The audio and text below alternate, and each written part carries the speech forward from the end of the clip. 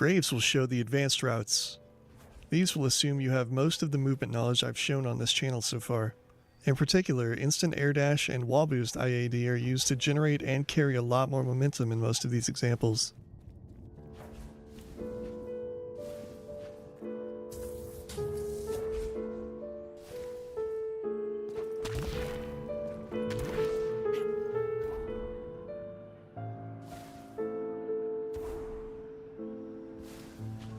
If you miss this corner boost, you can still save the rotation.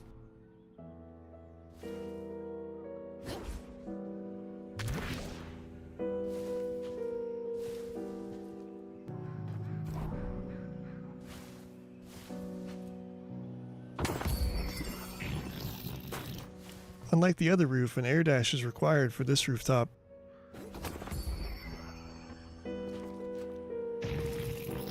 Here are some additional ideas for these vents.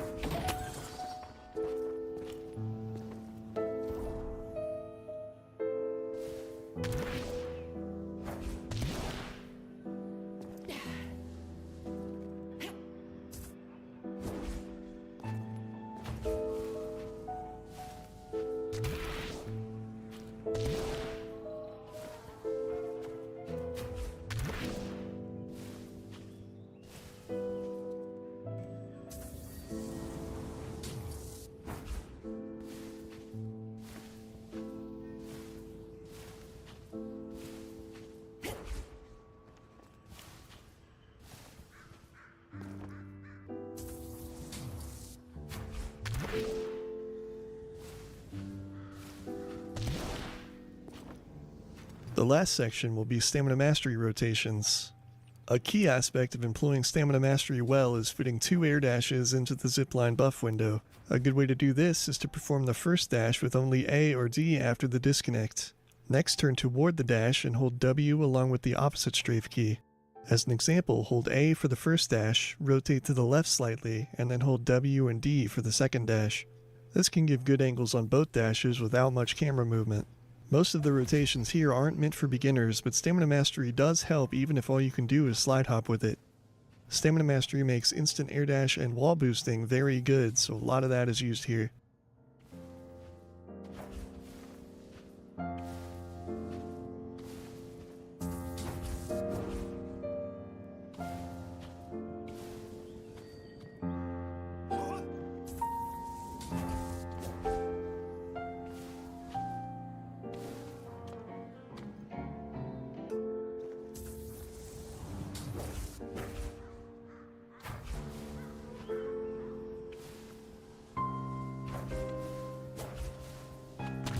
There was a time when people valued my service.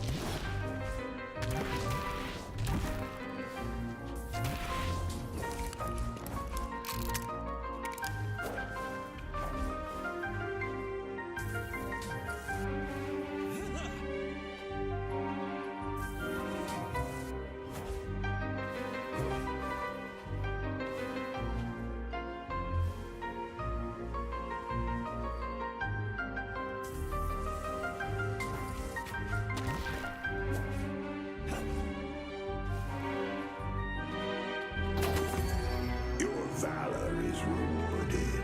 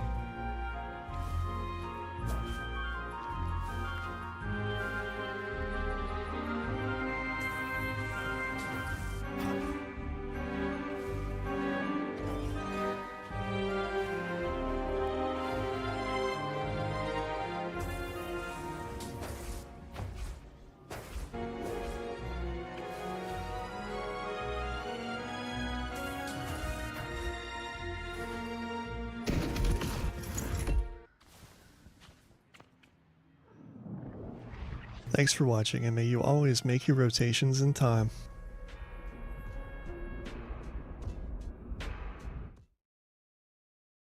Oh, freaking hell.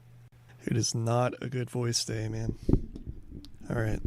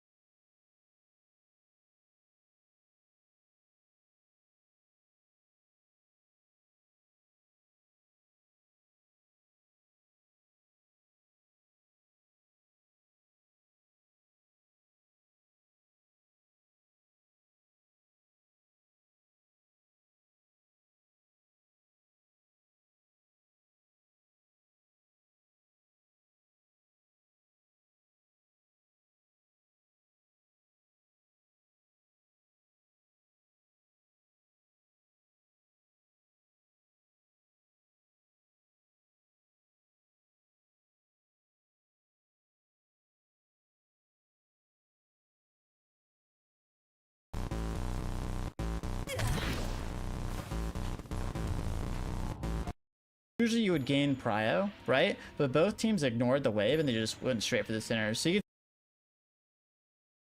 have Stalkered or like a Calico, you know what I mean? So this item, just a lot better than what it was before, and probably one of the strongest into the items themselves, starting off with Quicksilver Reload. This is a 1600 spirit item that operates on a charge up time, so you use it once and then over the 18 seconds it charges up. You imbue it on a certain ability, it deals 44 damage, gives you 10% fire rate, and reloads your gun completely. And the 44 damage Quicksilver Reload does will only apply if you hit the enemy with the ability that you haven't imbued on. So for example, if we imbue Quicksilver onto Paradox Bomb, if the Paradox Bomb hits the hero, then it will deal the damage. If it doesn't hit the hero, it's obviously not going to deal the damage. The reason QSR is so strong in the laning phase is this flat damage theme you'll see throughout the whole entire video, right? Because it's early in the game, early in the lane, no one really has health, no one really has resistances, so the value that you're going to be obtaining from this flat damage increase is just going to be amplified because they don't have the health pool to deal with, they don't have the resistance to deal with it. It's also a great purchase for your 4.8k Spirit Spike, which in turn gives you more flat damage, right, when you hit that investment spike. If you're not too familiar on investment spikes or itemization or anything like that, go check out my Deadlock itemization, how to build like a pro video. Now let's talk some hero specific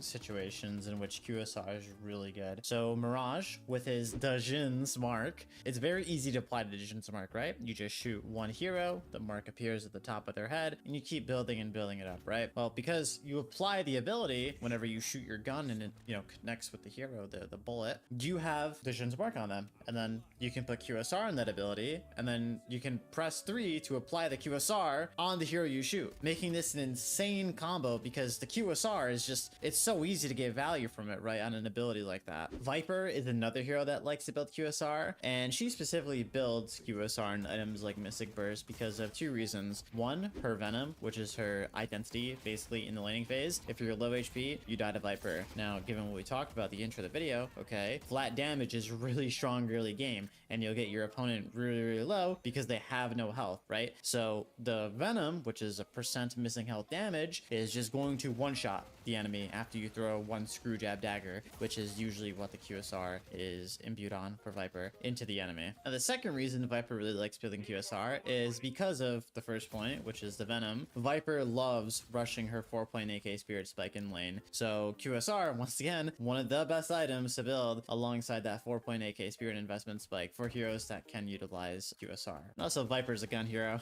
You know, you can build Mercurial Magnum from the QSR, you're shooting your gun all the time, having an instant reload is good. It just makes sense. Your Screwjab Dagger also has charges, so you can throw multiple, which, you know, back in the day, QSR would have full value on the multiple charges, but since now that it's a charge up time over 18 seconds, your second dagger is not going to hit nearly as hard as your first dagger. And another hero that really likes to build QSR is Warden. It's usually imbued on the flask, and the way that I think about the Warden flask is it's an entrance into a very good trade for Warden. It's like the doorway you first start off at as Warden. It's a weird comparison, I know, but I'll explain. So essentially, when you flask someone as Warden, right, they lose weapon damage to %, they lose move speed, they lose stamina, they lose everything across the board, right? So not only are they debuffed and they're taking damage from the flask itself, when you imbue QSR on top of it, you're dealing that flat 44 damage to them, you're getting a full reload, you're getting, you know, increased fire rate. It's basically impossible to win a trade against Warden after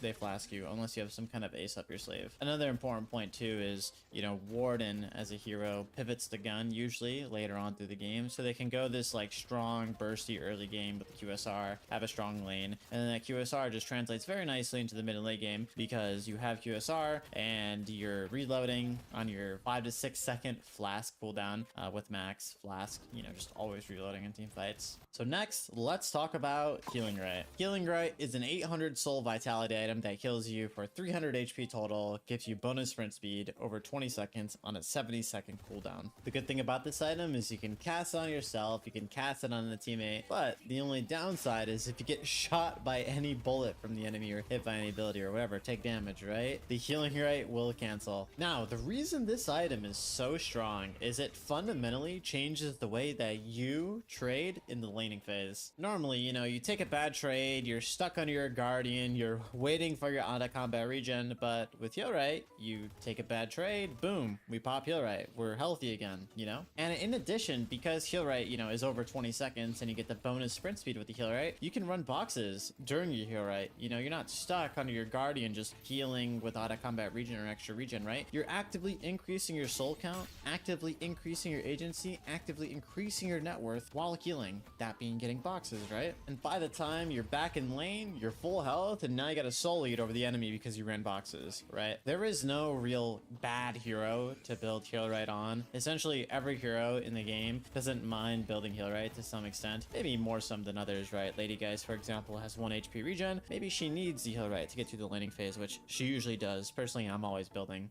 extra regen or healing rate on the character. But nonetheless, universally, this item is built among all the characters in Deadlock. Next up, for our third item, let's talk about Stalker, formerly Backstabber. Stalker is a 1600 weapon item. Out of any of the flat damage items that exist within Deadlock, Stalker is definitely one of the best ones to buy just because of the raw damage that you obtain from it. So Stalker, which is formerly Backstabber, got a bit of a recent rework in the newest patch. Backstabber, how it used to work is when you shot the enemy's back, you put this dot on them. Now with Stalker, all you have to do is be within a close proximity to the enemy. So there's no conditional in the sense where they have to just have their back towards you. As long as you're close enough, the damage or dot that Stalker applies will deal the damage. So the dot that Stalker applies is 17 damage for each second for 5 seconds. And it applies 6% bullet resist during that duration as well. Now this item gets a little broken when you look at its cooldown and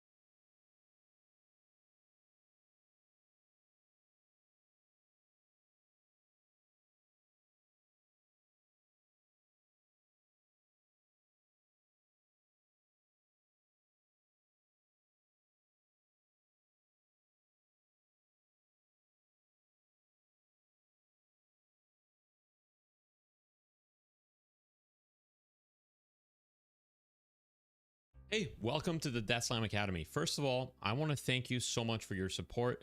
Joining the Academy greatly helps me be able to continue making content full time, and your money not only gives you access to all sorts of content, but directly helps support me and keep making Deadlock content. So thank you very much. Now, what do you do once you're in the Academy? How does it work? What do you get access to? That's what this video aims to cover. The first thing to look at is you should be able to get access to the Death Slam events Discord once you link your Discord account with WAP. So that's the first step. If you're having any issues with that, you can open a ticket in WAP, and Eric will answer you and help you out with that if needed. But once you have access to the Discord, we'll take a look together at what you can do.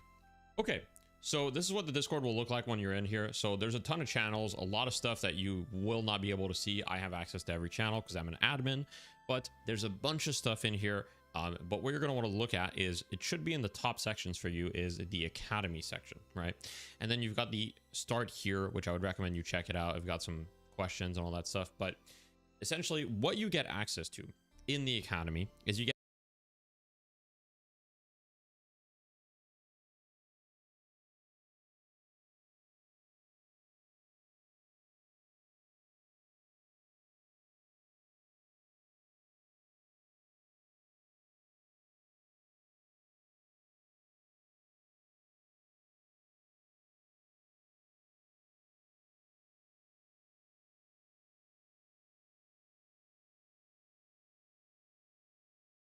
access to all of these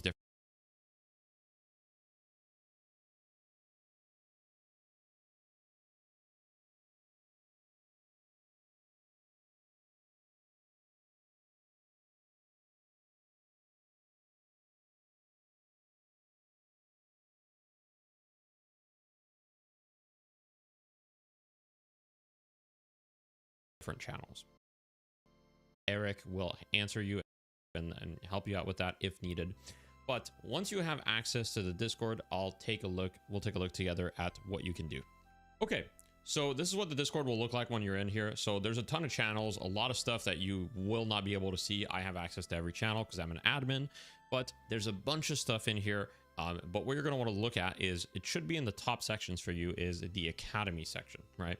And then you've got the Start Here, which I would recommend you check it out. I've got some questions and all that stuff. But essentially what you get access to in the Academy is you get access to all of these different channels. And you've got the general channel, you've got the build questions, etc. Now these are all pretty intuitive to use, so I'm not really going to explain these too much. But what you're mostly interested in is, how can I participate in events, and where do I see the previous events, right? So the first thing is, how do you participate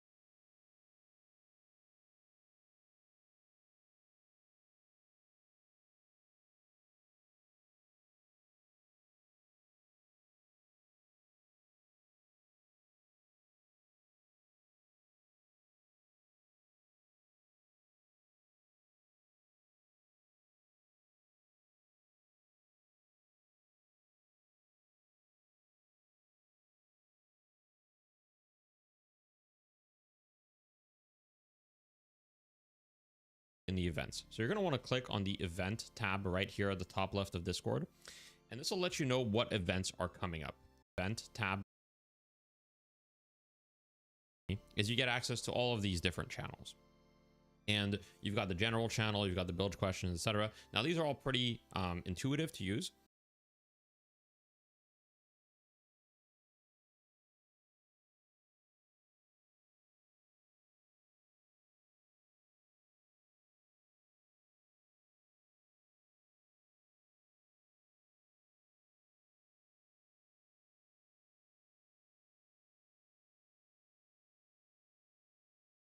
I'm not really going to explain these too much, but what you're mostly interested in is how can I participate in events and where do I see the previous events, right?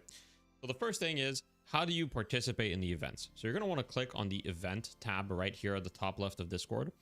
And this will let you know what events are coming up, right? And you can see bugs that are the time here. So for example, now, if you can't attend an event, which happens all the time because we try to have as many events as possible, you know, kind of weekly, you can always catch the event in the event archives thing here. So there's a couple little tags to help you navigate it. But right now, as far as recurring events, we have lessons. So if you click on lesson here, you'll see a bunch of lessons. For example, we've had spirit investment deep dive. I've talked about counter itemization. We've talked about roles and team fights, how to VOD review, how to recover from a lost lane. We've talked about comebacks, how to play pick, mid game. I mean, we've talked about a lot of things already, so I highly recommend that you check these out. But this is basically where any event is going to get uploaded here, right? And then we've got the VOD library.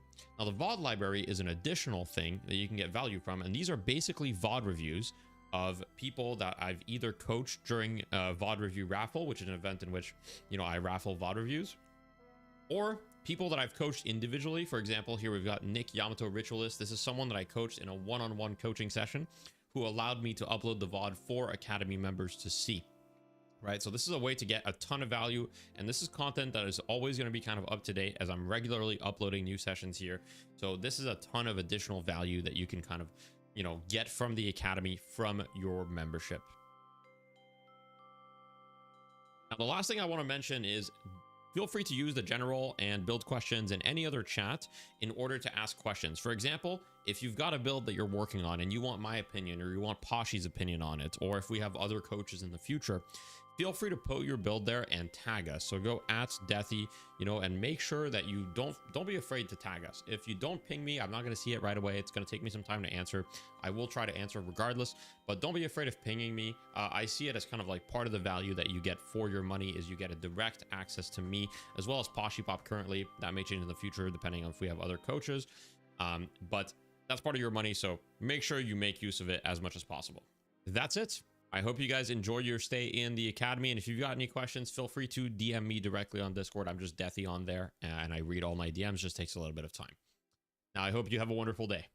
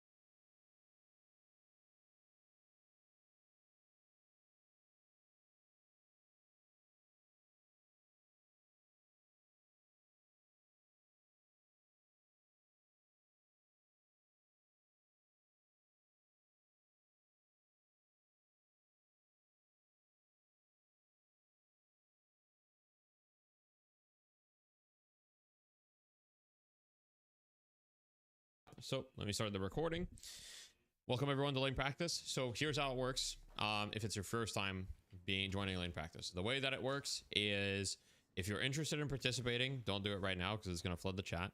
But I'm just going to ask everyone to put their rank in the chat when I say. Okay, don't do it right now.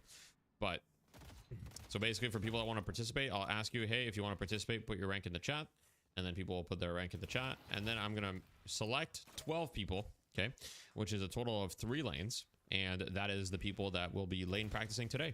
So 12 people will go. And the lanes are matched by rank, roughly. We try to make it as fair as possible, but of course, sometimes the ranks don't exactly match because, you know, we don't have like thousands of people. We're 22 people right now. And also region can help, although for the, generally speaking, for this one, the default server is North America. And for the one in Saturday, we are more, when we do Saturday lane practices, we're more... First of all, welcome to the Pocket Masterclass. Anyway, so if you want to participate, put your rank in the chat, be precise. So like Phantom 6, Archon 2, you know, whatever it is, right? Okay. And I'm going to start noting down people. And obviously, generally what I try to do is I try to prioritize people that have either not done it before or like haven't done it much.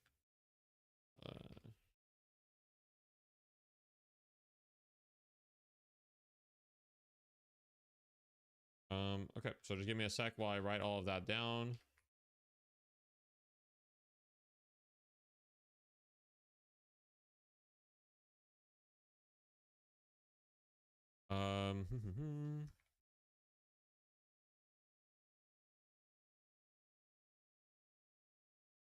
Talking as before rankflation.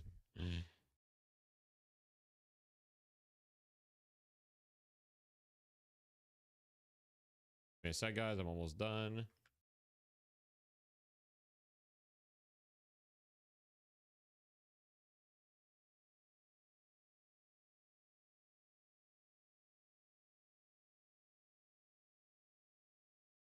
Dragon in a Assassin is that name is fucking me up. Is it Dragon in? That's what I'm saying.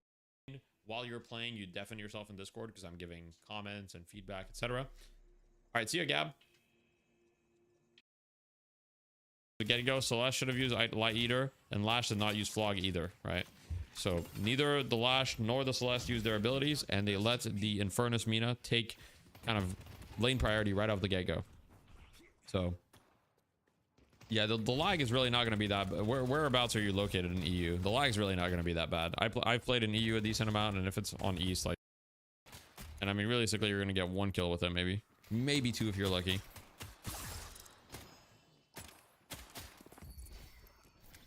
One at level 1, really. I don't know. To me, that makes no sense because like you can't push the wave if you have like love bites is like all of your gun damage. Like if you don't have love bites, you like actually like you can't kill the troopers. I mean, I guess you could melee them. Yeah. Yeah. I mean, I understand putting points in Rake, like that part I can understand, but starting Rake seems a little odd to me. Okay, here comes the Lash. Lash went extra spirit. Looks like he skipped headshot booster this game. Great trades from Specs. Good aggression. Could have just been a lot more aggressive early. Okay, so we've got a huge HP advantage. Let's see how they use this. So here, this is quite critical. Okay, good movement on the Lash. I like that. Using the little corner boost. He's about to cheese the Mina. Oh, just misses a couple shots. Okay, a little bit of a misexecution here from Resonance. Should have been able to refresh that. Yeah, I try to do it at Hellberg, but sometimes I forget, but yeah. Sometimes it's also not so clear. But in my opinion, this time, like, I would say that Lash Celeste should be able to win this lane. Celeste is arguably one of the strongest laners in the game. I think it's very difficult to beat Celeste in lane. I don't really think... I play a lot of Celeste, and when I play Celeste, there's not really any hero that I'm afraid of most of the time. Maybe Mirage, but, you know, even then. Okay, here Mina may have to buy healing, right? Which really sucks, but may have to do it. Yep, she does do it. Okay, small camp is up as well. She should try to heal off the small camp. So this is... I think she's a little afraid, but I don't think they're at the small camp. So I think she could reasonably heal up from it. Not the end of the world, though. Just would be a little bit more efficient. don't know why my mini map like isn't showing anything, by the way, but it's fine. Yeah, guys. Stealth rough as dynamo. Yeah, I mean it's tough. Okay, so they both have to buy healing, right? Yeah, guys. Okay, so this is gun run this is an method. itemization mistake that I see a lot of Been lashes make, and I don't really know why they do this, but so people will Or go it's like Quicksilver reload before Mystic Burst for some reason, right? So today we're going to talk about Pocket mostly. Talk about Pocket. You know, who is Pocket as a hero? What does Pocket do? How does Pocket play? What does Pocket usually build, right? What is core items? What are items that are, you know, potentially optional? And what your general, you know, gameplay loop kind of looks for, okay? So, now, why am I doing this Pocket Masterclass? Well, even though I haven't been playing a ton of Pocket recently, I do have a decent amount of Pocket games, as you can see right here. It's actually my second most played hero. So I have 224 Pocket games. I used to play a ton of Pocket. I just haven't played a lot of Pocket recently just because, I don't know, I just haven't felt like it. But I still think I have a lot of knowledge. Obviously, I'm not the best Pocket in the world. I'm not claiming to be the best Pocket in the world, but I think I'm more than good enough to talk about Pocket's kit and all of that stuff. So, the way that this session is going to be structured, and I'm going to do it a bit differently, is we're going to start with Pocket strengths and weaknesses, right? So that's going to be the first thing. Then we're going to talk about, you know, general gameplay loop. Then we're going to talk about itemization. And then we're going to talk about, you know, kind of like some more like niche / edge stuff / you know, Q&A. That's the way that I see this kind of going, is we're going to go at it this way. Now, there's a lot of ways to do masterclasses, but I've been thinking about it a lot, and I think that this way makes the most sense. And that's kind of what we're going to look to do. Pocket not feeling the same after the patch. Fair enough. And we're going to talk about that a little bit, right? We're going to talk about, you know, what are the differences of Pocket now versus what Pocket used to be. And that might change in the future as well. So we're going to start with Pocket strengths. And this will be a little bit of a collaborative effort to get you guys to think a little bit. So what do you guys... in my eyes, in terms of Deadlock, to be efficient is just to have as little downtime as possible, that you're always taking advantage of whatever you can at that moment, whether it's, you know, taking your wave or stealing something out of their farm or taking your own farm, or you just hit you know, like a money for a power spike, so you go ahead and you buy that item, stuff like that. Yeah, that's a great answer. So thank you for coming on and sharing what you think being efficient means. I think there's a lot of other great answers in chat as well. We see Blastoise, not wasting time, and Nicoin, I'm sorry if I mispronounced your name. Don't waste time. Always be doing something from justice, making the most of your time, being intentional with your actions, always doing something productive, always doing something with purpose, always doing something that is not positive. So these are all great answers in the chat. So the first thing that I'm going to showcase today, Pluto as well, Nee, you guys have some good answers. Always be doing something with purpose, always be doing something that's not positive to your team. Yep, those are all great. So what would you say? What we'll be doing to start is I'm actually going to showcase to you a very unique lane matchup that I have here. So the reason this plays into efficiency is it dictates what I do in the laning phase. So I'll show you the sequence of what occurs here, guys. So if we look here in the mid lane, we decided to put Lady Geist and Paradox into mid.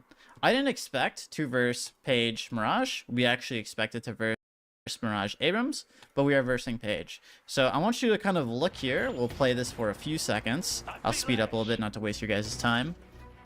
So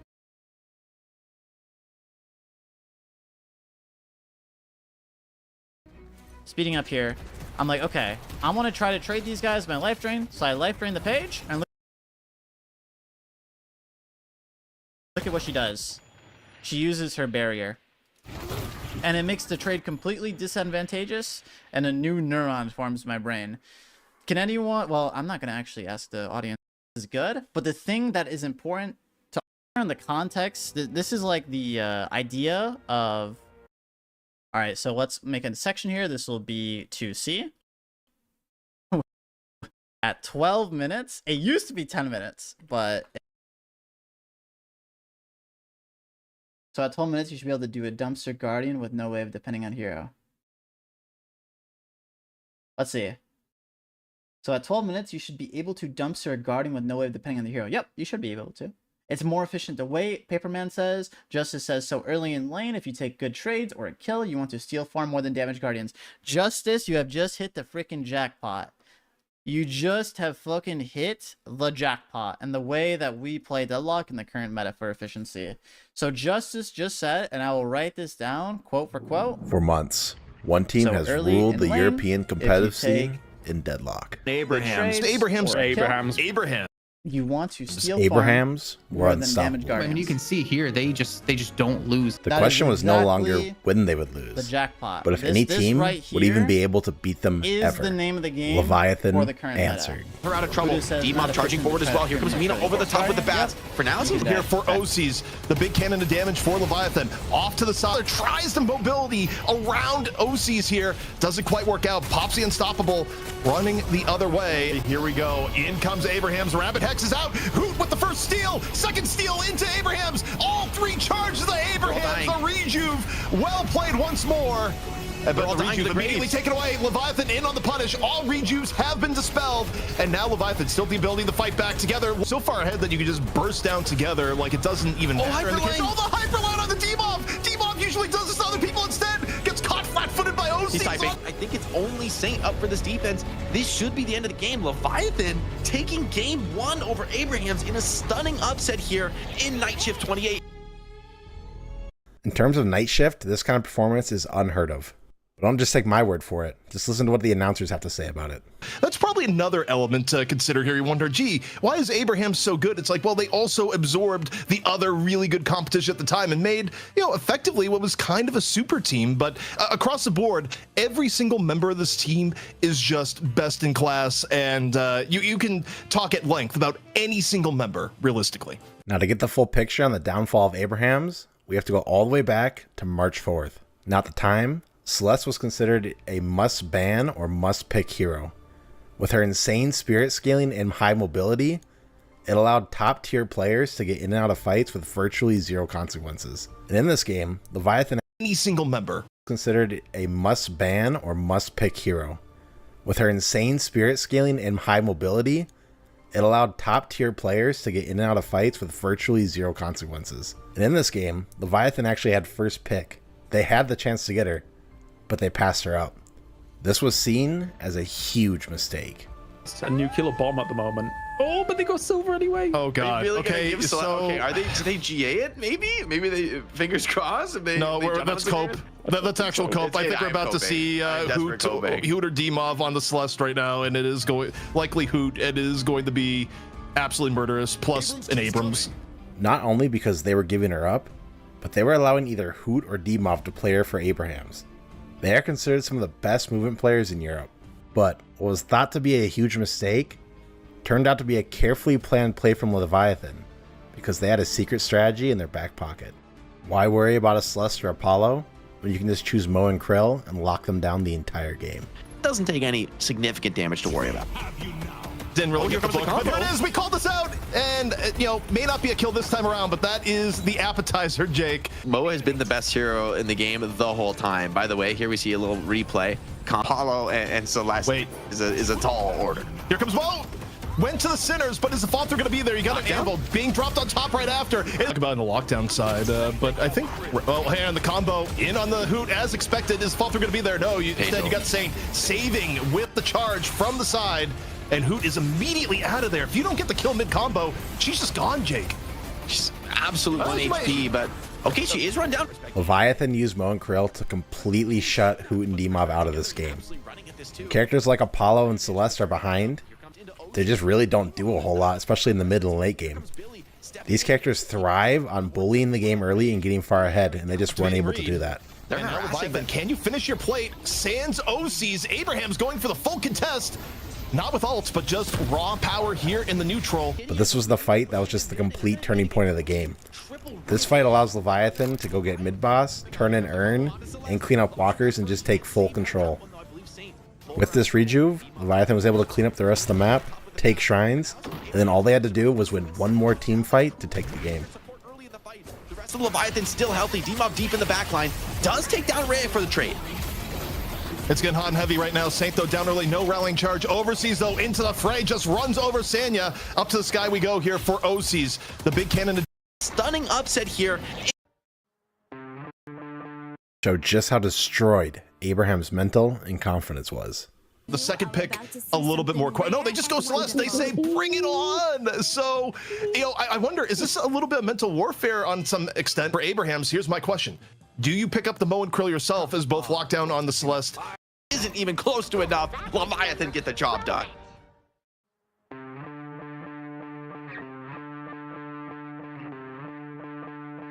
The series wasn't over, but the draft for Game 2 showed just how destroyed Abraham's mental and confidence was. The second pick, a little bit more quiet. No, they just go Celeste. They say, bring it on. So, you know, I wonder, is this a little bit of mental warfare on some extent for Abrahams? Here's my question. Do you pick up the Mo and Krill yourself as both locked down on the Celeste and Mina? Instead, wait, why are you banning it? The entire point when Leviathan picked against you is that they're picking it because they wanted to chase down the Celeste. Like, I don't think Leviathan was going to pick the Mo and Krill. I said we couldn't measure the mental damage, but I think there is a way here. I think so. This ban is, I think, a little awkward. Not only did Leviathan pick Apollo and Celeste, two heroes that they had just beat on Abraham's team, but instead of picking Mo and Krill, Abraham's banned him. And this game was an absolute blowout. On DLNS Europe. Off to the other side, overseas, able to just run down Dimov. Abraham's getting manhandled here as Sinner Sacrifice is about to spawn him. And OCs gets hooped off on the other end.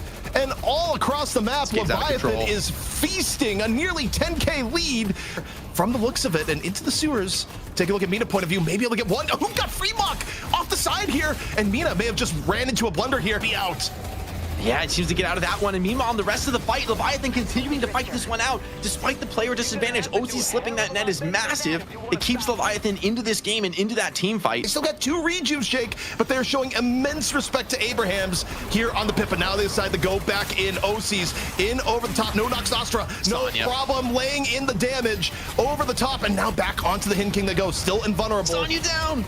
In the throne, Billy continues to dive and side fights together. Meanwhile, the frontliners starting to drop. There's nobody left. Now that OCs consumes that rejuve, he's going to be back at full strength. Even the parry onto Billy is not going to be good enough. And this is a world of difference. A new Leviathan rises to take home the title here in Night Shift EU. A massive upset, ending a disgusting streak from Abrahams. Was mental. Sands damage to Ward. I mean, everyone loses at some point. Celeste are behind, and most people thought Abrahams would recover. They didn't. Even though they did win one of the 3 games the following week, they lost again to Leviathan. He was locked in this game, Dan. Like full control, masterclass carry performance. He might be deathless this game. I truly, maybe he died once in the lane. I mean, this is about as good as it gets as Leviathan take game 1 over Abrahams. Last week was not a fluke. They're here to do it again. And Abrahams have to be shook here going into game 2. A title defense here in the Night Shift. Desperation warps him from Hoop, but he's caught on the building. He can't get away. OCs finds that one as well. Now, hold on. The capacitor hit from Wraith is good. E-shift forced out. But are you going to be able to stick around, Sonya? You almost have to. You have to be fully desperate right now. The Sonya's just styling on you. No way he gets outplayed. OCs need to burst down this patient before the spawns come in, but they're going to do just that, Dan. And Leviathan make the defense 2 in a row. Fluke allegations are busted, man. Leviathan are the real deal here in Europe. Then things took a turn for the worse. For the first time in Deadlock Night Shift history, Abrahams didn't even qualify to play in the championship game. Leviathan had won 3 weeks in a row at this point. EW definitely wins, right? I don't think it's going 40 minutes. I think it's ending right here, right now, to be honest. The waves are shoved in. There's only a patron left to go here with no stages to get through, and Hoot's not even in the base. This is going to be the first time since, what, May of 2025, I saw our production tell us that Abrahams will not make it into the money match here in the Deadlock Night Shift, and that was back in Fight Night. What a huge win for Low-Key W. They struggled at the beginning, being 10k behind, but my God, they came back. And the following week, Abrahams and Leviathan rematched once again. And Leviathan won once again. Leviathan had gone from a team with no earnings in Night Shift to racking up almost $3,600 and being undefeated over the course of 4 weeks. No matter the cost. And while I was editing this video, Hoot and Dimov left Abraham. You think I Hoot joining Low-Key W and winning the most recent week of Night Shift, and Demov joining Floorman and changing regions entirely, now playing NA. In just 4 weeks, the most dominant team in Deadlock fell apart. Not because they were just outplayed, but because they broke. And with their collapse, the European scene changed overnight. There's no longer a team to beat, only teams trying to take the throne. A new era of competitive Deadlock has begun. And that is going to be a wrap. Leviathan defend the throne once more. It was an incredibly long series. It was back and forth, but Graves meeting her match than someone who does mantle slide. Keep in mind as well, you can strafe during your mantle slide to help you navigate around the map more effectively. If you're finding yourself forgetting to mantle slide, I'll share you an anecdote. So when this mechanic was first introduced to Deadlock, I was still like one of the only players in the game that were like competing that wasn't mantle sliding. And my team told me to do it. I was trying to tell myself to do it, and I would try to remember in the actual games to do it, but I wouldn't remember. So what I did essentially for like 4 to 5 days straight is I would spend like 2 to 3 hours in the practice range exploring NYC, mantle sliding, mantle slide, mantle slide, until now literally I don't even think about mantle sliding when I'm doing it. It is as simple as it is for a human to breathe for me in the mantle slide. If you want to practice mantle sliding right now, this is the perfect time, because we're going to take a quick break here to thank all the amazing YouTube members who are supporting me and the Go editor Gora Pytha. If you want access to my personal coaching sessions with my students, it's only $5 a month. Information in the description, and in the description you can find links to my Twitch, coaching with me one-on-one on coachlock.gg, and Death Slam Academy that I'm running with Deathy. So if you're forgetting about mantle sliding, go in the practice range and do it 1,000 times until you fall over and start mantle sliding IRL. Deadlock Compy movement technology number 4, the wall bounce. Wall bouncing happens when you press your jump key while in the air touching a wall. You can see here that your character has a different animation when you're jumping right next to a wall. This indicates that you're close enough to do a wall bounce. An important thing to note when you're wall bouncing, you need to press the key in the direction that you want to wall bounce. So for most people, you're going to want to press W as you're wall bouncing or while you're wall bouncing so that you move in the forwards direction. If you want to strafe to the left, A. If you want to strafe to the right, D. Wall bouncing will send you up and away from a wall, giving you momentum without expending any stamina. You can use wall bouncing to gain height. So if you want to get up a level or reach some kind of ledge, you can do that for free. Wall bouncing also gives you momentum away from the wall, which you can use to reach areas that would have required a dash. Or let's say you want to use wall bouncing to climb some kind of ledge. Simply, you would just hold your movement key towards the wall you're doing the wall bounce on. Wall bouncing, like the other movement technologies that we've discussed, is a literal quicker way to move around the map. A lot of top Eterna 6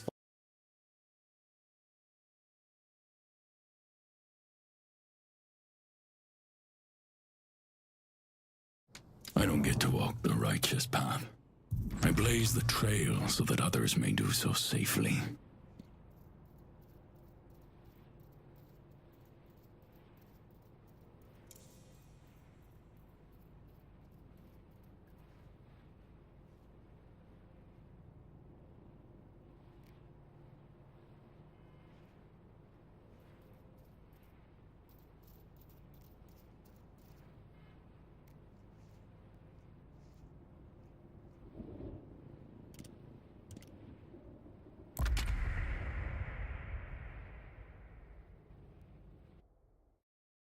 W, you'll go in a straight line. Now, this isn't really that useful if you just do it on the ground, but luckily in Deadlock, there's a lot of things that allow you to go in the air and take you quite far. You can get super creative, and if your opponent doesn't know about air strafing and you do, there is no chance your opponent is ever going to catch up to you. This technique can also be used with the item called Majestic Leap in order to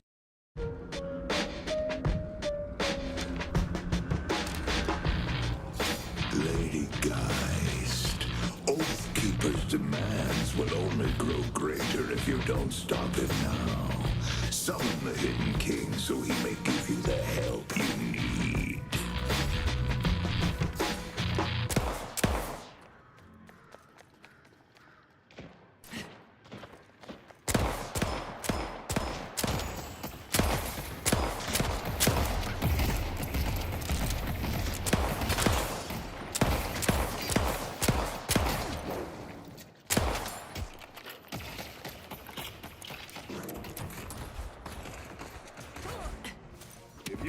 want protection, you know where to find. No one's will is stronger than my own.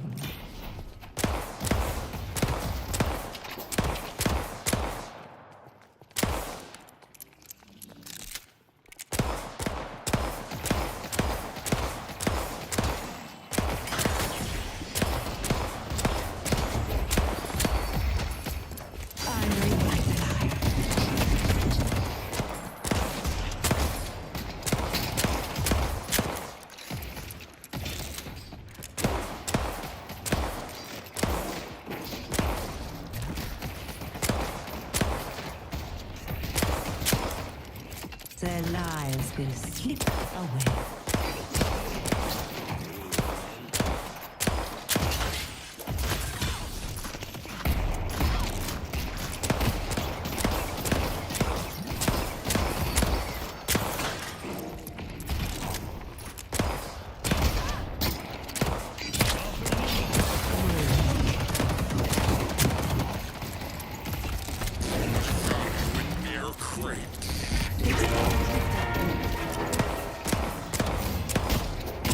Why won't she go down?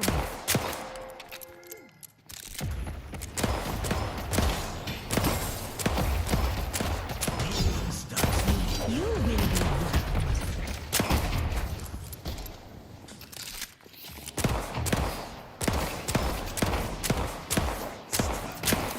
from here, only misery will follow.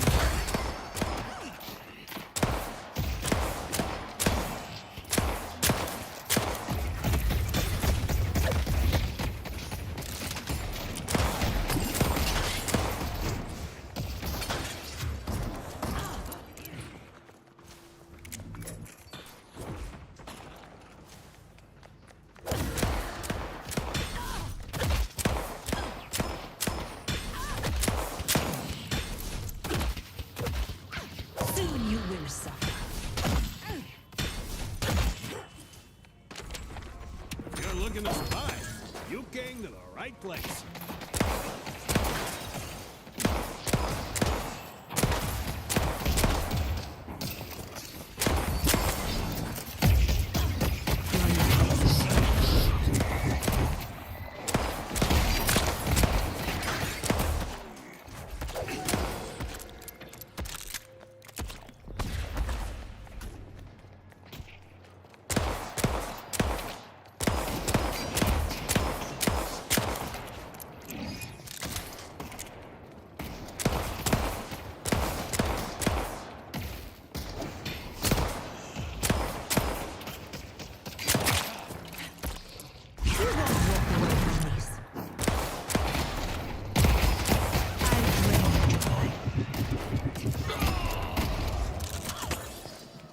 This is just the beginning.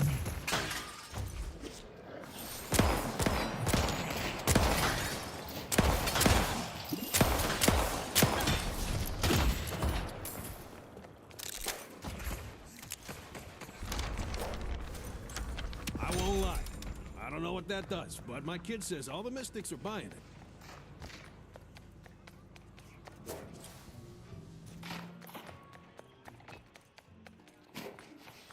It's almost time to grab the moon.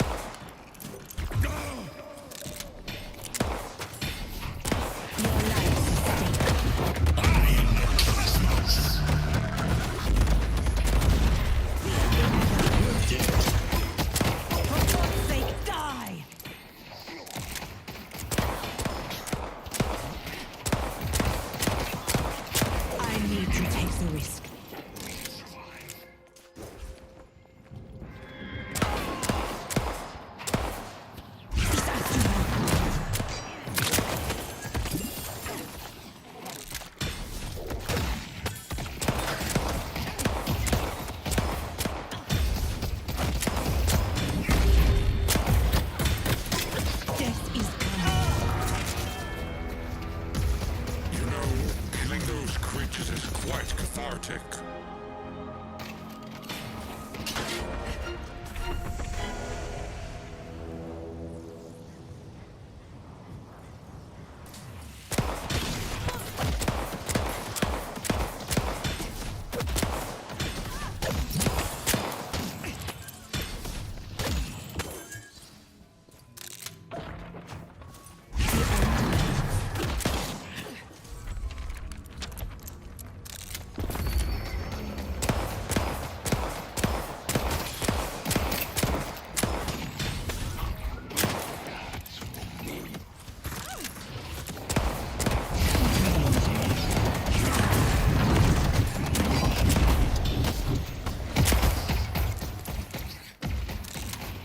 You will suffer.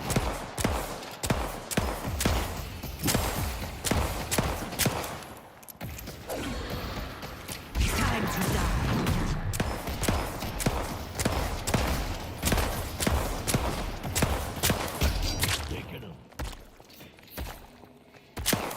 Your death is inevitable. There's no escape.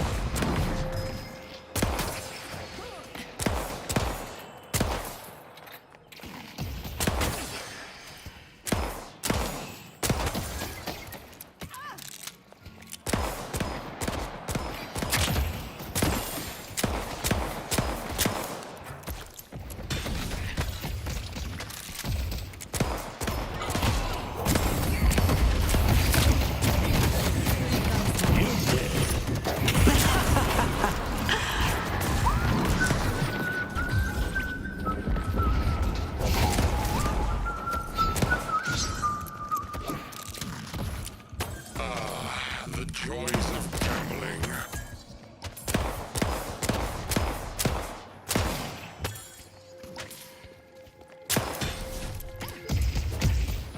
Your time runs short.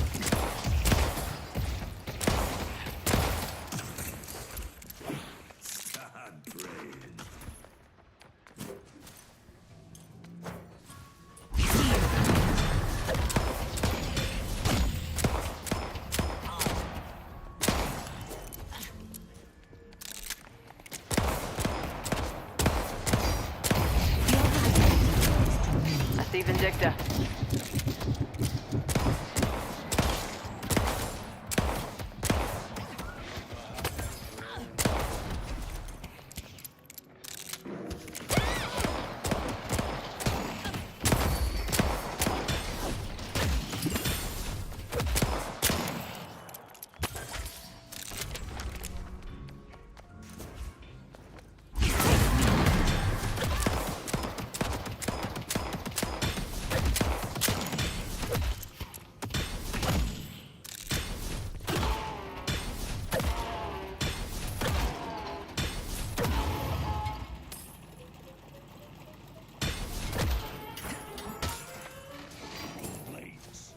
Go out there and oh you will.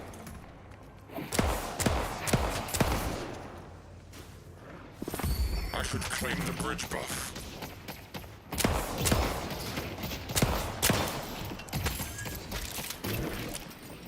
You will suffer.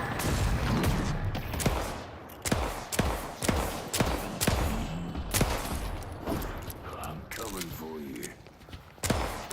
Stage is missing.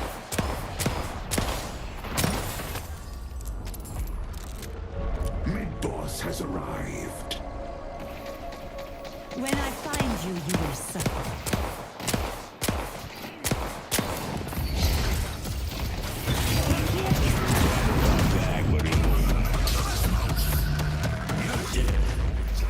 They took out the drifter.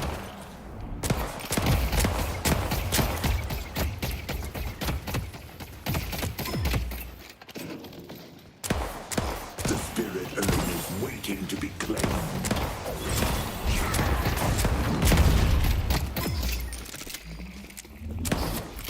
They'll come back. And then No one will miss you.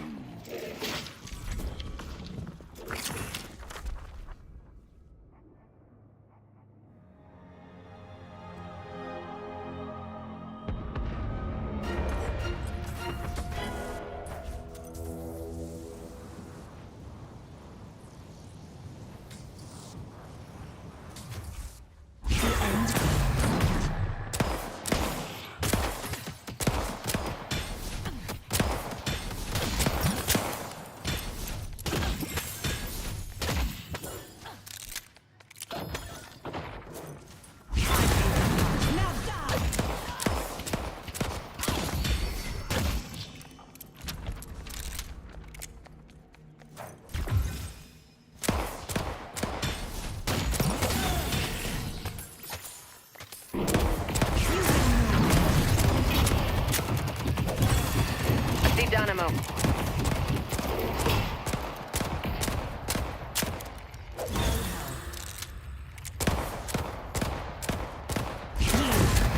An ambush could come from anywhere. You think you're winning? That's with a simple cut. I see Vindicta.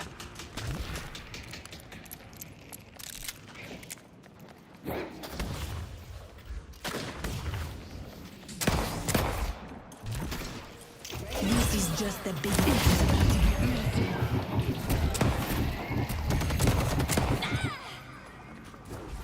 Your death is inevitable. They can't run forever.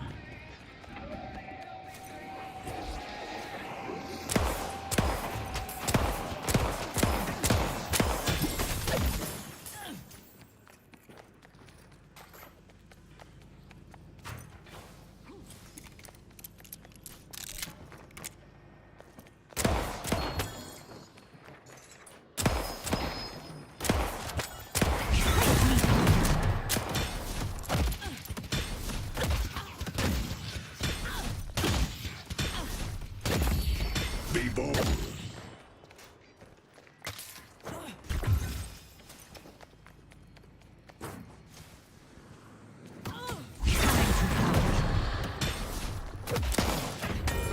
They destroyed the Guardian on green.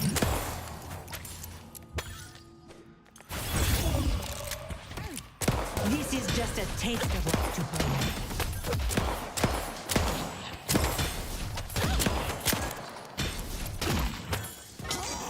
From here, only misery will come.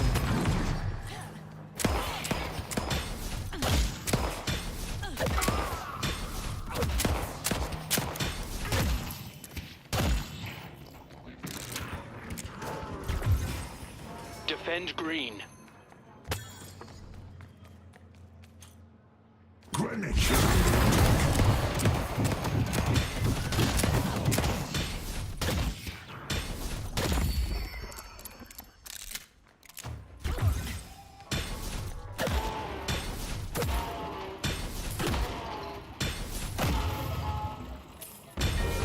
They destroyed the walker on Greenwich.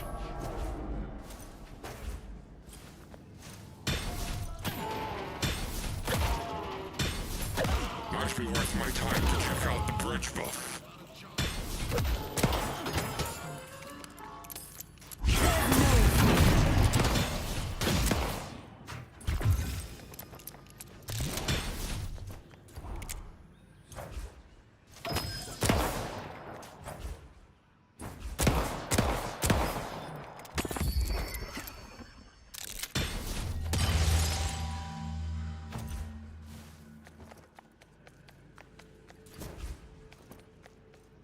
I see Hayes.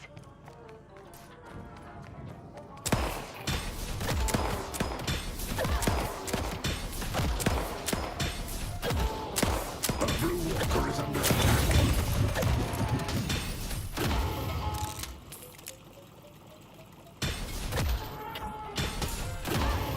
The spirit urn is waiting to be claimed.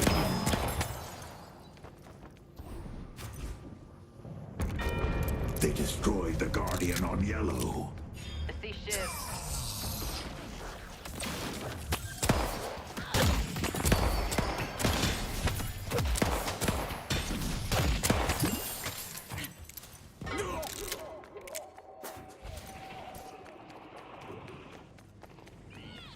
My power comes at a cost. Your time runs short. Fear the enemy.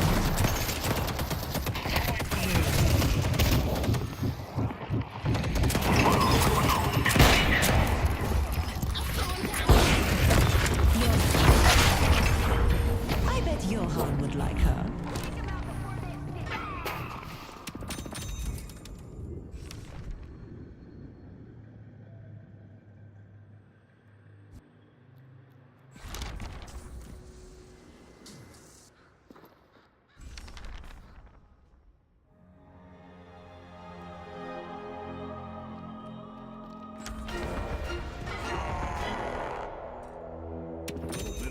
mine right here in your hot little hands.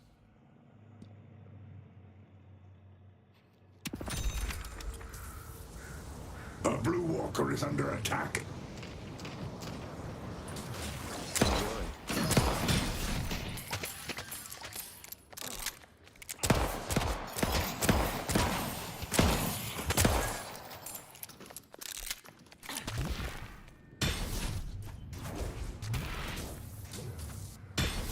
The souls are mine.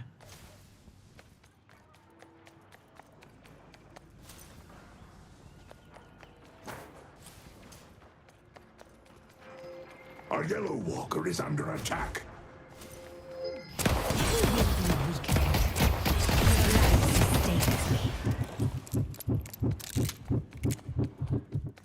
I see Hayes.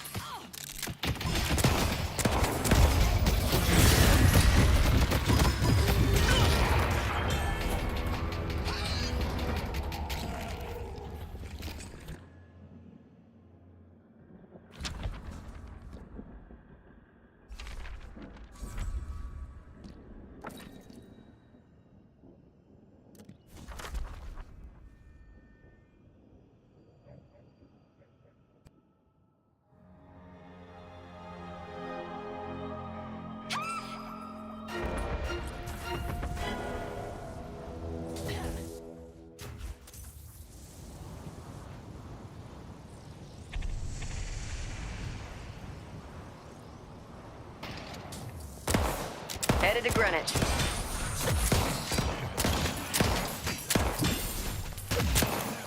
I believe you're missing something.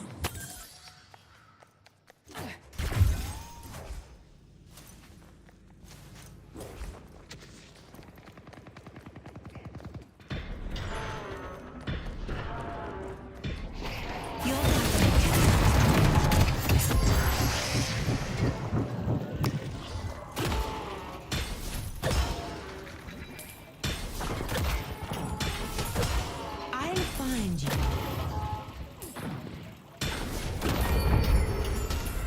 Our yellow walker is under attack.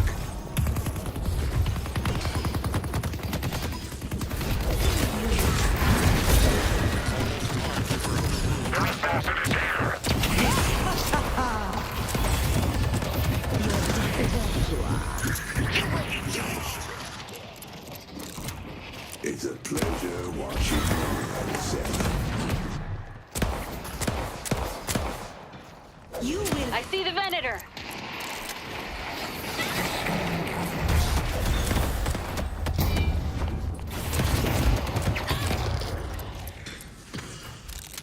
Be honored to die at my hand.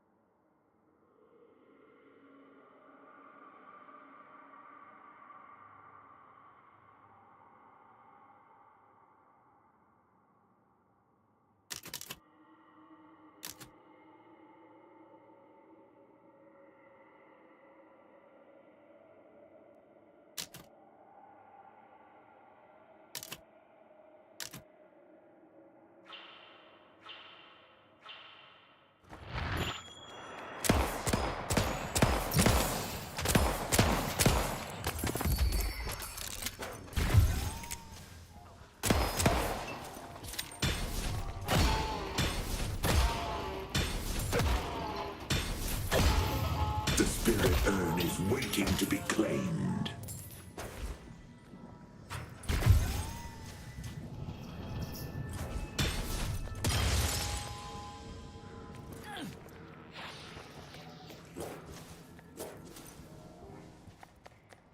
Look who's ready for a 2 a.m. metro ride.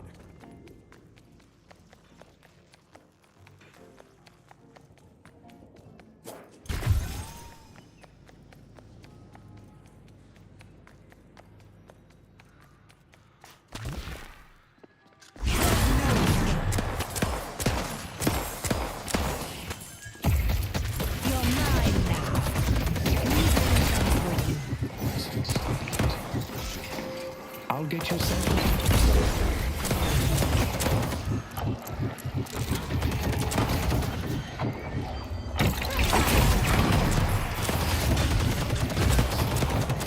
This is one of many victories. Give me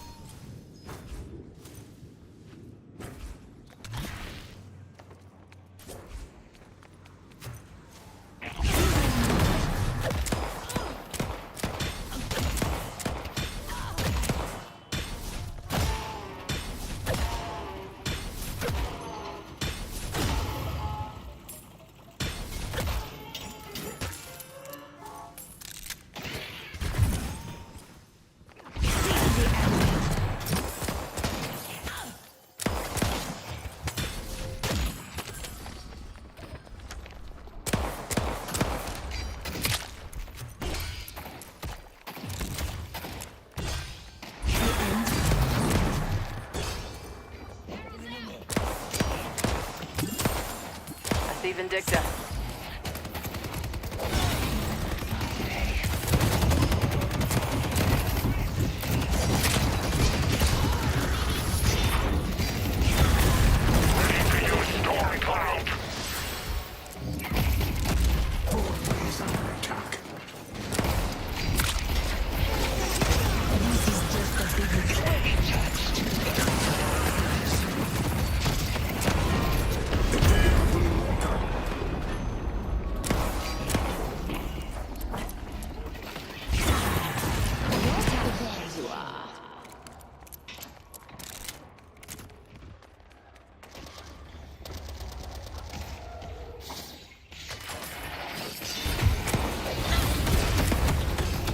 It's not my time to die.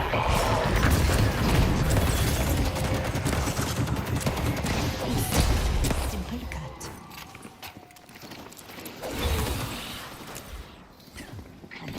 You will suffer.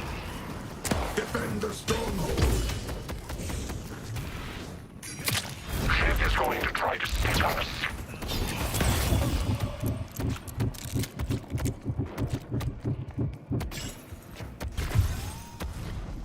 They claim the urn.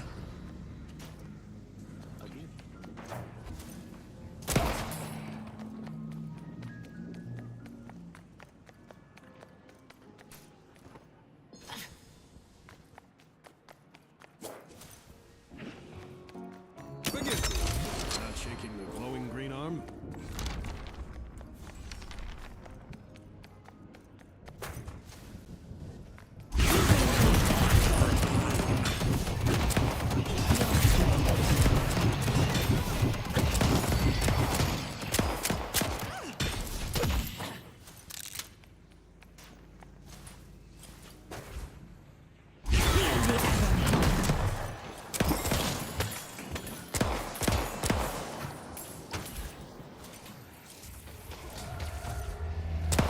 It starts with a simple cut.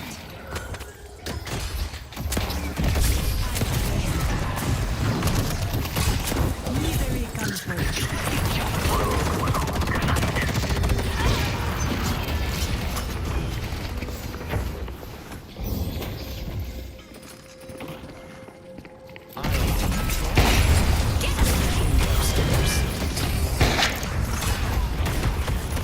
Has the futility set in yet?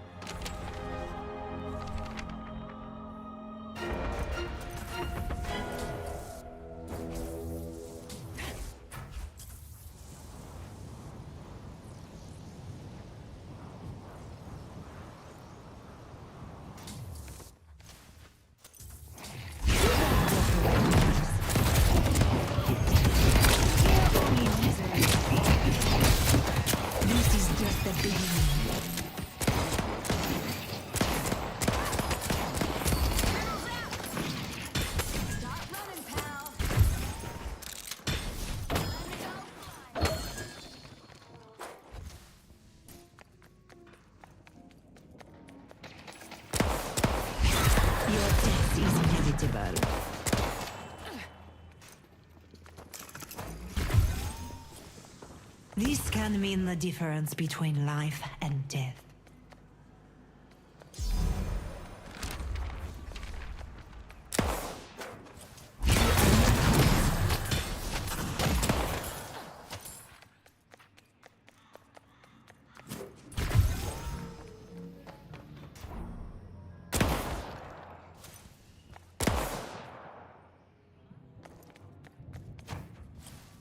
I see Dynamo. You will suffer. Soon you will suffer.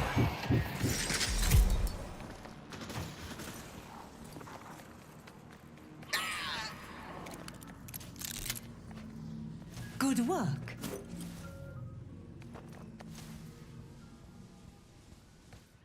Ah, the fruits of York is under attack.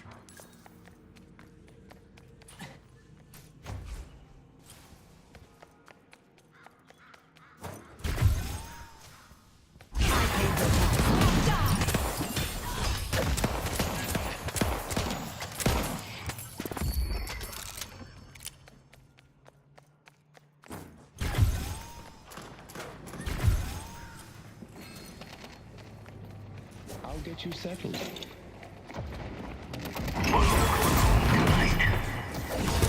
They took out the door.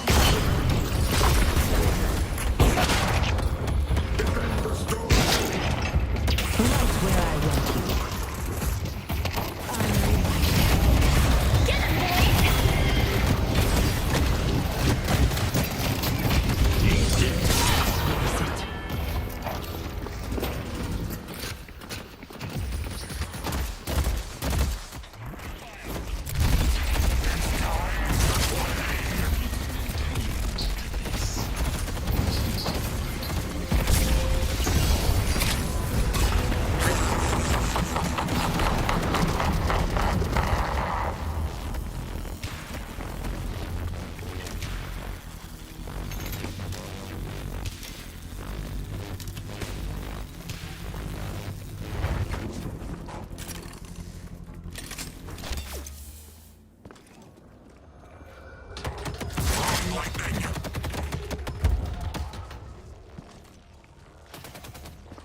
Might be worth my time to check out Deadlock.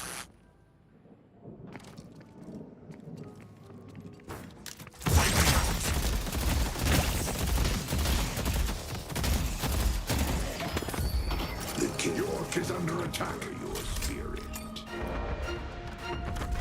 Good luck.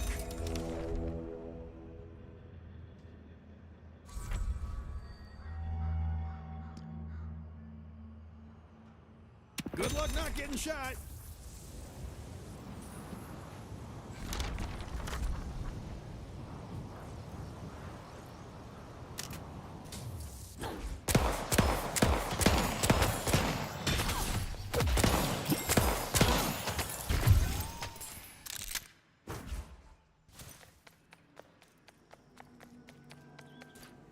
The spirit urn is waiting to be claimed.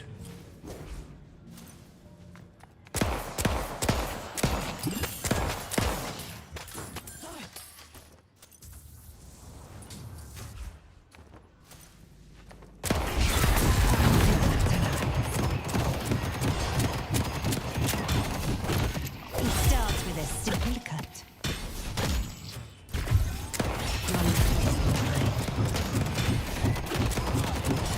Usually comes for you.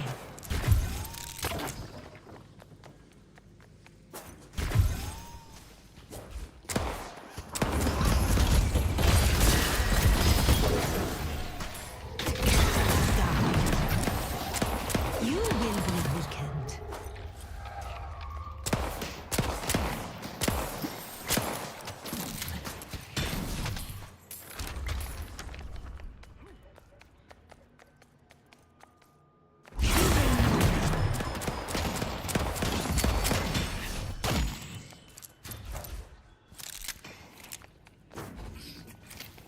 This is just a taste of what's to come.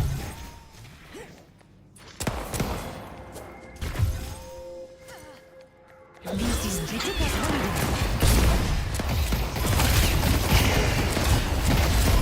I defy fate.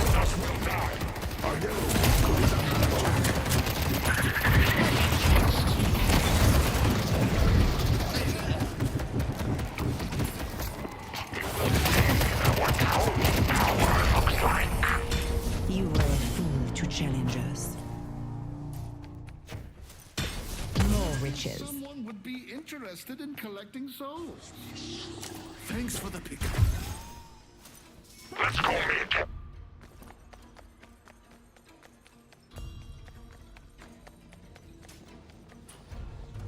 I'll deal with the hooligan.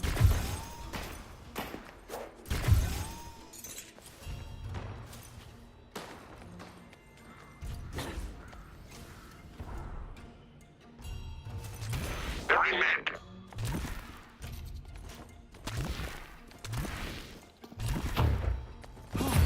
Nice three. Very mid.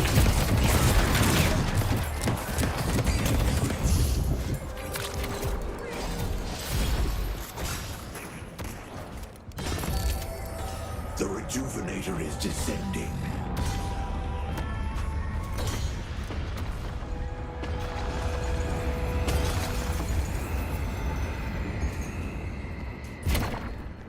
Our yellow walker is under attack.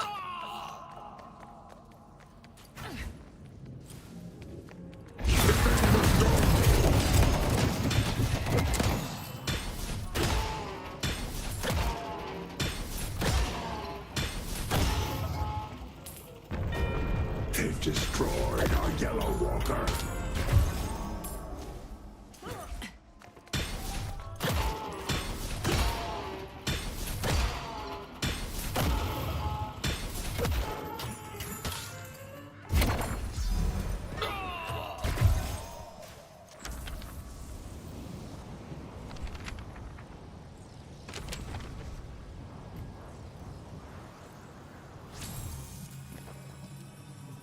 That lock on your arm is looking a little rusty.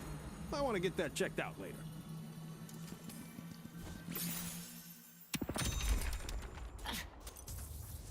I lure them into my trap.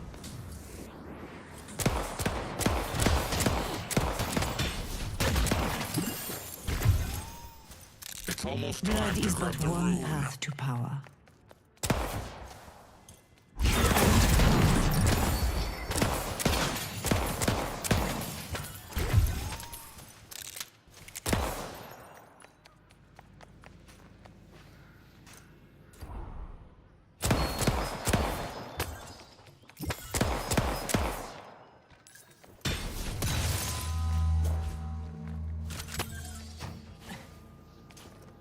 I see Hayes. From here, only misery will follow.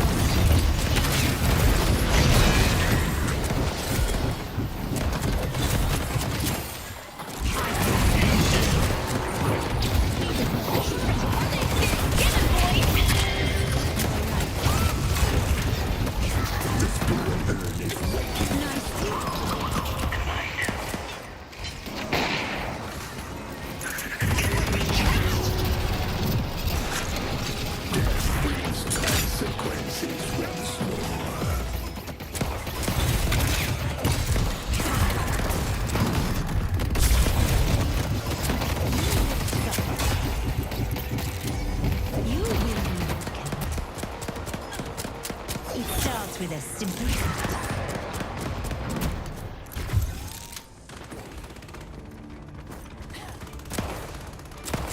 Give me your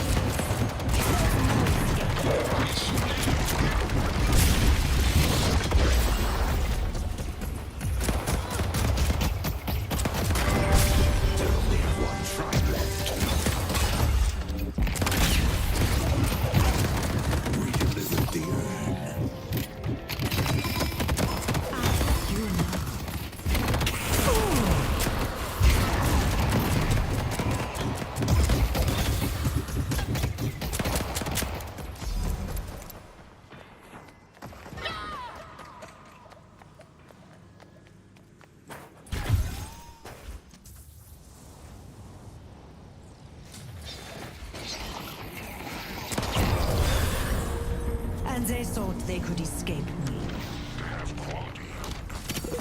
Oh, my friend.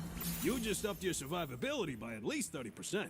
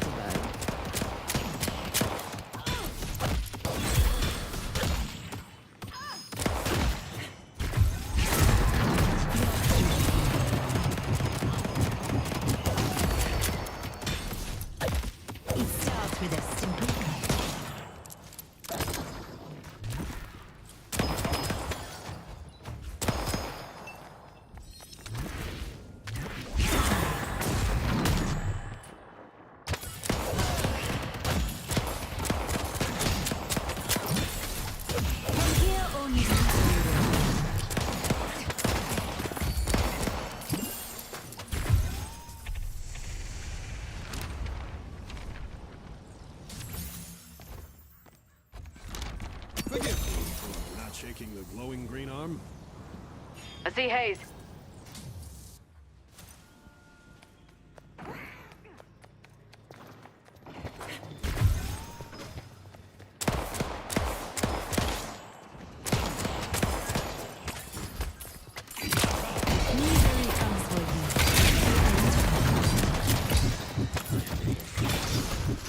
Your time runs short.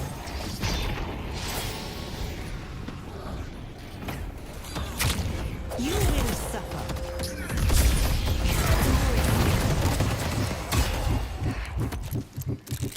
Shouldn't have pushed me.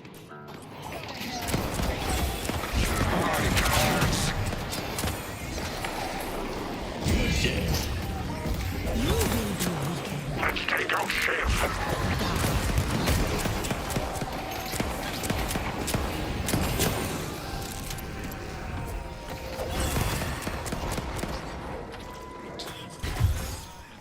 Your time runs short.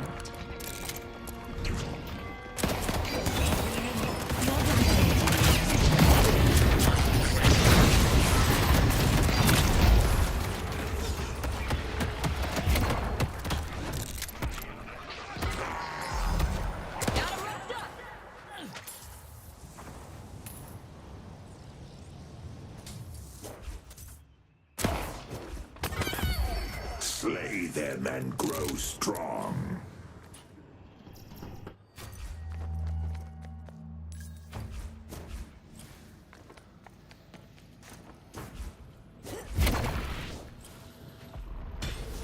Mid-boss has arrived. There is power in pain.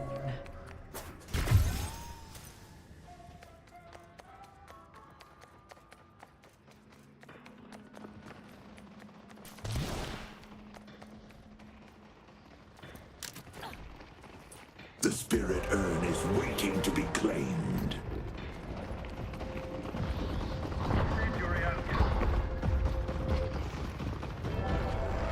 The rejuvenator is descending. What's yours is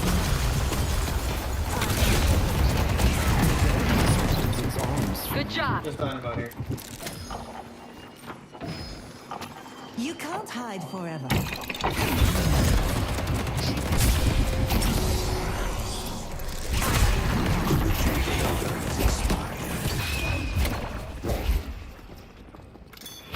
Give me this.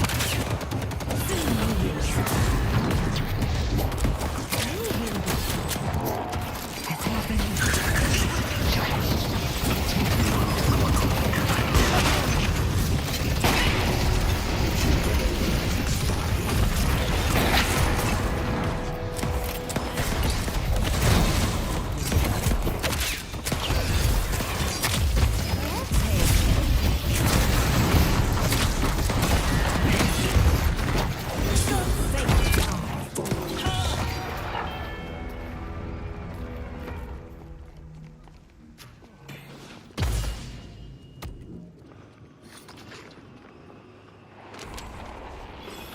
I see Shiv.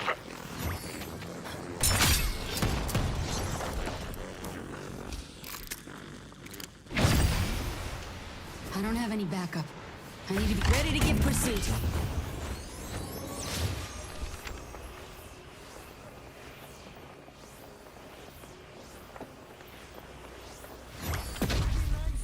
Here comes the barrel! Setting dynamite.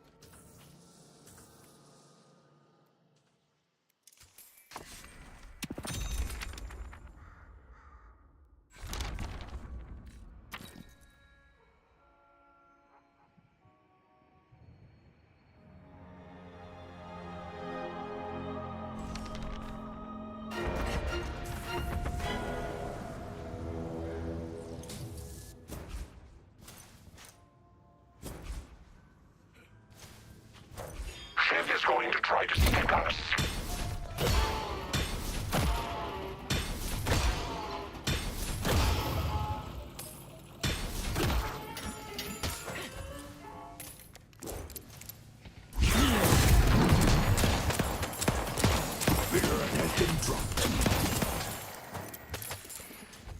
This is just a taste of what's to come.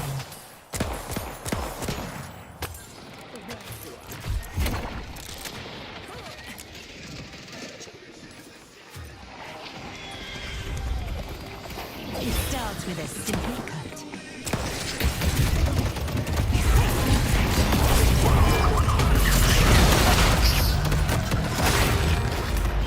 The spirit urn is waiting to be claimed.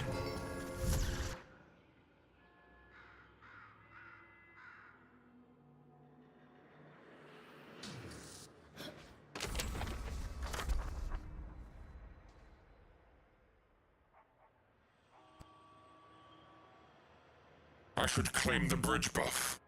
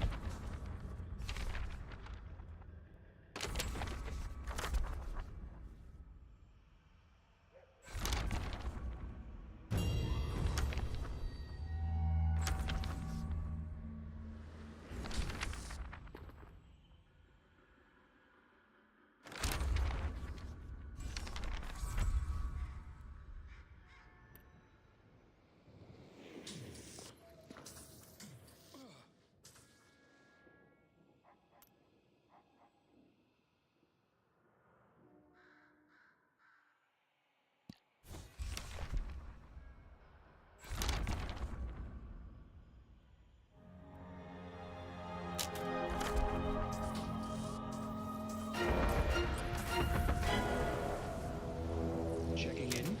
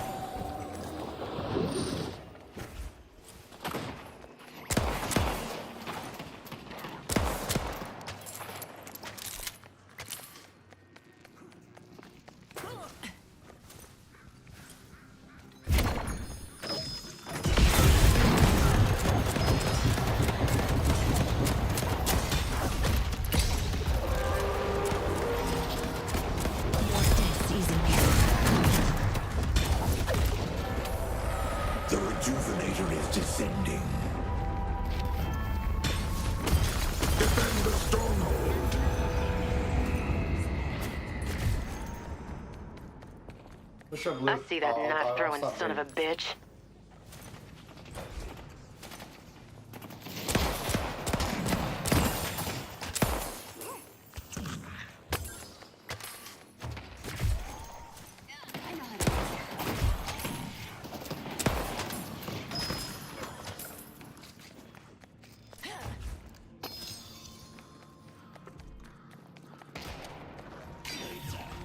This is just a beginning.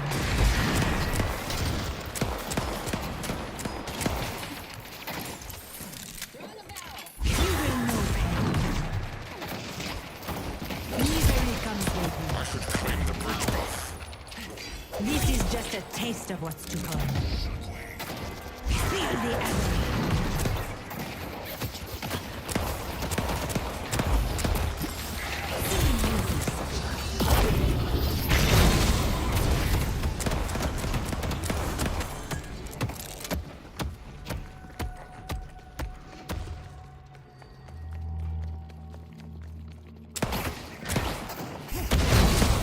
Storm cloud's almost ready.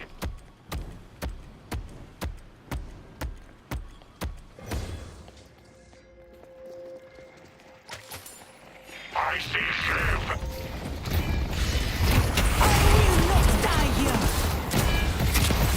Get him, boy! The spirit urn is waiting. Death brings consequences.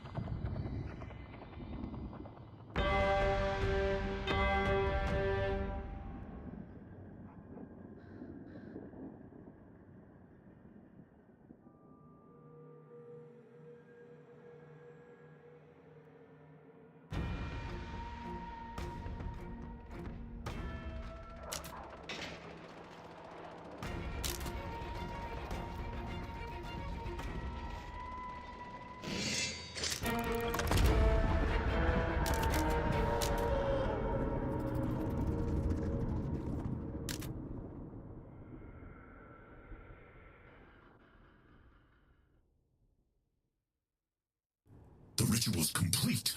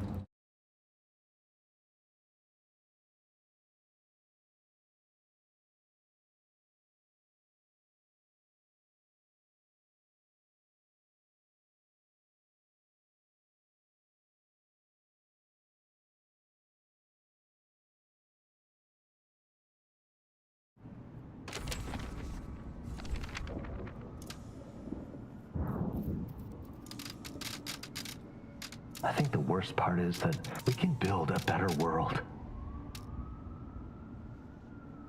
Friends are just so long as you don't mess with my business. Don't you judge me. I must pray Saint Benedict, pray the Lord, and still recovering from I don't today. 9 commandments will have to do. I'll use my family's name when I'm no longer ashamed of it. And this will work.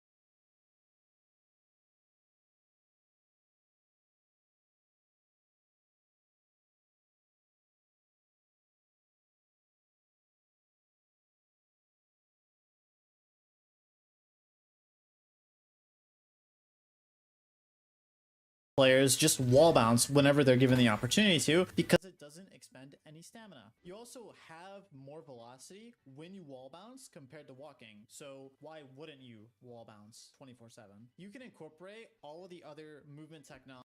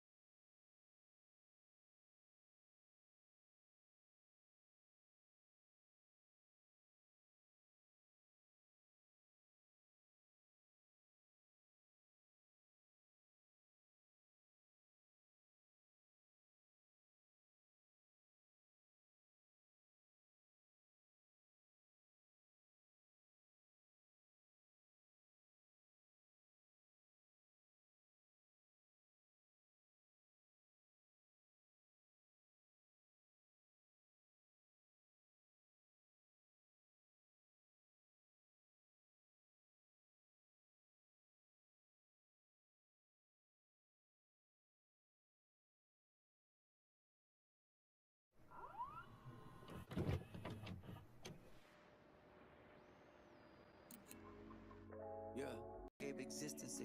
Listen, you other niggas is gifted, but I'm the shit that's missing. Look, I used to idolize those that I would pass, as I used to analyze all that I would pass. As sands from the hourglass, from our past, that was hours past. How long will hours last? They say we in the last hour, I say will hours last? You niggas took a power nap, I ate some sour sap. We need to turn the hours back, return hours back. Sweet and sour faces play, cause we the Sour Patch Kids. Ooh, look at the shit that I lived through. They talk about shit that I can't do, never the shit that I did do. They ain't talking how I hit a home run, then all the homies slid through. Man, that curriculum, you niggas studying, that's the type of shit I whiz through. I got shit with Gotti, I got shit with Luda, can't forget that nigga Wiz too. Man, this shit too easy, I got shit with Weezy, shout out to my nigga Chris too. Yeah, I got shit with Breezy, DMX, Diddy, Jeremiah, nigga French too.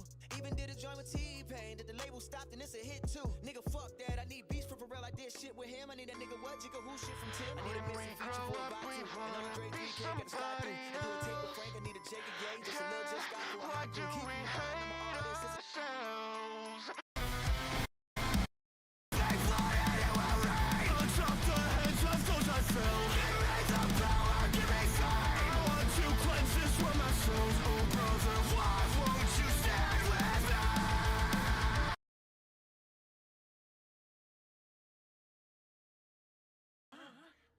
Are your perspectives truly this limited? You'd rather be the top high schooler in this soccer backwater than the world's best striker? The future of Japan is in your hands? It's enough to make a man weep. What? Listen up. There's no denying Japanese soccer's first-rate teamwork. Call it the result of our country's characteristic thoughtfulness. But in all other aspects of the sport, we are second-rate. Let me ask you this. What is soccer? Is it about 11 players working together? The bonds that you form? Self-sacrifice? Fighting for your teammates? That kind of thinking is why this country's game has remained weak. I'll tell you the right answer. Soccer is about one thing. Scoring more goals than your opponent does. Whoever scores the most is the best. End of story. If you just want a fun game with your pals, then lock off. What's with this guy? Let me ask you this. What is soccer? Is it about 11 players working together? The bonds that you form? Self-sacrifice? Fighting for your teammates?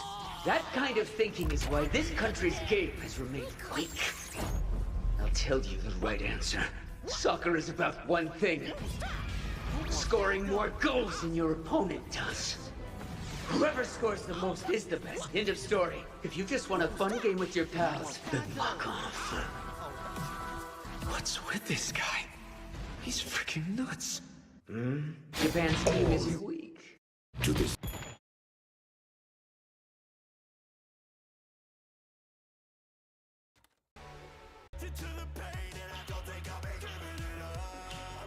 moment sudden, and now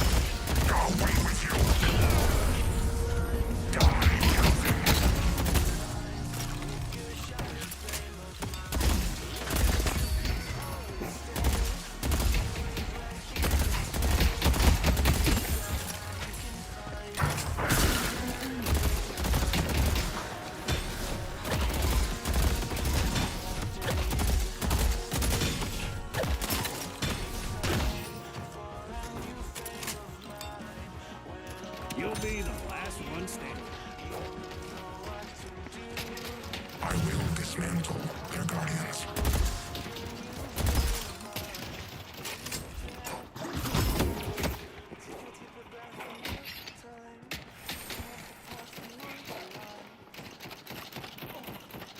It's almost time to grab the rune.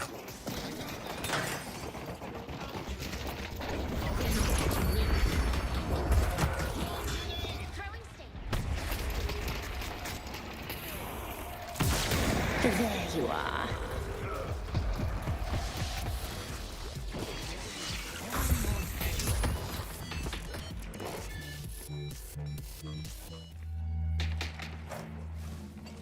Greenwich is under attack.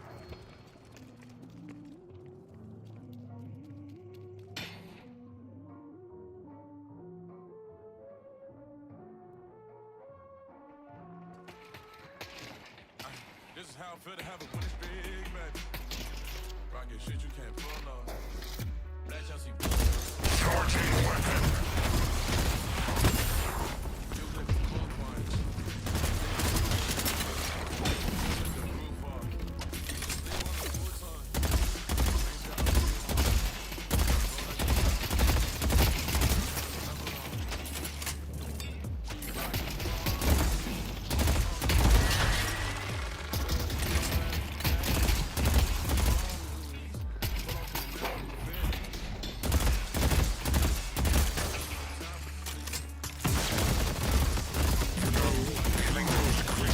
Quite cathartic.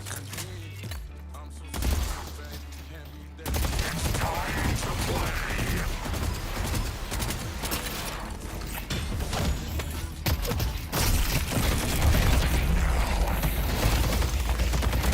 I've planned for everything.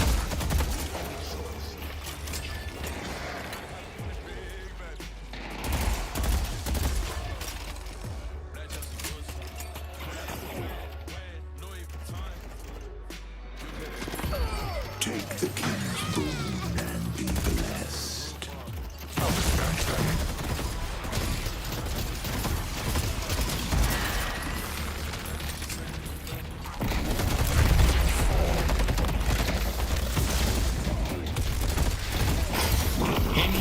The storm gathers, no matter the odds.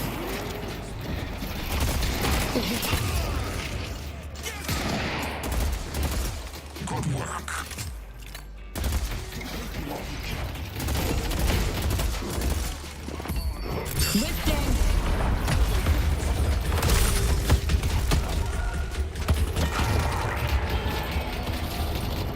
Wraith is missing. Wraith is missing. The doorman's missing.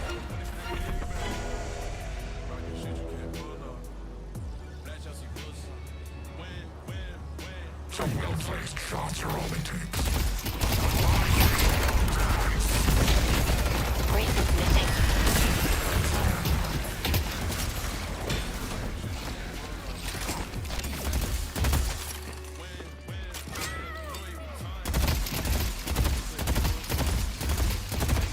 You're relentless. The joys of gambling. There's risk. There you are.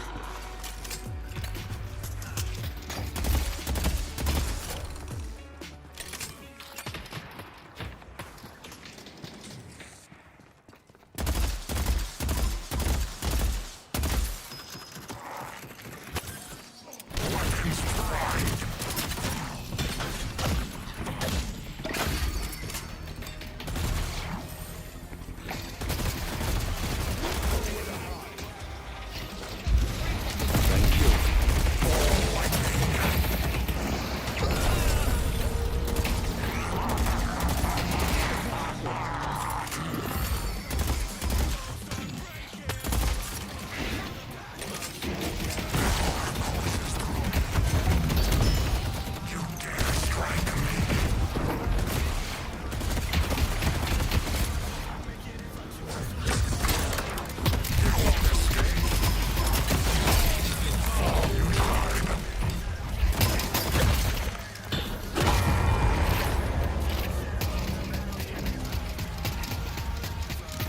is missing.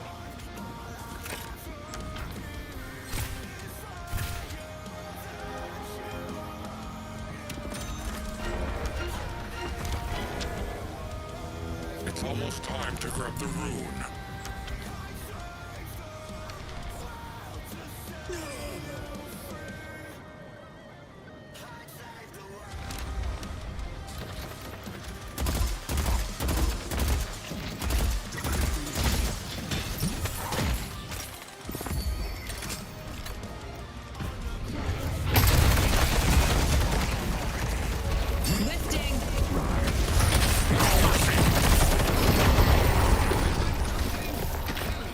I'm just getting started.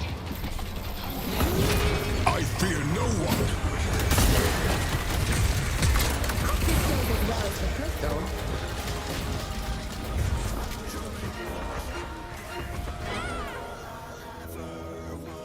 Vindicta needs to be stopped. They've taken our Blue Guardian.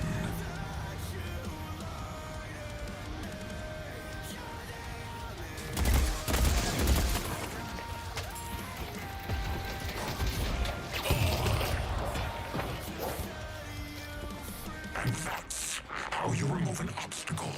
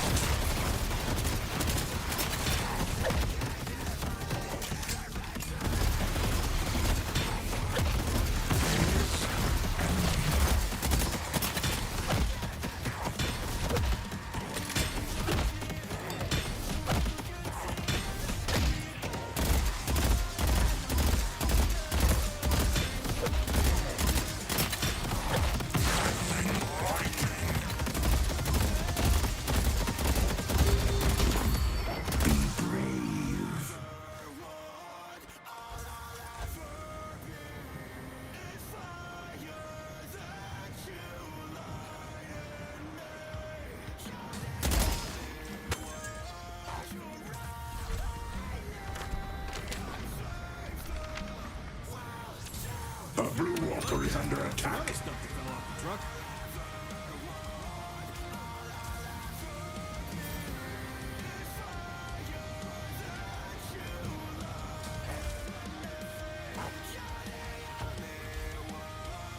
Headed to green.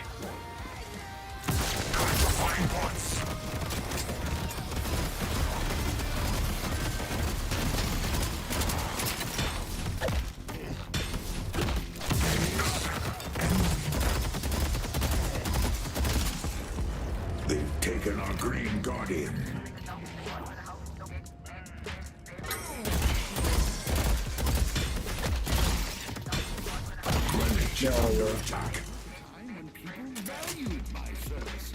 Vic doesn't have ult.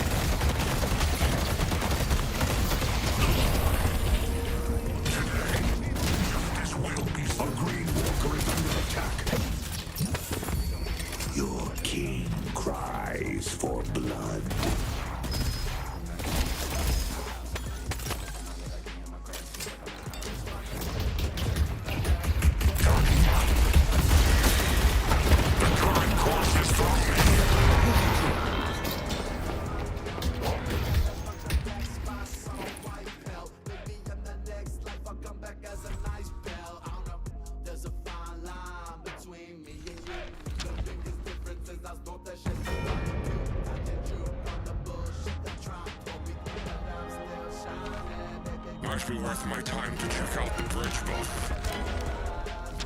Someone's using their noodle. We delivered the urn.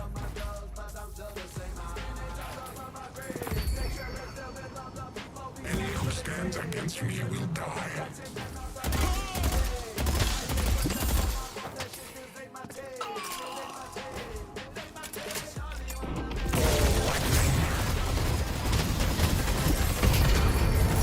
I can't let these souls go to waste.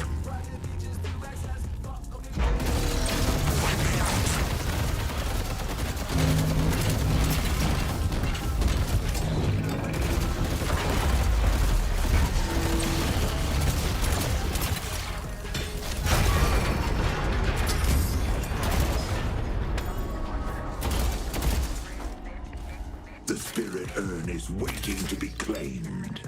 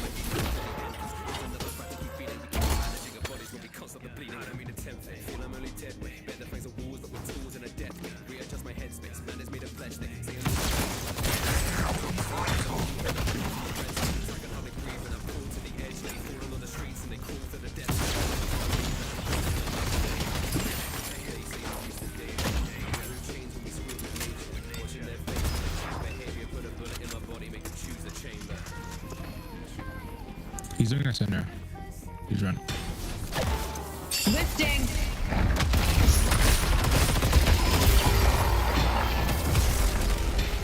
I'm just getting warmed up. God forgives. I don't.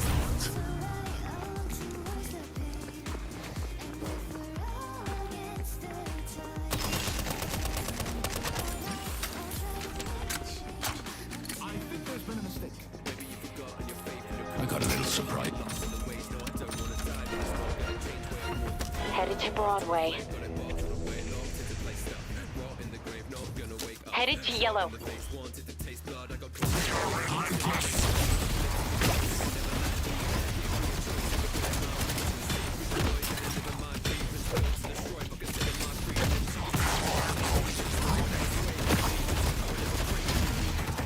The spirit urn is waiting to be claimed.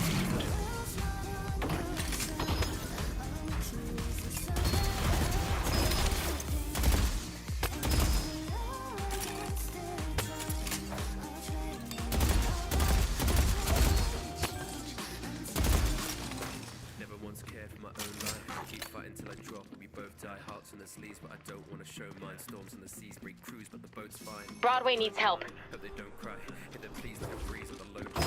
No belief when you see people close. Broadway is under attack. Beast of my own kind.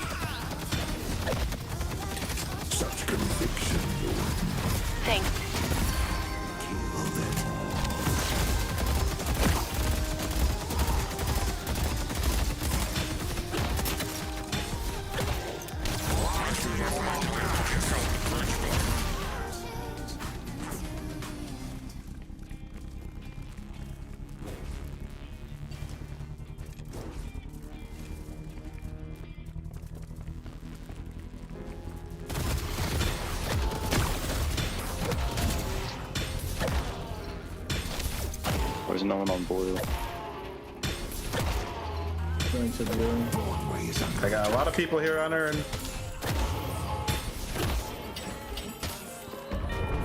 They've destroyed our blue water. Have backup. I need to be careful.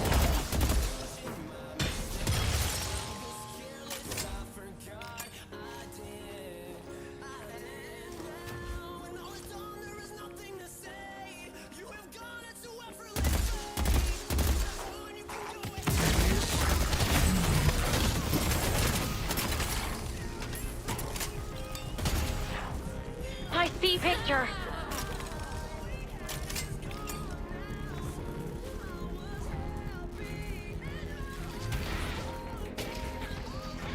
They claimed the urn. They took out Zeist. Just stay out of my way.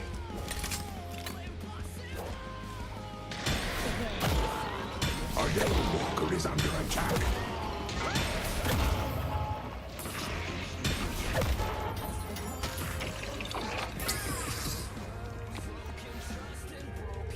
So why are you farming and not watching green lane? You're not gonna team fight.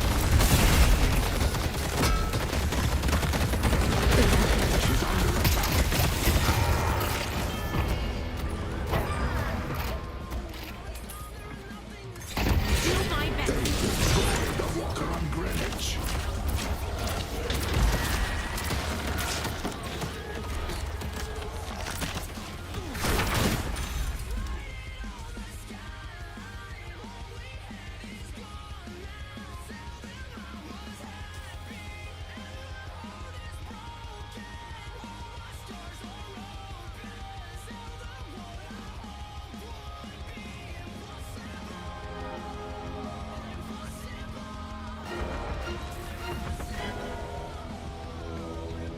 The end is upon them.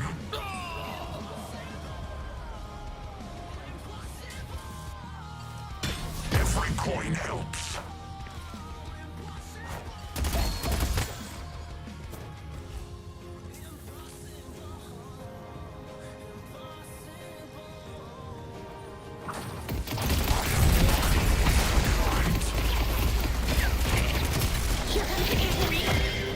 They took out one.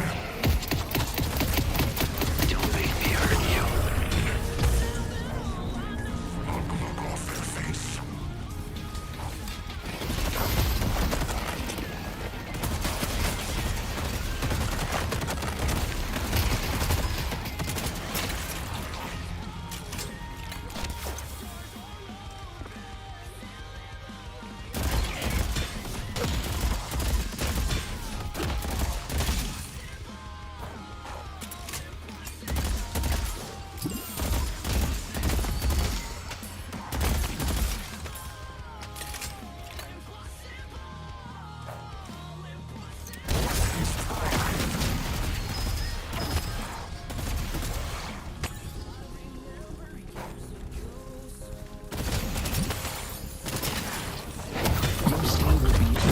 Enjoy our hospitality.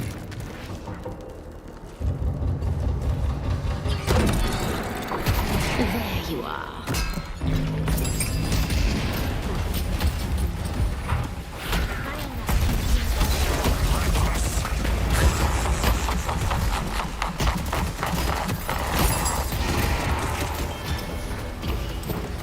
No quarter will be given.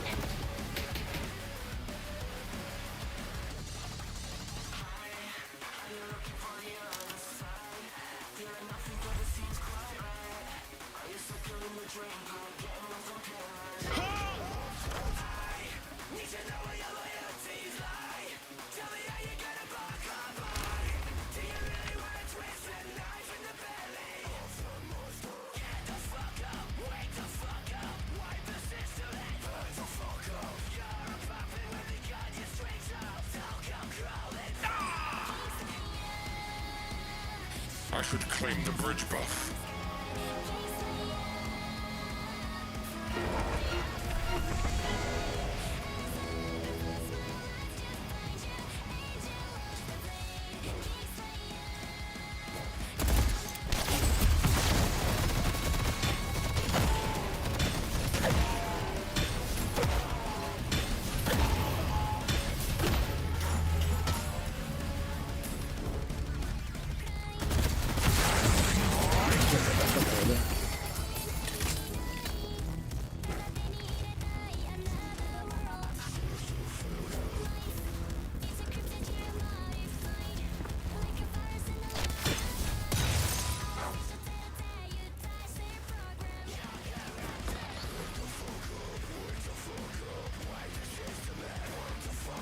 spirit urn is waiting to be claimed.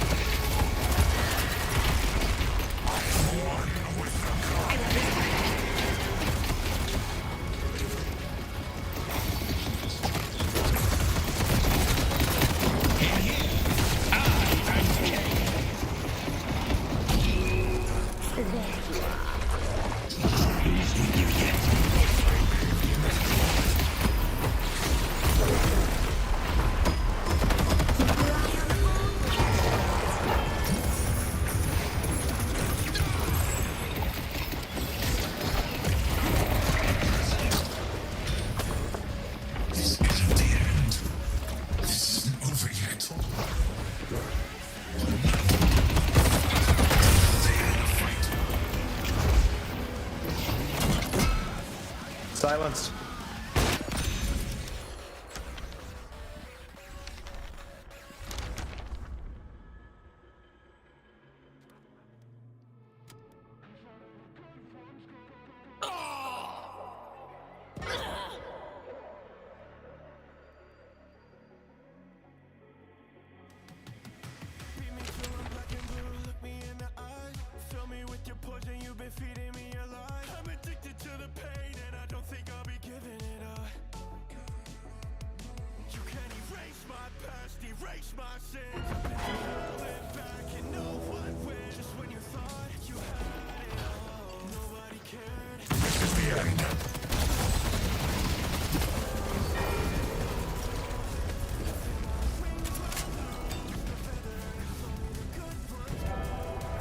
The Rejuvenator is descending. Damn it! They got the Rejuvenator!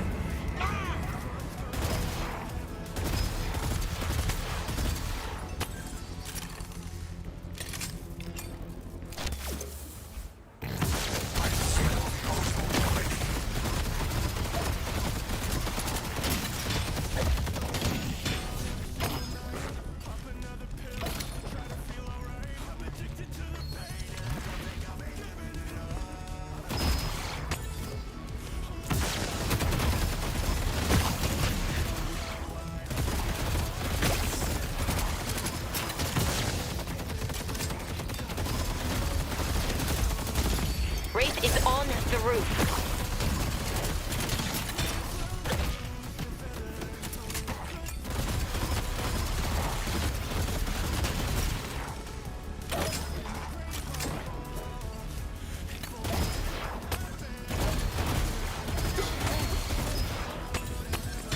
Don't let Wraith catch you alone.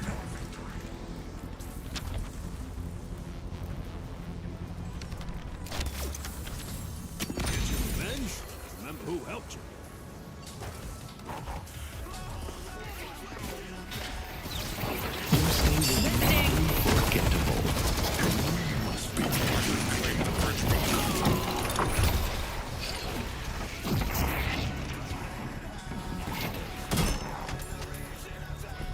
York is under attack.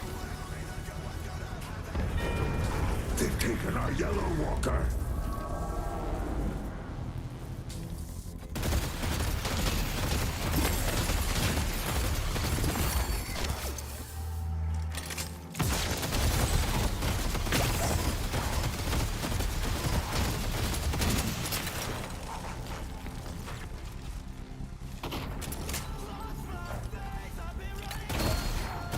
Wraith on me. Okay, I'm just gonna run there and fuck it. She's doing her farm. Headed to yellow. I might not be the right call. Yeah, I might not run it. I might just fake it and just hold it. I thought it was favorable for us, so I was like, yeah, that's what too.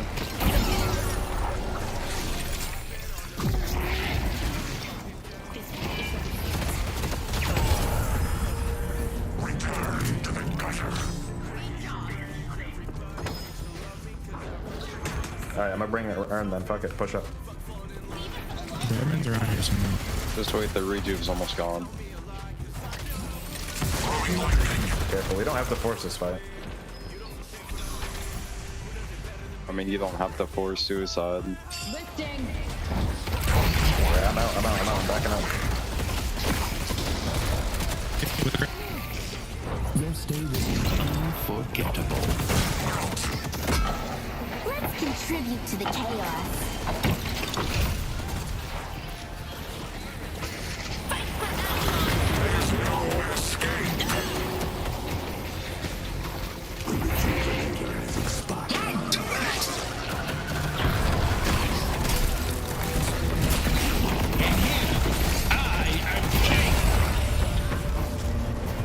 It's a pleasure watching you work. Stun on Ray, stun on Ray.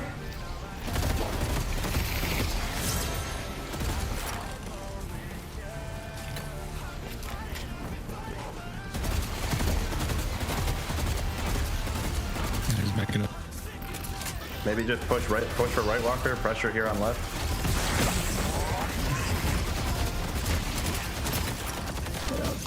I'm leaving him here.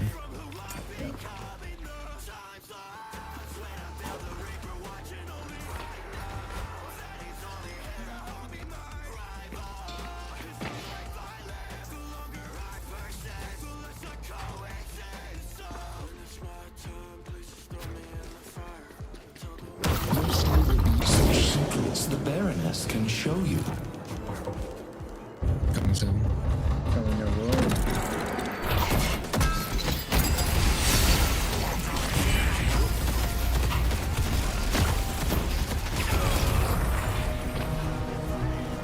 Push, Ben, push. Oh shit, you got it right there. Professor, you have been making every black hole count.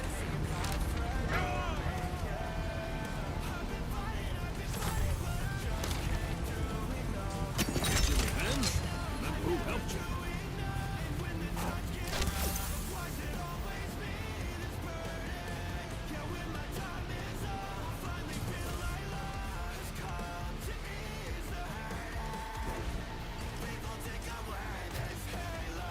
They grabbed Aaron.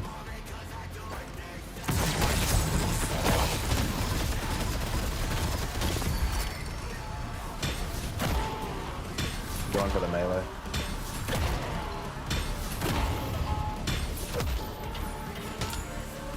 The urn has been dropped.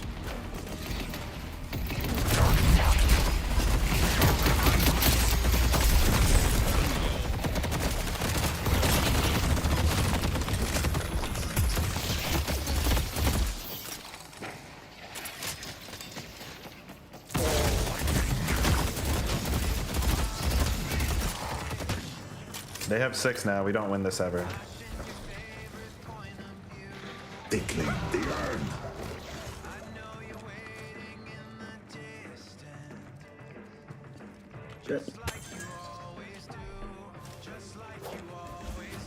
See if we can get right this 3 on the left.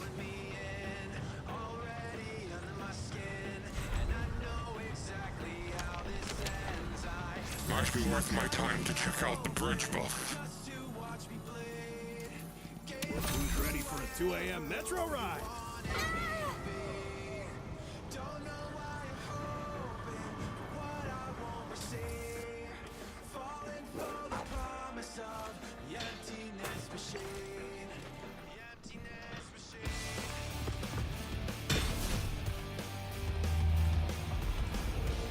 Mid-boss has arrived.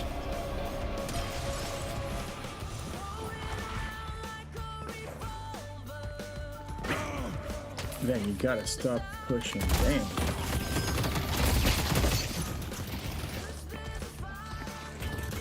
Well, it's come back here now. Dog, you're 1-8. There's no coming back. Damn. The spirit waiting to be claimed. Maybe take TV out of your name is what you gotta do.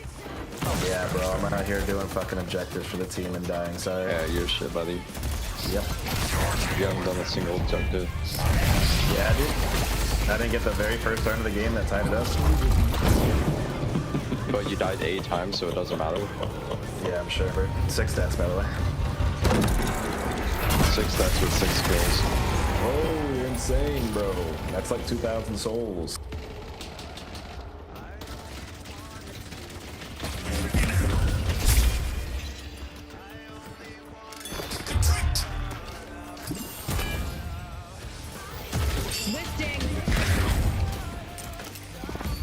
Take this mana transfer.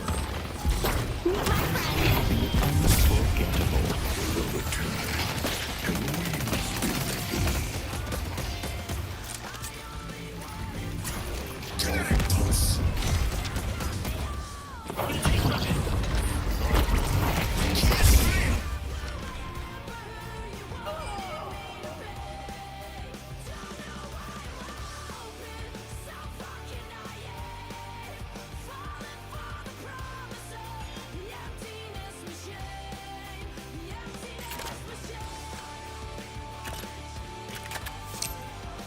I will not fall.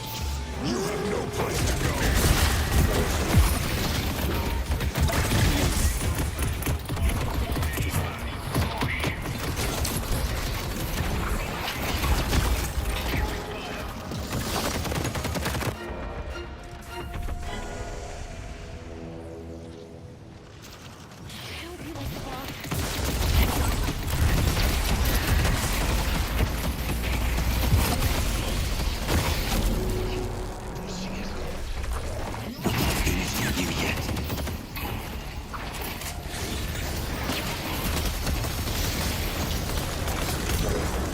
Your stay will be unforgettable.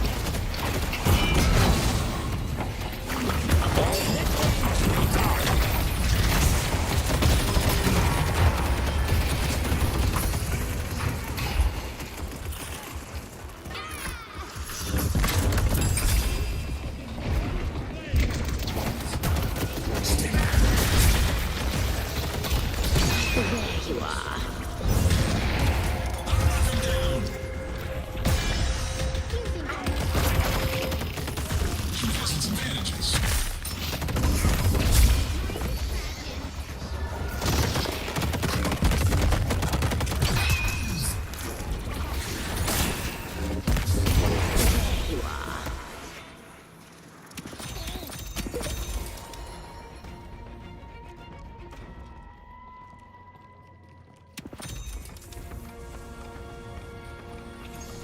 Make your choice. They will return, and we must be ready.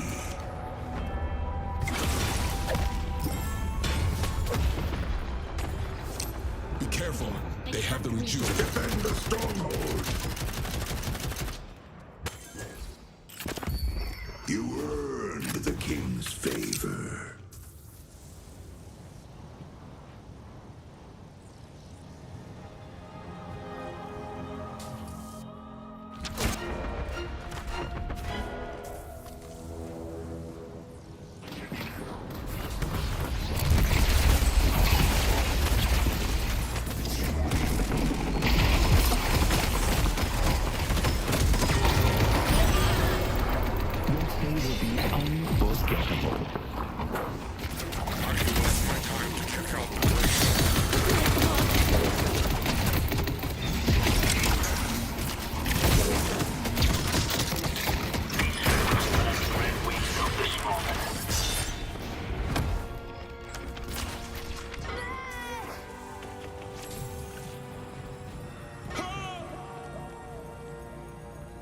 I won't stop until I get what I came for.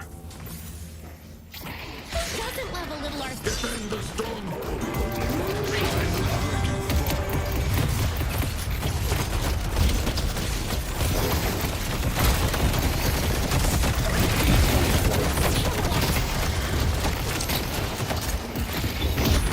Nice work.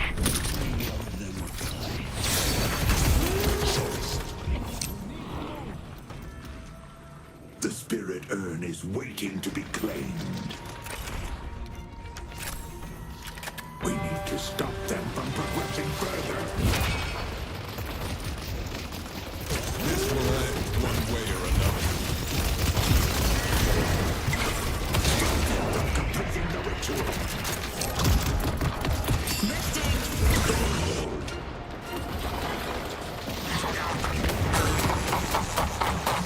Feel free to give up anytime.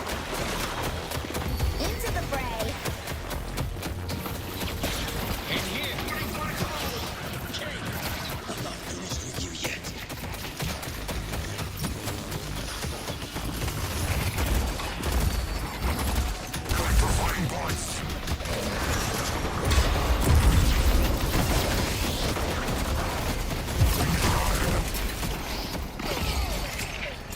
They will return, and we must be ready.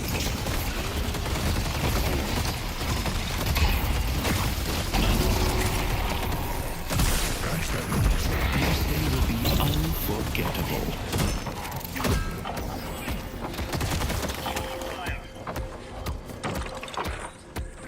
Defend the stronghold. I'm just gonna pretend I never saw you.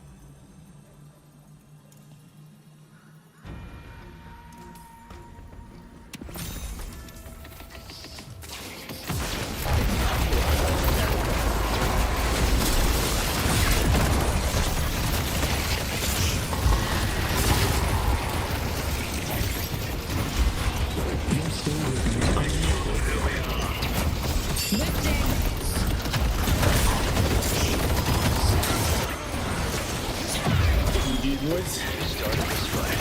I'm just ending it.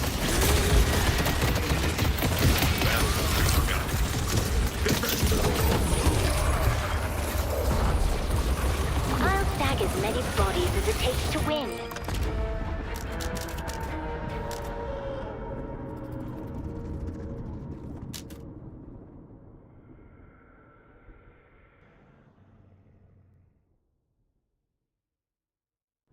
I make my own better world.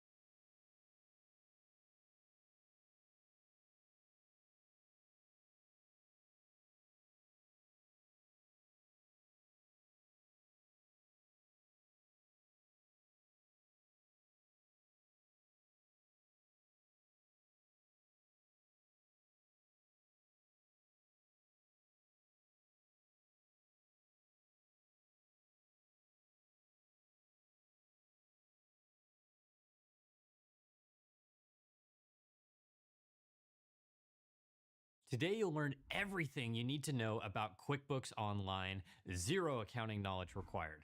That means how to track your expenses, pay bills, get paid, send invoices, and of course, pay your taxes. I'm David. I've partnered with QuickBooks Online to create this comprehensive tutorial. So let's start by heading to the website below so you can follow along. Use the chapters to skip around based on what you need, or stick with me to take it from the top. Let's go. Let's cover the QuickBook plans first. So click this white button, See Plans and Pricing. Now you can either choose a free trial for 30 days by clicking on the switch, or 50% off for 3 months. This 50% off option is actually cheaper long term. So my job today is to give you all the insight you need to make the right decision for you. Scroll down on this page and you'll see all 4 plans in detail. Simple Start is great if you're the only one managing your company's finances, not including your accountant. Essentials is good for up to 3 users, while Plus is good for 5. Plus can also detect anomalies in your reporting. That can be useful if you've got a really complex set of books. And Advanced is really for finance teams. You're getting up to 25 users and the ability to create custom dashboards and reports. Choose the plan which makes the most sense to you. If you're a beginner, I'd recommend the Simple Start plan. I'll click on Advanced to show you all the features. Now, most of what I show you today is on Simple Start, and when you need a higher plan, I'll call it out like this. Payroll is a separate service that you can add on. We will cover that in a later video, so choose a plan or click Continue without Payroll. From here, enter your email address to sign up, and I'll catch you in the onboarding. First, you're going to get a bunch of questions. Answer them as best as you can. Eventually, you'll get to a page like this asking you to start some setup. Click on Do This First on any of them, and then start clicking on Skip in the Pin section. Just click the Customize button in the bottom left, and then click the pin icon to pin or unpin any specific app. Each app also has pages inside of it, which you can bookmark. Just click the Save icon next to any page, like I am with Receipts, and you'll see it show up under the Bookmark section. With that out of the way, let's get to your first task of connecting your bank account. QuickBooks will help you track your income and expenses across multiple accounts so you can actually make sure you're making money.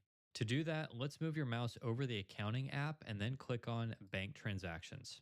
Now, I'm zoomed in a bit here, so it might feel cluttered to you. If you are feeling claustrophobic, make sure you click on this full screen icon near the top right. You can also toggle that back and forth with Control Period. Back to connecting your account. The obvious choice here is to click the Connect Account button. Here, either find your bank in the list or search for it by its name. Once you've found it, follow the prompts to get your bank connected. Now, if for some reason you don't want to connect your bank account, you can always upload those bank transactions manually. And because I don't want to share my bank details with you, I'll show you that process. First, click on Upload Transactions. Now, it used to be you could only upload what I'll call traditional file formats like CSV, OFX, TXT, etc. But now you can also upload PDFs and images. Usually with online banks, you can export your transactions. So I'll take an export file and upload it here. The next step is to tell QuickBooks which account these transactions are for. If you have an existing bank account in here, select that. Otherwise, select Add New. Give your account a name. For example, I'll call this one Checking Account.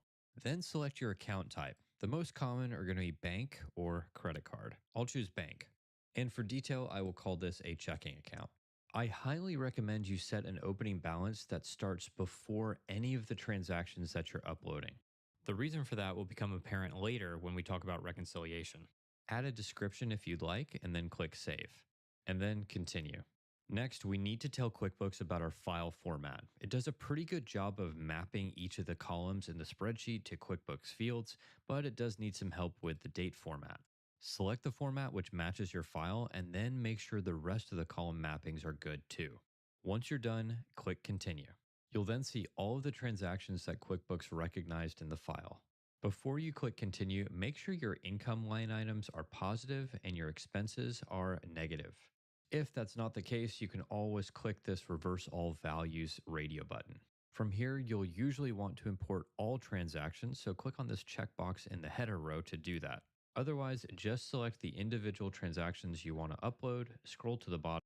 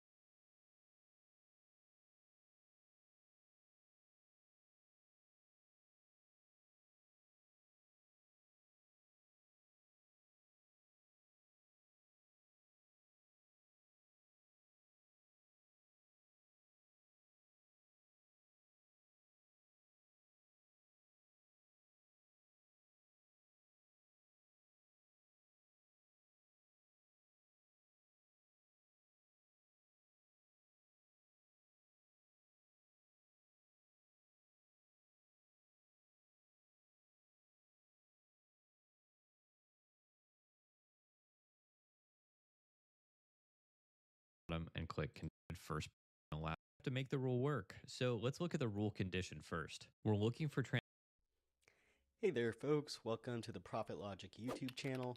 My name is Andrew Bloom, and I run a small accounting firm called Profit Logic, which offers bookkeeping assistance to small businesses and real estate investors. And I created this channel to help educate small business owners like yourself on how to properly do accounting and bookkeeping, especially when you're just starting out in business. And put in another way, I've spent hundreds of thousands of dollars on accounting education. Now, I'm gonna note, if you haven't figured it out already, QuickBooks has a little bit of a learning curve. Some of its features are just non-intuitive if you don't have an accounting background, and there's just a lot of new features, especially in the last couple years, ever since with the new introduction of AI features. Intuit has a tendency. Okay, so let's get started. So QuickBooks has quite a handful of options available for their different subscription plans. So when you go to products and services, or rather when you go to plans and pricing, you're going to probably see this page here. And currently it's February of 2026, so these prices are often the one that I see with the small to medium-sized businesses I work with in my own bookkeeping practice. And then there's advance as well. And for mid-sized businesses, you have the advance option. You can plan budgets, or for the customer, it doesn't really tell you exactly what the features are. On a good idea of how to use QuickBooks. So we're going to stick to one of these two tabs. We're not going to look at free and light, but I do want to look a little bit more at Simple Start. You know what, let's just go into small businesses because that's going to cover most of you here. So we got Simple Start, Essentials, and Plus. Each of these plans will have a little bit of Intuit Intelligence. That's their AI assisted feature. It looks like they allow you to categorize expenses and income. It looks like these descriptions are for the customer. It doesn't really tell you exactly what the features are. So let's go down to top features. It looks like there's automated bookkeeping in all of them. Here you can use the invoice system and pay bills and include some ACH payments.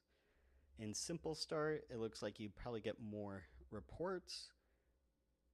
You can add employee time, and they have appointment scheduling as well. And then in Essentials, for the most part, I'm going to be honest and say it doesn't feel like a big advancement. So I personally haven't played too much with this. Going down though to the more important aspects like accounting, basically from Essentials onward, you will get accounting AI. That means it's just going to try to suggest how to categorize your transactions using information from across your books and across the platform. You get to do some other things in Plus and Advance, such as AI-powered reconciliation, which can be really helpful if this is something you don't like to do. Moving on, you get various levels of support. And same thing with different tracking features, such as budgeting, you'll only find in Plus and Advance, as well as building custom reports. That's only available for Advance. As same thing for KPI tracking and analysis, or creating dashboards in QuickBooks, management reports. So basically Advanced would be the layer if you want to use your QuickBooks as a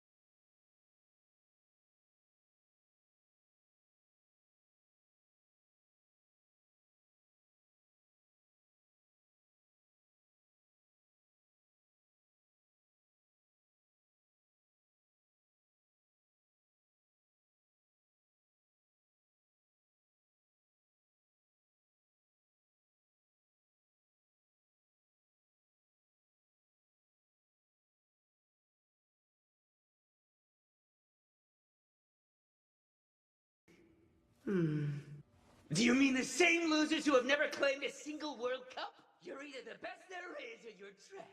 Got it? Instead of assisting my teammates to win 1-0, it feels better to pull off a hat trick and lose 3-4. This direct quote from Noel Noah, who beat out Lionel Messi and Cristiano Ronaldo to win the Ballon d'Or, tells us how highly the world's best striker values your precious teamwork. Here's one from Eric Cantona. I don't care about my team. I just want to stand out. And from Pele, the world's best forward, midfielder, defender, and goalkeeper. Whichever you ask about, the answer is still me. What you think? Pretty awful, right? But they're three of the best players in history, and they're all egoists down to the very core. That's what Japanese soccer is lacking. It's sad but true. You can't possibly become the world's best striker unless you're also the world's biggest egoist. The things this guy is saying. Which is why we're all here. So I can create a player who has what it takes. They can't be right. Someone who will climb atop 299 corpses. A solitary hero. I can't do it. No one. They've achieved nothing. Picture the scene. You've made it all the way to the World Cup final. 80,000 people in the stands. You down on the field. The score is 0-0 in the second half of extra time. It's the last play. With a pass from your teammate, you're through the defense. You against the goalkeeper. 6 meters to the right is your teammate. If you pass, your team's guaranteed to score a goal. The championships, the hope of a nation, they're all riding on you. Only an insane egoist could take that shot without a second's hesitation. Now pass through and be transformed. Discard your common sense. Remember, out there on the field, you're the star. This is the opposite of everything I've been taught. Nothing should bring you more joy than your own goals. Live only for that glorious moment. And if you can't, then you're no striker at all.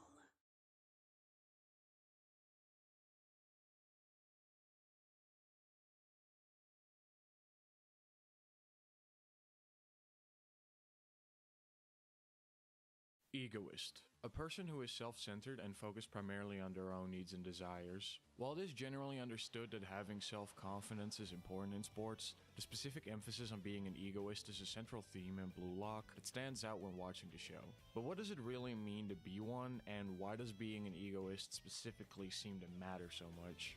Let's set the stage. Blue Lock takes place in a post-World Cup Japan, after the country's defeat in 2018. Ego Jinpachi, the coach and essential game master of Blue Lock, believes that the root of Japan's defeat in the World Cup was a lack of strong individual scoring ability, which he attributes to the country's strong cultural emphasis on filling one's assigned role and working as a cohesive unit. Jinpachi believes that in order to win the World Cup, Japan will need a revolutionary scorer who possesses a strong sense of individuality and the ability to go beyond their assigned role on the field. According to Jinpachi, soccer is a sport that requires more than just following orders and fulfilling your assigned role. This is why he says originally soccer was a sport with 11 strikers, because every individual player's goal should be to do what they can to score, and thus the player taking the shot should be the player most capable of it. As the show puts it, to turn 0 into 1, a single player has to define themselves as the striker. An ego is required to decide for yourself that you will be the striker, and the other players will naturally evolve around the striker, taking up the other positions on the field to support the striker and score as many points as possible. The arrow isn't drawn, it makes the bow come to it. In the world of soccer, goalies, defenders, and midfielders can be trained.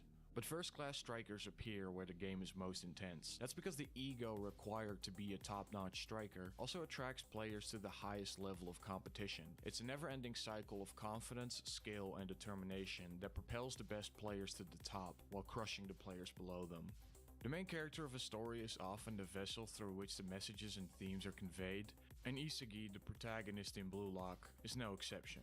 Despite at first hand coming across as someone soft and maybe unconfident, Isagi perfectly embodies the idea that ego is a key factor in driving one's abilities.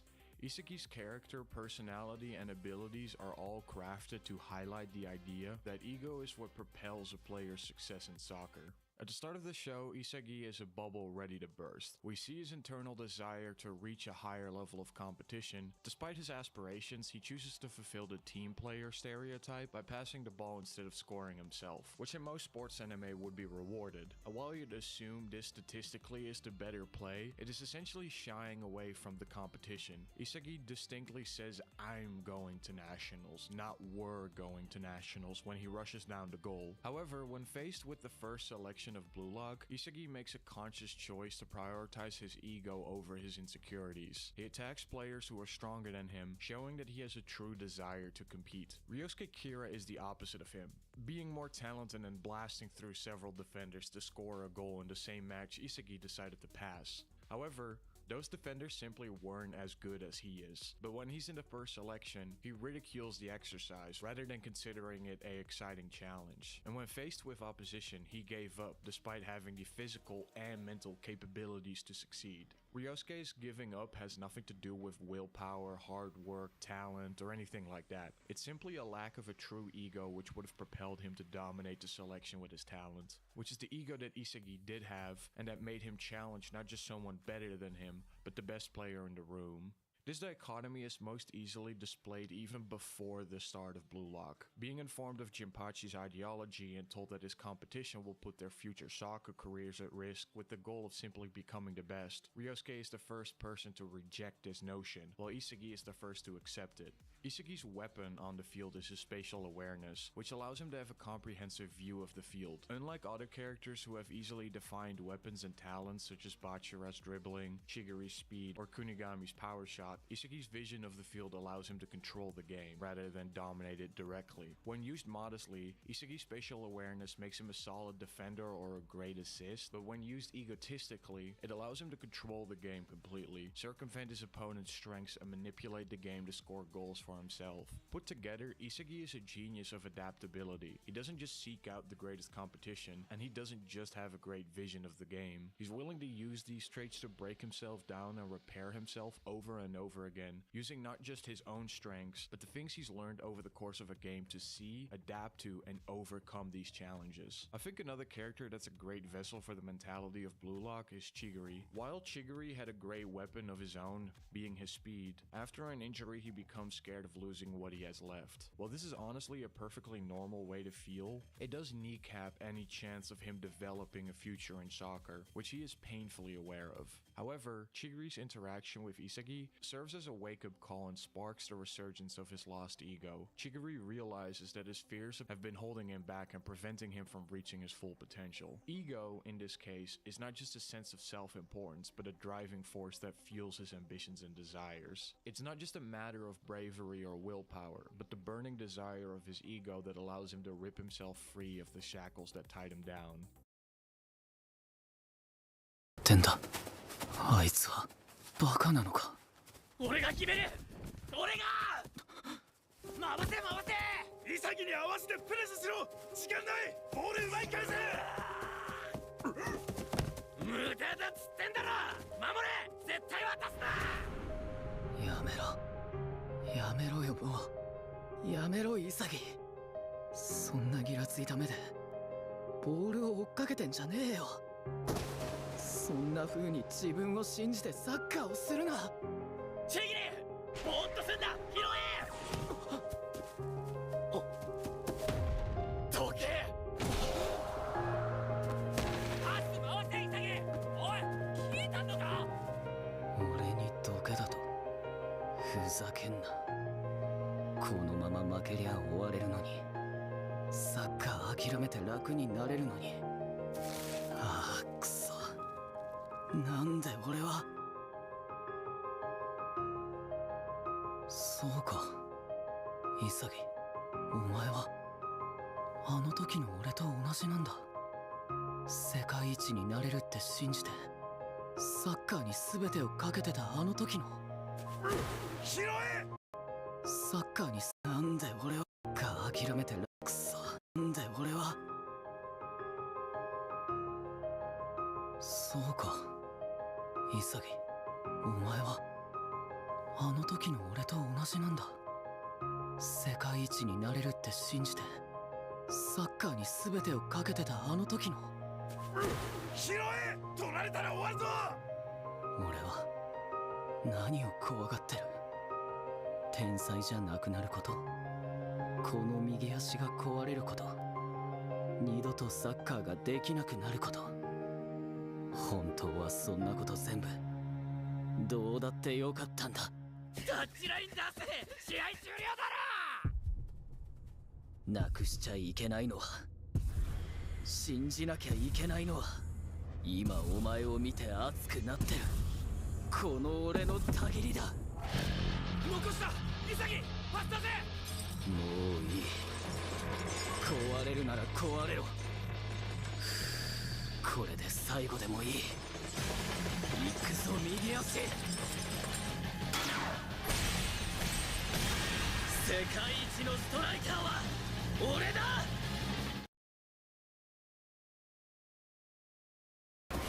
感じる。逆サイドタッチラインギリギリを駆け上がる。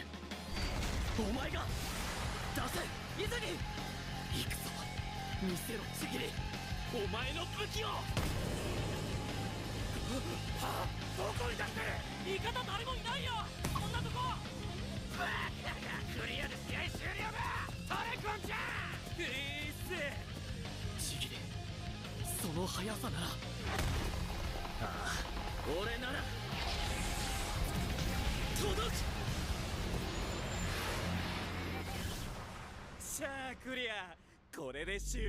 どけ、ぶち抜け、このたぎりに従え。なんだそのスピード！お前隠してやがってるか！マジかあいつ速い。止めろ止めろ止めろ！久しぶりだ。フィールドを蹴ってスピードに乗ってくこの感覚。あいつ走れんの？止めるのにファウルしてもいい！天才だとか二度とサッカーができなくなるとか、そんなことの前に初めてサッカーをしたあの日のあの快感。誰かをぶち抜く、それが俺のサッカーの全て。俺にしか味わえない快感だ。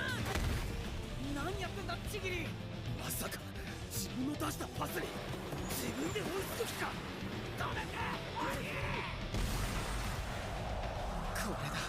これだったんだ。ぶち抜くこの瞬間だけ俺は俺を信じていられる。行け！ジギリ！よっしゃ捕まえ！加速しろ、もっと速く、ただ熱く、ただまっすぐに。エロキーパー先にそれ！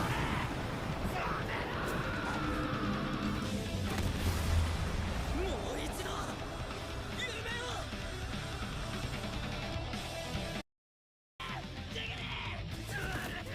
よっしゃ捕まえ！加速しろ、もっと速く、ただ熱く、ただまっすぐに。エロキーパー先にそれ！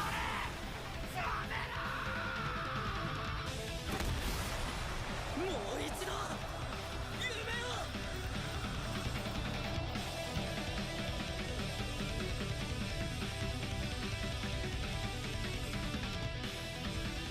もう一度世界一になるために俺はサッカーがしたい。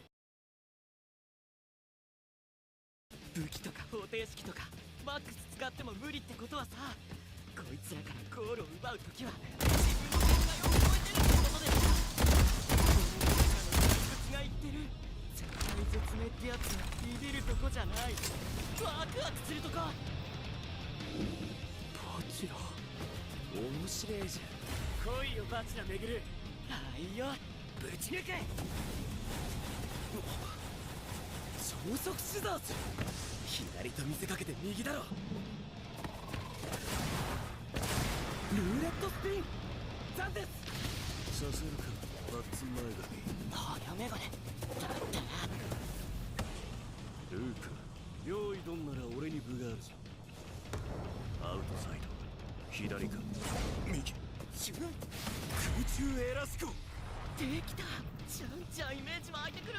すまん、やべえやついった。ゴールまであと3人ぽっきり。3人で一気に潰せ。いいねいいね。どうせ俺たちは世界一のストライカーになるためにここにいるんだ。お前らくらい倒せなきゃそれまでのストライカーってことだね。あと3。すげえよバチラ。なんて楽しそうにサッカーすんだよ。お前の言う通りだ。これが俺のサッカー人生で最後の真剣勝負だとしたら、2、1。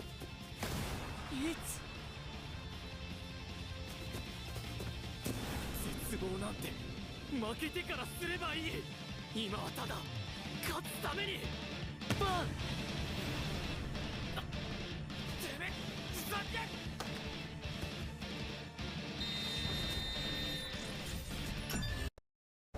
アウトサイド左か右。自分空中エラスコできた。ちゃんちゃん怪物が言ってる。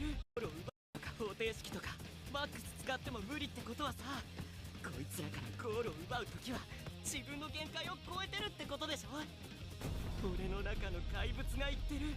絶対絶命ってやつはビビるとこじゃない、ワクワクするとこ。バチラ面白いじゃん。来いよバチラめぐる。はいよ、ぶち抜け。超速シザーズ。左と見せかけて右だろ。ルーレットスピン残です。刺さるかバッツ前髪。早メガネだったな。ルーク用意どんなら俺に分があるぞ。アウトサイド左か右。自分空中エラスコできた。ちゃんちゃんイメージ湧いてくる。すまん、やべえやついった。ゴールまであと3人ぽっきり。3人で一気に潰せ。いいねいいね。どうせ俺たちは世界一のストライカーになるためにここにいるんだ。お前らくらい倒せなきゃそれまでのストライカーってことだね。あと3。すげえよバチラ。なんて楽しそうにサッカーすんだよ。お前の言う通りだ。これが俺のサッカー人生で最後の真剣勝負だとしたら、2、1。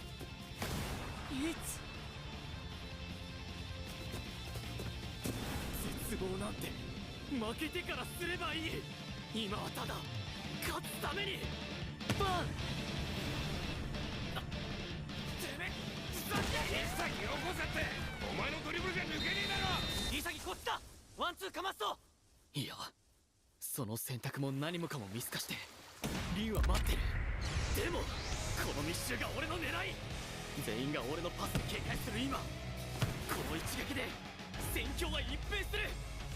さあ広大なスペースを駆け上がれチギリ。全速前進。スタミナ切れだろお嬢さん。そしてそのちぎりからのパスをめぐって俺たちはゴール前に殺到する。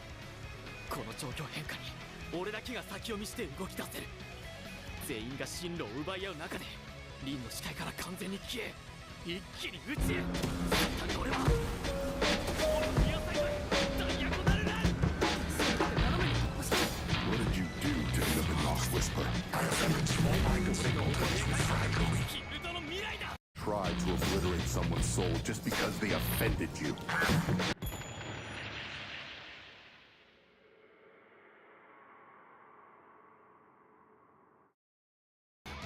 来た毒に決定機。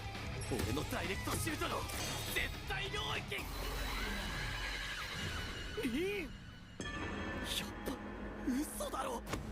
完璧に抜け出したのにギリ追いついてきやがった。シュートブロックの間合い止めた。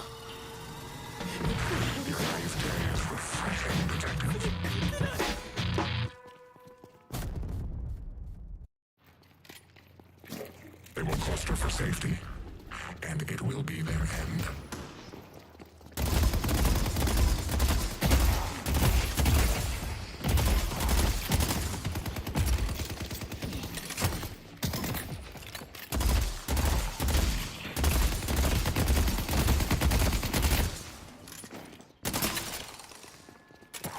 Going to shop.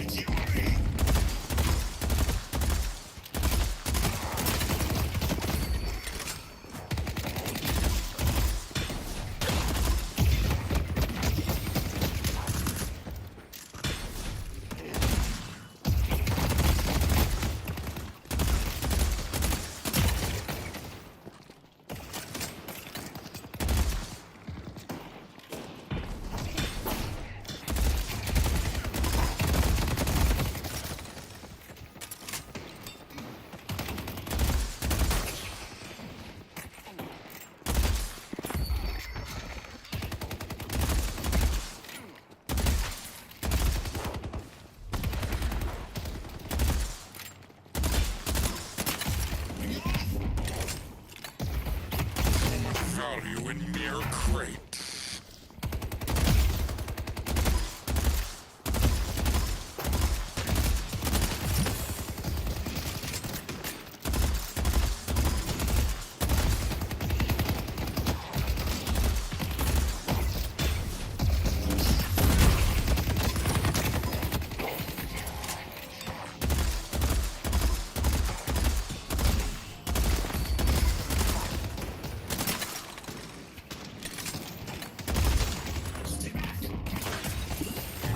See what I can buy. Ah, you have discerning taste.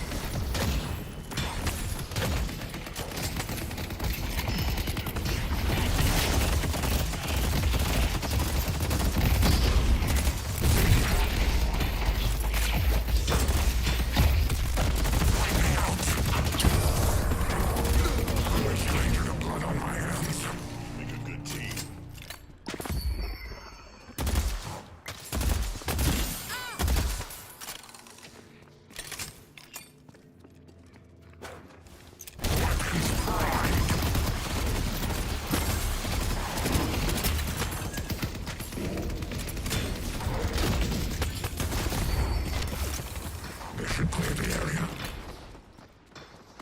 They will rise, and they will die. Stay 2 steps ahead of death, my friend.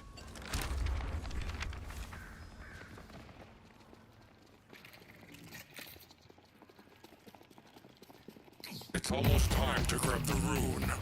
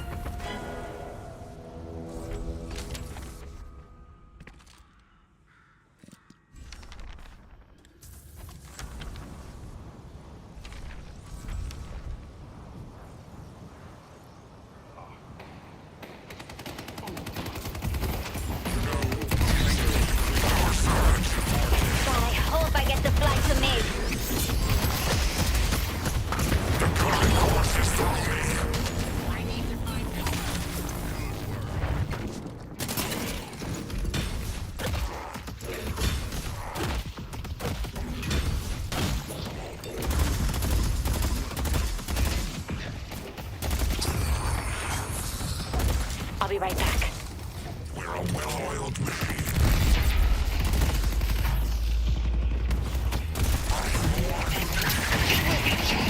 Fall back!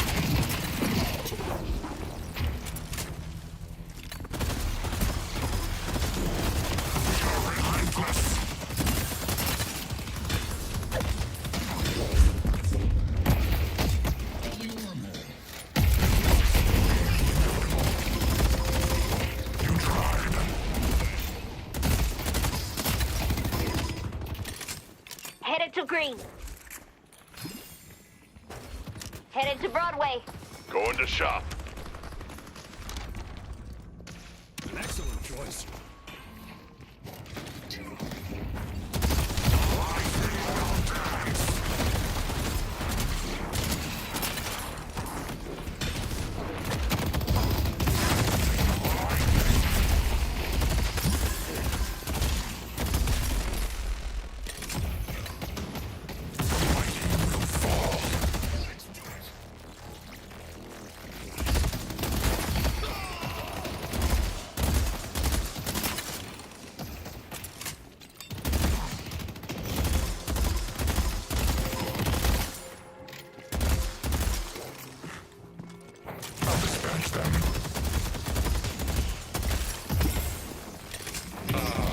The joys of gambling. Time to find points.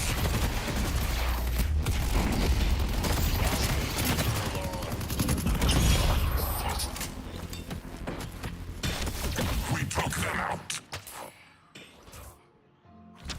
Have fun. Don't get dead.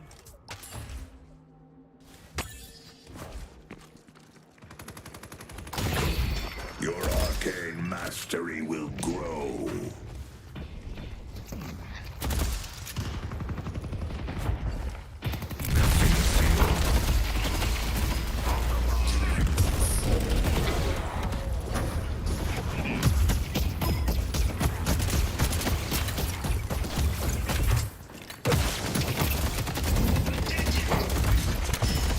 Away with you!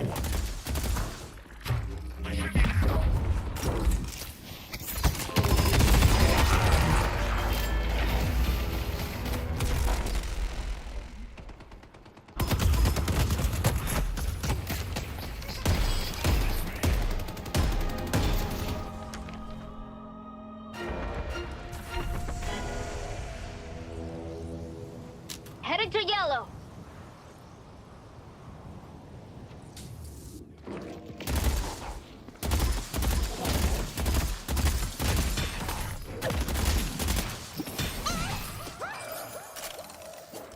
I should claim the bridge buff.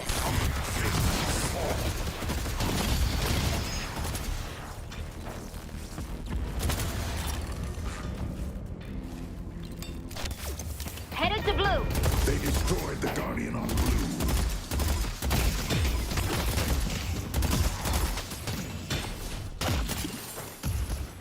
The Blue Walker is under attack. Headed to Blue.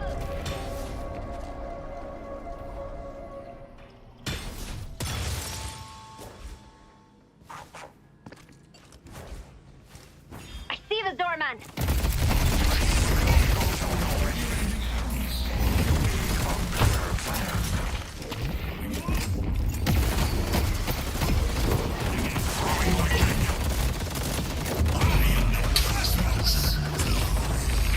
They destroyed the Guardian on Yellow.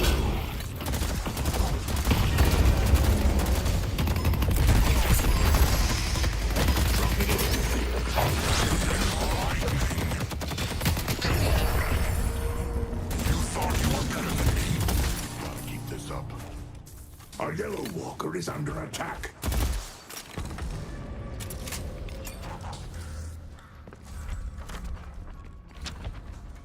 You got expensive taste. I love it.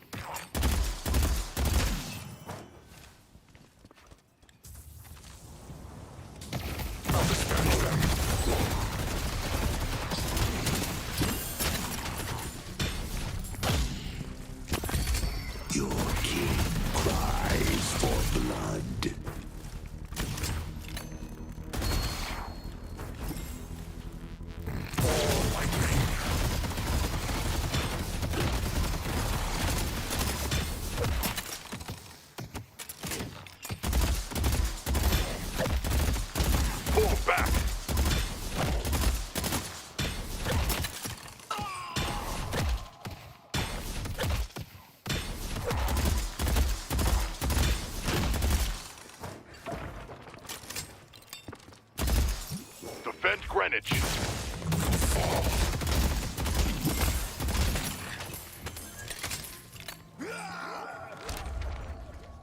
Tell you what, I'll throw in a free keychain.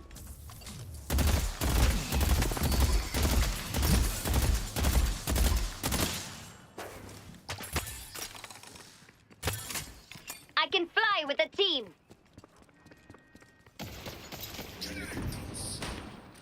Our yellow walker is under attack.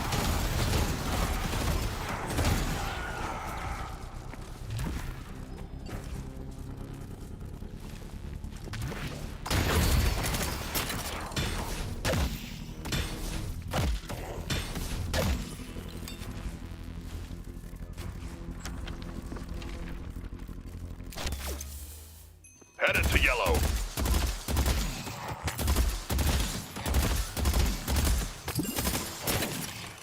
One little spark is all it takes. I Head got to one of those York. for the missus. Big fan.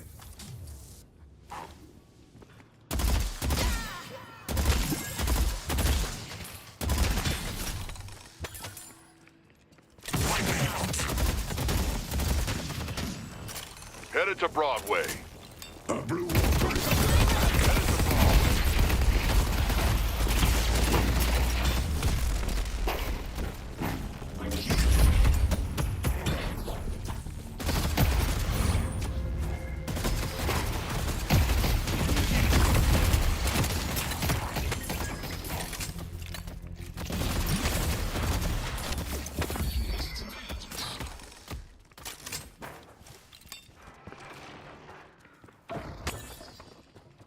They claimed the urn.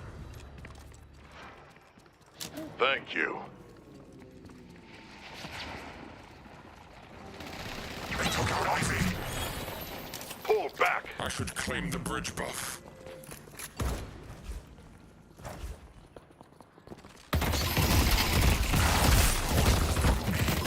Defend green.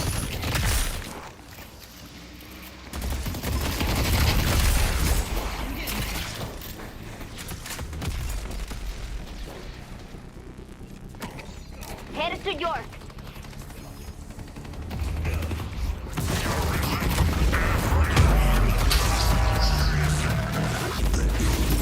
Spill forth.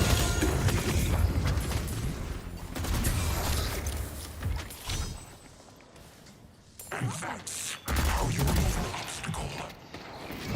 Do my best.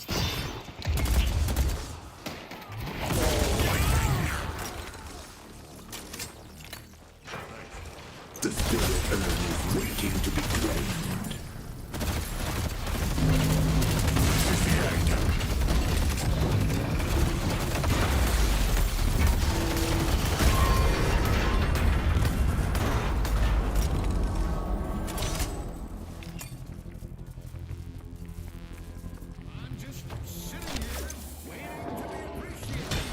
Headed to Broadway.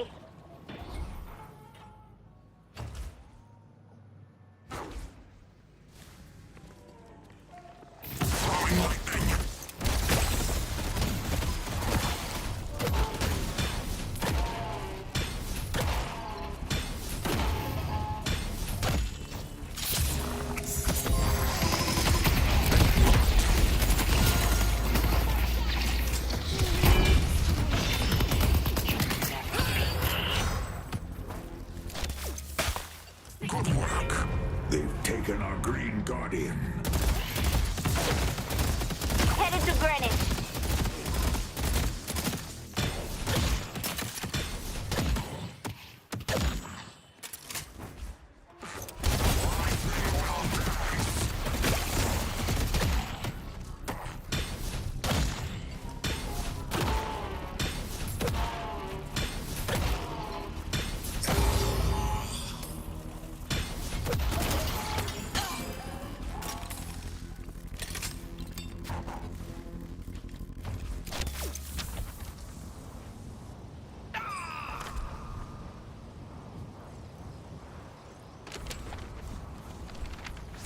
Someone's gonna be bleeding on the concrete, but it ain't gonna be you.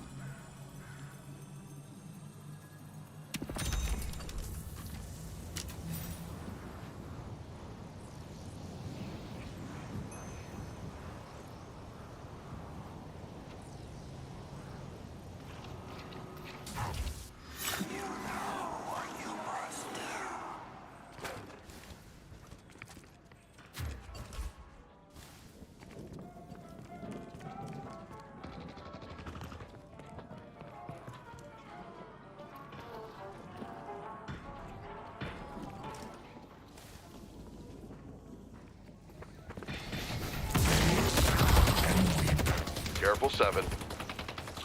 Headed to blue. The spirit urn is waiting to be claimed.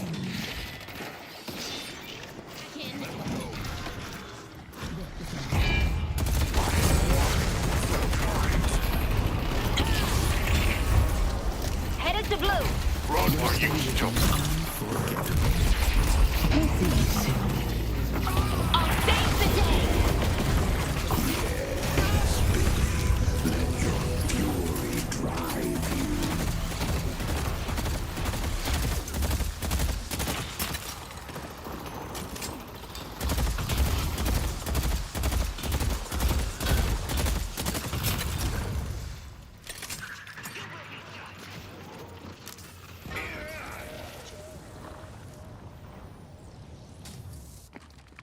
Greenwich is under attack. The Hidden King's power is yours to wield.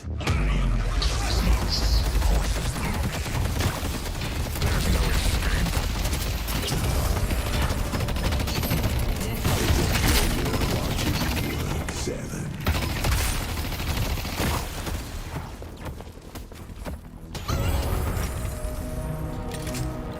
Watch and learn. Headed to Broadway.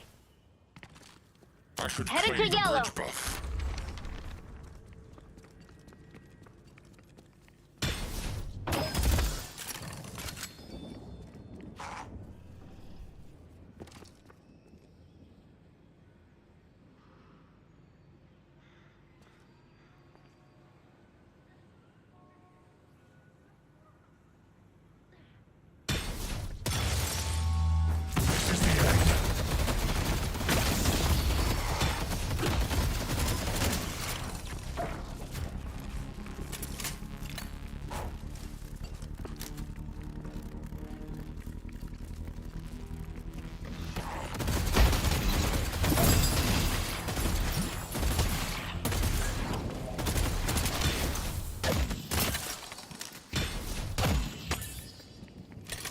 The spirit urn is waiting to be claimed.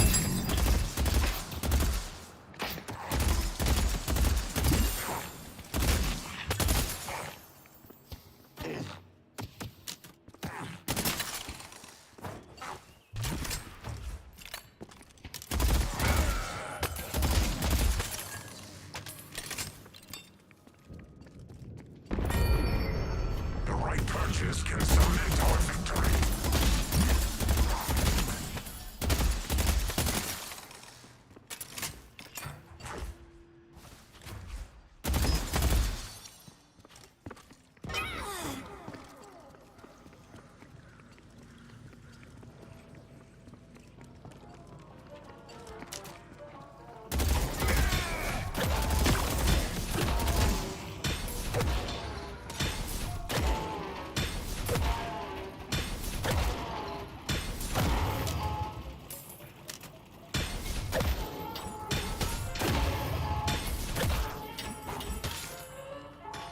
York is under attack. Headed to York.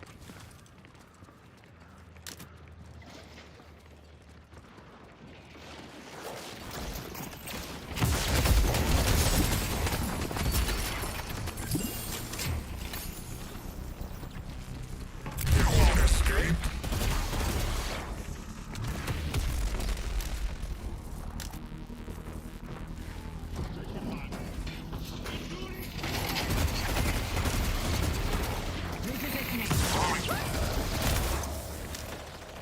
Abrams will crush them with his bare hands.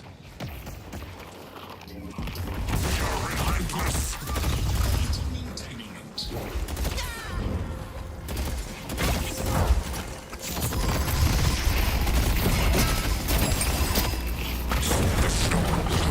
All you have to do is walk toward that door.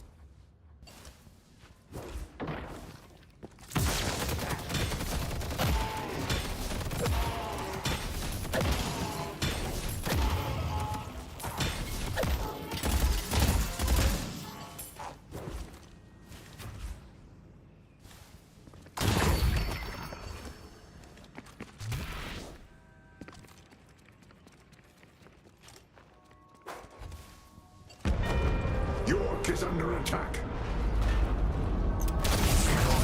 They've destroyed our yellow walker. Might be worth my time to check out the bridge buff. I don't know which one we need a plan.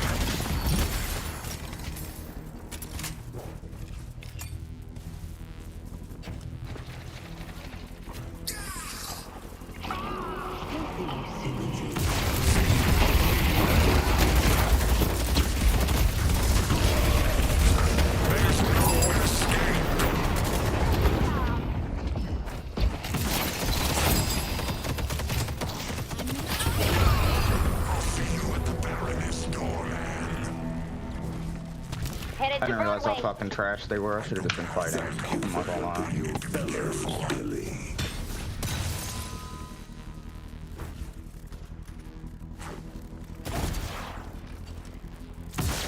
The spirit earth is waiting to be claimed. Let's push green.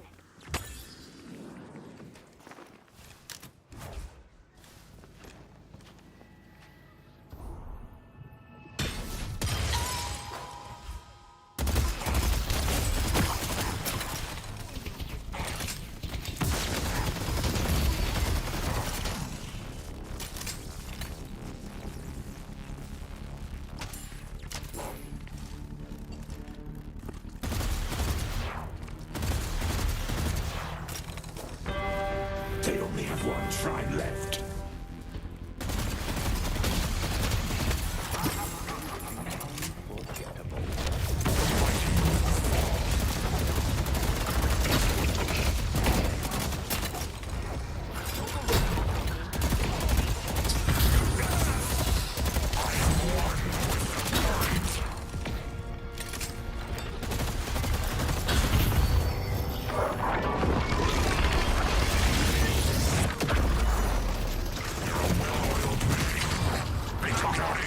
Lifting.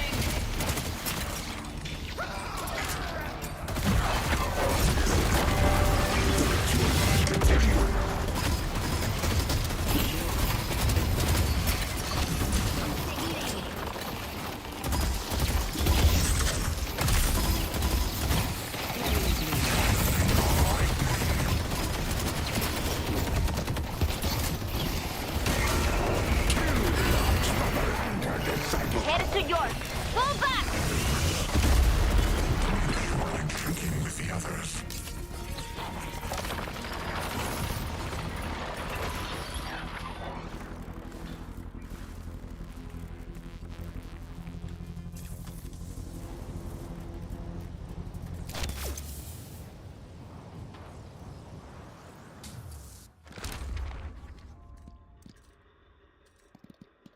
Cops come asking, you weren't here and I absolutely didn't sell you anything.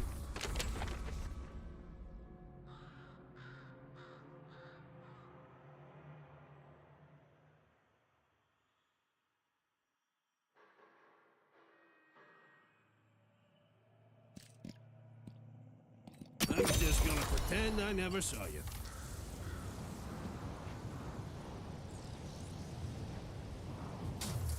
I see Warden.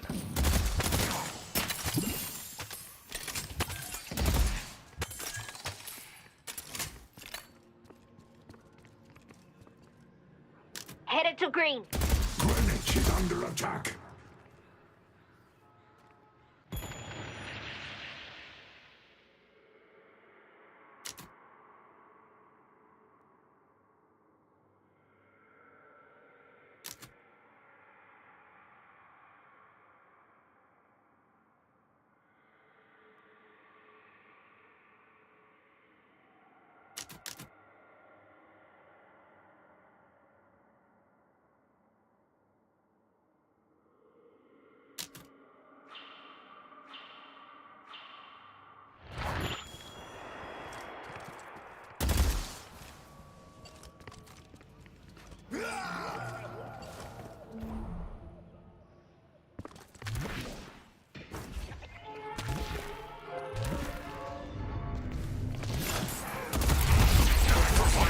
Lifting. Let's take out Hayes.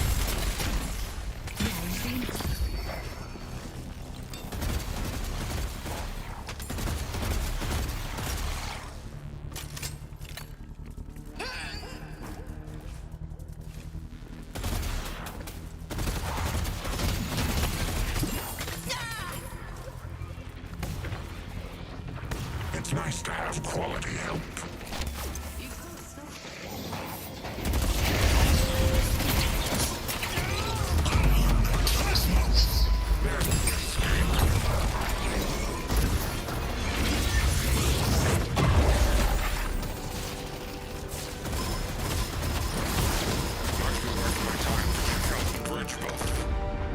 Buen trabajo.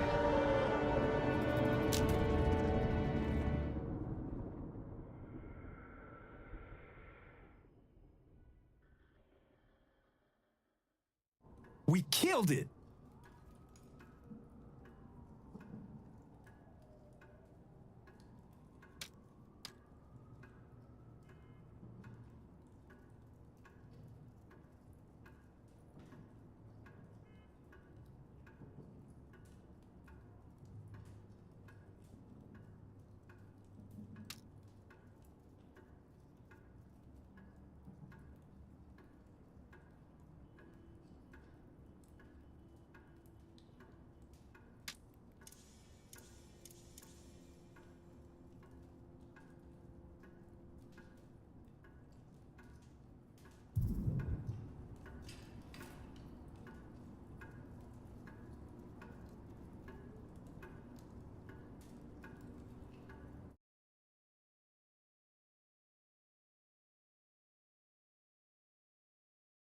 手かかったこいつに勝ったリンフリー決定機さあ出せこれがこの状況変化に俺だけが先を見して動き出せる全員が進路を奪い合う中でリンの視界から完全に消え一気に内へ最短で俺はゴールのニアサイドへダイアゴナルラン急ぎだけ斜めに突破したさあ出せこれが俺の思い描いたギルドの未来だ来たドクリ決定機俺のダイレクトシュートの絶対領域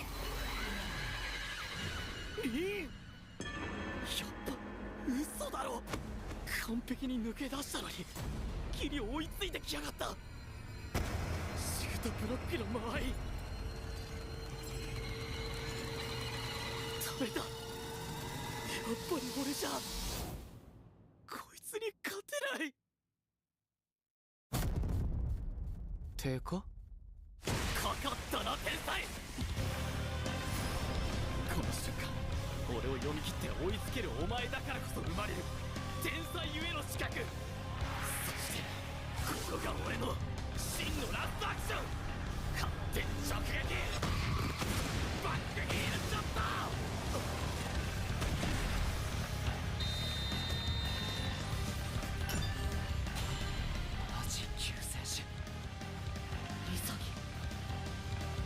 食ったぞリン俺はお前を超えていく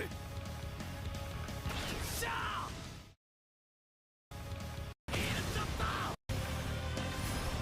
この瞬間俺を読み切って追いつけるお前だからこそ生まれる天才ゆえの資格そしてここが俺の真のラストアクション勝手に直撃バックヒールショット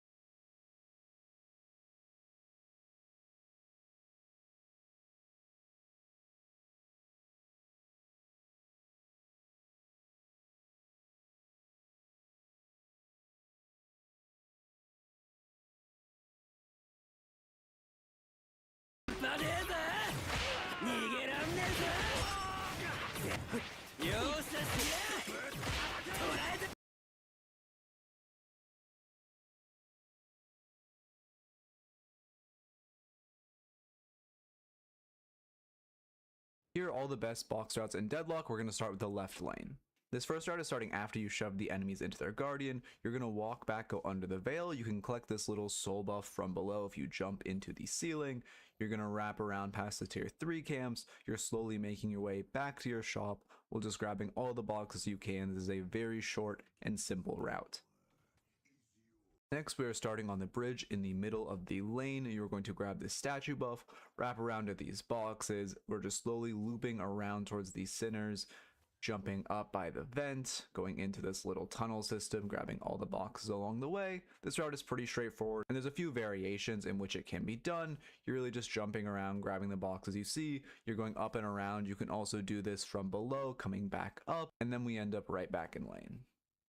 This next route, we're starting at your guardian on the left side lane. You're going to use the zip to make your way back on top of the roofs. Again, you can kind of get to these roofs however you want. We're just going to farm all the boxes over here, just hugging the edge. This is again pretty simple. You see all the boxes, you're essentially just connecting the dots. Then we're going to make our way on top of our doubles camp, which is just the camp with the 2 sinner sacrifices inside of them. And then at this point, you have an option. You can either go to the roof if you have more time, where you will come up here, grab these boxes. You could potentially look for a gank mid, although you're already pretty pressed for time. But if you're with someone who can anchor wave well, like a Geist, you could look for it. And then you're just going to make your way back, grab these boxes. This is what you would have done if you didn't go to the roof.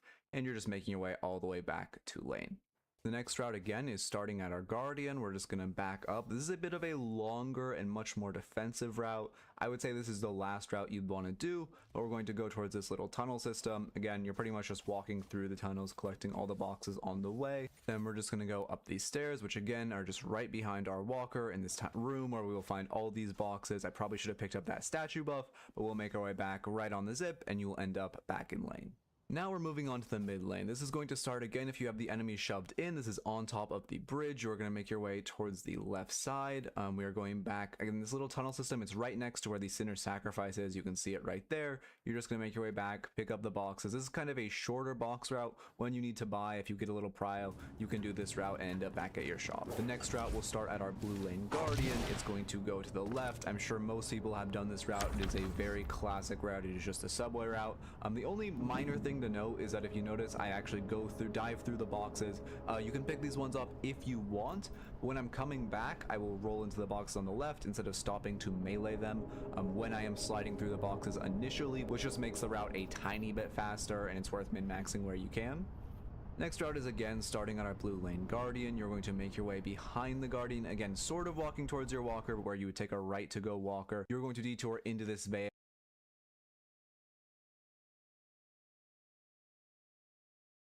Hey, I'm Midnight, I'm a Deadlock coach. This is a guide that I've been wanting and trying to make for over a year and a half now. On mental, just understanding your mental, understanding your tilting, how to prevent tilt, how to improve your mental, and also just how to use mental to your advantage in your day-to-day games. But I want to give a preface on this video. First off, is primarily just gonna be me talking. I'm gonna have me in the background, jumping around, ADHD bouncing, practicing the movement, whatever, just as background noise, but this is really gonna be more of a lecture format for this video. You don't need to look at your screen, you can just pop in like an earbud and listen, and you will get all the information. We're gonna start off with the basics of tilting. The basics of tilting are pretty simple. 90% of the time, the reason you are tilting is because you can't control your teammates. You will see your teammates make a ton of mistakes, and you always recognize your teammates' mistakes more than you recognize your own, because every elo is kind of a mixed bag, and if you're really strong at something like map rotation or movement, you're going to see how poorly your teammate is moving around the map. But for that teammate, maybe you are really weak at how you team fight, so when that teammate's spectating you, they're going to see all your issues and how you are team fighting. So the first thing you want to do to fix your mental is just acknowledge that you can't control your teammates. You're going to have teammates that ain't. You're going to have teammates that whine on mic. You're going to have teammates that fight each other for no reason. You're going to have an 0-12 Wraith who somehow is still like blaming your team and is blaming you, the 7-3 like off carry, for not carrying her hard. It's going to happen and it's going to tilt you, but you need to accept you can't control your teammates. One thing that helped me was literally just saying this out loud. Whenever I'd get tilted, I'd see my teammate make some stupid mistake, even if I like told them on mic, hey, don't do this, hey, you're going to get ganked, and they wouldn't back off, as I would just say out loud to myself, not on mic. I know the stress is never, you just never want to use your mic to flame your teammates. It's very unproductive in all regards, but you just say to yourself, I can't control my teammates, and you just move on. There's no point in lingering over a play where you could have controlled your teammates, unless you're approaching it from an analytical lens, but we'll get into that a little bit later. The next part of this is something I'm sure I kind of clickbaited, which is the idea that it's your teammates' fault. I used to struggle with this, and I used to have this mentality for forever. I spent 2 years of my life hard stuck silver in Valorant, and I remember I would send my best friends screenshot after screenshot of me going it's like top kills in the lobby, 20-0 game after game, and not climbing and outside. So my teammates, I can't win. Now you are the rank you deserve. It's not your teammates, full stop. With very low elo, there is a slight variance for the MMR system being very bad, but the rank you are is the very least extremely close to what you deserve. One of the reasons I did this channel was at this time where I was hard stuck silver, I found Wahujin, and he taught me the improvement mentality. I spent, again, 2 years hard stuck silver in Valorant. I found Wahujin, and within 3 months of watching his channel and learning how to actually improve, which again, the improvement mentality is literally just not blaming your teammates and analyzing your own mistakes, like validating yourself and just looking at your own stuff and be like, hey, like these are my mistakes, this is what I can improve. Because again, you can't control your teammates, you can only control yourself. So you focus on what you should improve. But within 3 months, I hit diamonds. The second you let go of the idea that it's your teammates, that it's your teammates' fault, that your teammates are keeping you in that rank, you will climb quickly because you will analyze your own mistakes and you'll be looking at your own mistakes instead of ignoring one of your own minor mistakes because your teammate made a more major mistake. Yes, you are going to lose games because your teammates are bad, your teammates just play poorly, but you're still going to make mistakes in those games. Even if you're E6, you are still going to make mistakes every game. So even if you're stuck with some of the worst teammates known to man, the best thing you can do for your own improvement is focus on the mistakes that you made so you play better next time. Because if you blame your teammates for the game, again, even if it is their fault and you walk out of the game like, oh, that's my team's fault, that wasn't mine, you're not going to have improved at all from that game and you're going to have wasted 40 minutes of your life. Finally, to cap off this point, because I have been saying there are games you're going to lose where your teammates are just sandbagging or your teammates aren't good. This is a rule from Overwatch. I still think it applies in Deadlock, although the numbers are probably more skewed since it's a MOBA and there's more snowballing and solo carrying potential, but it's called the 30-30-30 rule. It's 30% of your games you can't win because you're just going to get 5 sacks of potatoes on your teammates. 30% of your games are in your control. If you play well, you will win. If you don't play well, you will lose.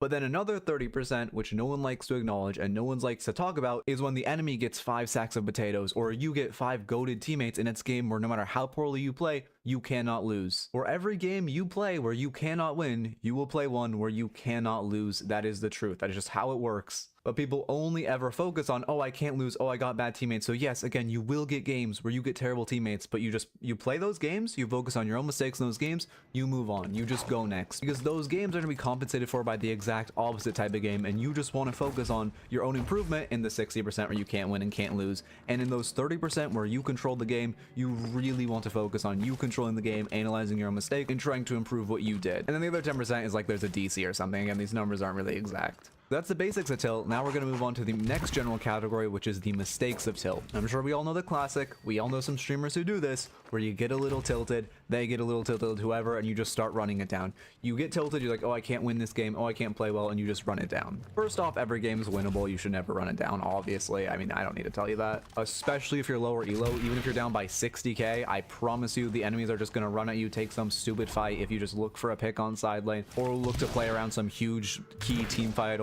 You can get back into any game, so obviously never tilt and run it down. Next one, which only ever griefs yourself, is tilt queuing. It's essentially the same as the gambler's mentality where, oh, I've lost 3 games today. Well, the only way for me to make up that MMR is to queue 3 more and win 3 more. If you are having a bad day, if you are tilt queuing, if you're losing and you're just queuing without thinking and you're queuing and you're losing, just get off. Take a break. I will get into specific things to do during a break to help with your own mental, but for me, one of the reasons I research this topic so much is because I am very prone to tilt myself. If I lose 2 games in a row, I get off. That's my hard rule. Because there were nights where I queued 20 losses in a row. There was one day, about a year ago, where I went from Eternus to Oracle in one night. If you continue to rage queue and you queue after losses and you queue just thinking, oh, I need to make back that MMR, you will be playing significantly worse than your actual ability, and you will just fall in elo. The best thing you can do is just a step away. And then the final major mistake is something I think a lot of people do, but they don't really recognize how bad and how troll it is, which is flaming your teammates.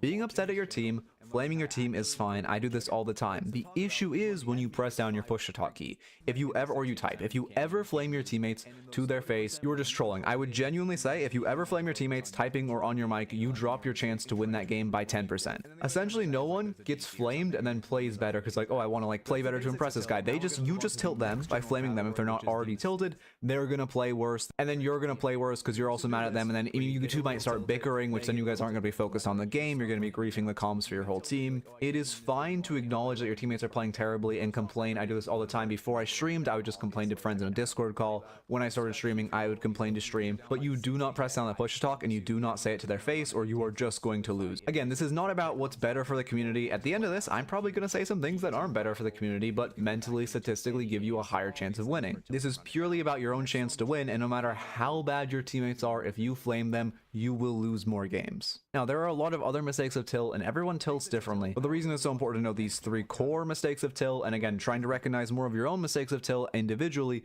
is because you want to prevent it. Now we're going to get in the next major section of how do you prevent tilt.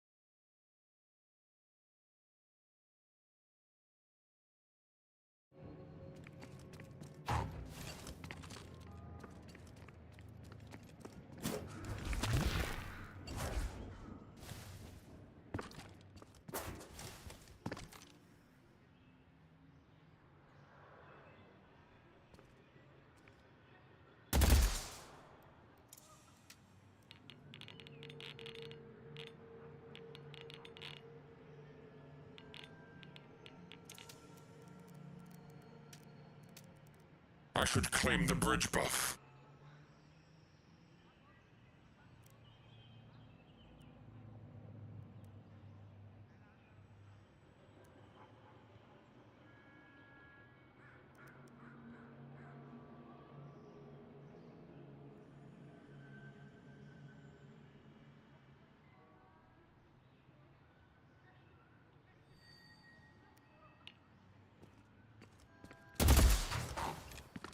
You would think someone would be interested in collecting souls.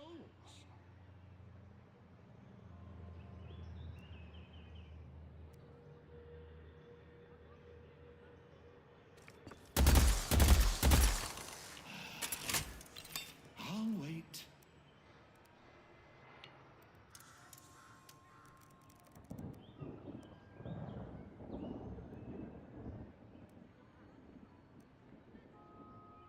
Surely someone will be by any time now.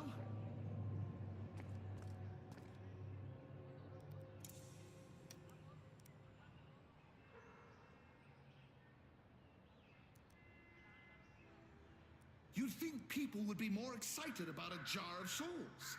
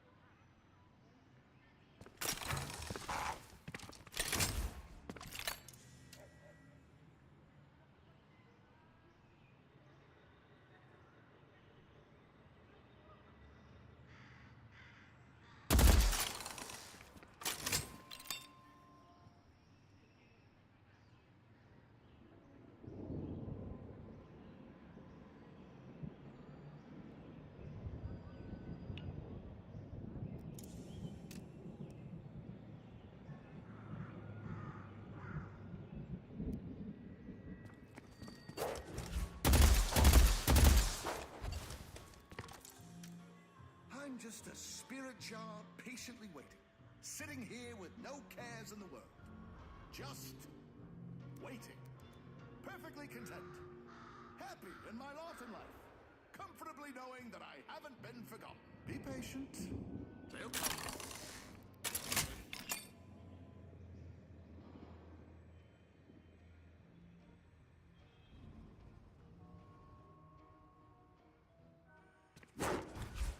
I'm just sitting here, waiting to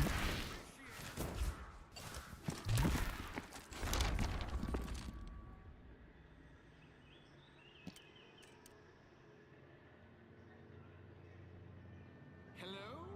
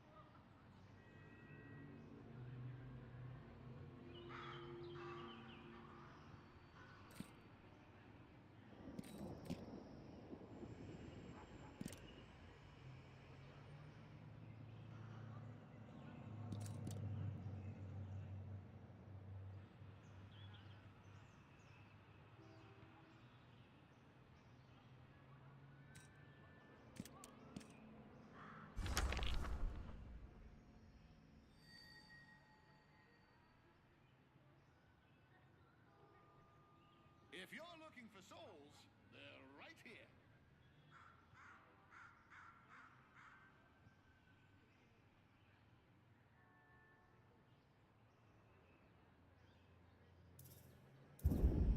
You would think someone would be interested in collecting souls.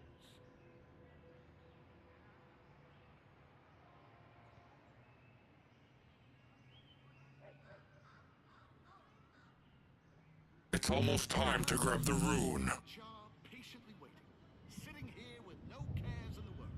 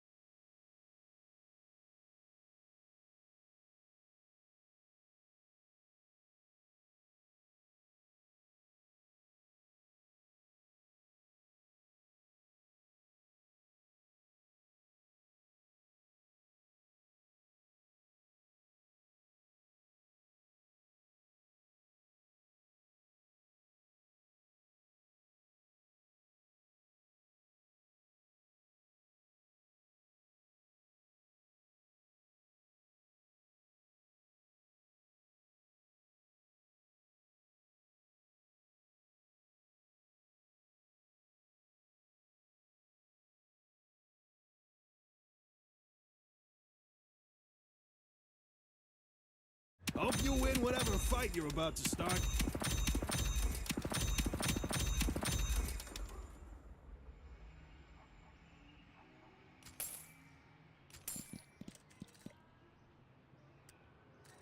exquisite, isn't it?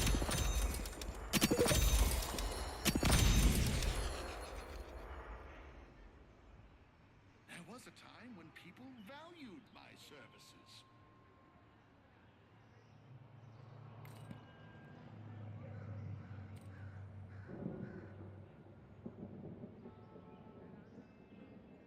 Be patient.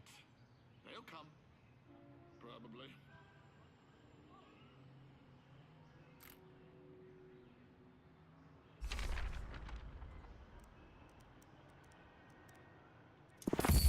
Take this gift.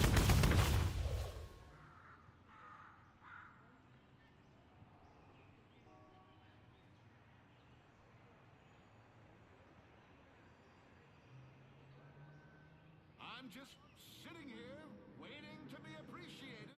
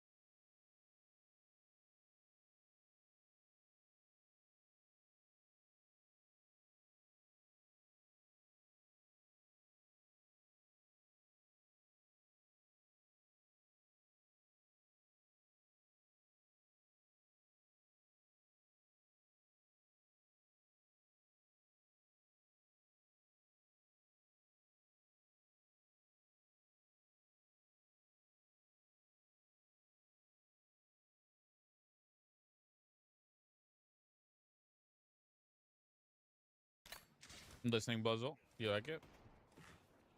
Technically gives max HP? No, Bobble, unfortunately. Like it doesn't work against Siphon and stuff like that.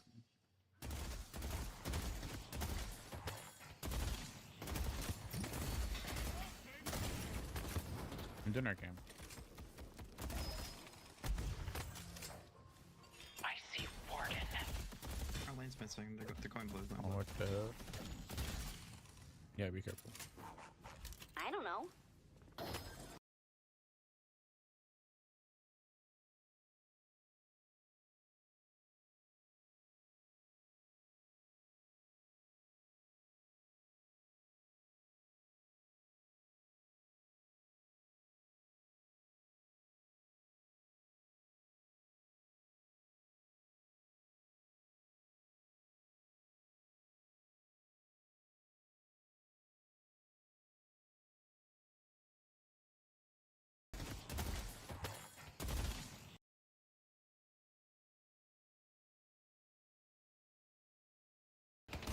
I mean, we can get this tower fast now.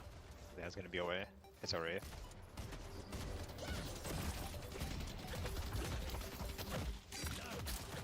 Yeah. Is that necessary, dude?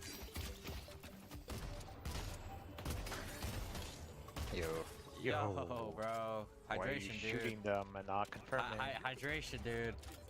What the hell? Yo, bro. yo. Yeah. Is that necessary, dude?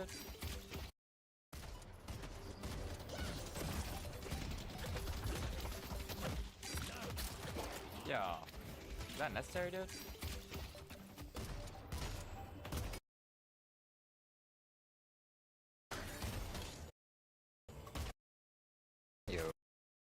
Yo, bro. Hydration, Why are you dude. shooting them and not confirming? Hydration, dude. What the hell, dude? Why are you shooting them but not confirming? Metro on Wraith? Oh my god, it's Metro. No wonder we're losing. Holy shit, it is Metro. Oh, okay, we lost. They duo stacked. GG, guys. Yeah, I mean, they're duo stacking. Another Joker. Go.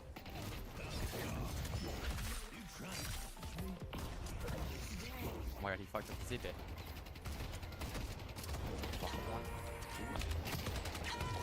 Okay. Yeah, I mean, bro, I just can't play the game. Also, my teleport didn't function. Another one? Bro, are you serious? Joker. Go.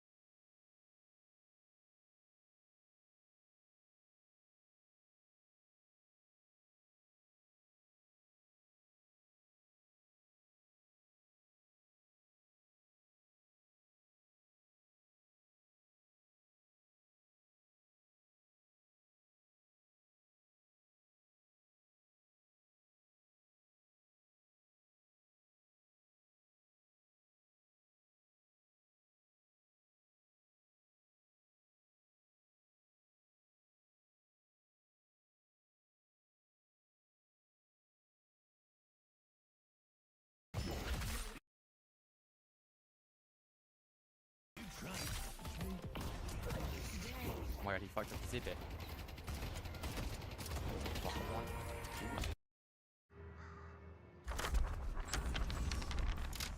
Leave this to a professional. The Hidden King gives freely.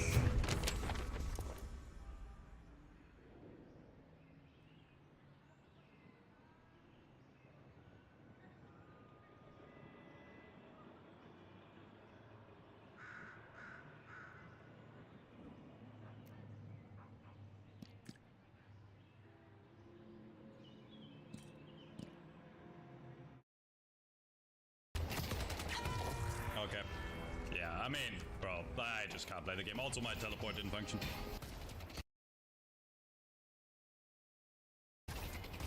Another one?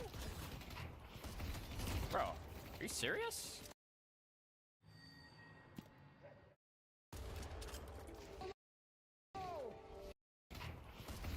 Bro, are you serious? Another one? Bro, are you serious?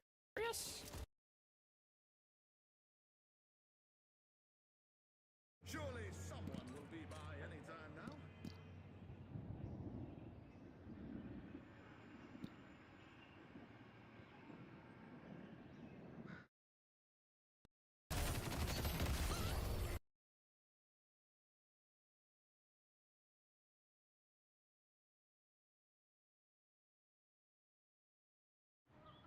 Now go out there and impose your will.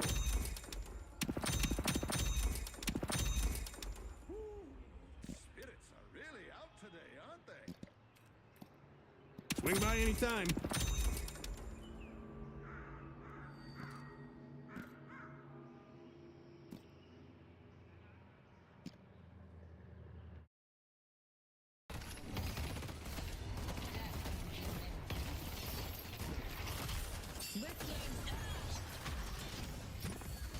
Archmother.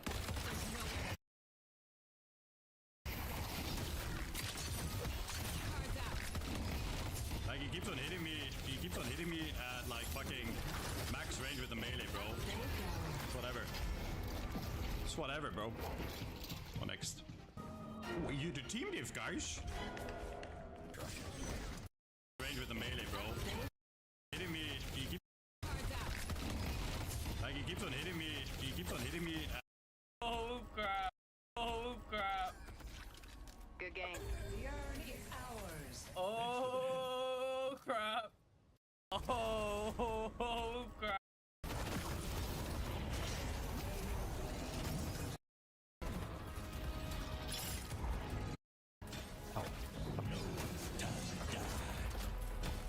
Wall spawned it.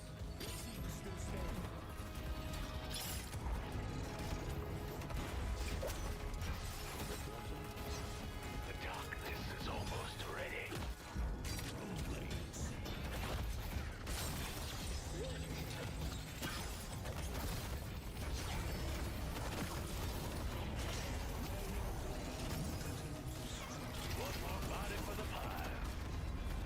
Oh, crap.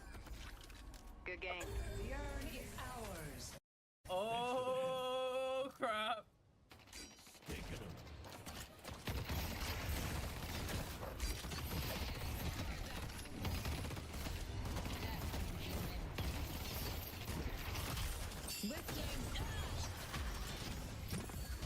Archmother. Whatever.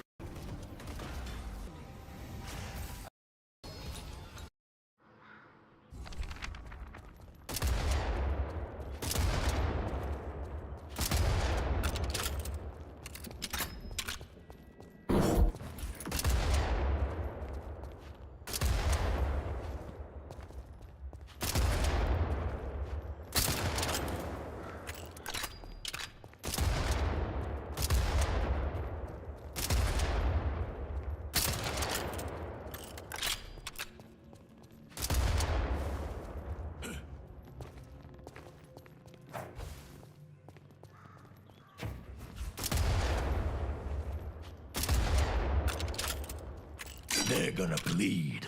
I'll carve a path.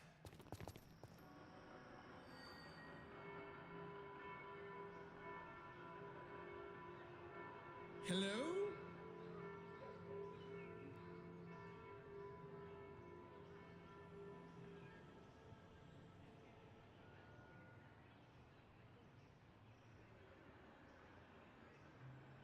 I'm waiting.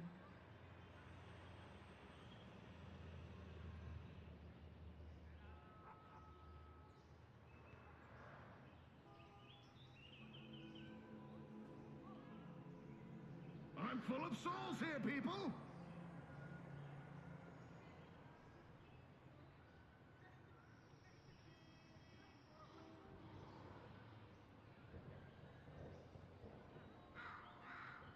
It would be nice if someone appreciated what I bring to the table here.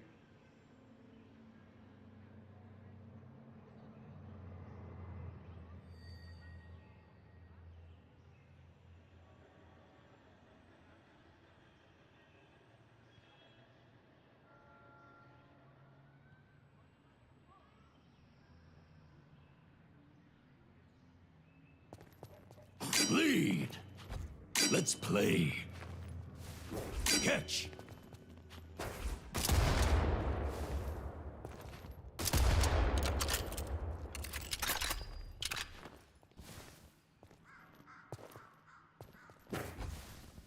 I should claim the bridge buff.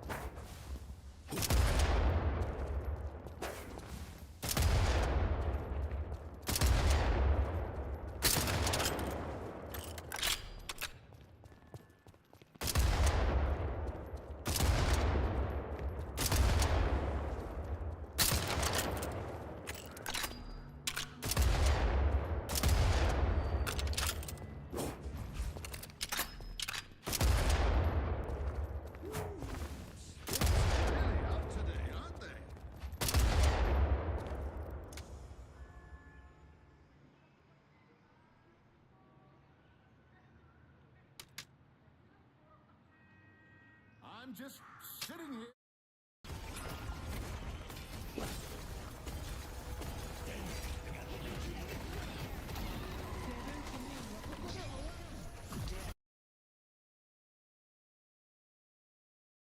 Why was the animation in Blue Lock's finale so good? Because when I first watched it, I was...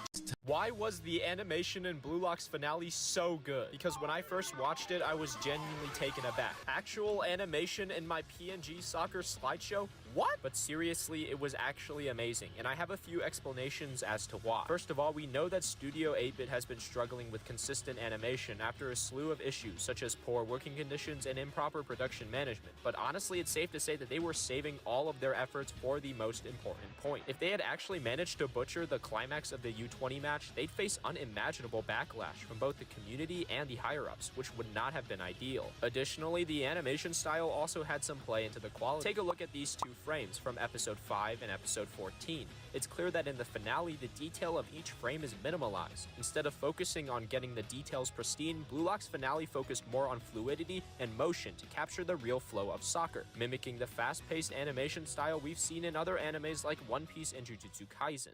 Why was the animation in Blue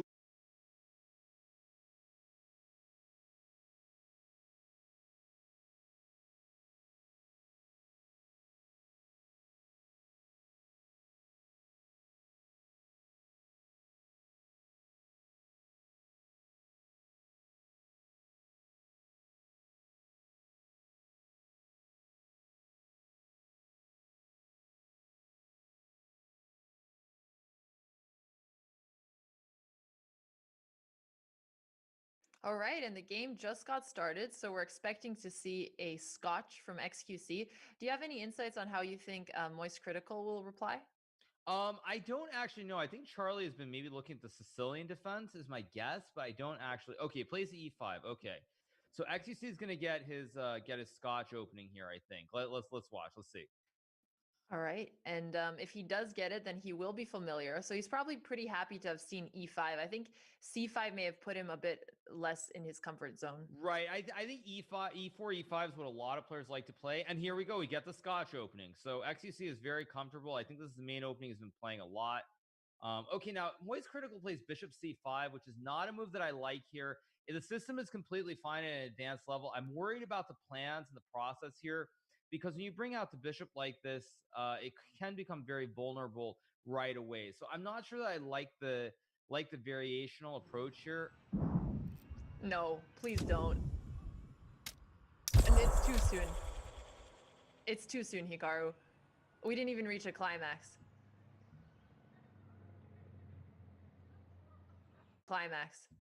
It's too. Please don't. Advanced level. I'm worried about the plans and the plot at the Scotch opening. So right, I think E4, E5 is what a lot of players like to play. And here we go. We get the Scotch opening. So XUC is very comfortable. I think this is the main opening he's been playing a lot.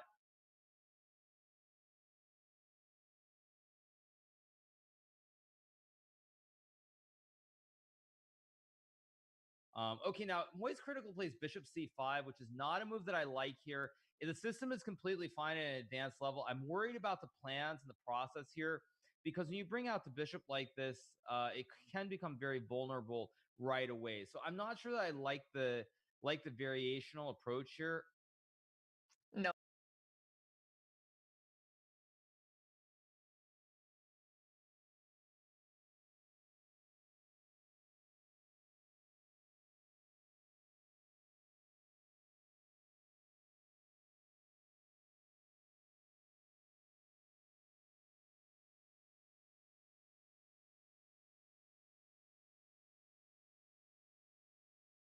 Oh, please don't. And it's too soon. It's too soon, Hikaru. We didn't even reach a climax.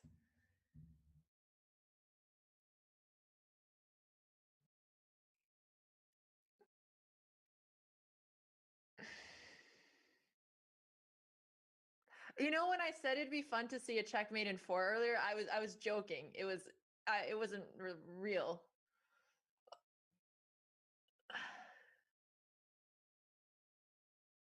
We're listening to Moist Critical right now. Daniel Naroditsky is a prophet. He said immediately that XQC will likely go with the Scotch Open, and he did. So I had the counterplay, and he immediately blundered. Well, that's got to be a world record. Thanks for the fat 10 gift subs, Pikachu. My is throbbing. Throbbing. What is XQC's chat saying right now?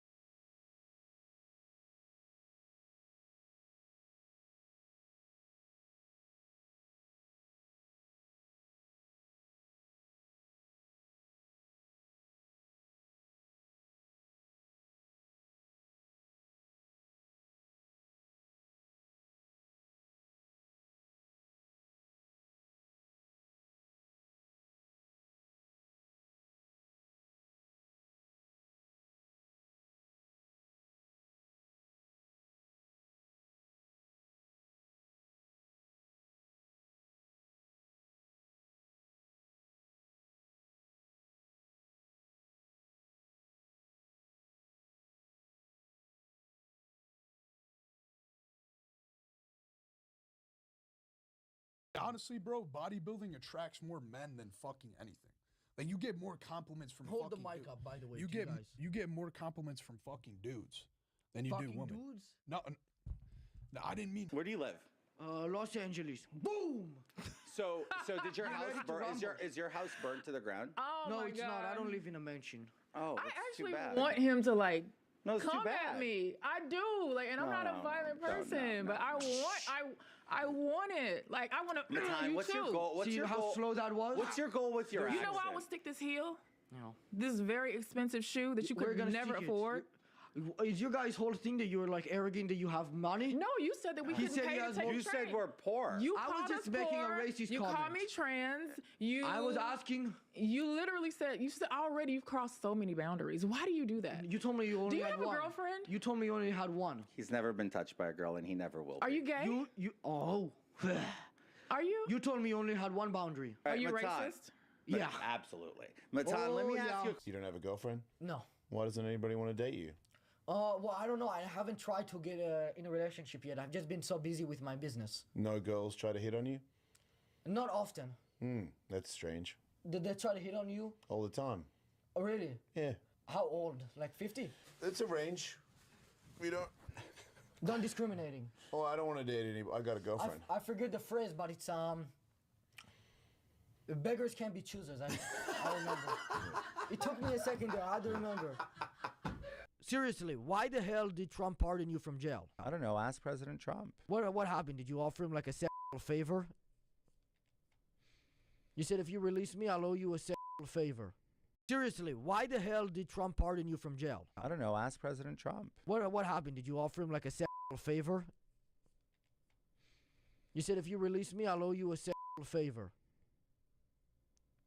Is that what happened? You're quiet about it. Are you under some NDA? No, I'm just trying to think. Like, you know what's going on in my brain right now? You're talking and you're going yap yap yap yap yap. I mean, it's not like you're saying anything interesting to me. So I mean, I'm playing Gloria Stefan in my head. I'm sorry. I actually asked you a pretty tame question. I said, You think it's tame to ask me if the president of the United States bartered with me on sexual favors? No, I was referencing. You think that's fucking tame?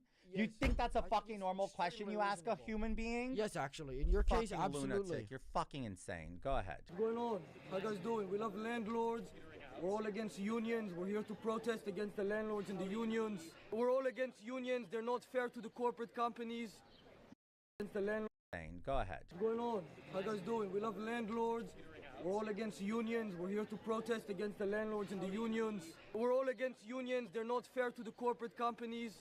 This is a crazy protest. The more you do that, The and more the you do more that, you the end more up you do it, hurting. You end up hurting. The more you end up hurting the more capital, You end up hurting the capital. the quicker the strike will quicker end. The strike will end. Here, I'll connect it. This little fucking fetus, bro. We love landlords. We love landlords. We love them. We love landlords. You want to move away a little bit? No, it's we love landlords. No, we like union. I mean, we hate unions. We love landlords. I mean, we hate unions. We love landlords. I mean, we hate unions. We love. You want to move away a little bit? No, it's we love landlords. No, we like union.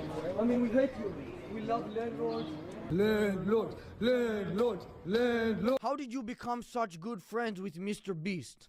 Based. Mr. Beast. Based. Yeah, the YouTuber, the famous one, Mr. Beast. No, he's not Mr. Beast. He's Mr. Based. Yeah, I know, Mr. Beast. Base. I know you keep reaching for the Fruit Loops. I'm going to tell you right now. I really would like to encourage you not to touch it, not to get anywhere near me. I think that's the closest you should get. You want to grab them Fruit Loops? Grab them Fruit Loops. Keep that on your side. I promise, please, I'm telling you, do not reach over and grab this mic from my face. Can I tell you something? What? Mike has not the greatest brain, so it's hard for him to understand what's going on. Do you want me to say it in different words? Sure. If you get too close to me, I'm going to smack the taste right out of your mouth. It's like he's going the complete wrong way. Thank you for your donation to the Innocence Project. So I heard that both you and John Jones imply that he won the... In my fight, I would have killed him. Yeah, just. I'm seeing you guys in person. You guys. I'm not that. I'm okay. Stand up. Now take in mind, I'm not super tall. Okay, but sit down. Yeah, you know, that's what just I take a thought. seat. How tall are you? I'm like 6 foot? 5'7"? He's You are fucking not lying. 5'7", He's bro. fucking lying. This No, fucker I'm is not. 6 I'm foot. like 5'7". You often claim that you could beat UFC fighters because you weigh 260 pounds. If I gained 100 pounds, do you think I'd become that stupid too? Get up. I would fight Ask a your woman. friend to get up now. No, Because he's I don't not want leaving. to take him because I can. Let's go. Let's go ahead and get up. Are you air punching a woman? I would like to punch her for real in the face. You said no physical, but I said you don't touch me. You don't touch But her. you think you can touch me? Yeah. I'll throw a leg kick in your face. Mm-hmm. Oh. Now, you're only a child, so I would actually be the one to go to jail if I pulverize So I win you. completely. What did you take before you got here? Nothing. Why did you stand up like that? Well, who raised you? Mom or dad? Are you single mother, probably?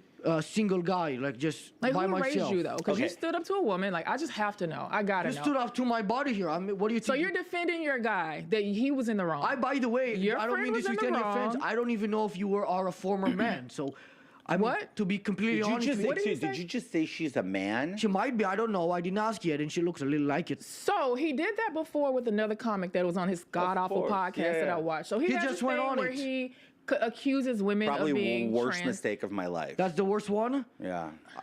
Have you ever done?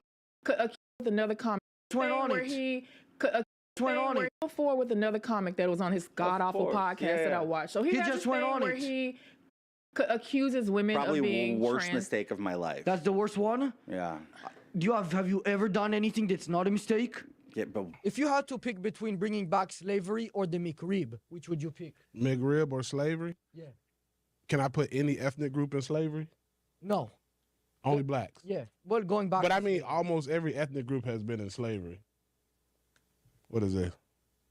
Oh, somebody made that. You made this What is it? caricature of me? Is that you? It's supposed to be. Is that not real? No, you see me right here. That looks just like you, though. I'm big, but I ain't that big. What? Is that like a sponsor? Yeah, no, I own the company. You own the company? Yeah. You look like it. So Birdhouse is my company. That's your company, yeah. It looks like you own it. It doesn't work the second time because you're insulting your friend. You're not insulting me. You're talking shit to the guy he's employing you right now. He's not employing me. Should somebody go to jail for longer No. if it's their 15th offense? No. I'm not asking about you. You've only committed 13 crimes that I could find online. So what do we do? Why would we just let a criminal like that run free? That's not a criminal. That's a. You're right. From what you just read me, those are some bullshit charges that any assault- any police can put on you. I feel like I would believe you if this was the first it's fool me once, shame on you. Fool me twice, shame on criminal. How long should somebody? No days. How long should somebody go to jail for assault, felony, vandalism, disorderly conduct, marijuana possession, felony obstruction of No justice, days. public Keep intoxication? reading all the motherfucking charges. No days. No days? No days. I mean, you're like a 20s No time fucking offender. days. They You don't- heard me? I think they need to just lock you in days. there and, Shut and your eat ass the up. key like Pac-Man. Them misdemeanors. Well, can I read the thing? You interrupted me. Felony obstruction of Misdemeanor. judge. That's a Felony obstruction of justice. That was a lie. It got Okay, dropped. public intoxication, misdemeanor Maybe. assault, hitting a woman. Drop. Drop. Okay. Keep going. Assault, disorderly conduct, and harassment with The a bodily disorderly substance. Disorderly conduct might have been there. What's the other one out there? Harassment with a bodily substance. Nah, drop. Fighting at an airport. Drop. There's a video of it. What do you mean it was dropped? I didn't start it. You was just Well, talking I'm not claiming that you committed any crimes. I'm just asking how long should somebody go to jail for also misdemeanor assault, alcohol intoxication, terroristic threatening, public intoxication, resisting arrest, and assault on a peace officer. Yeah. I mean, what do we do at this point with somebody like you? I'm saying, what if I do go we for do? another? What if I go for? What What do if I we go do at for this another point? one? What do we Huh? do at this You point? gonna call the police? I'm gonna call the Call the police. I'm a police. fucking snitch, Call man. the police. I'm the number one Call snitch the in Los police. Angeles. Yeah, police. I'm saying, what if do at this point with somebody like you? I'm saying, what if What I do go we for do? another? What if I go for? What if do I we go do at for this another point? one? What do we huh? do at this You point? gonna call the police? I'm gonna call the Call the police. I'm a police. fucking snitch, Call the man. police. I'm the number one Call snitch the in Los police. Angeles. Yeah.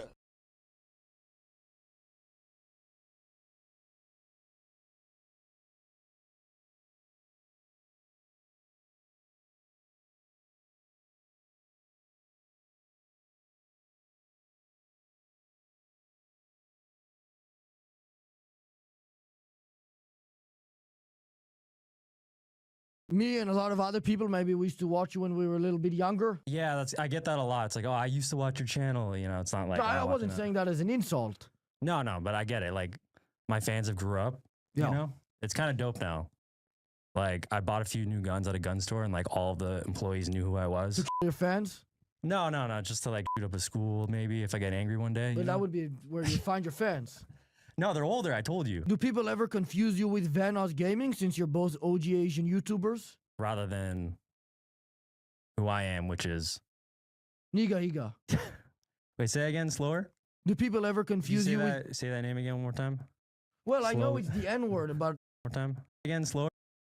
Who I Asian YouTube. Who I am, which is Niga Higa. Wait, say again. Rather than Gaming since you're both OG Asian YouTubers. Rather than who I am, which is Niga Higa. Wait, say again, slower.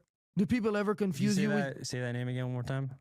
Well, I know Slowly. it's the N word, but isn't that kind of what you named it after? I tried looking into that, but I could never get an official answer. Yes, that's exactly why. So people, do they ever come up to you and say like, "Hey, what's up, Vanos?" And then you're like, "No, that's not me. That's I the just other call guy." them racist, and then they go away. And why are they racist? Because they mistaken me for Vanos Gaming. Hey, how's your day going? I promise I won't keep you long. I'm just going to help you look for a life insurance plan. Yo, to what the help keep fuck? your- You're gonna need fucking life insurance. What the fuck is this? I'm gonna fucking kill you. Don't fucking call me back. Bye. Would it make sense to say that an elephant is 1/35th the size of 35 elephants? Or is that just some worthless mumbo jumbo I'm bringing up to waste your time? Both? Yeah, sort of. And that's kind of Trick question. what you're pursuing nowadays, something with elephants? Jumbo? Isn't that No. isn't that an Asian food? Elephant? Jumbo? I thought it was jumbo. No, that's black. Would you replace your iPhone with an exploding phone that randomly explodes and kills you? No, What? because I like iPhones more than Samsungs. No, they have that issue too, but Oh, just really? a phone made just for that. I'd probably be down to take it on my school mission. Just throw it at someone. Yeah, like a grenade. Yeah. If it's gonna be able to detonate, it's probably likely that if you shoot it, it kind of just works as a bomb, right? Yeah, probably. And I guess this is kind of similar. Yesterday you tweeted, "God bless the holy land of Israel, and with Hashem's help, we will destroy the Arabs." What did you mean by that? I meant that I will say, the flamethrower can suck.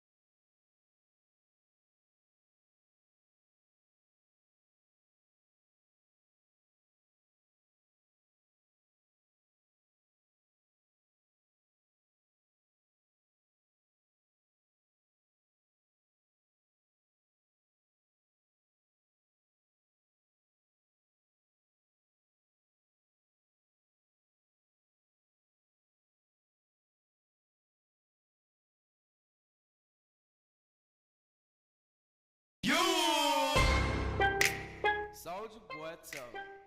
Hey, I got this new dance for y'all called the Soldier Boy.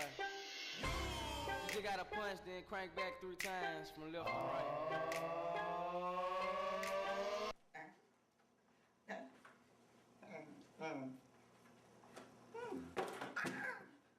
I know how to be ninja now.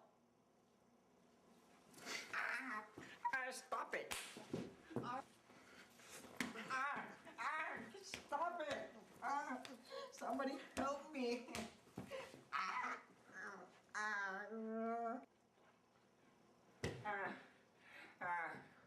Hey, you. Who, me? Yeah, you. Mom? Still getting beat up at school? Yeah. You still can't defend yourself? Mm-hmm. Well then, How to Be Gangster is the DVD for you. Hey, I caught it. This DVD includes your 2 very own personal trainers. Yo, what's up? My name is Ardizzle for Shizzle, my nizzle off the hizzle. Drizzle. Yo, what's up? My name is Mike. The first lesson in being a gangster is to swear in every sentence and use hand motions. What the is your f***ing problem, you mother f***ing... I'm gonna you up, you in the hole. Lesson number 2.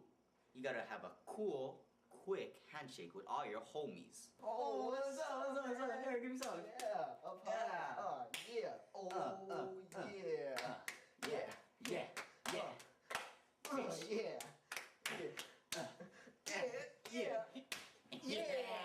Lesson 3.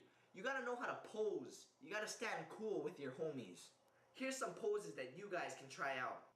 The layback, the cholo, the kickstand, the breast cup, the crane, the dog, the chicken, the camel, and the camel toe. Lesson 4. A true gangster always breaks the rules.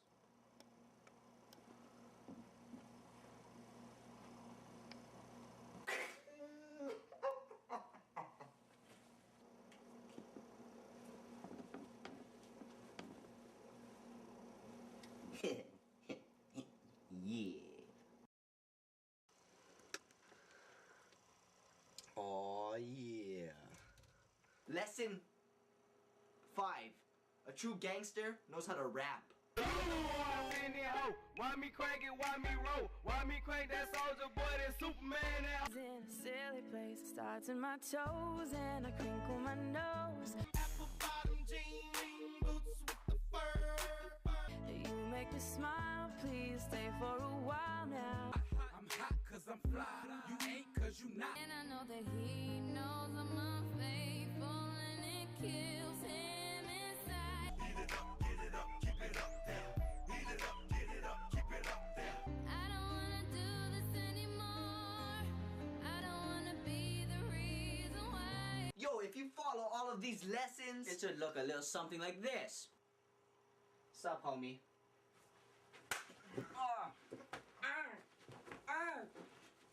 Stop it. Fatality. Why me crank it, why me roll? Gangster is the DVD for you. Hey, I got it. How to Be Gangster is the DVD for you. Hey, I got it. Damn it. How to Be Gangster is the DVD for you. Hey, I got it.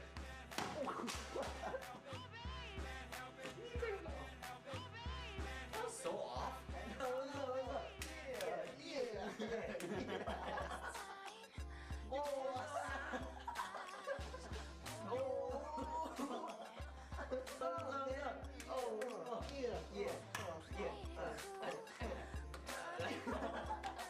Lesson 4. A true gangster always break the rules. Always break the rule. Sup, homie? Sup, homie?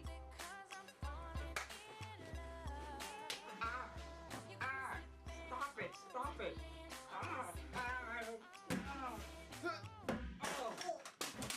Oh, shit!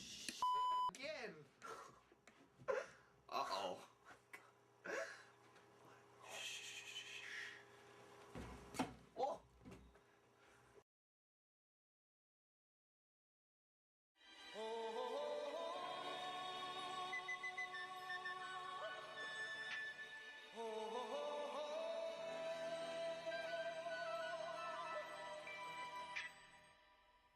Everybody was kung fu fighting. Those kids were fast as lightning. In fact, it was a little bit frightening. But they fought with expert time.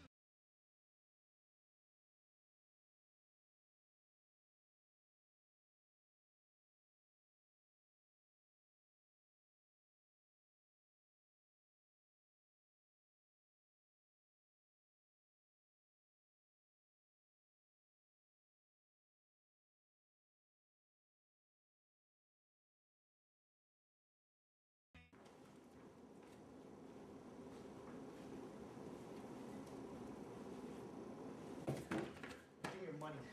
No. No.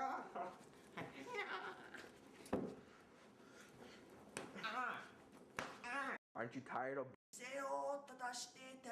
My name. two very own personal trainers? Hello, everyone. My name is Hanadewakuso Shiseo Tadashite Teriyaki Suzuki Honda Civic.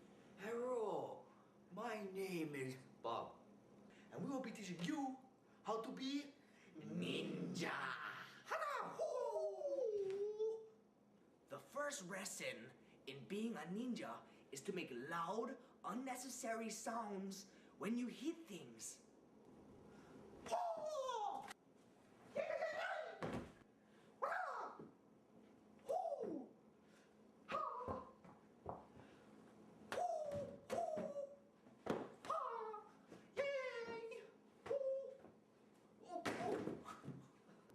A true ninja can catch things with his chopsticks.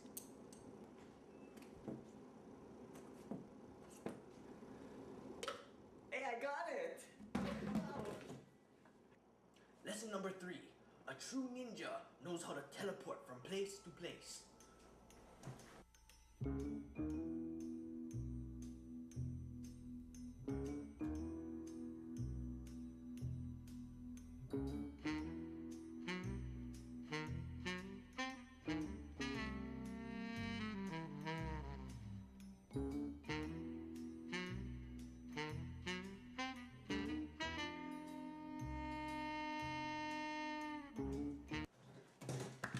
And that's how it's done. Lesson 4. You must be able to transform into anything. You must be able to be an animal.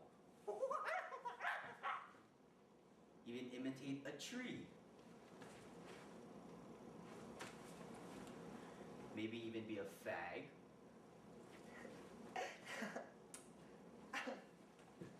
And you must be able to imitate anyone. Well, my name is Dax Flame. Lesson number 5. You must know how to perform a fatality.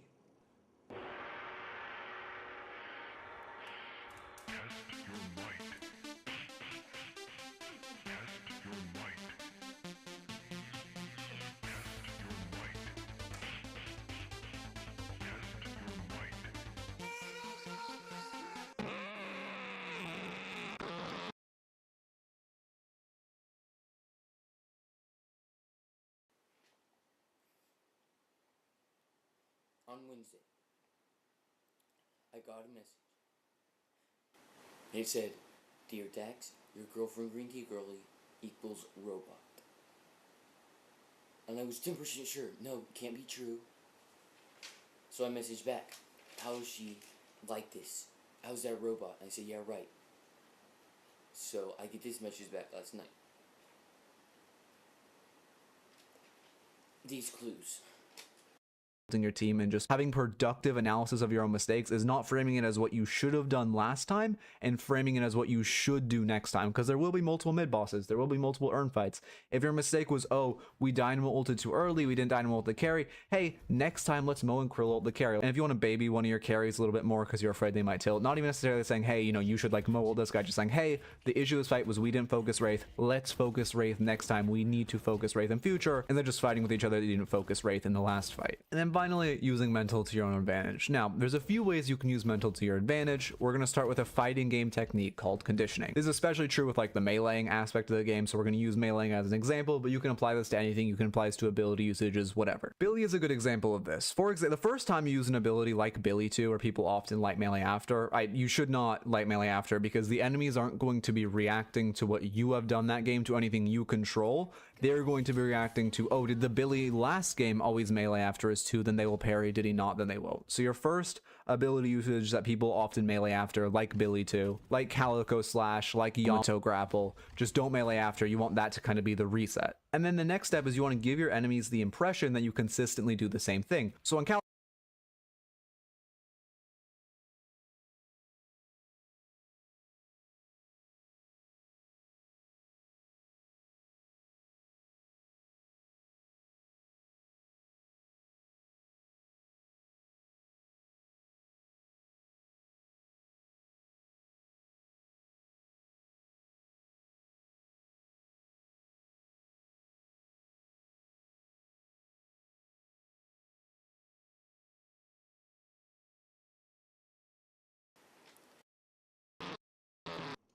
Calico, the first 2 times you 2 someone, you light melee after, and then you stop. Depending on your elo, if you Calico 2 someone and then light melee once, they might honestly start parrying the second time, but the idea is that after you do it twice, they get in the habit of, oh, this Calico always light melees after she 2s, so now you're gonna 2, and they're just going to immediately parry, and then they're gonna be caught without a parry, and you're gonna be able to do a ton of damage. So the idea is that you condition the enemy, that you always make the same ability combo, the same choice, whatever it is. And then when they get used to you playing like that, you deviate. If you're a Bebop and you notice that the enemy always parries after you hook them, just don't melee them until they stop parrying. And if you're the enemy who always parries when Bebop hooks you, and you don't parry once, the next time he hooks you, try to parry again, because he might be like, oh, she stopped parrying, let me start a light melee. You just always want to be conscious of what the enemy thinks you are going to do. And the final thing you can do to use mental to your advantage, I don't want to just recommend it, because it is kind of inherently being toxic, but I can't not mention it, because it's a core part of mental and using mental to your advantage. Essentially, what you want to do is rage bait your enemies. If you do it to your teammates are never going to get flamed and play better, but there is a decent chance, like I've been on the opposite end of things, where I'm just like hanging out, having a good time, and then someone starts teabagging me and I sit up and I start sweating because I want to win. So unprovoked, I don't recommend that you're toxic to your enemies. That being said, if someone ever question marks you out of the blue, if someone ever teabags you, they don't just do that. Someone doesn't just start doing that for fun. If they're teabagging you, it's because they're either mad at your teammates or they are mad at you. Their mental is clearly already straining, and that's why they're trying to like flame you or take it out on you. The best thing you can do is just to rage bait them. If someone question marks you, first thing you want to do is you just want to mute them, because you don't want them flaming you to actually be allowed to break your mental, right? So you want to mute them, and then every single time you kill them, you want to teabag or question mark them. And I can't stress again, don't really do this unprovoked, not just because it's like, you know, not good for the general game health and general game community state, but also it is equally likely just to make the enemy lock in. But if it is provoked, you already know their mental's on the back foot, and that is the best time to push, to like be toxic back at them. If they start typing like, oh, Abrams is such a brain dead character, how would you ever play Abrams? Every time you kill them, just type Abrams in all caps in all chat. Every time you kill them. That's all. Just something stupid, simple, where you and your friends can laugh at, but you know will drive them insane. That's it for the mental guide. I think this guide might be a little long, but it's a guide I've been wanting to get out for a very long time, and I've been working on for a very long time. So if you like the video, you know what to do. If you want 1 month of free coaching, it's the first link in the description. If you like these lecture format videos, let me know. I could potentially make more, but it also kind of depends if the topic is suited for this form. I think the mental guide just was, and it took me so long to get it out because I didn't really recognize that until recently. But I hope you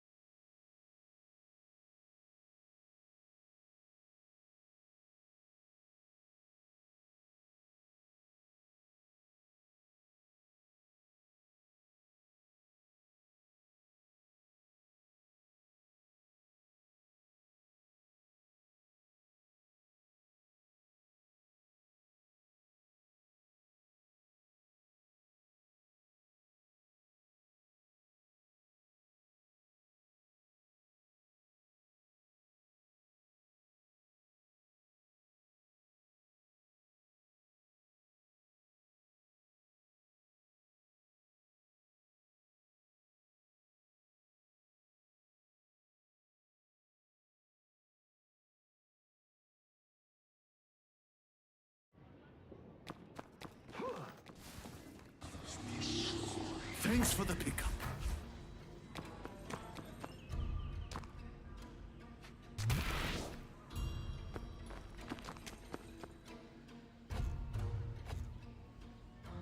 Pick me up. It's about time. Don't leave me here. Finally.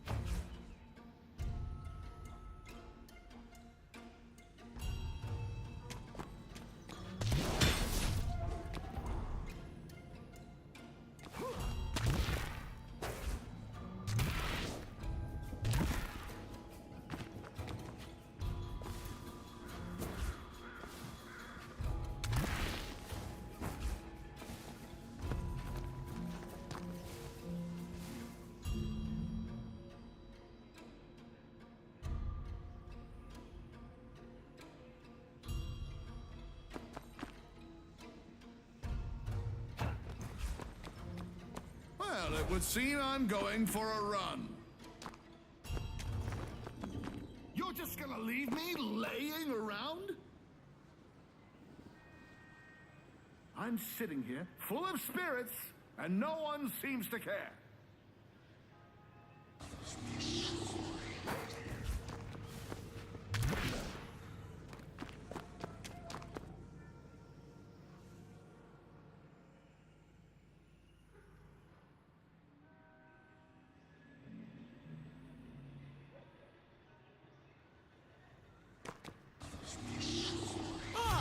A courier has arrived.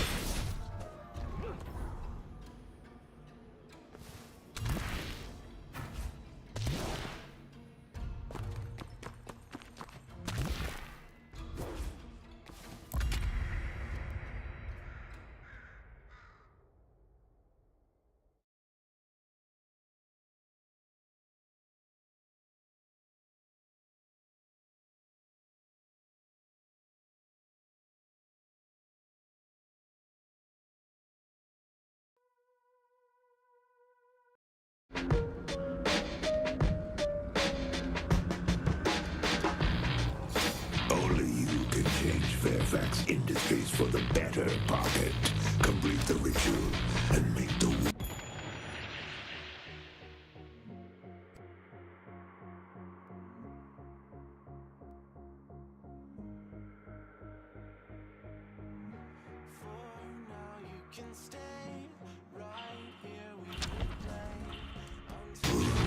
a safer place.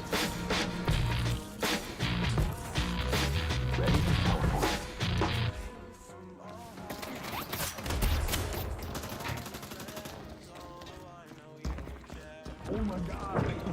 I thought you were making progress.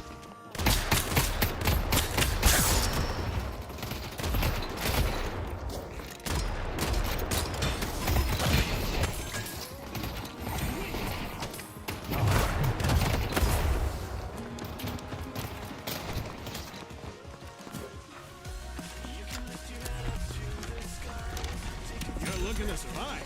You came to the right place.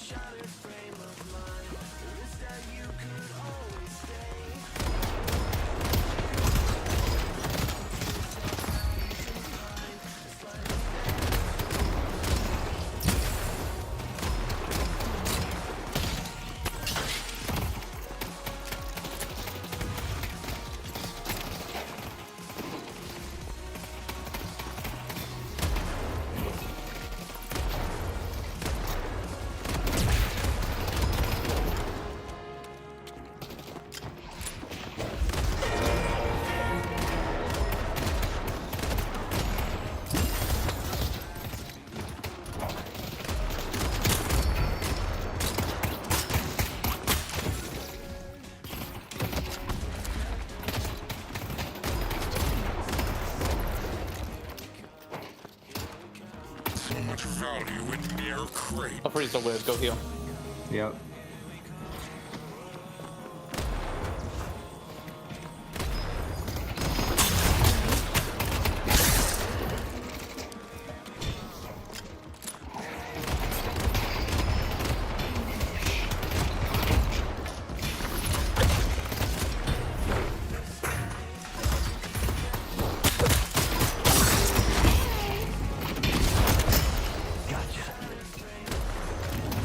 It's coming over there.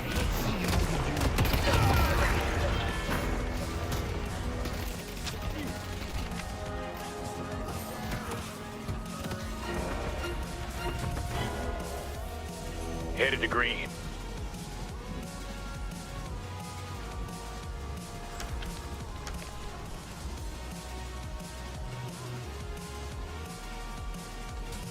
Headed to York. This is a very gay lane.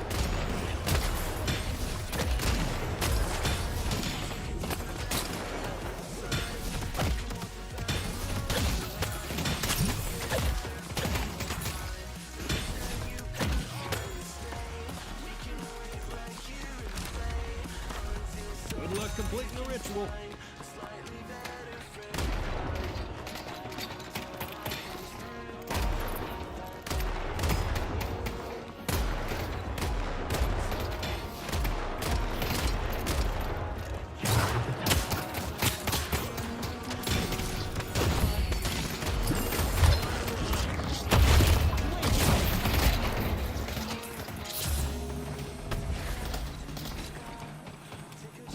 Know how to get out of a sticky situation.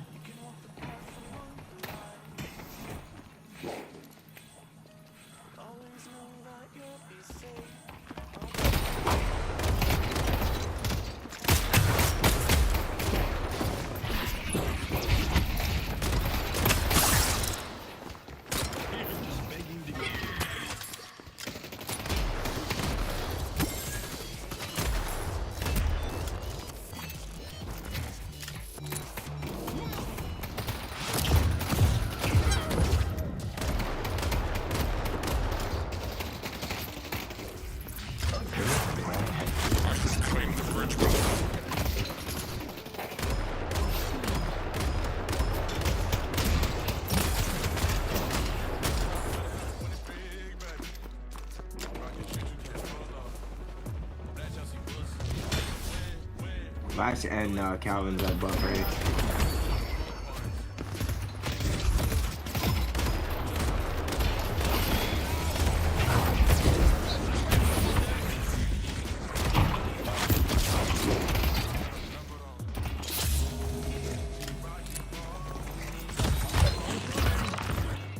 I see Drifter.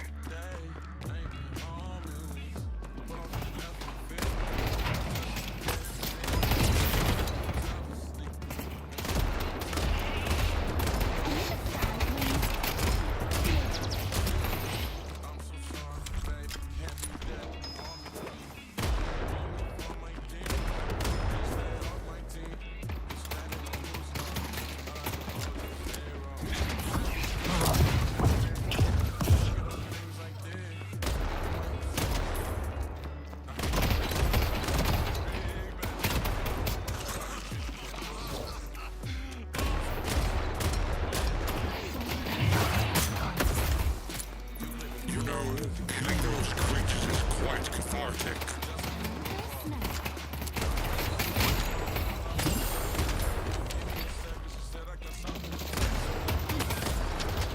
Montana, Knickerbocker, and about to get his legs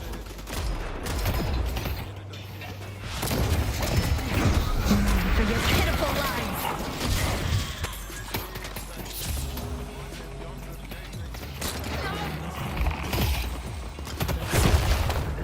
See me get it.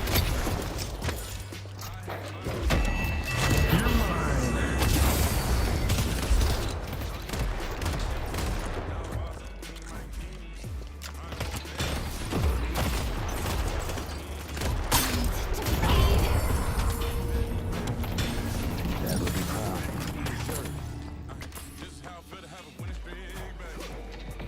Thanks.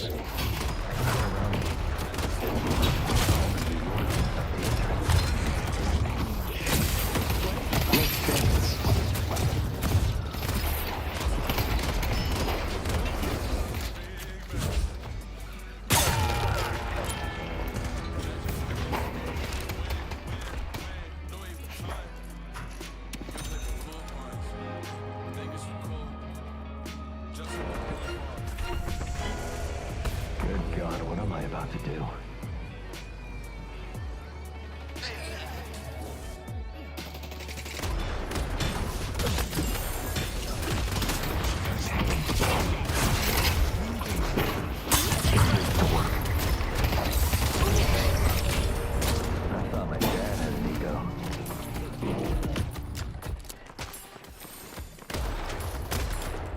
items on cooldown.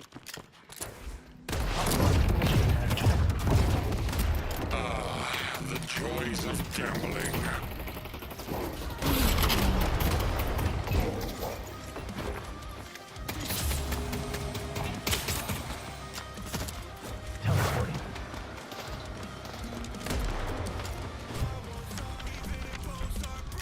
You have a good eye.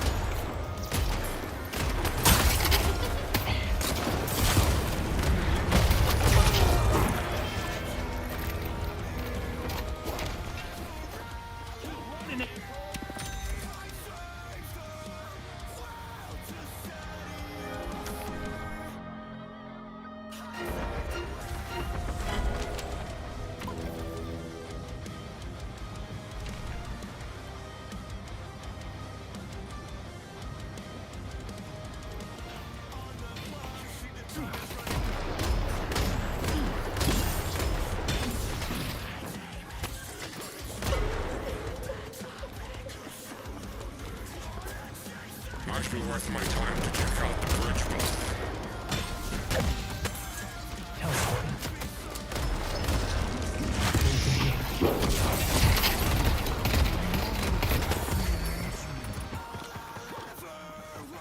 The Blue Walker is under attack. Going to shop.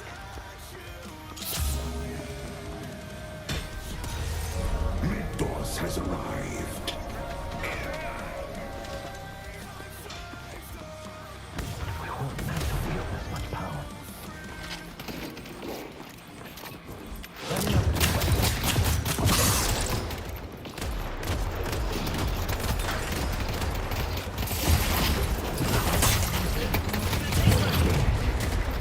Kelvin's missing. The spirit urn is waiting to be claimed.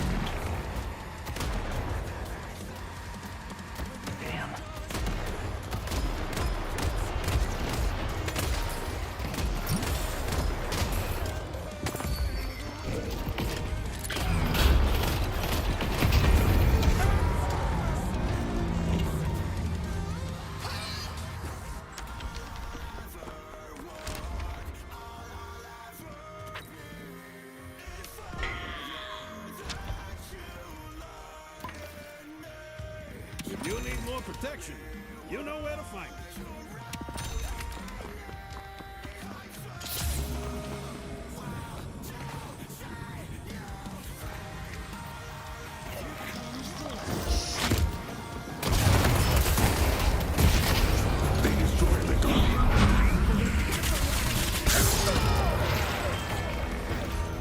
See Calvin.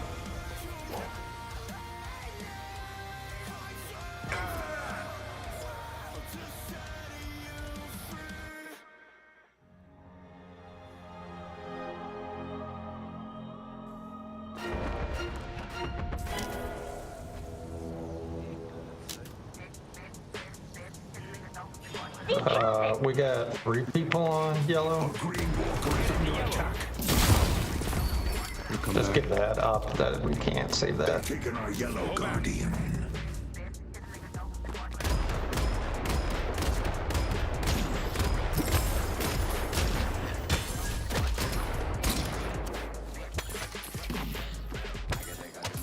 Our yellow walker is under attack.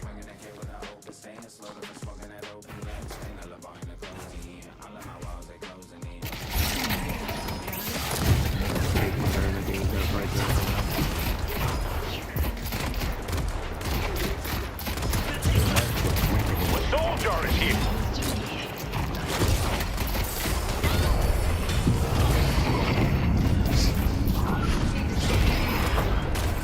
Yeah, they got iron. They got iron. Don't go for that.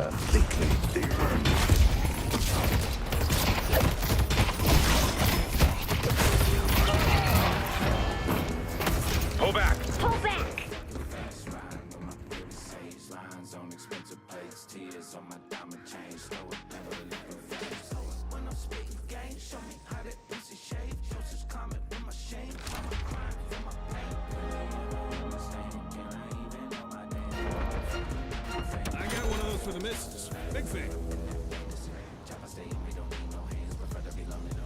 A blue walker is under attack.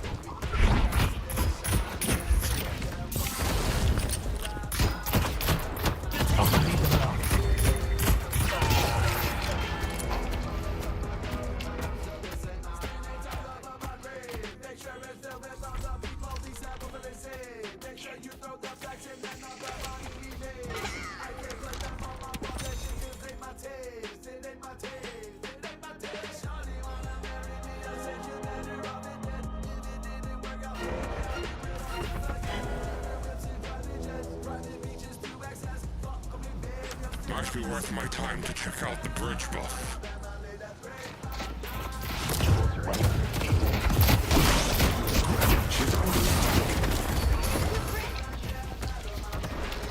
Our yellow walker is under attack.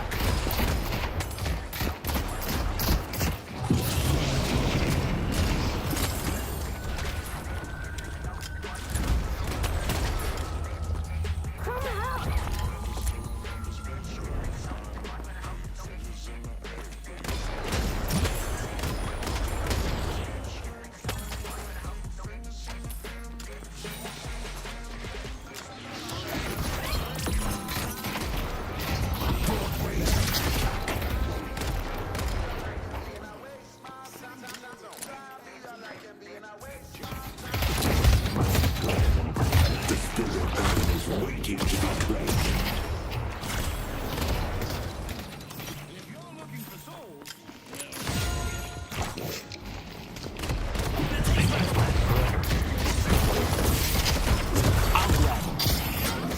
There's 3 on yellow. 4 on yellow. Can we push something? The Drifter.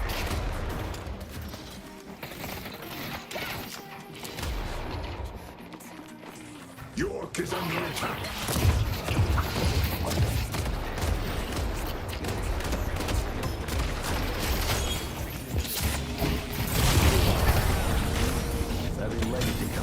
Hell of a fight.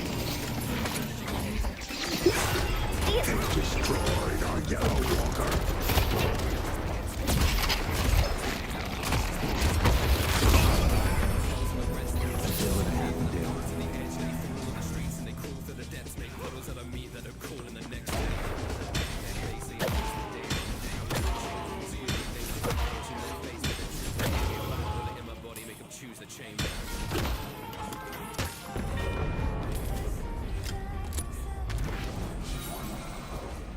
Let's try to run Urn too. It's on our side. Paradox, want to grab it?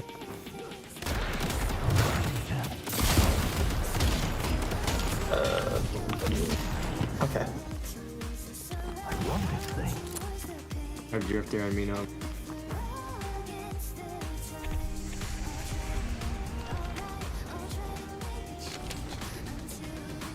Have fun. Don't get dead.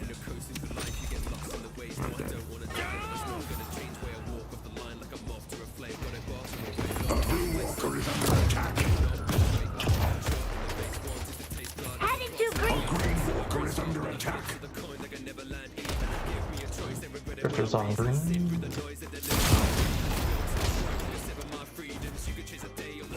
The Drifter.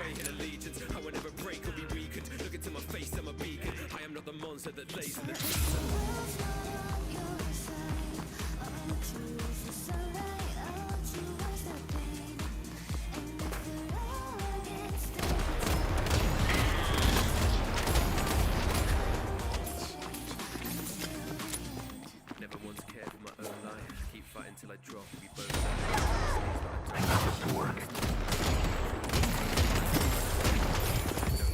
Surge Arcane Mr. Greenwich is under attack. A blue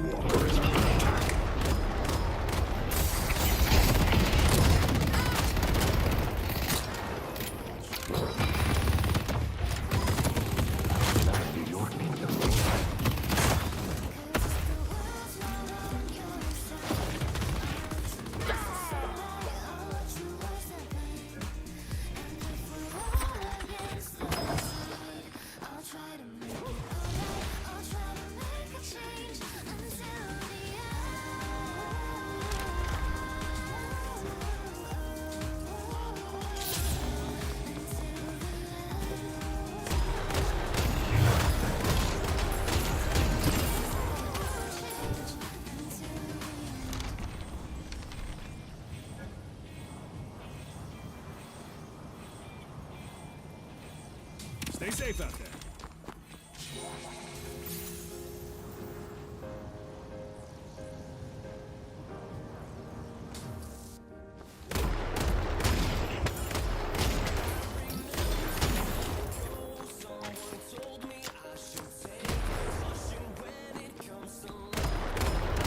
It's almost time to grab the room.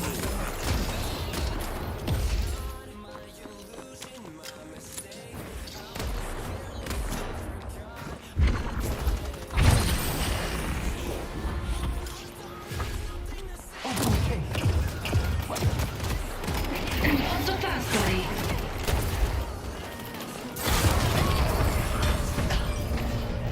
See how easy it is, Pocket. Demolition time.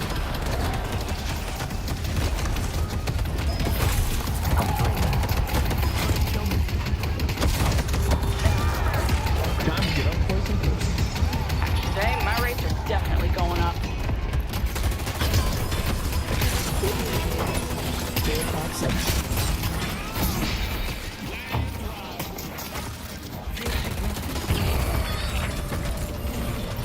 Let your rage spill forth, Billy.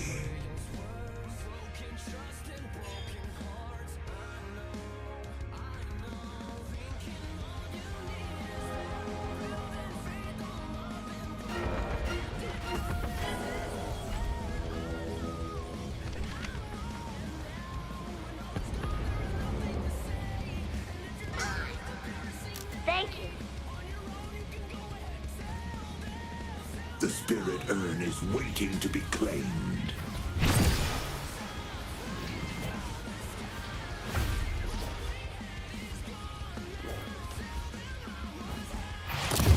Surprise. Go this way.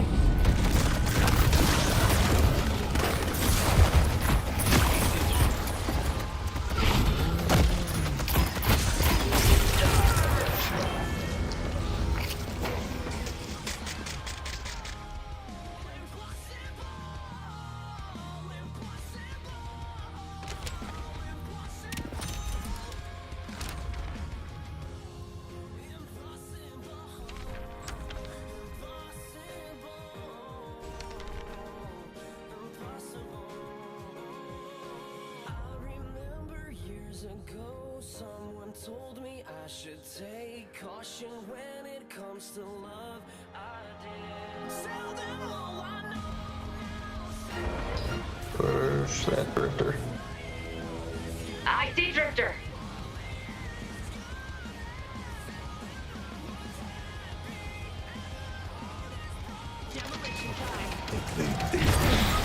For your pitiful life.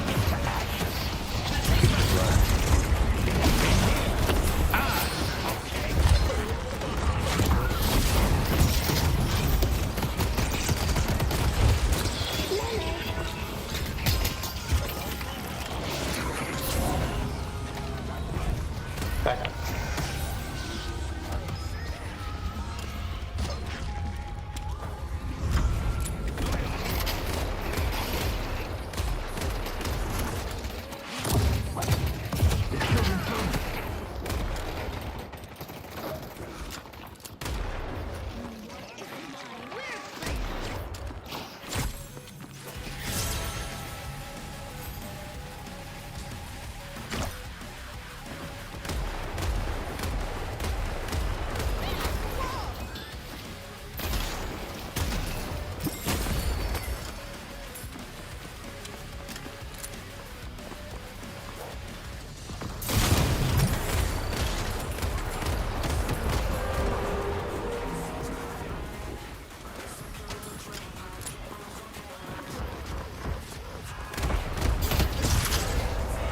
The rejuvenator is descending.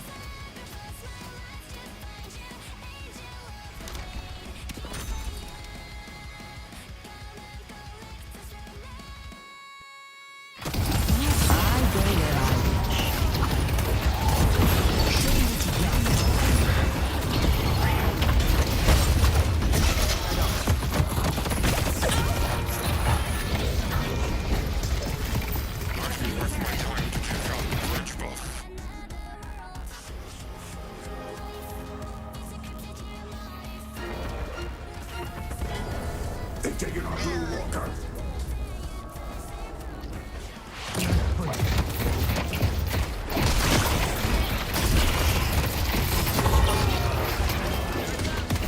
Defend the stronghold.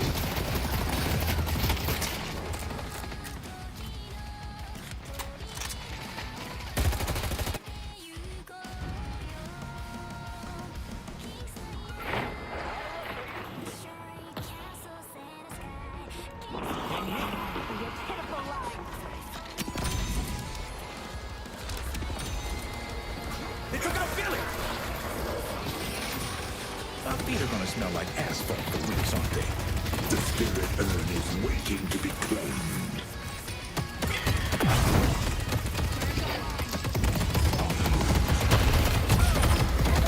They can't stop me! Defend the stronghold!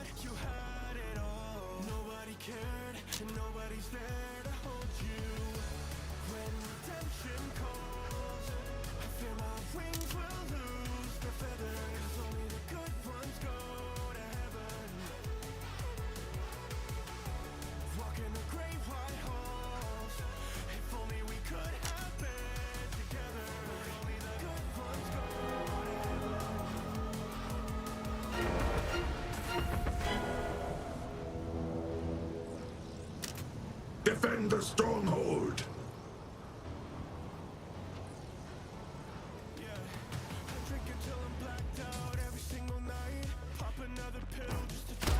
We're not gonna get that urn. Don't fight it. They claimed the urn.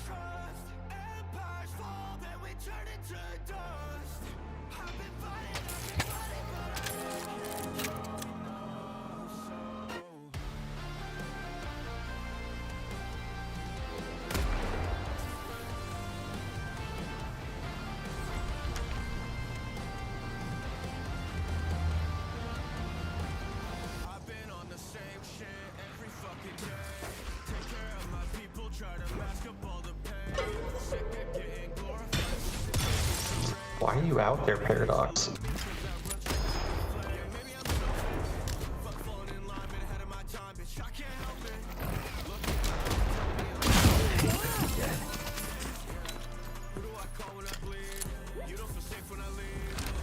The spirit urn is waiting to be claimed.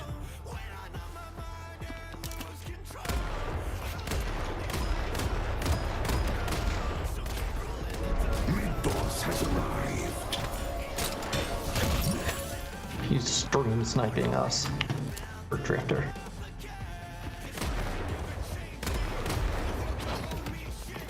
They're definitely gonna go mid.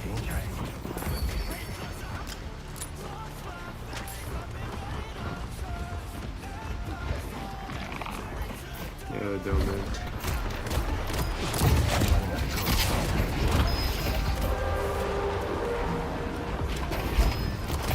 I have sleep. Demolition time.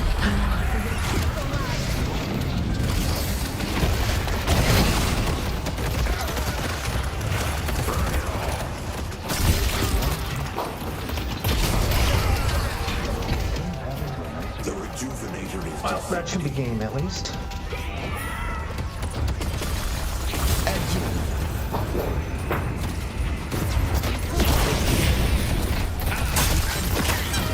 Nice work.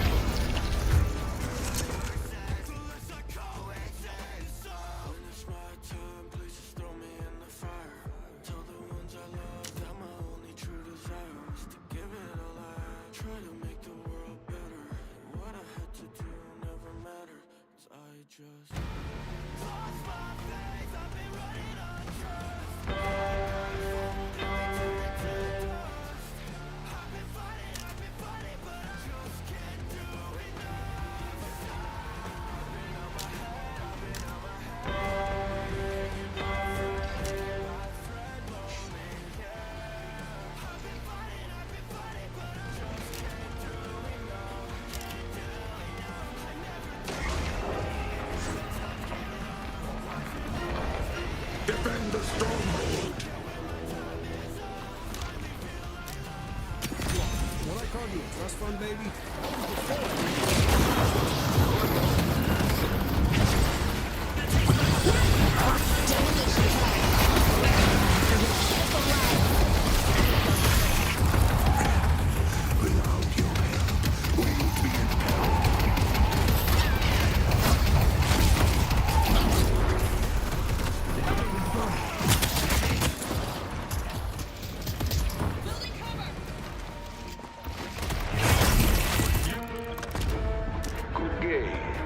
Beautiful.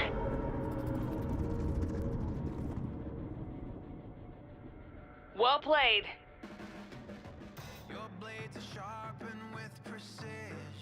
Friendly word of advice. You might want to stay away from Times Square tonight. I plan on celebrating.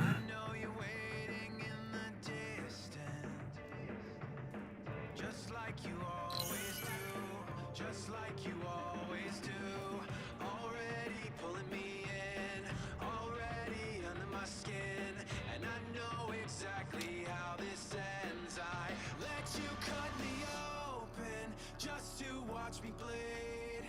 Gave up who I am for who you wanted me to be.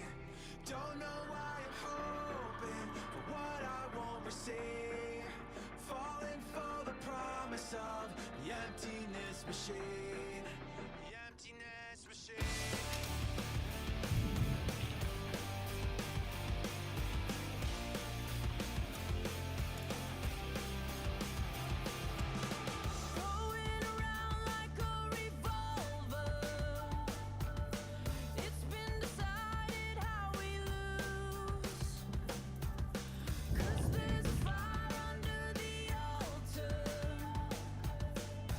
Keep on lying.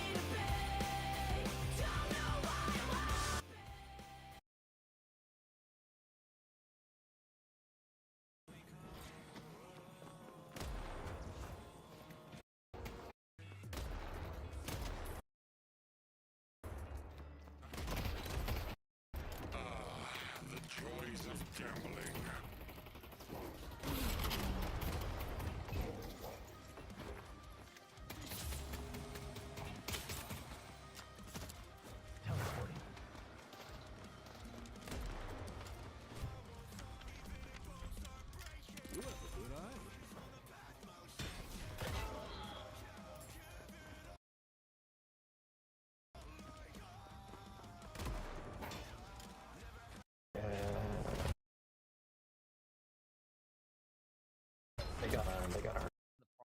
No.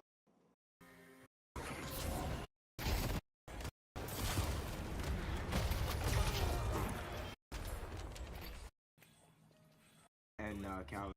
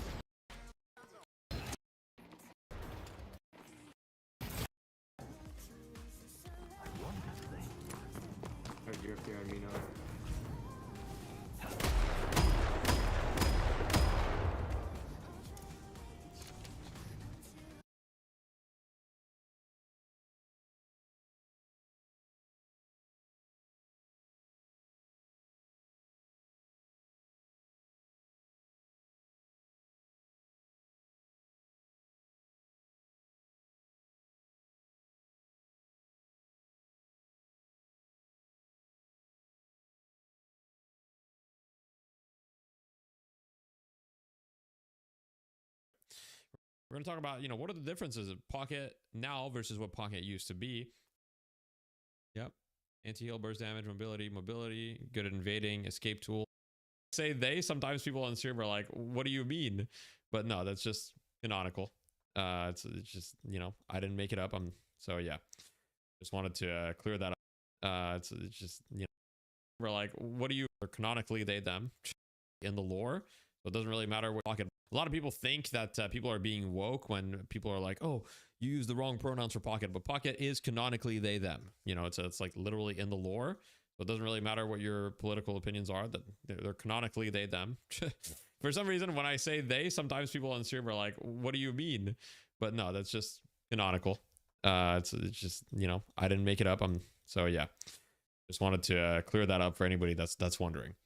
Now, mobility, anti-heal, burst, iframe, right? And one thing that I would add to this, and I think it kind of fits into into the other things, right, is we have a huge amount of damage amp. And I think that one of the things about damage amp that's very important to understand about how Pocket is played, or how Pocket can be played, or how other heroes can be played,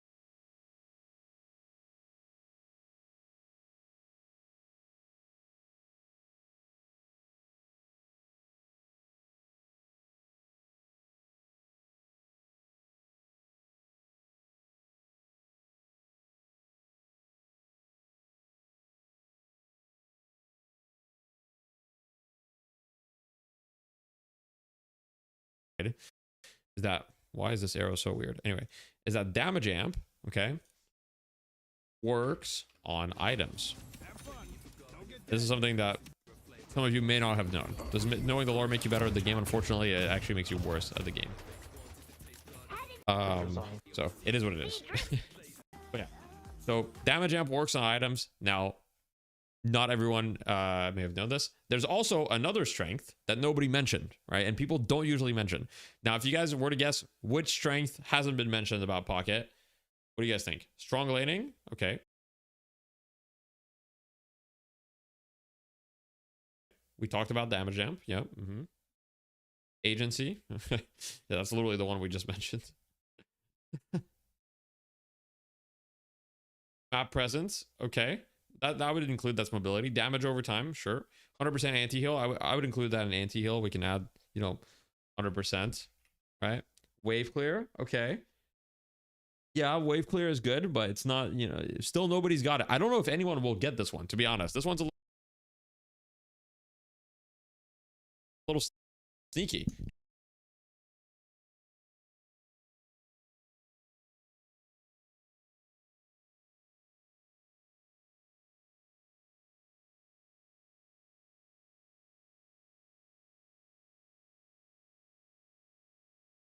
Try to think about it. Think about the stats. Think about the stats, okay? Gun damage, yes, 100%. So, very high gun damage, gun growth. Determines whether you play in the Veil or not is how good are you at playing in the Veil, right? You'll probably see them buy Mystic Ghost. Argument.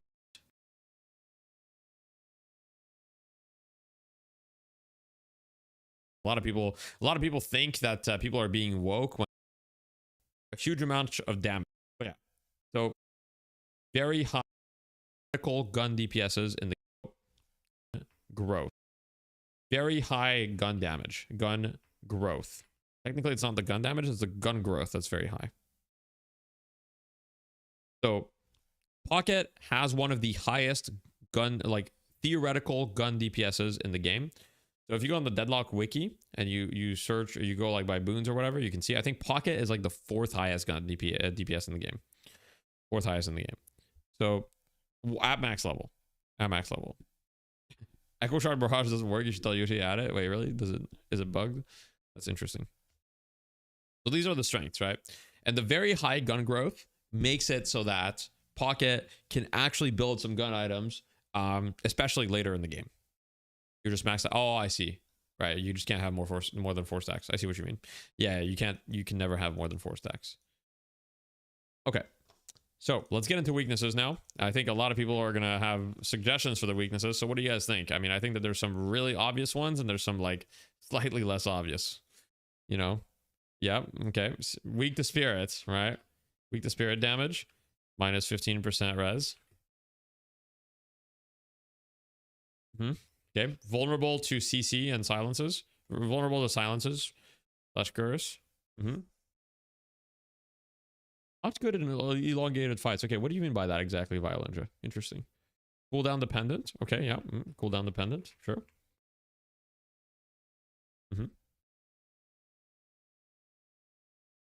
Late game becomes ult bot. Okay. See, I don't think that's necessarily entirely true. Pretty squishy. Yeah, I would say, generally squishy is fair. Really squishy. Dies fairly easily, right? Way too many buttons to press. So like what is that as a weakness, JMP? Is that like arthritis or something? Like causes you to have arthritis? Like makes a lot of noise. Yeah, very unfriendly to your neighbors. Hurts your brain. Yeah. Relies on enemy positioning. Yeah, I don't know if I feel that that's a weakness necessarily.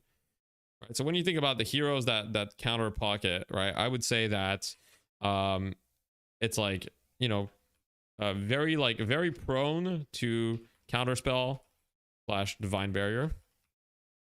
One thing I would say about this hero is like you get counterspells and divine barriers, and this hero kind of, becomes a lot weaker. I think a lot of people feel that way, right? You get to the late game, everyone has counterspell, divine barrier. Your hero is like, it's a little tougher. Well, Girl Pocket does not have fun. Yeah. So you know, weak to hard point and click CC. So Mo and Curl is an example, but if it's not point and click, right? And we talked about these iframes here, is that Pocket can dodge a lot of stuff. That's a strength. But if it's point and click and it's hard CC, like for example, Mo and Krill ult is a great example. Curse is another great example. You know, Pocket will be weak to that, all that stuff, right? Wraith as well. Wraith ult can be a problem. At the same time, though, the Wraith ult doesn't silence you anymore, and so you can just kind of cloak Satchel out, and a lot of the time you can be fine. You can also dodge Curse with the suitcase, it's true, but that's a lot harder to do consistently. You're going to have to kind of predict the Curse, because Curse travels pretty fucking fast. Hex, though? Oh, that's true. I forgot about the Hex. I'm stupid. Whoops. Don't listen to me. Can you counterspell Pocket ult? Yes, you can counterspell Pocket ult. I would say that these are the main weaknesses of Pocket, right? Cooldown dependent, weak to spear damage, etc. There's another strength that we didn't mention. Well, actually, no. We'll kind of go... I think it goes into the gameplay loop. We kind of mentioned the strength, and we'll talk about the general gameplay loop. Okay? So, then we're going to talk about general gameplay loop. Okay, and in the general gameplay loop, I'm going to include a few things like lane. We're going to talk about lane. We're going to talk about... Whoops. We're going to talk about the mid game. And we're going to talk about kind of later in the game. Okay. So that's kind of who Pocket is. Now, as a general rule of thumb, Pocket is a, you know, kind of like a burst. Most people consider them a mage, kind of like a burst mage that has large team fight potential, right? Not really a solo kill type hero, but can solo kill 100%. And is a type of hero that scales decently, but at some point, if everyone has Divine Bearer or everyone has things to counter you, your hero can start becoming a lot weaker. And that's why Pocket is a little bit less seen sometimes in high level play when the game goes a little bit longer. But Pockets can still have a great amount of impact. It's just, I would say, you know, they start falling off around 30-35 minutes. Average spirit hero problem? Yeah, not every spirit hero has this problem. For example, Mina doesn't really struggle too much with that, but, you know, Pocket struggles with that a little bit more. God help us if my father ever got his hands on general this gameplay power. loop, and then we're going to go into specifics. So what Pocket looks to do, generally speaking, is, you know, you're going to look to partake in team fights anytime your ult is up. We'll go more specific by kind of like part of the game, right? But you're going to partake in team fights anytime your ult is up. We're also going to talk about Pocket mechanics a little bit, just to include that. Partake in team fights anytime your ult is up. When your ult is on CD, generally more farm oriented. Clear every tier 2 camp and even tier 3. But you one-shot tier 2 camps. Tier 3 camps are fairly easy as well. We'll talk about, I'll show you guys kind of like how you do all of that and how you kind of can farm on Pocket. But I would say that you like side lanes when ult is on CD and can be a pseudo side laner. Very difficult to kill and like clears wave. The thing about Pocket is that Pocket is not necessarily an aggressive side laner, right? But Pocket can be a passive side laner. What I mean by that is you can just kind of like hold your walker. It's actually quite hard to push a walker against Pocket because Pocket can kind of one-shot the wave, and Pocket's very hard to catch on the side lane as well, right? Did you lean into Glocka as the game progresses from mid to late? Yeah, so we'll talk about that kind of in the late game section here. Okay, and just to show you guys some of my point right now, and it might be easier if I just share my whole screen. Give me a second. You guys see my screen? Hopefully you do. Okay. And you guys see the deadlock here? I'm tired of lying to my okay, cool. Thank you. Okay, so when I talked about farming, right? I said, okay, can farm very well. So with barely any items, Pocket can farm like can farm jungle pretty easily, even tier 3 camps. Let's say you even just have monster rounds or cultists, or doesn't really matter what you have too much, and like cold front, mystic burst, whatever. Let's say you just have a couple items, right?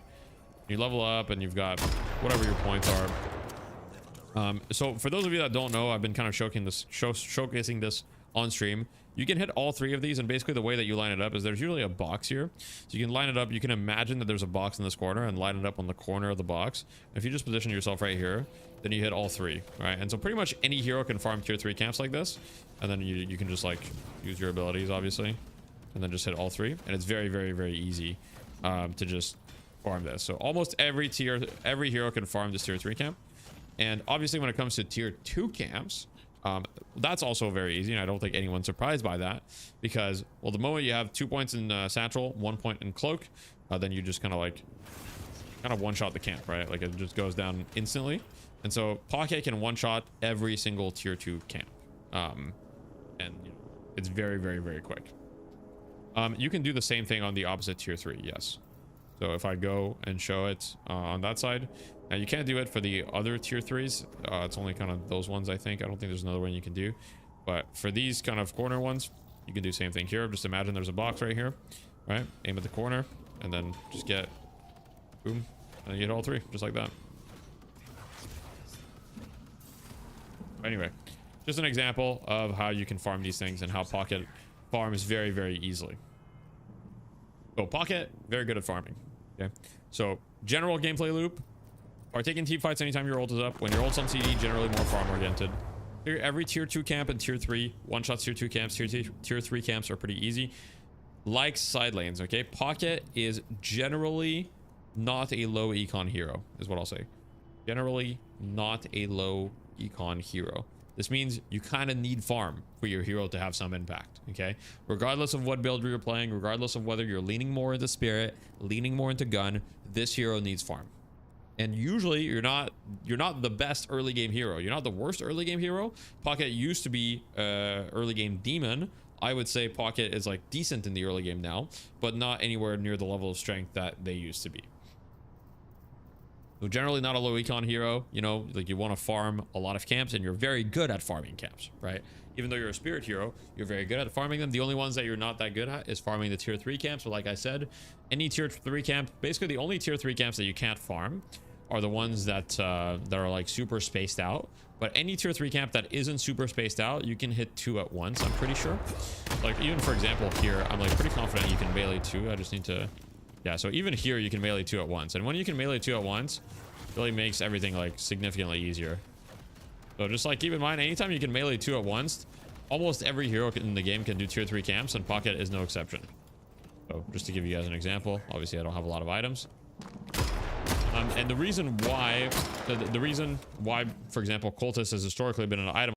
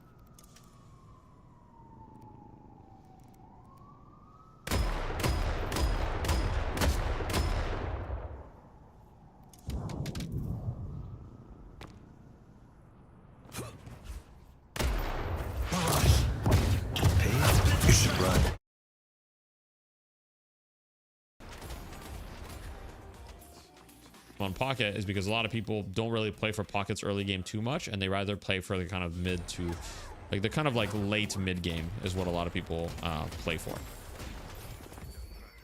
So how do you play the lane? Let's talk about that. That's just, we got into the general game plan of Pocket. How do you play the lane? Right, the way that you play the lane, very simple. Okay, you use cloak to push the wave. That is like the basic thing from the veil. Okay, I cannot repeat this enough. This is one of the most important things about playing the lane. So with Pocket, you want to use this veil. Okay, it works way better on side lanes than on the mid lane. But when the wave comes, you want to use your cloak and try to hit all 4 troopers with this, because Mystic Burst does not actually go on cooldown if you hit it on troopers or jungle. Okay, I don't know how many of you guys knew this, but now you know this knowledge. If you hit Mystic Burst on troopers or jungle, it doesn't go on cooldown, which makes it incredibly valuable for clearing the wave. So when you have 1 point in cloak, your cloak is doing whatever, like 160 damage plus Mystic Burst, which means you do 200 damage to the entire wave. Now, when it comes to actually trading, right, Pocket does not necessarily have amazing trades super early against a lot of these heroes, which means that very often the game plan is going to be, you're going to push the wave, try to see if you can trade a little bit, but you're not going to worry too much about it, and then you're just going to be efficient, right? So you're going to clear your small camp whenever it's up, and then in between waves, you're just going to chill and do boxes. And I kind of learned this from watching Do play a lot. Basically what Do does, and I think part of the reason why Ido has it in his build, is Do will literally start the wave. Okay, wave 1, he's gonna clear the wave from the veil, right? He's just gonna use his cloak, clear the wave, maybe melee it or something. He's not really gonna interact with the enemy heroes too much. Maybe he'll interact a little bit, and then he'll just back to the shop and he'll just instantly buy healing right first side. Then he'll just healing right, let the next wave push in, clear that wave, and then he'll go back to the veil for the 3rd wave, clear the wave again, and then after that he'll go for boxes, and he'll go for, you know, all these other things. So that's just kind of the general lane game plan. So what I'll say is use cloak to push the wave from the veil, right? Take short trades. Okay, that's one thing I want to remind everyone. Pocket early on, so we said Pocket has very high gun growth. Okay, growth here should be like underlined, because Pocket early on does not have a good gun. The gun is like fine. Okay, so early on, if I don't have like, let me reset my hero. Level 1, my damage is 59 DPS on a shotgun, which is not really that great. It's not bad at all. 59 DPS is fine, but it's not great, right? So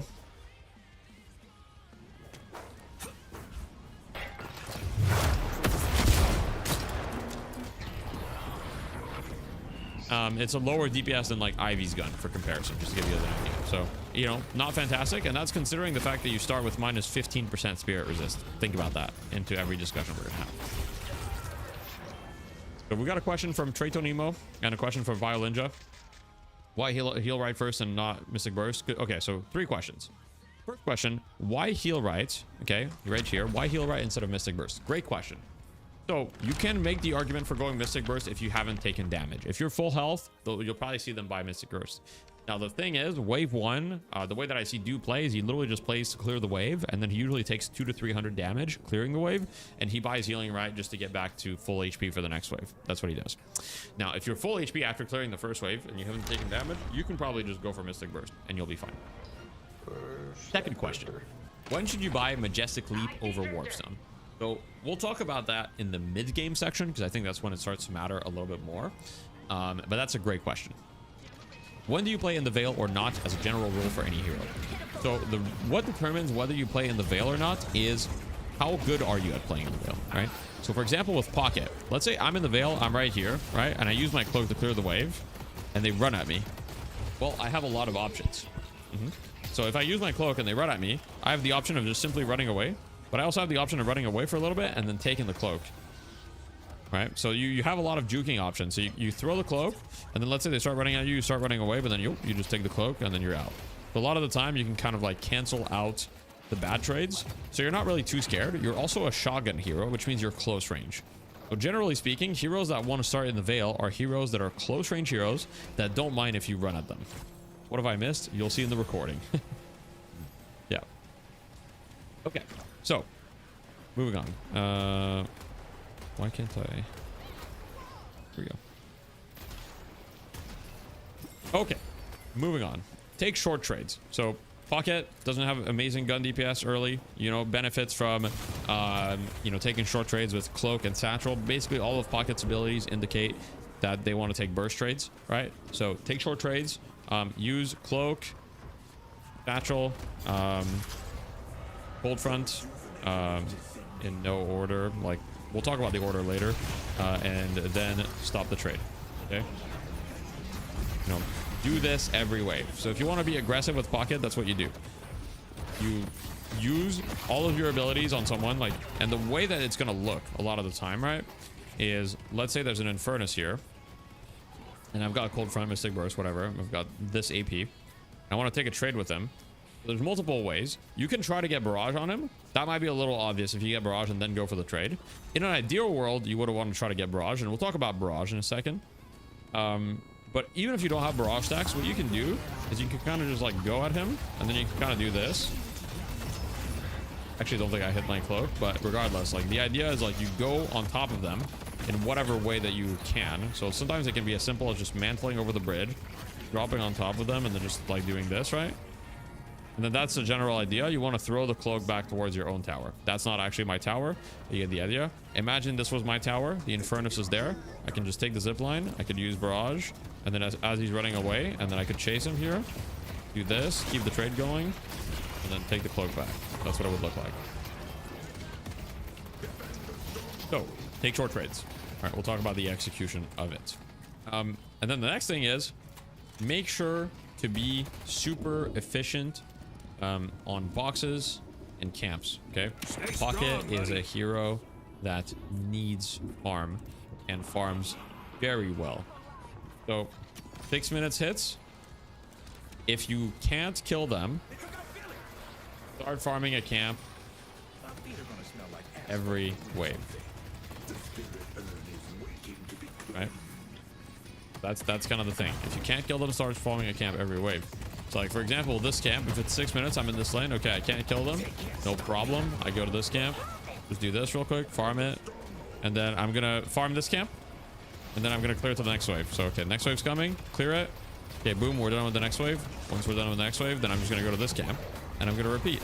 While I wait for the next wave, I'm just going to clear that. You know, while I wait, clear the full camp. And if you're doing this, you can buy monster rounds, you can buy cultists. We'll talk about itemization a little bit. But, you know, I'm just gonna... Don't be afraid to let the wave push into your tower if you're not killing them, okay? Because the most important thing is that you don't fall behind. And this is not just a Pocket thing. This is just like a general hero thing. If you're not ganking and you're not killing them, you need to be farming a camp between every wave as much as you can. So once this camp is farmed, well, what would I do? Well, I would go to this camp, which is the kind of like newish camp, right? So you can go to this camp and you can also one-shot this camp. This camp is very easy to farm for Pocket. So it's like you just clear this camp instantly, and then I would go back to wave. And you ideally don't want to miss any troopers, but you can let your tower tank a little bit of damage, right? And just doing something like this will ensure that you don't fall behind and you generate as much net worth as possible, so you can hit your mid-game spikes and you can be a hero. So that's the general laning game plan for Pocket. Does anyone have any questions? Okay, because I'm sure that you guys have played Pocket and lane and maybe you've struggled with certain things. So if you have questions about the laning stage with Pocket and the general ideas, this is the time to ask them. If not, there's going to be a Q&A at the end where you can ask additional questions. Is it not better to save Cloak for one trade in lane? So generally using Cloak to push the wave, especially in the early waves, is going to allow you to hit your spike. Because the thing is, wave 1 Pocket is not very strong, okay? So Pocket becomes strong. Pocket becomes able to take trades once you have like cold fronts, right? So at around 3k, like right around when you get your ultimate is right when you start becoming strong. Before that, Pocket's not actually that strong in lane, and so just pushing the wave and like, you know, buying healing right allows you to, you know, just extend the lane and not lose it until you get your ults. Why doesn't nobody put 2 points in Barrage? In lane, it's so good with zipline movement. I think it's a little bit underexplored. I think Barrage is a little underexplored. You can certainly do that. I think people are just like it's a little bit easier to play around Barrage, I think is kind of the problem. Like people can dodge barrage, but it's a little bit hard to dodge the flying cloak satchel combo. Pocket still build monster rounds in lane. You absolutely can build monster rounds in lane. I assume you can play very aggressive on tower dives with cloak. You can indeed do that. So one thing that you can do, for example, let's say I want to dive this tower and I've got max stamina, right? I can go kind of dive. Whoops, I actually messed it up somehow.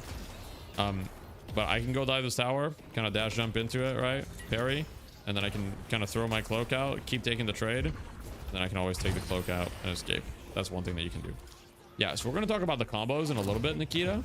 Right now we're talking about the general game plan, but I'm going to talk about the combos a little bit later. In general, so let's see. Are there heroes Pocket is bad into lane? I mean, any hero that like spirit nukes that Pocket can't easily avoid, Pocket sucks into. So like, for example, Mina is like a horrible matchup for Pocket. Mina, like GT, like these heroes are just not like really, really bad.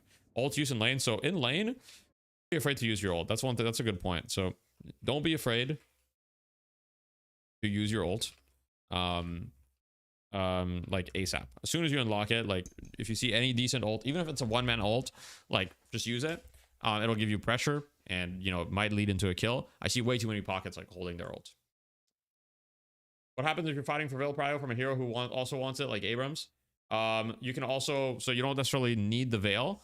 So if you don't have the Veil and you can't contest it from Abrams, you can also like go from the other side, right? You kind of do this, where you can push away from that side. So you don't necessarily need the Veil.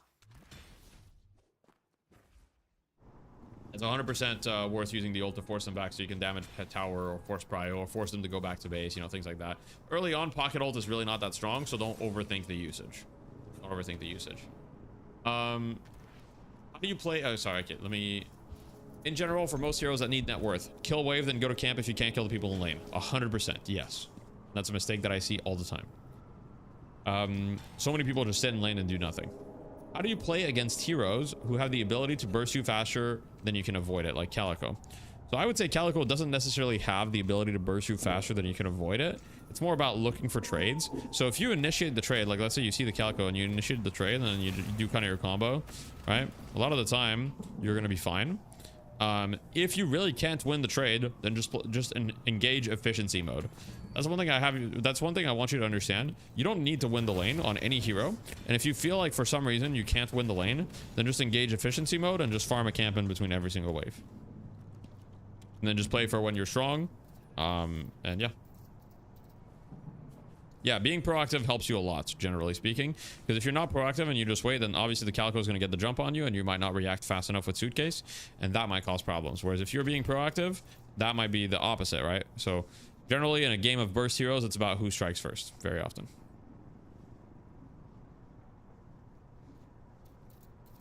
Pocket a good gank hero. Pocket can be a good gank hero. Yes, 100%. So Pocket has high burst, but no setup. So if you gank a lane, you want to make sure that the lane has like a setup for you, or that the heroes are hurt enough for you to just kill them very quickly. If neither of these things are true, then it's a bad gank, right? Because you don't have any setup, you don't have like any crowd control. Okay, let's move on to the mid game. So what changes in the mid game? Okay, in the mid game, I would say there's a few things that change. So you're still focused. You're still very much focused on scaling, right? Still very much focused on soul efficiency and getting money. Being poor as Pocket sucks. Doesn't mean you have to be AFK, but you want to definitely be getting money on this hero. Farm the tier 2 camps as much as possible. You know, you want to use your ult to either influence earn fights or consider pushing walkers. Okay, so you can ult the walker plus enemy hero. So if you ever get an opportunity where, let's say you're pushing this side of the map, right? And you have you and one teammate, like you guys are the two of you and you want to push this walker, but they're defending it. Don't be afraid to ult the walker, especially if there's people nearby. So let's say the people are like this, especially if you've got max ult, right? Well, let's say you've got max ult at this point and you've got Mystic Expansion cooldown or whatever, right? One thing that I do all the time is I'm going to jump in there, ult, and then like this, just get out. And then I ulted the walker and the two people there. And then all of a sudden, the walker is also ticking, right? Like right now, it's got backdoor protection, so it's not actually taking any damage. But the amount of damage that you do to the walker is not negligible. It's a decent amount. I mean, 64 DPS over 14 seconds, right? And I don't really have a lot of spirit right now, so I could definitely have more spirit. It would do more, but you know, that's like 1,000 damage extra you're doing to the walker. You do have to be in walker range for the ult to damage it. So I'm not saying you just ult the walker and then leave, right? I'm saying you ult the walker and then you can fight around it. But yes, if you're not in walker range, as you can see, it doesn't do anything. You do have to be in the walker range to damage it, but it does a lot of damage. It takes so much damage from walker. So the thing about taking damage from walker when you push, right, is one thing that you want to do. For example, let's say you go ult the walker, right, is if you're committing to the push, a lot of the time it's better to like go behind the walker. And also, well, okay, obviously not like that. I thought I had no death enabled. The walker owned me. But what I was gonna say is you can go behind the walker and you want to split the attention of the enemy heroes and the walker as well. And it's very important you dodge the fireballs. And a lot of the time what happens when people push walkers, and we'll kind of move on from this because this is getting away from pocket territory more into like macro, is that a lot of people will kind of sit here and then they'll try to dodge the fireballs, but they'll stay in this area. And the reality is you can't dodge the fireballs if you stay in this area. It's just not possible, right? Because there's not enough ground. So if you're committing to a walker push, a lot of the time it's going to be really good to kind of get control of this area behind here so you can damage the walker, and then if there's fireballs you can dodge it by kind of playing around geometry like this, and obviously you would have a wave so the walker wouldn't be hitting you the whole time. Hopefully that makes sense. All right, so keep going into the mid game. So use your ult to either influence earn fights or consider pushing walkers. You can ult the walker plus enemy hero. This is generally a good use of your ult. If you influence an earn fight, I would say that's a good ult. If you get a walker, I would say it's a good ult. Alternatively, if you get a solo ult, solo kill from an ult, that is also fine, right? And now, right now, Pocket is mostly played with max ult, anti-heal, which makes Pocket worse at 1v1s. However, if we come back into a meta where barrage max is good, Pocket can be a very good 1v1 hero. Okay, that's one thing I want you guys to remember, is don't think Pocket can't 1v1. Right now, the current meta Pocket, not amazing at 1v1s, can definitely still 1v1, but not his, you know, not their strong suit, but yeah. So the additional thing is Pocket can be extremely risky when it comes to wave pushes. Okay, this is something that I see a lot of Pocket players that I'll coach or whatever do wrong. So for example, let's say that I'm pushing this lane, I'm pushing the side lane, right? You can push the lane very aggressively. Let's say I'm here and I want to push the lane. I can clear the lane very aggressively and then just kind of always have like a cloak as I'm clearing the lane. And then when I finish clearing the lane, take the cloak. Just to make sure you always send your cloak to like high ground or some sort of escape. Okay. And if you do that, then you're golden. Then you're golden. That's a very important thing. And a lot of the time, just pushing that wave, make sure to abuse that. Make sure to abuse this and abuse your kind of like your wave pressure to move around. Very often Pocket will have, and this is kind of where we're going to get to the itemization a little bit. So a lot of the time Pocket either goes warp zone or majestic leap, right? Which is right here. Now, what I'll say about majestic leap is it heavily depends on how you like to play. But I will say for the large majority of Pocket players watching this, majestic leap is almost mandatory. And it makes Pocket much easier to pilot. Okay. However, you can absolutely play Pocket without majestic leap. But if you play Pocket with majestic leap, then you should definitely make sure to abuse the fact that you have insane mobility, cross map mobility. Like let's say I'm here, I push this, right? Okay. Okay. Yo, what? Okay. But anyway, let's say I push this, right? Kill the tower. I don't know what that tower is doing, but let's say I push this, kill the tower. What I can do is like, okay, I'm pushing this, killing the tower. I can throw my cloak out, do this, get the tower, take the cloak away. And then once I've created pressure on the map, I can instantly use majestic leap, for example, combined with stamina mastery for good movement to rotate very quickly. And I could make it from the right side of the map to the left side of the map like insanely fast. And that's something that you really have to abuse on these heroes, is you really want to make sure that you're abusing the mobility that you get from these movement items. And especially if you have Warp Zone or Majestic Leap, you know, the rotation speed that you can get is just insane on these heroes. So, is Majestic Leap okay to rush after 4.8 Spirit? Absolutely. If it's good for you, you know, it's just in this build, it would be replaced by Warp Zone. So if you like rushing it, you would just go here, you know, switch that out and go like this. Right, and Majestic Leap allows you to set up your barrages before you go in. It allows you to set up for those big ults, right? Allows you to do a lot of different things. Cloak is so good, you throw it to the other lane while clearing the wave. Yeah, so especially when you have Max Cloak, now Max Cloak lasts a really long time. And nowadays, pockets are building duration, right? So if you have duration with Cloak, now you can literally like snipe the Cloak. And you can like clear this, take your time, you know, just like, oh, you're clearing, you parry this. Okay, the tower jukes you, and then, oh, you're mid. Right? And that's one thing with the new Cloak, that it lasts so long. I would say that Majestic Leap is good for pocket players that don't have a perfect mastery of movement. So if you don't have a good mastery of movement, Majestic Leap is going to be much better than Warp Zone, just because Warp Zone requires you to be much better at like managing your cooldowns and moving very well, compared to Majestic Leap is a little bit like, hey, just press this button and you'll go really fast and really far very quickly. So, you know, just something to consider. Now,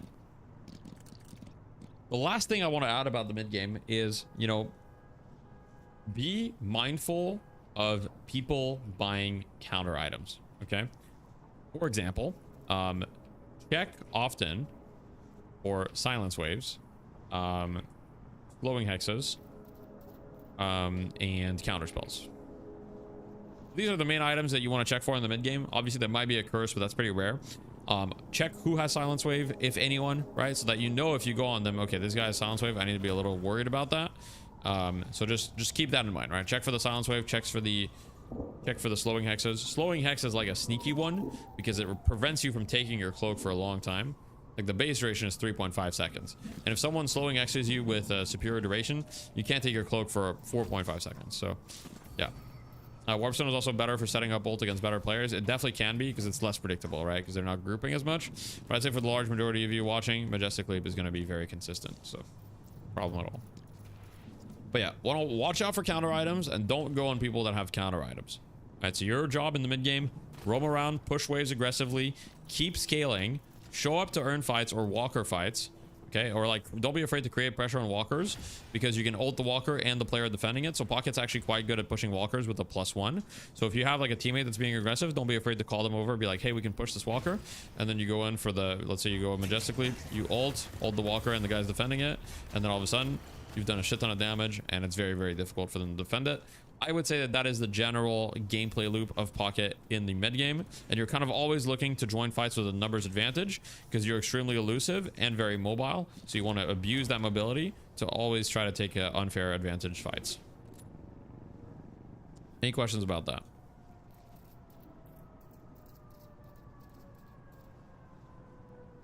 You seen E6 talk about everyone counterspell like Pocket ult, but even my Ascendant 6 E1 games I hardly ever see people do it. It's a little hard, but it's definitely very possible. Definitely very possible. Do you think his name is? Do you think their name is Pocket because they have Pocket Domestic in his briefcase? Oh, Pocket Dimension. Don't worry, don't worry about it, Trey. That's a good question. I don't know. I don't know. That's a good question. I'm not the person to ask for that. Maybe we should ask Valve. Their frog dimension. True. Absolutely. Frog hidden in Pocket. Okay, so if nobody has specific questions, I'm gonna move on to kind of late game because we've got still a bunch of stuff to cover and I'm seeing the clock go, so I'm kind of like, let's fucking go, you know. Okay. So late game. Dispel magic for those counter items? Nah, Dispel magic doesn't counter you. You can't remove ult with Dispel magic. Divine Barrier is one. Is Barrage Max just not viable because ult is so good? I feel it feels pretty good. Yeah, I think Barrage Max is like a little underrated, to be honest. I think it's probably still decent. But yeah, it's just that the ult max is like provides so much guaranteed value. Oh, right, for slowing a silence wave. Yeah, you can buy the spell magic. It doesn't feel great to do that, but you can buy it if you need it. Absolutely, you definitely can. Yeah. You just want to be more like, it's best if you're just careful and you understand who has counter items and you try to avoid them. But if they're not avoidable or they're like playing really well, you might need to buy the spell magic, which is true. Now, we won't be able to go super in depth into itemization for this, and itemization might change, so it might not be the worst thing, but yeah. If you have any questions, feel free to ask again. Okay. So late game. Late game, it's very important. The first thing is it's very important that you understand who you need to afflict. Okay. It's not just about getting the biggest ult. You need to get the best targets possible. Okay. Sometimes a 2-man ult is better than a 4-man ult if it's on the right targets. So how do you choose the right targets? Well, very simply put, it's 2 things that you consider, right? One thing that you consider, and let me remove the bots, is you're going to consider their kind of like gameplay loop, right? So for example, let's say they have a Fed Victor. Well, Fed Victor is obviously an extremely high priority target because they have high net worth and your hero naturally counters them. Because if you ult, well, Victor can't even like debuff or move or anything, right? And so it's very powerful, prevents all Victor healing. Now, let's say that there's multiple heroes on the enemy team and there's like, I would say as a rule of thumb, afflicting people that are fed is very good. So afflicting people with high net worth is very good. So net worth is a consideration and how much they heal is another. So any hero that has leech, any hero that is a lot of built-in healing to their kit, those are going to be great targets for your ult, right? So when we're thinking about heroes that build leech, you know, heroes like Wraith very often will have leech, right? Heroes like Victor, heroes like an Abrams, right? Or even maybe a Mo and Krill sometimes, although Mo and Krill might not be the best target because, well, Mo and Krill just sometimes, you know, he's very tanky and he doesn't really care. So those are the main 2 things you want to consider. How much can they heal and how much net worth do they have? Try avoiding ulting the low net worth heroes, especially if you're getting a small ult. Now, if you're getting a 4-man ult, it can be all right. And as far as how to get your ult, I would say, you know, be patient with your initiations, okay? Pocket generally tends to prefer not being first, okay? And this is one thing that kind of, I believe JMP mentioned earlier, is like, especially against good players, if you just Majestic Leap like this and they're all standing there, they're not gonna just let you, you know, ult all of them, right? Like, they're gonna move before that happens, right? And so pocket is usually best when like there's already a fight happening. So I'll say Victor is here. I've got, you know, 2 friendly Victors against the horde of enemy Victors, and they're kind of fighting around this area. This is a very common situation that happens all the time. And then you're coming in from the side and you Majestic Leap, right? And then you just ult. In this situation, that's a lot better because they're already distracted and they're already fighting. So try to not be the first person in, and if it looks like it's just kind of like not a stalemate, but you know, the fight's setting up but nothing's happening, don't be afraid to just try to get some barrage stacks right before the fight. It's very good. And one thing about the way that barrage works, just to explain everyone, is barrage gives you damage amp. The damage amp is not tied to a specific hero. I do want to clear that up as well for anybody that may be wondering. It gives you damage amp to you, so it's a buff, it's not a debuff, right? So no matter who you get the barrage stacks on, it's all the same. It's a buff right here. And the other thing is it works dynamically. So even if you ult first, right? You ult first and then you get the barrage stacks, it'll still update the damage that your ult is doing. So it's okay. I've created an infinite loop of Victors. Oh god. You know, it's fine. Thought I'd created an infinite source of energy from the Victors just all dying. What was I gonna say? Yeah. So be patient with your initiations. Pocket generally tends to prefer not being first. Now, okay, do not be afraid to buy Cheat Death / Unstoppable. Okay, both of these items can be crucial if the enemy team versus you. If you notice Affliction is not getting value, for example, lots of counter spells, divine barriers, EBs, etc., then itemize more into gun. So for example, items that can be good can be crippling, spell slinger, etc., right? Some of these items can be very, very, very good. So like late game pocket, you're still quite squishy, but if you got, you know, spell slinger and crippling, you can definitely chunk, because like I said, Pocket has very, very, very high gun growth. So even with just 2 gun items, right, my gun DPS is 361. Now, for those of you that aren't familiar with kind of like damage numbers in Deadlock, that's very, very high. So, and then on top of that, you get +5 weapon damage on your cloak when you use it. Then when you combine that with the +5 weapon damage, and then you have insane fire rate from Spellslinger, you can start like absolutely, you know, chunking these people, right? Oh boy, I've created the infinite victor. Oh wow, let me get out of here. I have no idea how to play Pocket. I've been to play a couple of street brawls while the lesson is going on. They're busted. Okay, fair. So that's a lot of the general like gameplay things. Is like, yeah, don't be afraid to buy some of these green items. If your affliction is not getting value, itemize a little bit more into gun. Gun is still very, very, very good. What's the other thing? Yeah, I would say E-shift is your best friend, as it allows you to get another cycle of spells and become unkillable. Your goal in a fight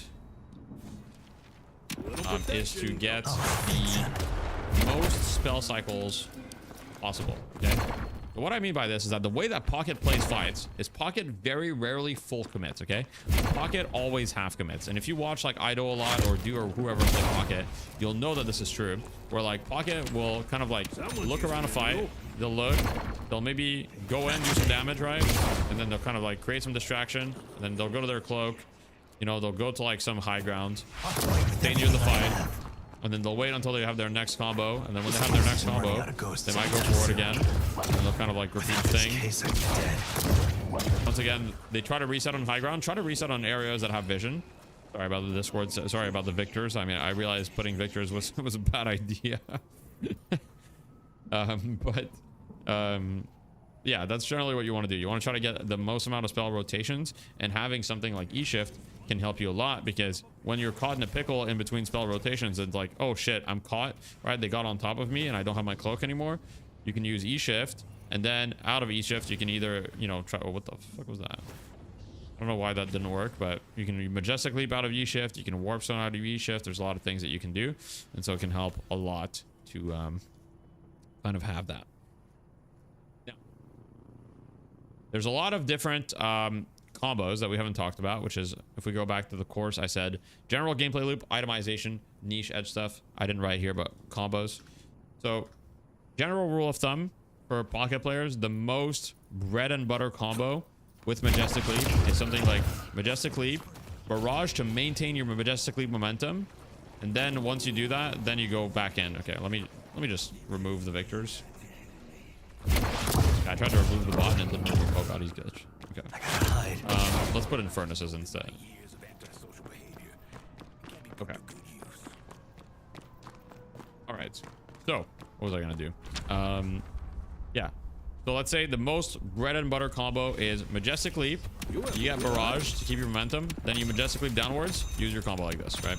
That's like the most bread and butter, and you always want to try to put cloak back in a way that's going to get you to some high ground. Okay, so try to always have the cloak have some height so you can climb to places. So a couple examples of where I'd use cloak. So let's say you're fighting around the urn area, right? I'll show you a couple examples. Of course, a lot of this comes through map knowledge. Let's say I'm fighting around the urn area. Another thing is you usually want to try to gain some height before Majestic Leaping. So for example, this would be non-optimal to do this, right? But what would be optimal is like, before I do that, what if I just double jump on this, then use Majestic Leap from here, do my little thing, do my barrage, dive in, and then I'll use cloak, do my damage here, and then cloak's in the air, and that can allow me to, for example, retreat to this area. All right, so always think about, okay, is there some sort of high ground? And similarly, if I'm on the other side, on the other team, right, I might go from here, use barrage, and then once I'm in there, kind of throw my cloak in the air, and once I escape, if you have stamina mastery, it helps a lot, of course. And yeah. What was I gonna say? Yeah. So other combos to do are, the most common one is going to be kind of like the just, you know, cloak satchel. One thing I'll say is that cloak moves pretty slowly nowadays, so be careful if you use cloak to like kill someone. As you can see, like if this person's here, I'm trying to like cloak them, it takes a little bit to hit them, right? And a lot of the time they might have time to get away, so make sure that you're as close as possible to someone before you cloak them, if you use cloak for damage. Just make sure that you're like right on top of them because it doesn't really move that fast. That's one thing. Another thing that you can do is you can majestically down and then use barrage to kind of like move forward and have a lot of forward momentum with it. So it looks like this. You go down and then you have a lot of forward momentum with barrage. That can help you chase people down. Yeah, so late game JMP, to answer your question about the extra damage.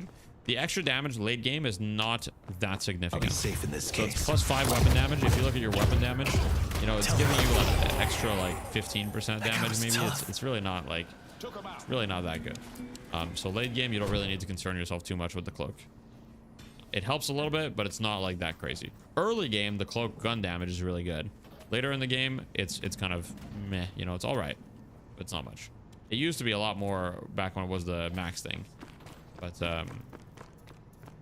yeah, it's not nothing, don't get me wrong, but yeah. Now, as far as other combos, there's not really too much. There's a lot of creativity that can be had on Pocket. One thing that can help you, for example, is getting something like Arctic Blast, which can, you know, lead you to, once you get in there, you can kind of use Arctic Blast, which gives you a lot of amp for your burst on top of the amp that you already have. These are some other combos that you can do. And then the last thing that I didn't show, which is slightly more advanced tech, but might be useful if you buy Warp Zone, is with the Warp Zone, you can do this tech called a dash jump Warp Zone. So how that works is you dash Warp Zone jump. Whoops, I fucked it up. You dash Warp Zone jump. So this can be kind of useful, especially if you have Warp Zone as Pocket and you want to escape. It allows you to kind of continue your momentum from the dash jump, and this can be a pretty useful movement technique to have under your belt if you buy Warp Zone on Pocket. So I figured I'd throw it out there. You would Arctic before the case, correct? Yes. Yeah, this tech can be pretty good because you can also dash jump vertically with this, right? Where you can do this. You can dash jump towards a buff, for example. So this can be this is pretty nice. It allows you to carry your momentum. Now, we've talked about the general game plan. What do you do? What are your strengths, weaknesses, etc. Now, niche edge stuff, Q&A. So a few things that is niche.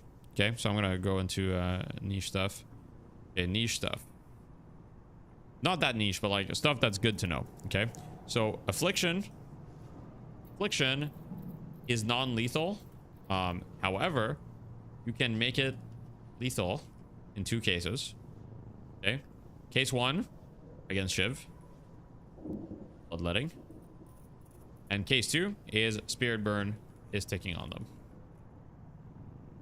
So that's why you'll see the kind of stuff. Yeah, Satchel reloads the gun. Absolutely true. Satchel reloads the gun. This is not that niche, but this is absolutely good to mention. So if you shoot a little bit, right? Satchel will reload your gun. However, if you use Satchel before reloading, it doesn't actually reload it, right? So you have to start the reload, then use Satchel, and then it's reloaded. So keep in mind, every time you use Satchel, in theory, it's optimal to press the reload key before using Satchel because it'll always reload you. So let's say you're chasing someone, you want to use your combo, you should kind of reload. Now, it's a little bit hard sometimes to implement that, but yeah. You can reload during barrage. You can reload during a lot of abilities in Deadlock, so that doesn't surprise me. Oops. But that makes sense. Remember when you could melee during pocket barrage? Yeah. Another thing that I didn't mention is during barrage nowadays, you can actually use stamina and you can use cloak, right? So you can use stamina and you can use cloak, which kind of gives Pocket a lot of mobility. I will say a lot of Pocket players are not really using this yet a ton because people are starting to use it, but it definitely has potential. You can Satchel, press the reload key. Oh, that's true. That is true. Finally safe. Okay, good point. Yeah, you can reload during Satchel. I actually didn't know that. I always pressed it before. Okay, that's a good point. But generally about low HP heroes, if you take 1 bad trade, you have to go back to base. That makes sense. You can make it lethal. And you want to use your combo, you should kind of reload. Now, it's a little bit hard sometimes to implement that. But yeah, you can reload during barrage. You can reload during a lot of abilities in Deadlock, so that doesn't surprise me. Oops. But that makes sense. Remember when you could melee during pocket barrage? Yeah.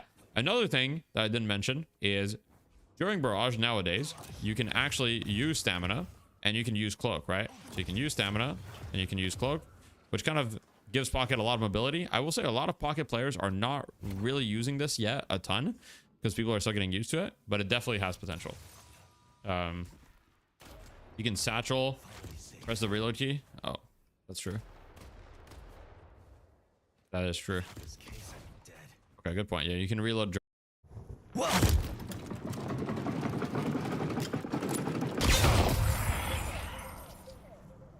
You're making me do this.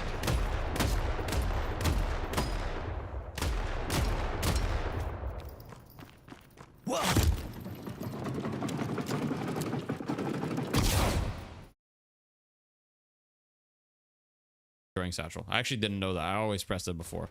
Okay, that's a good point.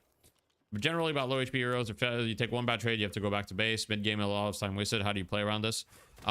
So with Pocket, I mean, with just, you know, you go healing right, first of all, for example, in this build. And second of all, heal troopers, right? Heal troopers will heal you a decent amount. Combined with healing right, generally you'll be fine. If you have to go back to base, go for it, but really only do it if you really have to. Going back to base is quite bad unless you really have to. And especially if you don't have zip. So that's other niche stuff. Let me think. There was another one niche interaction. So everything you do can be counterspelled. This is not that niche, but fun.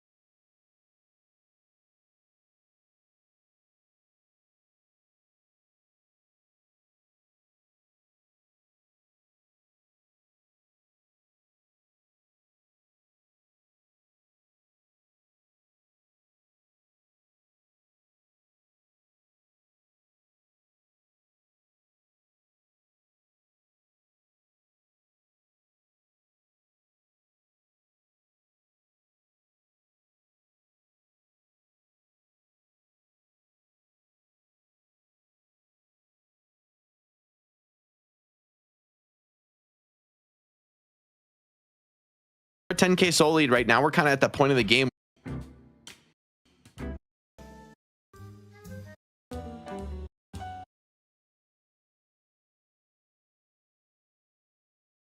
You are familiar with these squads, but as we will know, really top tier.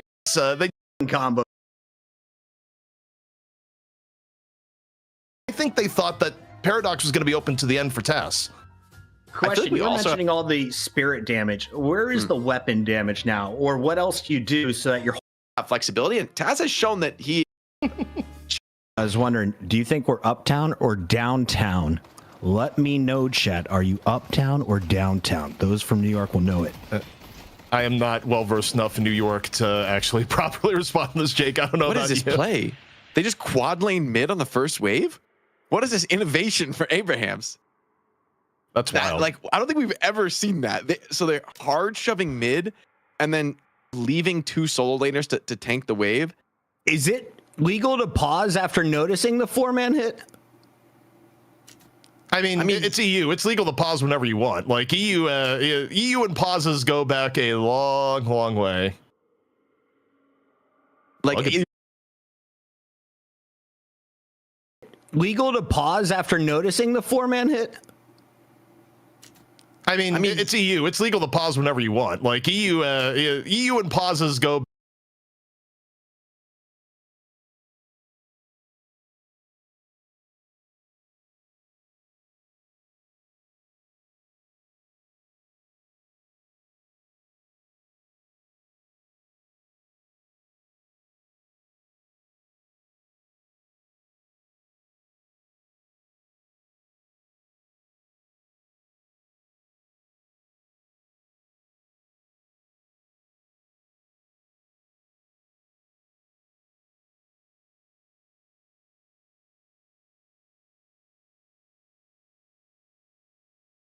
Back a long, long way.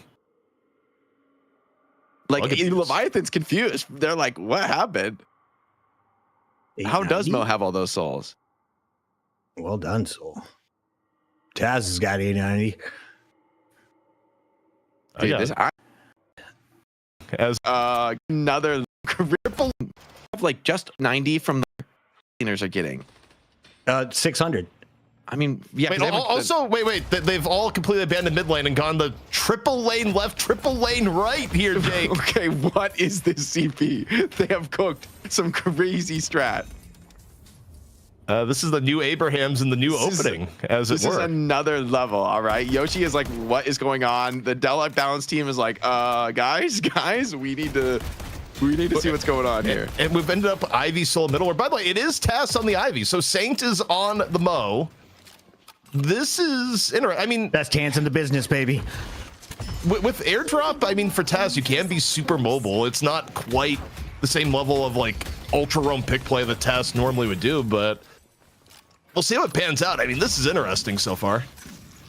I mean, they have a soul lead, so like clearly it's working economy wise. So the soul split on 4 players, isn't it 25% each? It should be worse. They brought 4 middle again, and then they're split like they're doing this every wave. They're doing this every. So if you split the waves, 3 waves on the side lane, I believe it's 36% per. So you're netting out to like plus 9% over the whole wave, where 2 people splitting is plus 8, but that shouldn't be enough to account for this. Also, I mean, the overall aggregate is absurd. Abrahams is way ahead. I mean, like, you may look at me like it's just, what is going on? Like, I don't know. I feel like this is going to completely change the meta if this works. Like, why? I actually don't understand why this works. Like, math-wise, I feel like it shouldn't. Is the soul sharing different in like the very early game? I don't know, but we're back to 4 in middle. Like, this is... They're roaming every wave. They're doing this to have big stacks on like as many waves as they can. And they're just getting further and further ahead. And Leviathan is doing this sort of conventional play here where they're kind of like one manning the wave, someone else box run. The key is like, do you get punished for this kind of like constantly lane swapping the predictable rotations across the map? Well, I mean, Leviathan doesn't know what to do. So far as the answer is no, and also I think fighting Abrahams in these rotations is dangerous. You can't fight them when they're 4 in middle, and you don't want to fight them when they're 3 in each side lane. And the one you've left in middle is Ivy, and Ivy can stone form in on a dive. Like, Ivy is actually not the easiest character to dive.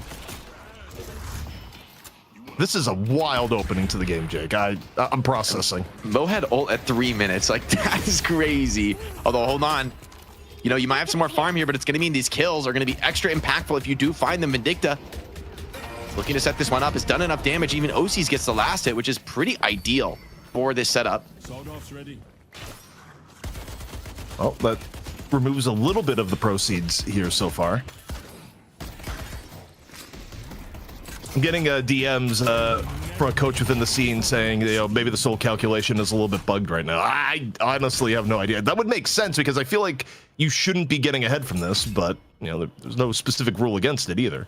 Yeah. I mean, I wouldn't even call this really bug abuse because it's so foundational. Like, you couldn't even avoid, like if soul splitting were changed. It's not like you just have to be in the right spot on the map, I guess, to get the value out of it. Combo in mid. I mean, quick combo and a quicker escape. Not the easiest target to take down an Apollo so early. Yeah, I mean, I'm getting questions from players on other teams being like, hey, what do you think about the situation? And I don't know if you can make a rule against early rotations. Like, I just don't think that's something you can make a rule against. It just that I don't know what's going on in the game wise, but you can't position you can't position this way. I mean, that's a job for Yoshi, not the players, right? Yeah, the game has been like this before, right? There have been times where like, you know, like weird laning rotations have been the meta because they just like get you more souls. And I just don't, it's not really our purview, I think, to ban it ultimately. Ram's gonna contest it. Is kind of happy to soak some damage.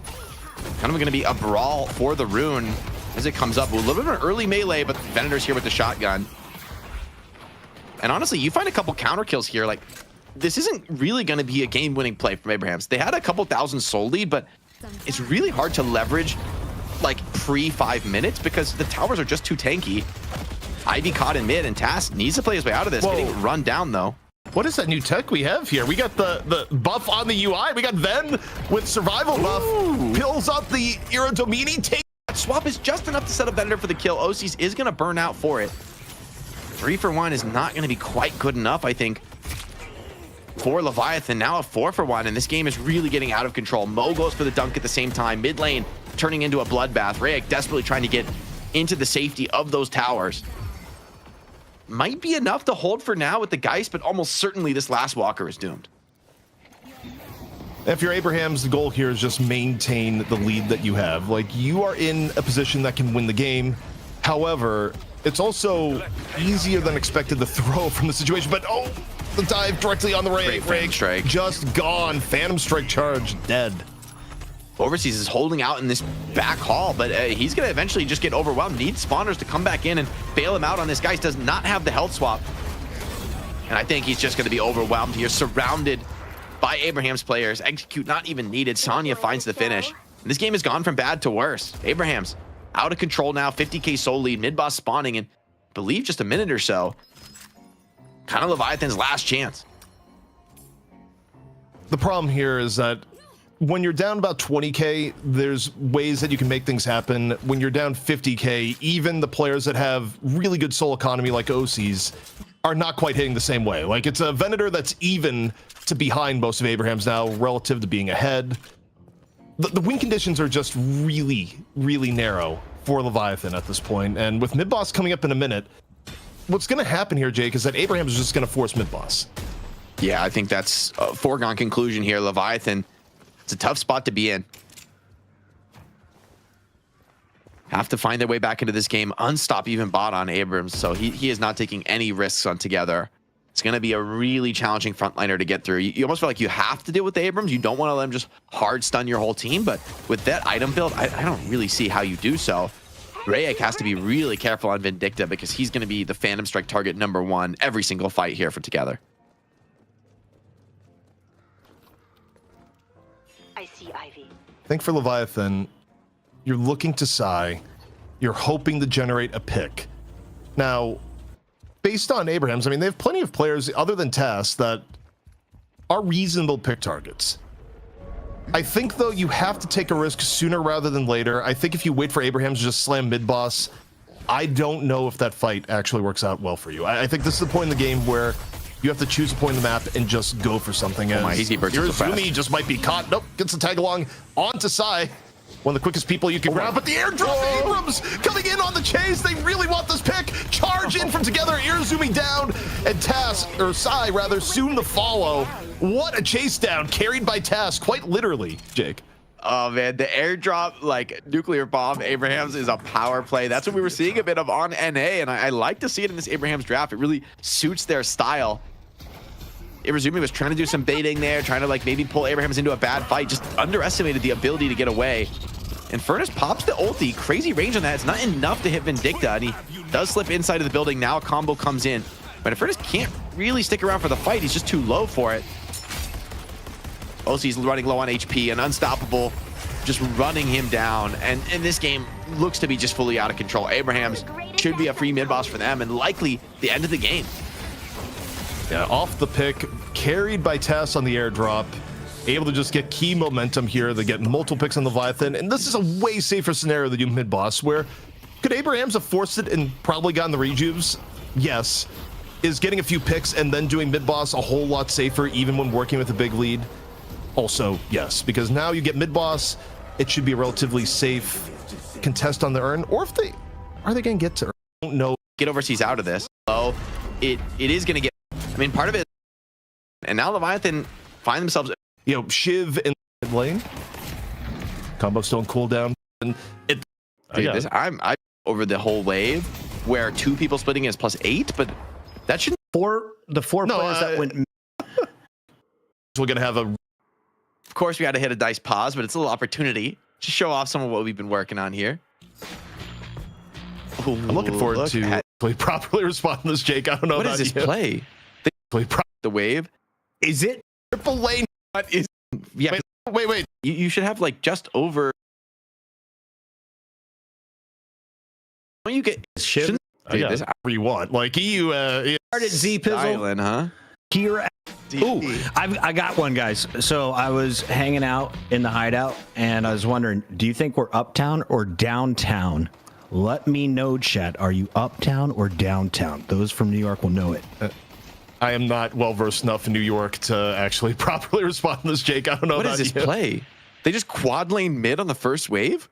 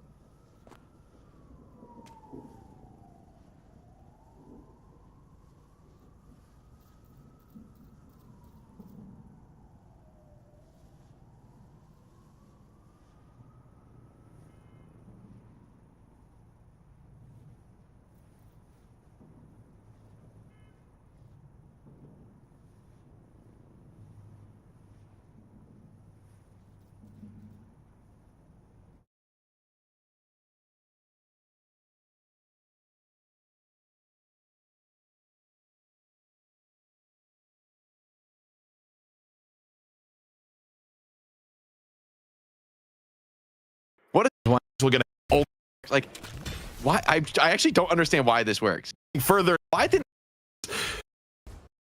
Why I heard Abraham enough to it's working. It drop. I mean, this is yeah. Wait, all, 890. New York. We're gonna have a really mega farmed guy. Abraham's. It's probably going to be 20 minutes. Challenge is great. Let's do it, but it's a lot. Show off In the hideout chat, are you uptown or downtown? Those from New York will know it. I am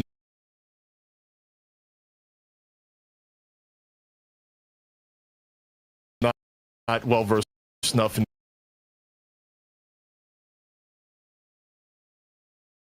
New York. Town or downtown? Town or downtown? I was hanging out in the hideout, and I was wondering, do you think we're up? That one, guys. It's a lot. On the Of course, we got to hit a dice.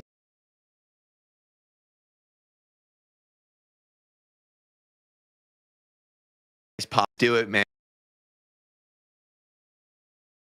And with Jake getting into the action here. Of course, we got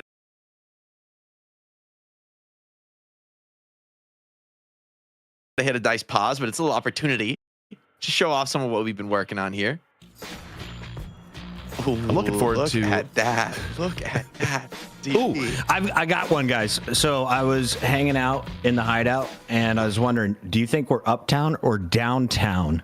Let me know, chat. Are you uptown or downtown? Those from New York will know it. I am not well versed enough in New York to actually properly respond to this, Jake. I don't know. What is this play? They just quad lane mid on the first wave? What is this innovation for Abrahams? That's wild. Like, I don't think we've ever seen that. So they're hard shoving mid and then leaving two solo laners to eat. Like, oh, how started Z.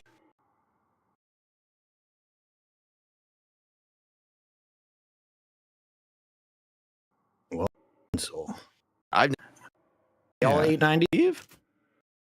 Or you don't. You get less.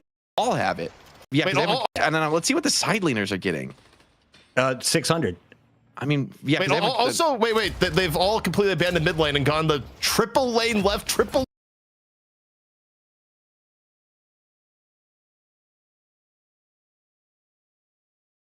lane right here. Oh, all right, Yoshi is like, what is going on? What's going on here? Like, some triple lane right here. This CP, they have cooked some crazy strat. This is the new Abrahams in the new opening, as it were. This is another level, all right? Yoshi is like, what is going on? The Della... And we've ended up Ivy solo middle. Or by the way, it is Tass on the Ivy. So Saint is on the Mo. This is interesting. I mean... Best hands in the business, baby. With airdrop, I mean, for Taz, you can be super mobile. It's not quite the same level of like ultra roam pick play that Taz normally would do, but we'll see how it pans out. I mean, this is interesting so far. I mean, they have a soul lead, so like clearly it's working economy wise. So the soul split on 4 players, isn't it 25% each? It should be worse. They brought 4 middle again, and then they're split like. Jake, they're doing this every wave. They're doing this every. So if you split the waves, 3 waves on the side lane, I believe it's 36% per. So you're netting out to like plus 9% over the whole wave, where 2 people splitting is plus 8. But that shouldn't be enough to account for this. Also, I mean, the overall aggregate is absurd. Abrahams is way ahead. I mean, like, you may look at me like it's just... what is going on? I don't know. I feel like this is going to completely change the meta if this works. Like, why? I actually don't understand why this works. Like, math-wise, I feel like it shouldn't. Is the soul sharing different in like the very early game? I don't know, but we're back to 4 middle. Like, this is... They're roaming every wave. They're doing this to have big stacks on like as many waves as they can. And they're just getting further and further ahead. And Leviathan is doing this sort of conventional play here where they're kind of like one manning the wave, someone else box run. The key is like, do you get punished for this kind of like constantly lane swapping, the predictable rotations across the map? Well, I mean, Leviathan doesn't know what to do. So far as the answer is no, and also I think fighting Abrahams in these rotations is dangerous. You can't fight them when they're 4 in middle, and you don't want to fight them when they're 3 in each side lane. And the one you've left in middle is Ivy, and Ivy can stone form in on a dive. Like, Ivy is actually not the easiest character in the dive. This is a wild opening to the game, Jake. I'm processing. Mo had ult at 3 minutes. Like, that is crazy. Although, hold on. You know, you might have some more farm here, but it's going to mean these kills are going to be extra impactful if you do find them. Vindicta looking to set this one up, has done enough damage. Even OCs gets the last hit, which is pretty ideal for this setup. Well, that removes a little bit of the proceeds here so far. I'm getting DMs from a coach within the scene saying, you know, maybe the soul calculation is a little bit bugged right now. I honestly have no idea. That would make sense because I feel like you shouldn't be getting ahead from this, but you know, there's no specific rule against it either. Yeah.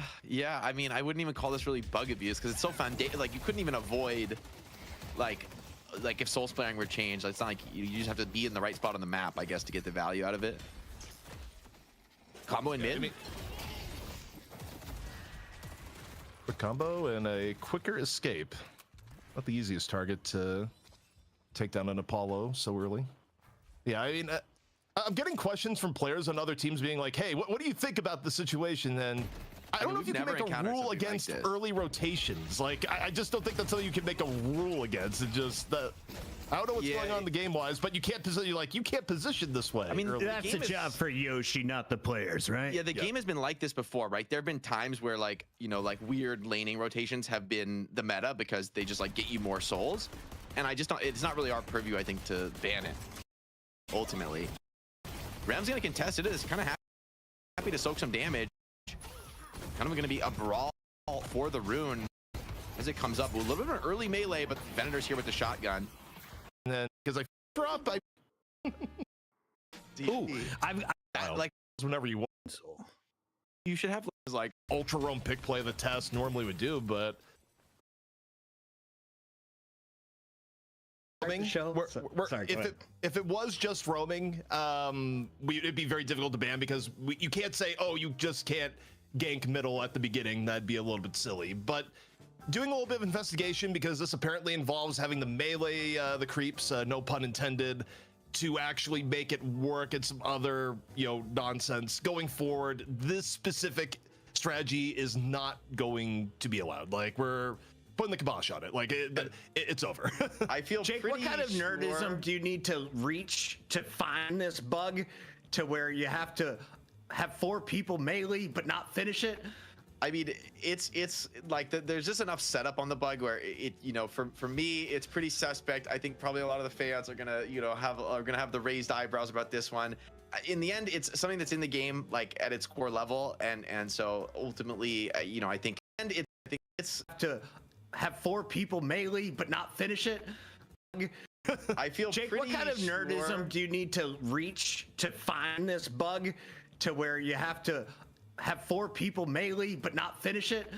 I mean, it's like there's just enough setup on the bug where it, you know, for me, it's pretty suspect. I think probably a lot of the fans are gonna, you know, have the raised eyebrows about this one. In the end, it's something that's in the game, like at its core level, and so ultimately, you know, they try to win our mistakes and learn from the Abrahams. You can abuse this in your ranked games. We're not going to stop you, but we do continue the show as we get into the EU finals. ZP, it is a returning champion with a fresh face. Hoot has joined the low-key. Look at best, but they just like get you more. I mean, noticing the 4-man hit, leaving New York. Uptown or down? I was wondering, do you think we're uptown or downtown? Let me know, chat. Are you uptown or downtown? Those from New York will know it. I am not well versed enough in New York to. Downtown. Those from New York will know it. Let me know, chat. Are you uptown or downtown? Those from New York will know it. I am not. Chat, are you uptown or downtown? Those from New York will know it. I am not. Node chat, are you uptown or downtown? Those from downtown. Let me know chat,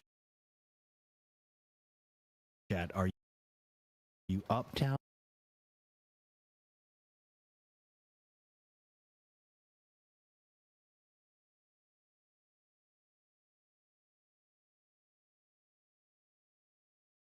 Or downtown. Those from New York will know it.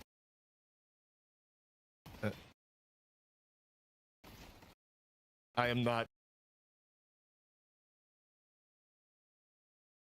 well versed enough in New York. Town or downtown. Those from New York will know it. I am not well versed. Are you uptown or downtown? Those from New York will know it. Let me know chat. Are you uptown or downtown? Those from New York will know it. I am not well versed enough in New York to actually Those from New York will know it. Down. Let me know chat. Are you uptown or downtown? Those from New York will know it.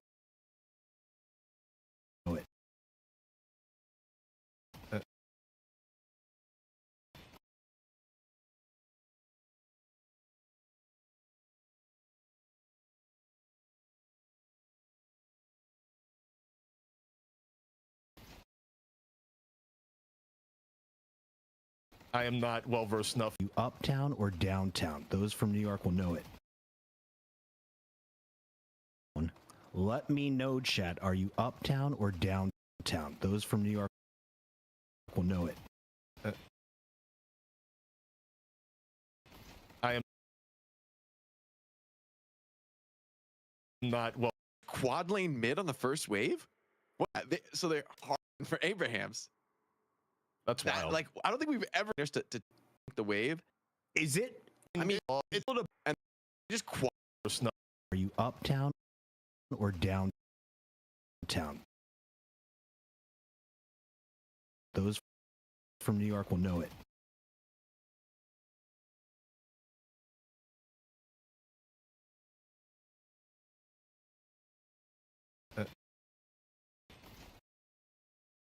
I am not well versed.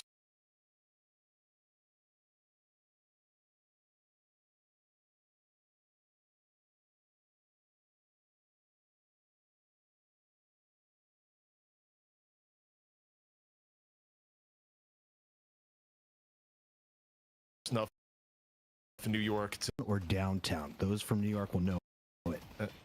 I am not well versed enough in New York. Uptown or downtown? Uptown or downtown? Let me know chat. Are you uptown or downtown? Those from New York will know it. I am not well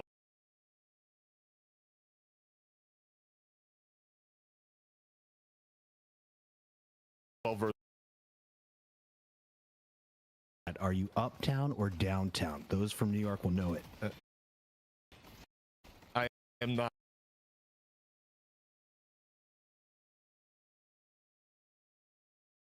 well versed.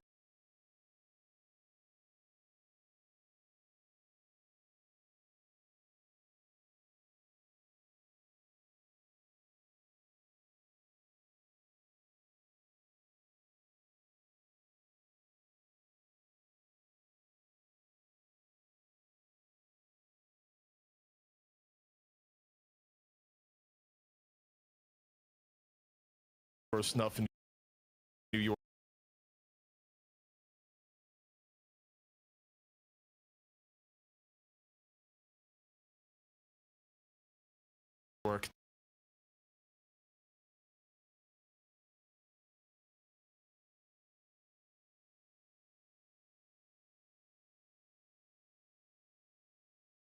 To actually properly respond to this, Jake. I don't know What about is this you. play? They just quad lane.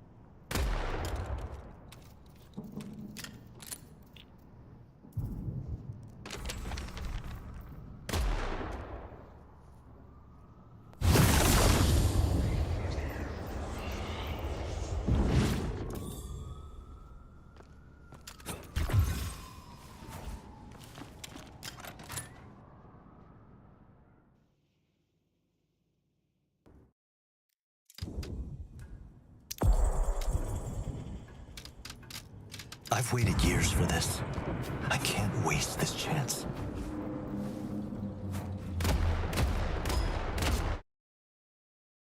Mid on the first wave? Nah, this is innovation for. Is it okay? Long way. Like Leviathan's confused. They're like, what? Well done, Soul. I've never been. So 890? Yeah, because Shiv's there, Ivy. Shouldn't they have less? Because don't you get 890 from the full wave? Or you don't, you get less than that. You should have like just over, you should have enough to like buy your first item from the wave, but they all have it. Which, Yeah. and then let's see what the side laners are getting. 600. I mean, yeah. Wait, also, wait. They've all completely abandoned mid lane and gone the triple.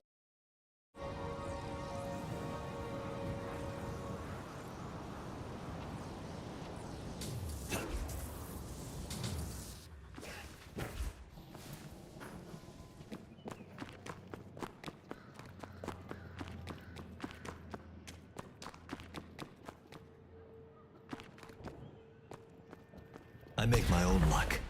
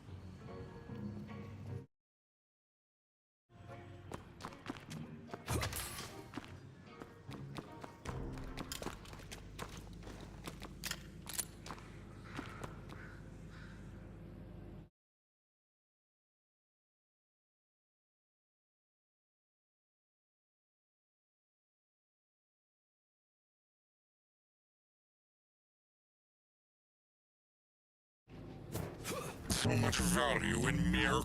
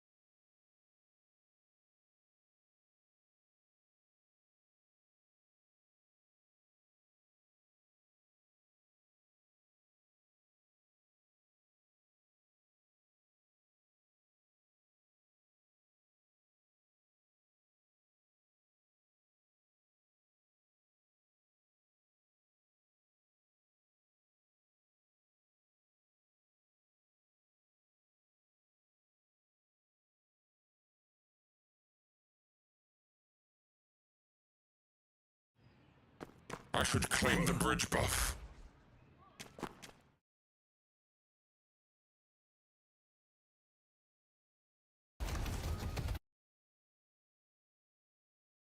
Lane left, triple lane right here, Jake. Okay, what is this CP? They have cooked some crazy strat. Trying something new. Babysitter right after, maybe as our wait in the back, guys.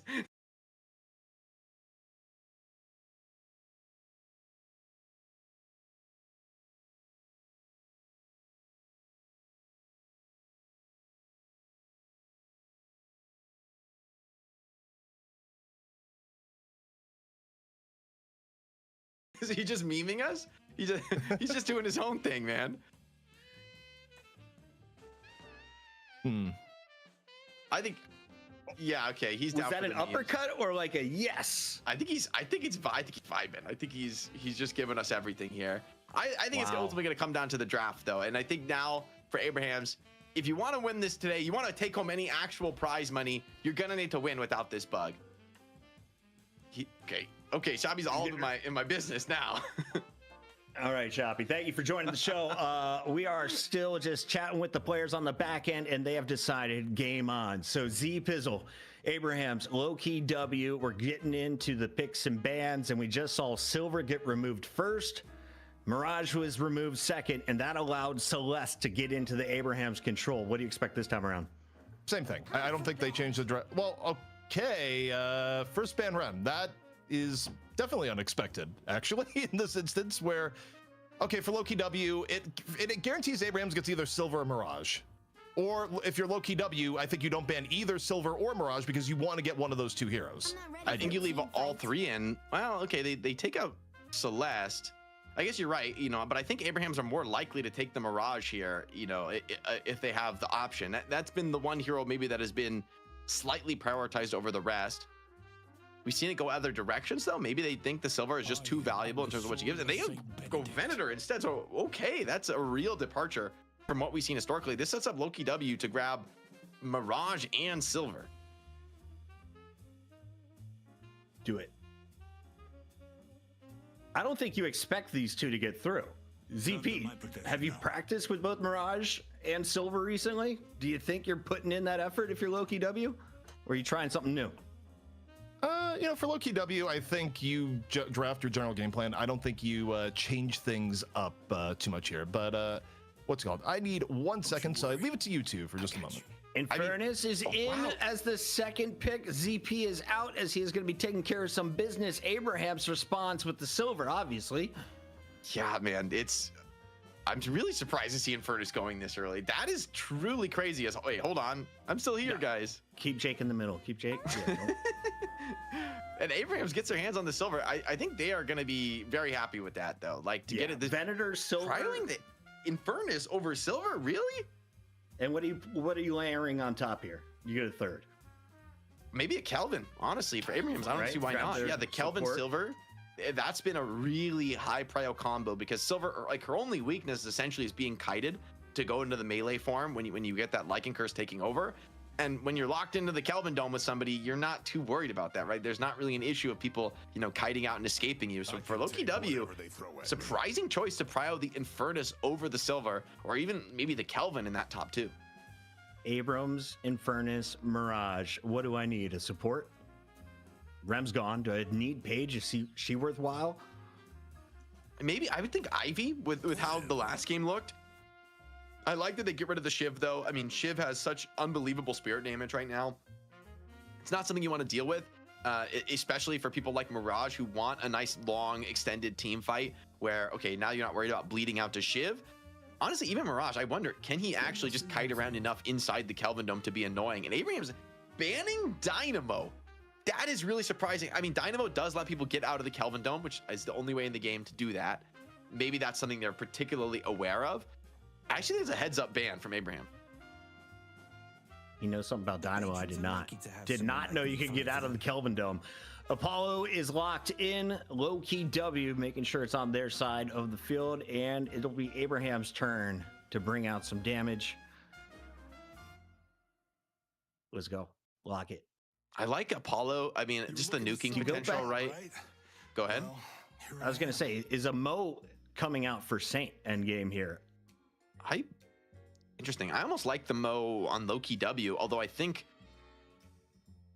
they're gonna. I mean, they could take Ivy and Mo if they wanted. I do like the we saw like the Ivy Abrams combo last game though. I think that looks really good. Yamato though, really good frontliner at dealing with some of these heavy stun comps. I do not mind the Infernus into Yamato though. I mean, being able to reduce her spirit damage by burning her even after she ults, you just burn her again, and she's gonna be doing, I think it's 35% less spirit damage with a couple points into that afterburn. So, you know, I think there's a lot of spirit damage so far in the draft for Abrams that could struggle against the Infernus. For Loki W, what are they gonna close out this draft with? I just caught up with chat. They're all worried about ZP. ZP's fine, guys. Don't worry, he'll deal with it. He's our commish. He's the big boss, man. Yamato, final answer, locked in. By the way, everyone's excited for Vrake on the Infernus. Oh, that's true. It's probably going to Vrake on the Infernus and see what he can do, right? That's for sure a comfort here from them. They go for the Geist too. So actually, I wonder if this isn't going to be sort of the style of Infernus that I think it was League who debuted on NA last week, of zero gun investment, just absolutely all in on the life and the spirit, and playing Infernus more as like a brawler than as a carry. With Mirage and Geist in the draft, I feel like that's the direction we're going to see. And I do think that was a very, very exciting build to me. I think that made Infernus look as good as he's ever looked, has great scaling. And in the end, even though your gun doesn't do that much damage, just keeping people afterburn ignited forever is a huge deal, right? Like that does enough damage to essentially, you know, carry the team fight, do all you need, and lets you put more points into your dash, into your ultimate, and to be, you know, a more powerful team fighter, right? Even if you're giving up a little bit of like late game potential. Second pick, though, that's kind of crazy to me. That's high investment. We're just waiting on the last two to come in here as we will be rounding out the draft. Big shout out to everyone who is supporting the channel. We are now over 10,600 people watching on twitch.tv. The YouTube audience keeps growing, and we appreciate you all checking out all of the watch parties. Reminder, we are live every Wednesday at 4 p.m. bringing you the best Deadlock. I know Courage, JD, a huge YouTube creator, has recently been active in the game. We're going to see a massive influx of new players coming over from Fortnite, so stop allowing Silver in your game. She's pretty good with the shotgun. Final player locked in is, we got a Bebop. Thoughts on this, Jake? Bebop's a little surprising. We haven't seen much, but I do think teams are really digging in the well for pick heroes right now. They're trying to find things that like can work in the current meta. You can easily, some people just avoid the pick hero entirely.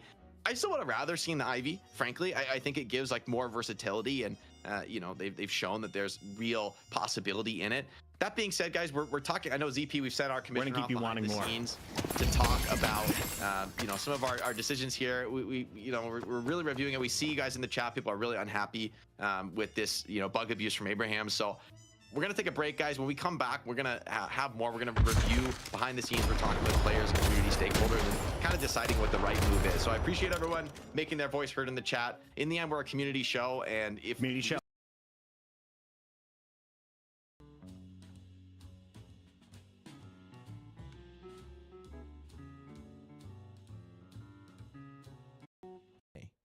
Behind, we're just waiting on the last game. She's pretty good with the shotgun. Shown that these stakeholders and kind of deciding what the right move is. Some people just avoid the pick hero entirely. I still would have rather seen the Ivy, frankly. I think it gives like more versatility, and you know, they've shown that there's real possibility in it. That being said, guys, we're talking. I know ZP, we've sent our commissioner off behind the scenes to talk about you know, some of our decisions here. We you know, we're really reviewing it. We see you guys in the chat. People are really unhappy with this, you know, bug abuse from Abraham. So we're gonna take a break, guys. When we come back, we're gonna have more. We're gonna review behind the scenes. We're talking with players and community stakeholders and kind of deciding what the right move is. So I appreciate everyone making their voice heard in the chat. In the end, we're a community show, and if we do something wrong, we're gonna take into that account and listen. So thanks, guys, and we'll be back really shortly with our final decision. And I'm gonna go pick up my kid, and then we're gonna watch some Disney movies, and then we'll be back on the show. I'll see you guys in a moment. Deadlock is a game where information matters. Until now, you've had to keep track of all of it in your head. The TrackLock app changes that, offering in-game overlays with real-time stat comparisons, dynamic timers, and permanent buff tracking. Before the game even starts, you can get key information on your opponents and allies with our match scouting feature, and access the most up-to-date hero builds, tier lists, and player profiles with data synced directly from the game. Your new go-to companion for Deadlock. Download the TrackLock app today. It's almost time to grab the rune.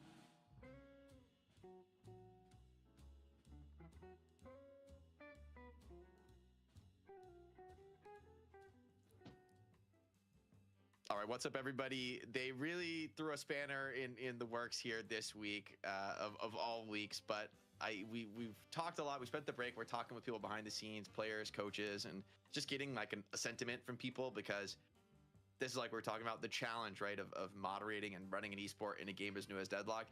That being said, the behind the scenes, you know, the players, the competitors, as well as, you know, the community has been really clear in terms of like what they think about this decision. And ultimately we decided in the end, this is just unsportsmanlike bug abuse, and we're gonna just DQ Abrahams for this week.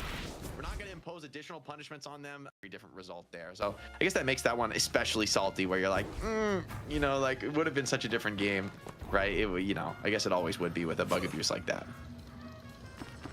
Yep. But now we'll have the draft underway shortly, and we'll get an idea of what to expect. I mean, overall meta-wise, I don't really expect too big of a difference in the first few picks of the draft. I think it's pretty clear in this version of the game what is highly valued, and you know, it's a mix of Celeste, Silver, Mirage that kind of take the top spot. It's just a matter of, do you want to use a first ban of one of those characters, or do you do something like we saw in the last draft where you ban a Rem, and then as a result, you guarantee both Silver and Mirage being played within the game? Yeah, I do think the Kelvin Silver is something that teams are going to really try to pry out if they can get it. So I think when your opponent has like a double response counter pick, that's where you have to be really careful, right? And giving away these really unique, powerful duos, especially when there's no ban between, right? There's no counter pick between that. You know, that second pick spot can actually, I think, be pretty sick in the draft phase right now, considering there's some, you know, top tier heroes here in the top three. First ban coming in is going to be Celeste for Loki W. Not a surprise there. I mean, we saw that in the last draft for the game that wasn't to be. Leviathan, of course, the question is, do you ban Silver, Mirage, or do you wait and ban something else and then grab 1 to 2? In this case, they ban Mirage, so it leads to a pretty quick Silver pick in all likelihood here from Loki W. Claim the bridge buff. Yeah, I mean, that seems pretty straightforward, right? To get some of these top tier characters out of the way. For Leviathan, though, I think they have to be expecting it. The question is, what's going to be their top 2 response? Do they go with some kind of Kelvin? Wait, this changed everything. Venator once again picked top. I mean, I agree, Venator is really good, but he has not been in like he's been what, first pick all day today. Yeah, I mean, Ven has gone up in prio. I mean, it makes perfect sense, especially with Mirage off the table. And I just think you're never sad about Ven in your lineup. The problem here is that you've given up the Silver, and also if you're Leviathan, you think about some of the combos that have been doing well. I don't think it's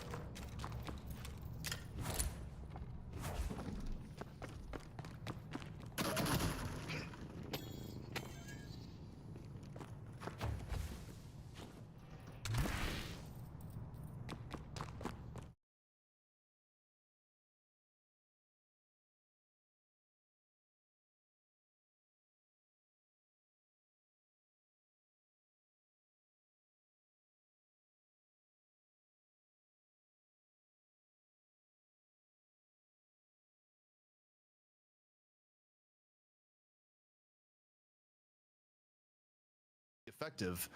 But Loki W, they banned the Abrams here, which is really interesting because, Jake, I'm not sure Leviathan was going to pick Abrams in this instance. Yeah, I think since Silver has come into the game, I wouldn't say she's a replacement for Abrams, but they do have a lot of overlap, right? You know, offering a little bit of control and lockdown, really, really strong frontliner that like does aggressive damage. But Billy, that's one of the OG, you know, swaps for Abrahams. And I think I do like the Billy here. I think this is a little bit of a I tougher will play matchup my for somebody part, like and Infernus in or doing Venator, so, who, build a home yeah, they for want the to like gym. run away, but with the Billy chain on, you could find yourself in real trouble, maybe getting bursted down even before that chain ends. Taking a look at things. Yeah, actually, it's kind of funny for Billy. It was kind of slipping my mind, but Billy's still really good. Billy didn't end up getting picked in the last game. Billy is a completely fine option for Leviathan, even if it's gone a little bit lower in EU priority. We'll see what they pair with it. Paradox still available, by the way, if they think Loki W is going to pick it, and I think Paradox is still a perfectly fine pick in this situation. Yeah, I wouldn't mind seeing, things like IVs, things like some initiators here on the draft. That's, I think that's like the mobility is what you're really missing on Loki W. Infernus has his own mobility, but he doesn't really have catch, right? The ultimate is not really something you want to really rely on for that. So I think they kind of need something to start these fights, to lock down players, especially, Rem or Silver. Like, you need very hard stuns to control these characters. Thinking about, like, what are the ulti stuns that could be nice dealing with someone like Rem, right? To ulti stun him off of people on the tag along. Also, for those wondering what's going on with the screen here, normally we have the draft pre-done and then we go into it at a specific tempo. In this case, the draft is still ongoing, so we're getting the real draft experience. But talking about ulti stuns, the Yeah. Dynamo. Okay, I kind of dig it actually. I was thinking about Dynamo, but I was like, surely not. But May the Creeps, I think, has brought it back to popularity, and now EU they're starting to notice as well. I think Dynamo's pretty insane against Rem because the tag along just essentially doesn't work when people are caught in the black hole, the singularity. It also gives you some really nice tools to dodge big nukes coming in. Getting on top of somebody like Geist with the black hole if she's trying to play on low HP. I see the vision for Loki W. I think their team fight becomes a lot scarier with this Dynamo. Dynamo also creates some lane matchups and is somewhat of a deterrent to playing some heroes. Like if Leviathan was considering adding a Lash to their lineup here, you probably don't want to go Lash against Dynamo, for example, or even things like Bebop, right? Like Dynamo, especially with the buff to Quantum, creates like really ugly situations for a decent part of the roster here. Not necessarily, what Leviathan has picked beyond the, the threat of singularity, but Quantum in and of itself is one of those abilities that is like sneakily effective at some of the more common picks that Leviathan might have used for the back end of their draft. Personally, as I look at though, I still would guess that Paradox is probably going to be one of the last two picks here, but maybe not the Lash if they were looking towards it. Yeah, it's a tough call. I think it can be awkward to play these like big ulti stunner team fight combos because once Dynamo goes unstop, he's just gonna full send it into your team. And like even if you grab a couple players with something like a Lash ult, even if you're not in the singularity yourself, it's just such an overwhelming, devastating team fight ult. I think you kind of want to play high tempo heroes. Like I'm wondering what about like a Mina for Leviathan here, heroes that almost play on a faster tempo where you might eventually catch them with a singularity, but in between those fights they're going to keep pressing you, they're going to be finding kills. And for Dynamo, I think that's kind of the weakness, right? The extremely long cooldown on singularity. There's a big window for the opponent to punish you. We've seen builds where people have gone more investment in the singularity. We've seen more of like a dynamic fighting Dynamo, so played around that stomp. I think it's up to Loki W, I guess, how they kind of want to position him in terms of the build. But in this game, I think against the Rem and a Sinclair as a finisher is a really nice one for Leviathan, right? It gives them a way very much back into that ultimate game with a stolen Dynamo ultimate, right? Make it a liability. Yeah, also there's a lot of really sneaky ways Sinclair can set up Dynamo ult better than Dynamo himself when you consider what you can do as Spectral Assistant. Like, if you've ever played against it, it is not a fun time where you're like, oh, I'm totally fine. Oh, what's that? Sinclair swapped in from a mile away and just stole Dynamo ult? Oh, yeah, I guess I'm in Singularity. Like, it is legitimately one of the better counter picks for Sinclair. Also, oddly enough, though, unlikely we've seen in comp anytime soon, one of the more annoying things if you're ever Sinclair versus Victor, and it's like, oh, Sinclair's just stealing Victor ult, and this is running it really down on me with the Victor ult. Yeah. One thing I'm really curious about is they go with a Shiv as the final pick. A lot of spirit damage, a lot of chase down, and a great hero to just like run at Sinclair and like get him out of the game, which I actually think is perfect. Like Shiv and Apollo can just perma into Sinclair. Yes, Sinclair could steal one of their ults and maybe get away, but if you're forced out of the fight completely or you're bleeding out to tick damage, this is not a tanky hero. He does not do well at getting swarmed like that by these aggressive spirit nukers. So those should kind of keep Sinclair off of Dynamo's back. But obviously, that's, theory, easier said than done. We'll have to see how it actually plays out in the match. But I think both teams have given themselves a really interesting draft and really thrown each other quite a few wrenches in the works. Waiting for the teams to get ready. But yeah, I mean, I'm starting to evaluate this now based on early to late game. And I don't know, it's kind of interesting. I don't feel like there's a huge advantage or disadvantage on either side. Like, you look at Leviathan and, the reality is late game, you still have options like Billy, Geist, Silver. Actually, I'm taking that back. I'm looking at the late game for Loki W. They got Ven, they got Kelvin, they got Dynamo, where Dynamo's legit Dynamo's still a huge threat. Yeah, he's a late game massive threat. I actually do think there's a little bit more pressure on Leviathan to end this a little bit earlier. I mean, obviously it kind of depends on where Silver is. Silver can hit power spikes where Silver is just an absolute monster and you're like, oh, our late game's fine. But I actually do think Loki W likes the late game a little bit more than Leviathan of the two. Also, the fact that you can make the argument Sinclair falls off a bit late, although I don't know if that's entirely the same case when you have a Dynamo ult that's stealable. Like, Sinclair's late game value actually goes through the roof in this game. I do think, though, for Sinclair, you do fall off, right? Even though you can steal those powerful ultimates, in the end, if that's all you're really contributing to the game is like just the ultimate, your kit isn't going to do as much. Like Dynamo, the rest of Dynamo's kit also like things like you mentioned the buff to what is it, Cosmic Entanglement? Is that what it is? The second skill, Quantum the dodge, Entanglement. Quantum Entanglement. Yeah, that's what it is. So that I think makes him a much more effective, like consistent team fighter, right? Things like Vindicta Tether or Billy ult, you could just save your allies from those. That is going to be really hard to deal with. I also would think, I mean, I haven't seen this matchup much because it's not really played, is how does Dynamo do against Silver? You would think that stomp is going to kind of hurt on Silver, CCing her, slowing her down when she's trying to stick on targets in the Lycan form. So again, waiting on the teams to get into lobby in case one is like caster start game. No, waiting on teams to we would love start to. game. We would love to. Yes. So much. I think though with the Vindicta, it's going to be a tempo game for Leviathan, right? It's going to be a game, and maybe every game is when you're up against this kind of a team play lineup. Question for you, ZP, and I bet this one you don't know the answer to because I'm like, how would anyone? If you riposte on Apollo, does it stun the Singularity? Like if Sinclair steals a Singularity, but Apollo riposte as it's casted, would it still stun him, or would it like override the riposte counter stun?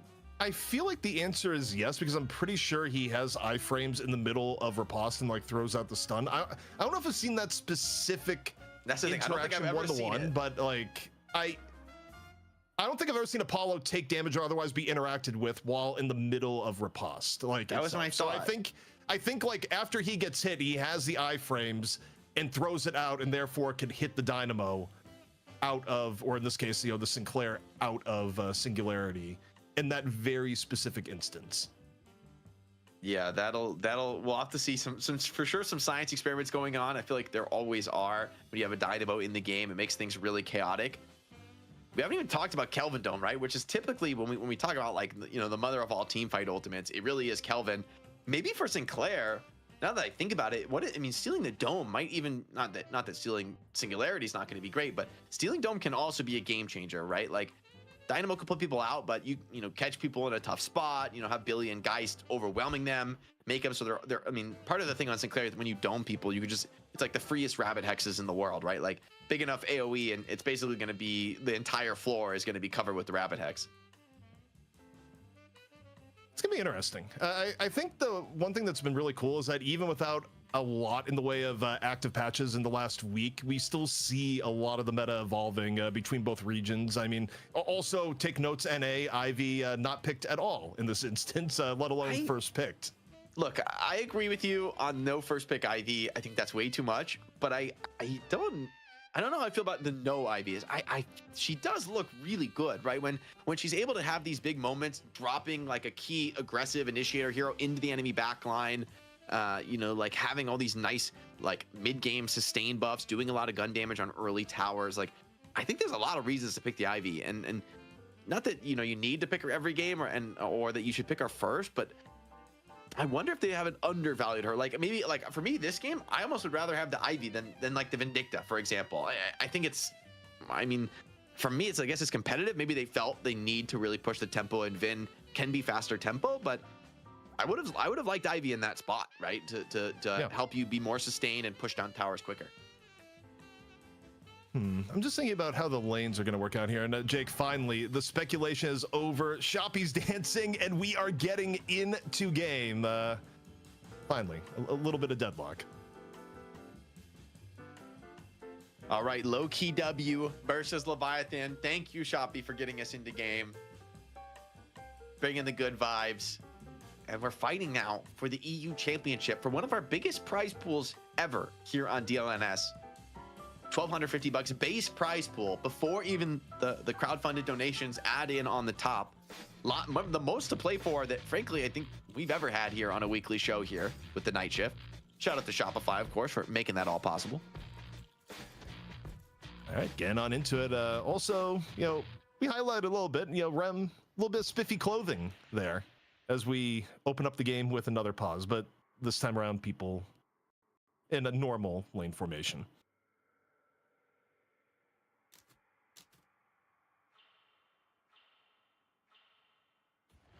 And as we look at the lanes now, obviously it's going to be OCs on the side lane here. I think going to be a crucial player for Leviathan, right? You're going to be the standard bearer on Geist. Geist having anything less than a very solid game is going to be a really rough spot to be. This isn't going to be one of those games where you can wait until 40 minutes and then really hit your spike on Geist. You're going to need to get active, I think, a little bit earlier than that because of what we talked about with some of the team fighting potential of these ultimates in the late game. Low-key W, I don't think they need to be rushed in this one. I think they have a lot of patience. Question is, I guess, how they fare in the early game. I would say Dynamo's weakness is doesn't really have any mobility to get active in the early game and help out if some of the side lanes are in trouble.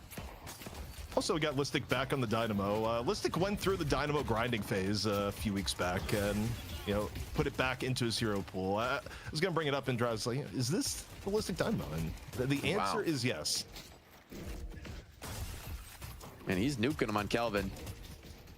That first point into the snowball, so nice when he's able to hit multiple players, getting both heals and damage on it at the same time. And OC's critical already in the lane. Cannot get burned here by Infernus. That would be back-breaking here. And for OC's, not the best start. As far as Geist, to land in a super big health deficit at the beginning, it actually takes a little bit longer to get back in the form just because of Geist also hitting her own HP. And also, one thing of note, Infernus is a bit of a lane monster at the moment. Like, the way the changes have worked out, like, there's some lanes with Infernus that are actually scary to go against. And if you get low in HP, like, the amount of pressure that Kelvin Infernus is going to be able to put down on this lane is a little bit scary. You're seeing a little bit of that right now as OC's is just burning. Oh, they might take out from this. Dude, slivers of HP, and there's going to be an absolutely full HP wave and a full HP Infernus ready to crash down on you. Guys in a very conservative position here on the high ground, but man, those bombs hurt. That's like half your HP. Yeah, the essence bomb here, I mean, okay, look, you're getting the health creep thereafter, but this is a bit scary as apparently Discord is breaking for Leviathan. Subi Jubi, though, coming in with the 20 subs, super appreciated as OC's is ready again. Oh my goodness. That's like a solo hype train right there in the chat. Shout out to Subi Jubi. Much love. It's been a wild day here on the night shift, but I'm excited to just settle in to a good, clean match of Deadlock, CP. Good, clean match of Deadlock with a little bit of pause lock and a bit of burning as Vrake continues to keep up the pressure and what has been a very high pressure Infernus Kelvin lane. And I mean, this is going to be a super quick Guardian at this rate. As OCs, you have 2 HP just showing up at all. You're at risk of getting dove here. And wait, did he just get parried? With Vrake, what happened? Wait, we need turn? Who got parried? Oh, is Geist or Kelvin? I can't even tell. It looks like Geist got parried. Also, is Vrake pausing this time, not OC's. Also, we were on Vrake's cam. Like, what happened, man? His game spazzed out. It looked like he teleported or something. I think this is. I think OC's I actually can't even tell. It's kind of wait. Is that the parry on OC's? Did who get parried? I genuinely can't tell. It's like too early in the animation. I did hear the parry noise, I thought. Like, yeah, somebody got parried here, right? Well, it also may have been the minion. The minion might have meleeed OCs. Oh, that might be true. That might be true. Yeah. So the meleeed OCs, that triggered the parry. The parry is still available, though. So if Hoot opens up here with a melee, the parry is still off cooldown. There's no way. There's no way Hoot is baited into what he's like probably watching. not, especially not when it's thrown in your face like this. Yeah, like with the pause, I feel like OCs is in real trouble here, right? Because Vindicta is at the base, you know, and no speed zips. 3 minutes into the game, Ray could take this game over if you can find a couple more kills in this lane. We already talked about how it's OCs who needs to have the big game this game. These deaths are like worst case scenario.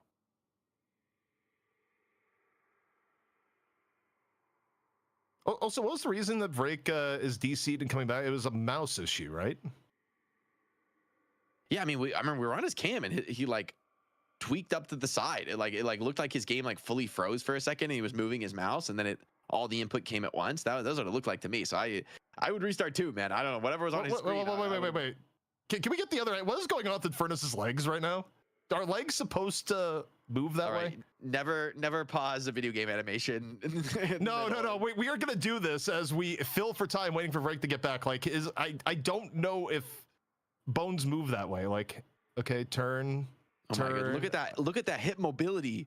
That is next gen hip mobility.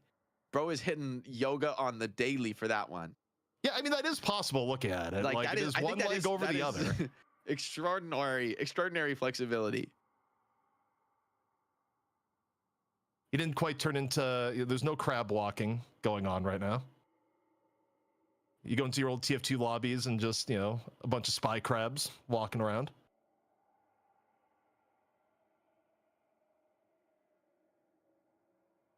It would be a day, Jake, of even more pause lock, because this is a longer period of time for Vrake. Yeah, I mean, something weird was going on. I get, but it's an odd. It feels like a restart would have been done by now. Oh, as I say that, magic words. Vrake is back. Be getting into game momentarily, and OC's is not long for this world. Something tells me. Is the heal trooper low? Is he gonna get it? New mouse. How is the mouse just obliterating your computer like this? Like, what is going on? What? Oh, come on, Obakin. Why is Obakin pausing now? List again. Oh my God. Okay, you know what? We're getting our issues out of the way early. Game crashed for List. Oh my God. Dude, Yoshi hates us, man. Wait, I think Ice can live. The heal creep is low, ZP. The heal creep is low. This is not a drill. What time for you guys? 1 a.m. Yeah. We're sorry, EU. Well, Cosmetical's not having faith in the 2-0 right now, saying 5 a.m. when we're done. That's true. That's low confidence. He needs to have higher confidence here on game 1. Okay, Listic is back. Can we play the video game? The answer is yes. Goodbye. And OCs gets meleeed in the back, regardless, even with Perry being up. Yeah, they had all the time in the world to plan their attack on that one. Yeah, anyways, been playing Deadlock. Oh my God, you're kidding me. He's crashed again. Who is crashed this time? You can't write this. Dude, it's the mouse.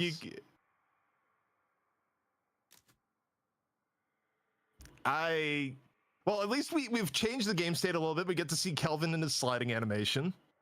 You know what, actually, can we turn things around a little bit? Like, let's look at, you know, Silver, Venator. We need more material. Like, he looks so short. He's like squished. Am I crazy?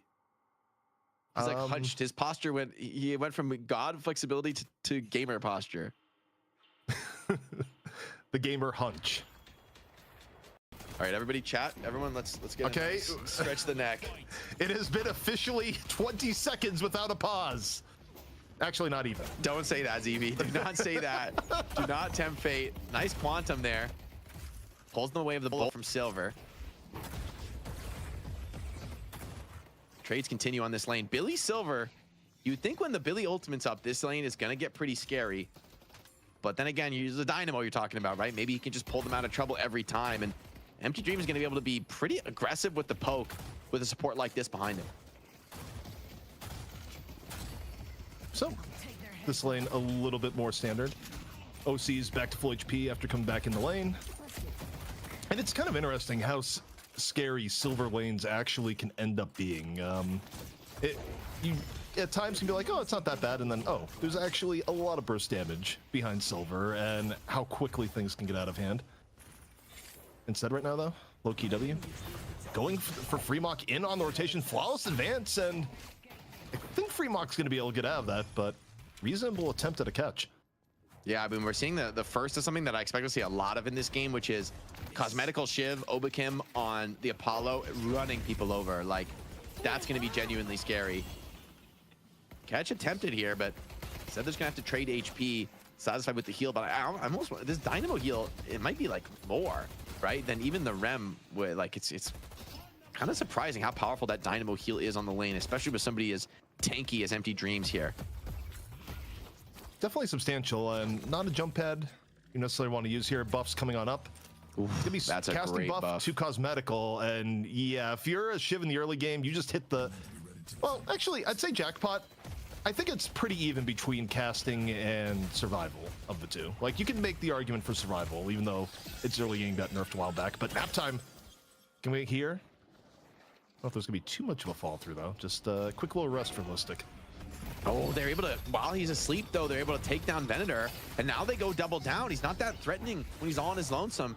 Doesn't have the ultimate online quite yet, so Leviathan, great job pressing the advantage, getting some value out of the Billy ult. It's a key lane to shut down early.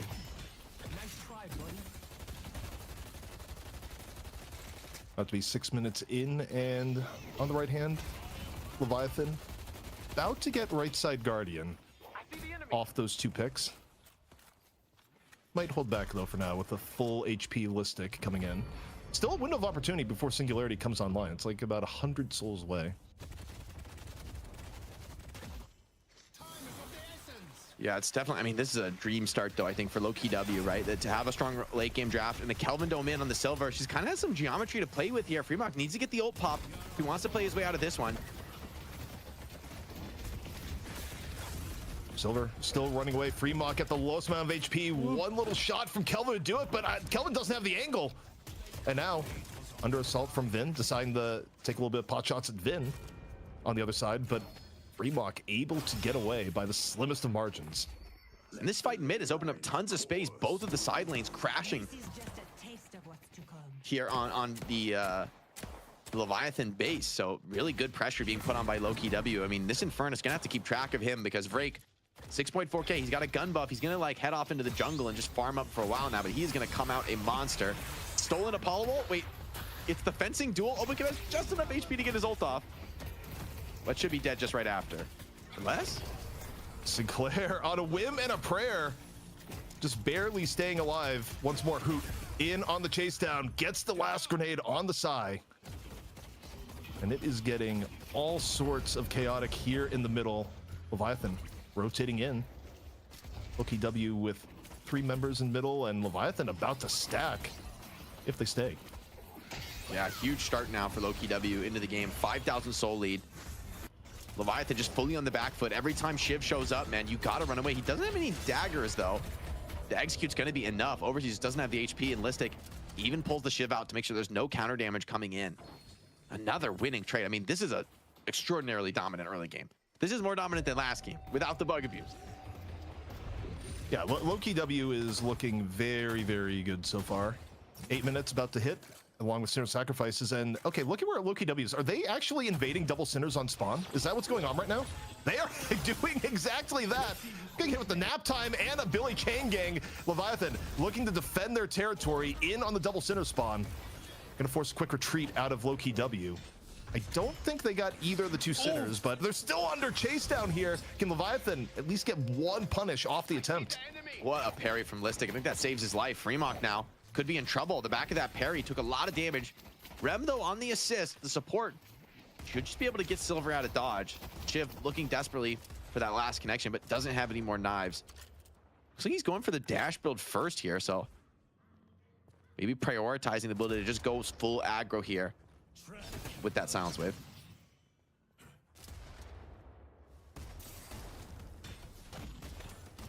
So, Low-Key W nursing a small lead, 1 minute away between first earn and buffs.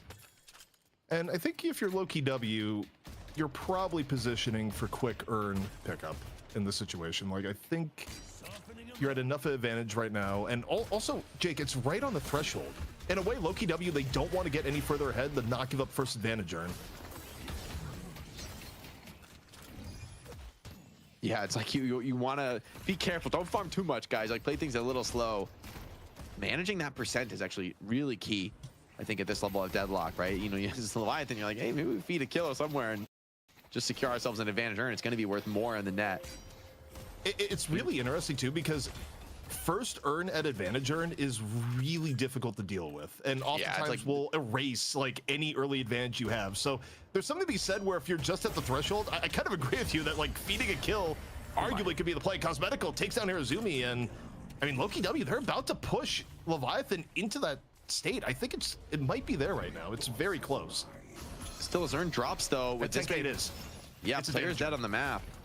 I think you're going to at least pick it up here for Loki W and try to deny. Geist goes all in here. It's going to just probably sack her life for this tower kill, but coming around corners is a little scary to chase Geist, especially with Silver here kind of assisting on it, but Listic does have the singularity. They're looking for catches here. Ooh, they were just able to lock in the neutral earn. It was right on the threshold. Loki W waited, stopped getting souls for a moment, and locked it in at neutral. That's actually really, really important, Jake, for where the game state was at. Yeah, that Cosmetical with the max dash, he's going to be looking to get into every single fight he gets the chance to. Listic even going to hold down the side lane for now. And it feels like there's not going to be a contest here. It just seems impossible, given the state of the game, the disadvantage. And Leviathan agree. They're just going to try and get what they can elsewhere. Not even going to be able to deny anything. Look at all those buffs going straight to Apollo. It's a nice... I mean, I think Apollo is a pretty strong buff user. Like, I don't even mind having a little bit of extra damage, especially for the early game on your primary weapon. So Loki W enjoying a pretty large advantage at this point. And again, remember we were saying about the game in terms of early game versus late game. I don't think Leviathan can really handle being this far behind on their comp. If anything, they were the comp that wanted to be a little bit further ahead at this point. So I think there's a lot of pressure on Leviathan to make something happen in the next few minutes to equalize. And if not, I mean, this could just... game could just end up being a grind that ends up getting away from them pretty darn quickly. Yeah, especially Infernus going toxic early, and like, he's just stealing away some jungle camps. Like, this is an aggressive posture, but he's got the team behind him to go for it, and a vitality buff on top of that. So good luck trying to deal with him. Now a gank comes in on this left side lane. You're very deep though. Sai and OC is definitely looking kind of desperate with this position. Infernus fighting over the rune as well. Pop the Lycan Curse, and it's a quick retreat for Fremont, so you get that cooldown out. And now take a look, Sai, deep in the enemy territory, but you're also Sinclair. You got options Stolen to escape.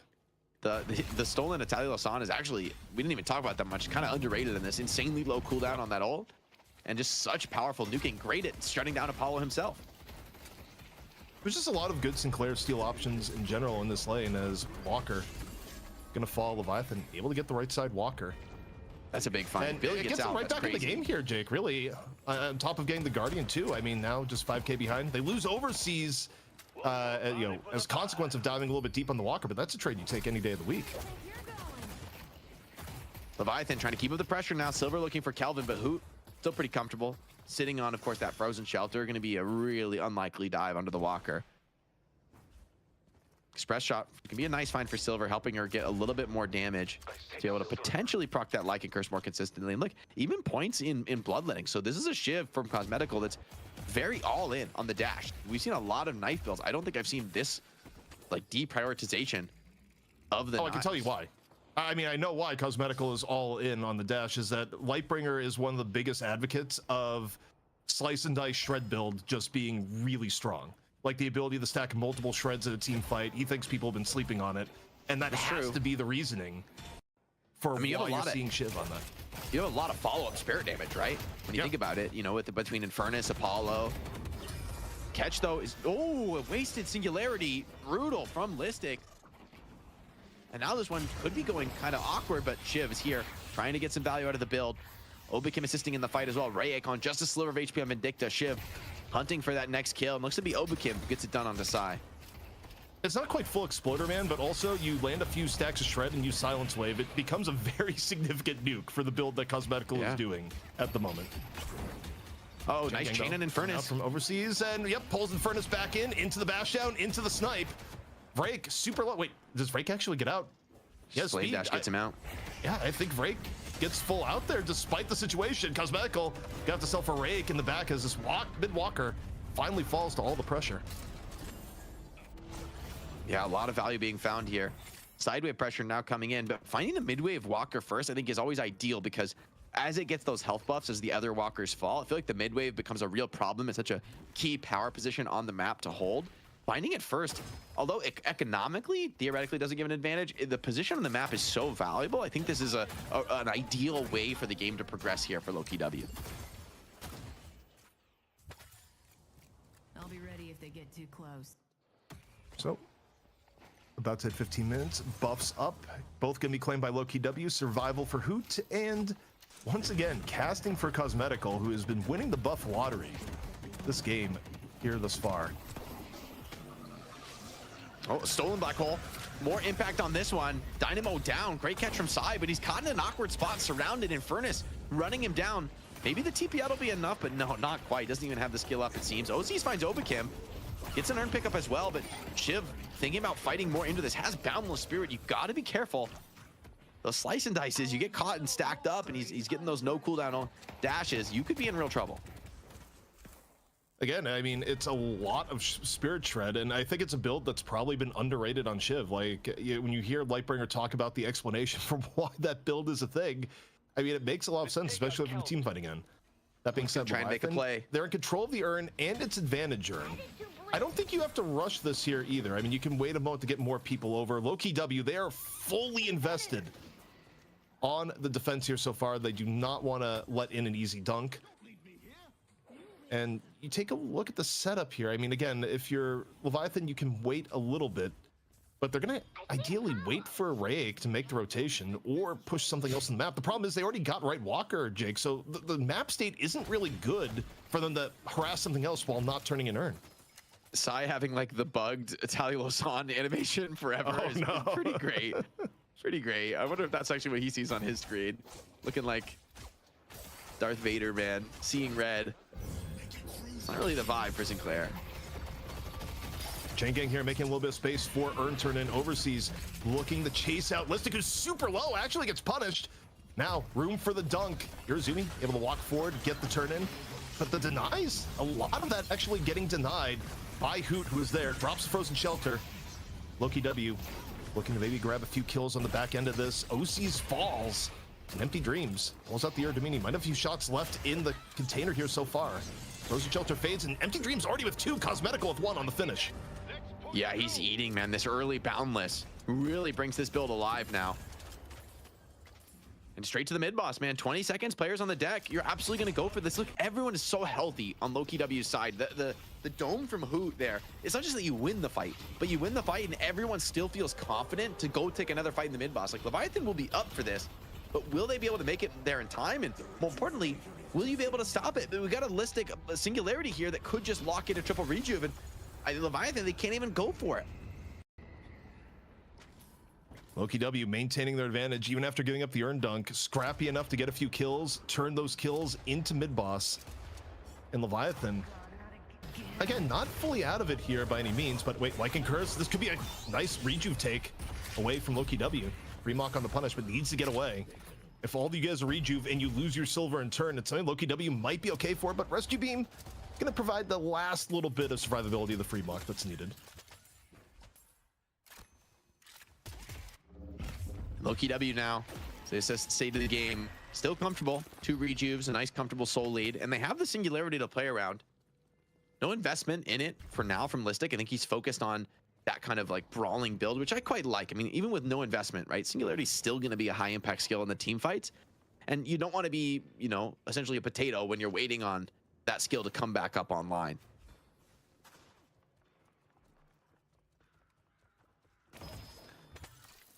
Two rejuves still left for Loki W, and when you have rejuve at this point, you're not under a ton of pressure. You still got almost 3 minutes left on the rejuve. For Loki W, you just take a bit of farm on the map, wait for urn, then turn in the next urn without a whole lot of pressure, and then, in this case, probably push down Right Walker. Like Loki W, the plan at this point in this timing when you have rejuve is pretty straightforward. That being said, 1 minute to buff Earn, there's no reason to do anything right now, right? Chill, jungle it up, wait for that next objective on the map. I think I've seen in some teams, they don't even push the last walker. They just start sieging the base, which I kind of like, because you avoid dealing with this like tanky walker that buffs up everyone around it. It can turn into an awkward fight. Like you get Billy chained under the walker stomp. Things can go wrong, you know? Or I almost prefer sieging the base guardians. I feel like they're less of a threat. Nice silence though, catches Sai, but will you actually be able to finish him off? There's a lot of tick damage on him. I don't know if it's going to be enough, but that's like closer than you would say. I guess he does have Dispel Magic. He's just holding it. Yeah, I was going to say, decides, no, I'm going to hold the Dispel Magic in this instance. Where you take a look at what if you're against Infernus Shiv, as we mentioned in the previous game, Dispel Magic probably should come.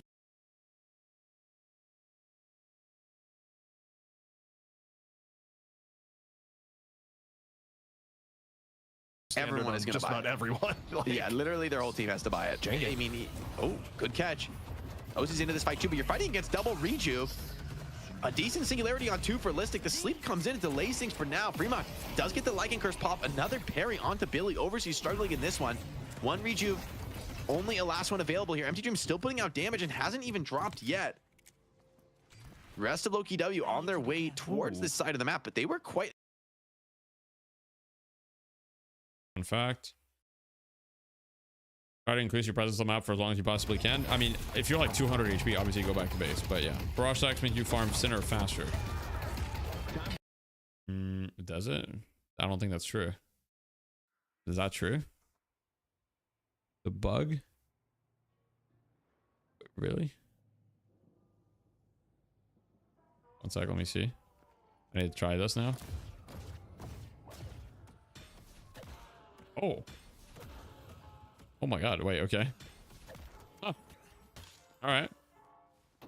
Okay. Barrage stack allows you to to do centers faster. Bug will be fixed. That's funny. That is pretty niche. I mean, that's what we come here for. I mean, thanks for sharing. That's cool. That's cool. Niche stuff. Okay, let me see. There was another what's the other niche stuff?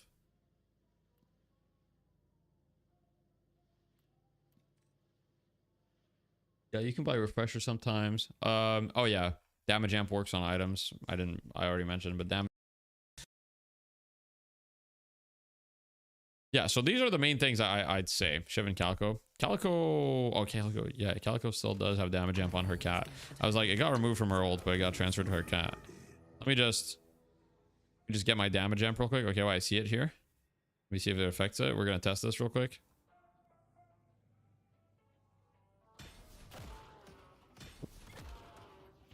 That did nothing. Do you need multiple stacks of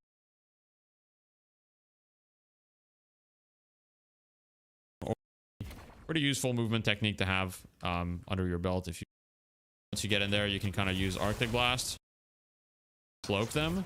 It takes a little bit to hit them, right? And crippling, you can definitely chunk, because like I said, Pocket has very, very, very high gun growth. So even with just 2 gun items, right, my gun DPS is 361. Now, for those of you that aren't familiar with kind of like damage numbers in Deadlock, that's very, very high. So, and then on top of that, you get +5 weapon damage on your cloak when you use it. Then when you combine that with the +5 weapon damage, and then you have insane fire rate from Spellslinger, you can start like absolutely, you know, chunking these people, right? Oh boy, I've created the infinite victor. Oh, let me get out of here. I have no idea how to play Pocket. I just better play a couple of street brawls while the lesson is going on. This isn't about revenge. Okay, fair. So that's a lot of the general like gameplay things is like, yeah, don't be afraid to buy some of these green items. If your affliction is not getting value, itemize a little bit more into gun. Gun is still very, very, very good. What's the other thing? Yeah, I would say E-Shift is your best friend, as it allows you to get another cycle of spells and become unkillable. Your goal in a fight is to get the most spell cycles possible. Okay, so what I mean by this is that the way that Pocket plays fights is Pocket very rarely full commits. Okay, Pocket always half commits, and if you watch like Ido a lot or Do or whoever play Pocket, you'll know that this is true, where like Pocket will kind of like look around a fight. They'll look. They'll maybe go in, do some damage, right? And then they'll kind of like create some distraction. And then they'll go to their cloak. You know, they'll go to like some high ground. Stay near the fight. And then they'll wait until they have their next combo. And then when they have their next combo, they might go forward again. And then they'll kind of like repeat the thing. Once again, they try to reset on high ground. Try to reset on areas that have vision. Sorry about the Discord. Sorry about the victors. I mean, I realized putting victors was a bad idea.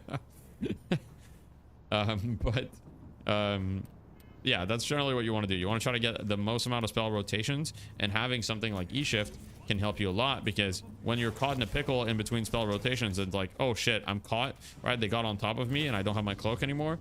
You can use E-Shift, and then out of E-Shift, you can either, you know, try, oh, what the fuck was that? I don't know why that didn't work, but you can Majestic Leap out of E-Shift. You can Warp Zone out of E-Shift. There's a lot of things that you can do, and so it can help a lot. Tell you what, I'll throw in a free keychain.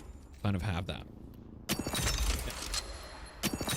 There's a lot of different combos that we haven't talked about, which is, if we go back to the course, I said general gameplay loop, itemization, niche edge stuff. I didn't write here, but combos.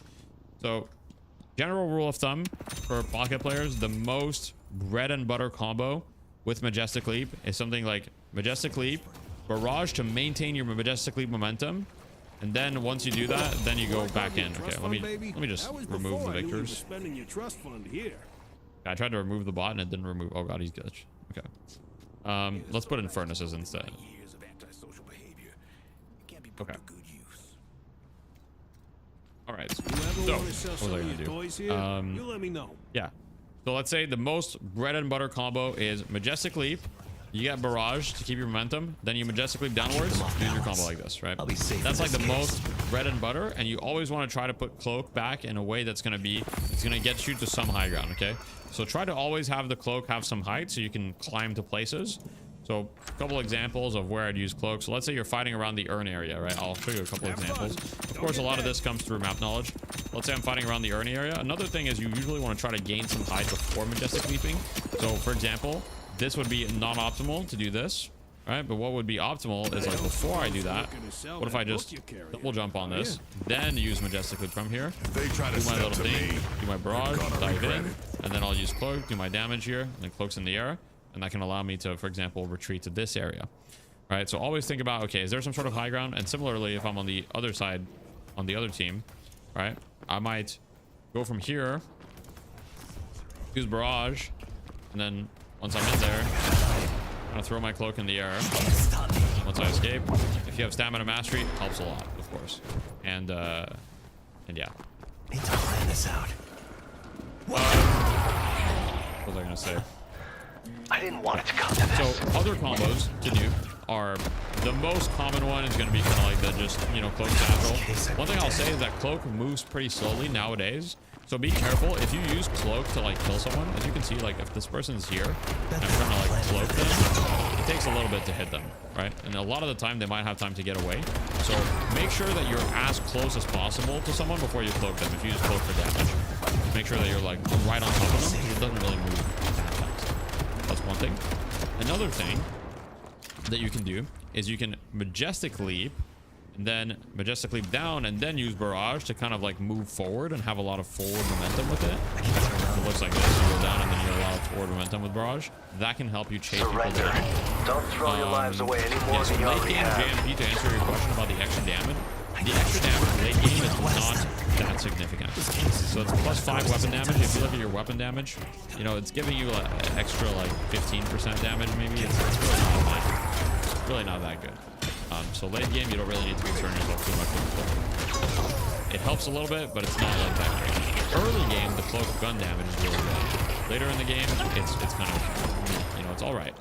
It's not bad. It used to be a lot more back when it was the max thing. But yeah, it's not nothing. Don't get me wrong, but yeah. Now, as far as other combos, there's not really too much. There's a lot of creativity that can be had on Pocket. One thing that can help you, for example, is getting something like Arctic Blast, which can, you know, lead you to, once you get in there, you can kind of use Arctic Blast. It gives you a lot of speed for your burst on top of the amp that you already have.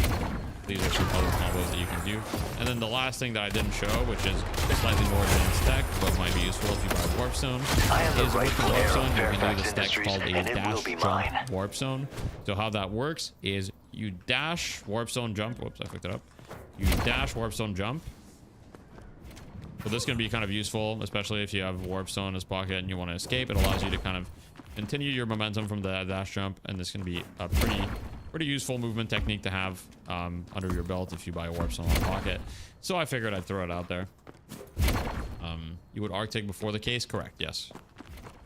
Yeah, this tech can be pretty good because you can also dash jump vertically with this, right? Where you can do this. You can dash jump towards a buff, for example. So this can be this is pretty nice. It allows you to carry your momentum.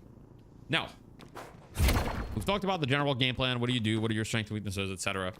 Now, niche edge stuff, Q&A. So, a few things that is niche. Okay, so I'm gonna go into niche stuff. Okay, niche stuff. Not that niche, but like stuff that's good to know. Okay, so affliction is non-lethal. However, you can make it lethal in 2 cases. Okay, case 1 against Shiv, bloodletting, and case 2 is Spirit Burn is ticking on them. So that's why you'll see the kind of stuff. Yeah, Satchel reloads the gun. Absolutely true. Satchel reloads the gun.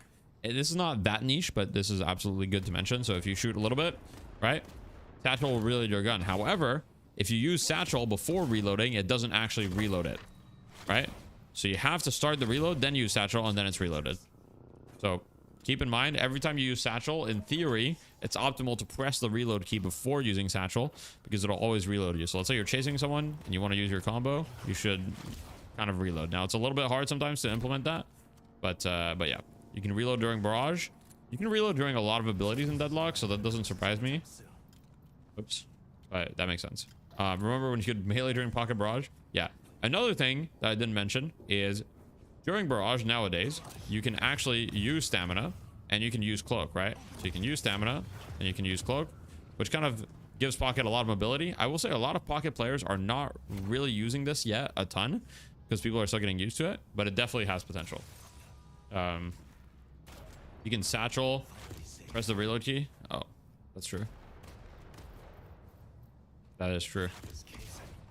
Okay, good point. Yeah, you can reload during Satchel. I actually didn't know that. I always pressed it before. Okay, that's a good point. But generally about low HP heroes, if you take one bad trade, you have to go back to base. Mid-game, a lot of time wasted. How do you play around this?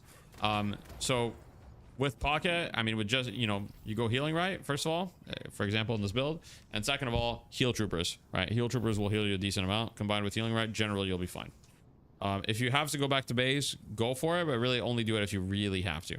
Going back to base is quite bad unless you really have to, and especially if you don't have zip. So that's other niche stuff. Let me think. There was another one niche interaction. So everything you do can be counterspelled. This is not that niche, but fun fact.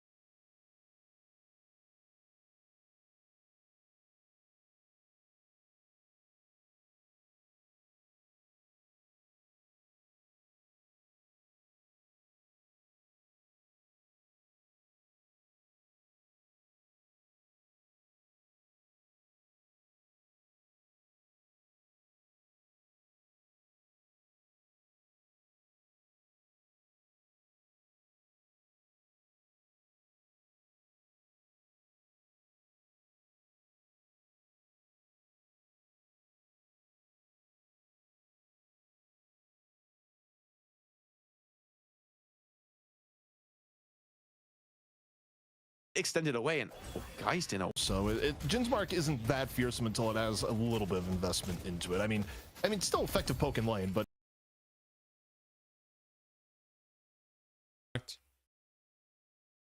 try to increase your presence on the map for as long as you possibly can. I mean, if you're like 200 HP, obviously go back to base. But yeah, barrage stacks means you farm Sinner faster. I don't think that's true.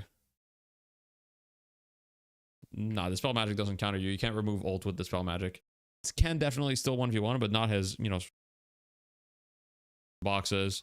And he'll go for, you know, all these 60 damage plus Mystic Burst, which means you do 200 damage to the entire wave. Now, when it comes to actually trading, right, Pocket does not necessarily have amazing trades super early against a lot of these heroes, which means that very often the game plan is going to be you're going to push the wave, try to see if you can trade a little bit, but you're not going to worry too much about it, and then you're just going to be efficient, right? So you're going to clear your small camp whenever it's up, and then in between waves, you're just going to chill and do boxes. And I kind of learned this from watching Do play a lot. Basically what Do does, and I think part of the reason why Ido has it in his build, is Do will literally start the wave. Okay, wave 1, he's going to clear the wave from the Veil, right? He's just going to use his cloak, clear the wave, maybe melee it or something. He's not really going to interact with the enemy heroes too much. Maybe he'll interact a little bit. And then he'll just back to the shop, and he'll just instantly buy Healing Right first item. Then he'll just Healing Right, let the next wave push in, clear that wave, and then he'll go back to the Veil for the third wave, clear the wave again, and then after that he'll go for boxes, and he'll go for, you know, all these other things. So that's just kind of the general lane game plan. So what I'll say is use Cloak to push the wave from the Veil, right? Take short trades. Okay, that's one thing I want to remind everyone. Pocket early on, so we said Pocket has very high gun growth. Okay, growth here should be like underlined, because Pocket early on does not have a good gun. The gun is like fine. Okay, so early on, if I don't have like, let me reset my hero. Level 1, my damage is 59 DPS on a shotgun, which is not really that great. It's not bad at all. 59 DPS is fine, but it's not great, right?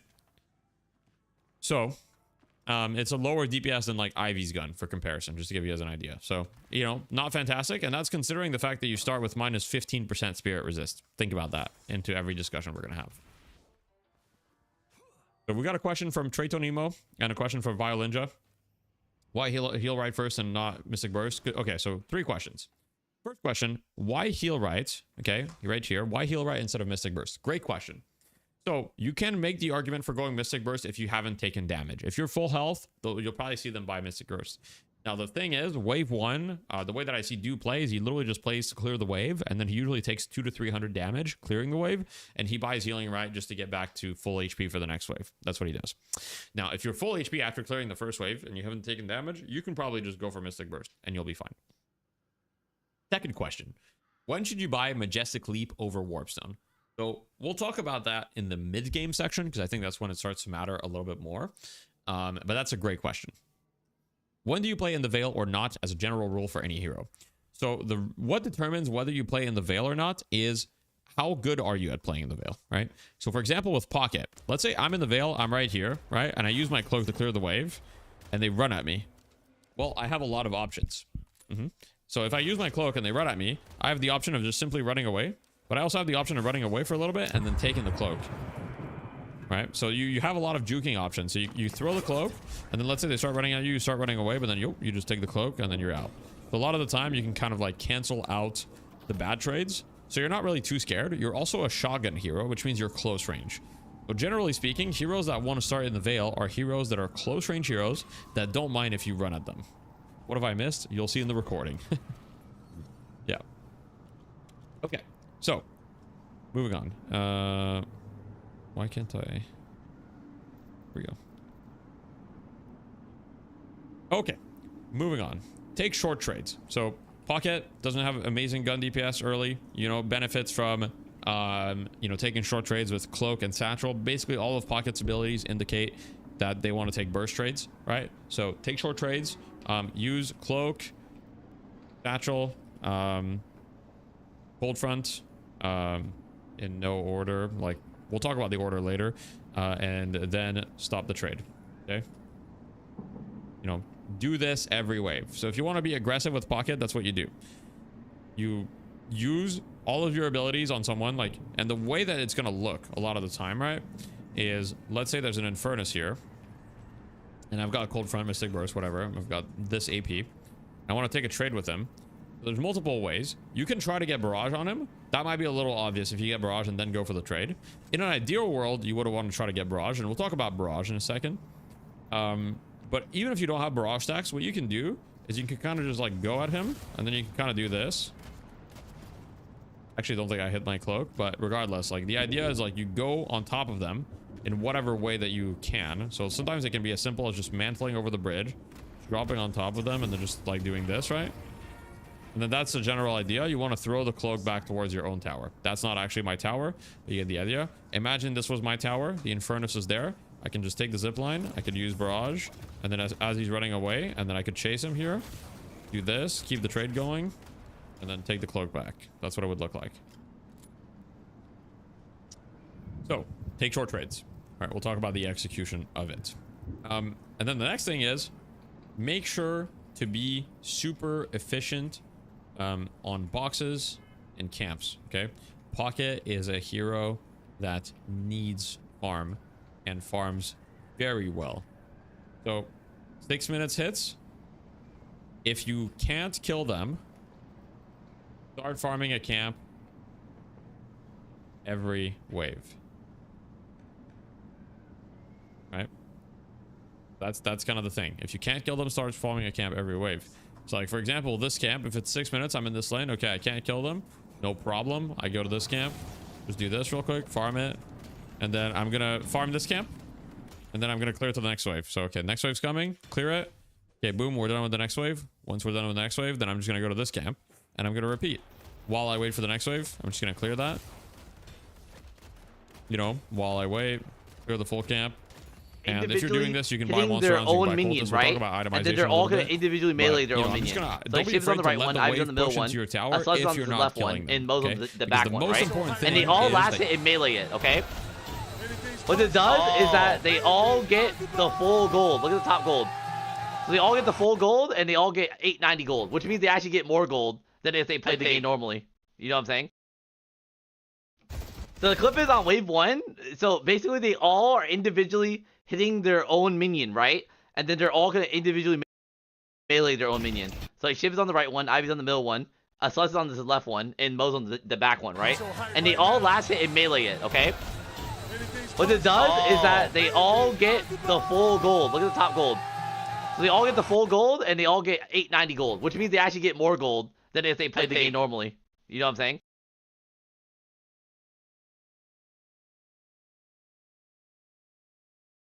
On wave 1, so basically they all are individually hitting their own minion, right? And then they're all going to individually melee their own minion. So like Shiv is on the right one, Ivy's on the middle one, Aslad's on the left one, and Mo's on the back one, right? And they all last hit and melee it, okay? What it does is that they all get the full gold. Look at the top gold. So they all get the full gold, and they all get 890 gold, which means they actually get more gold than if they played the game normally. You know what I'm saying? So the clip is on wave 1. So basically, they all are individually hitting their own minion, right? And then they're all going to individually melee their own minion. So like Shiv is on the right one, Ivy's on the middle one, Aslad's on the left one, and Mo's on the back one, right? And they all last hit and melee it, okay? What it does is that they all get the full gold. Look at the top gold. So they all get the full gold, and they all get 890 gold, which means they actually get more gold than if they played the game normally. You know what I'm saying?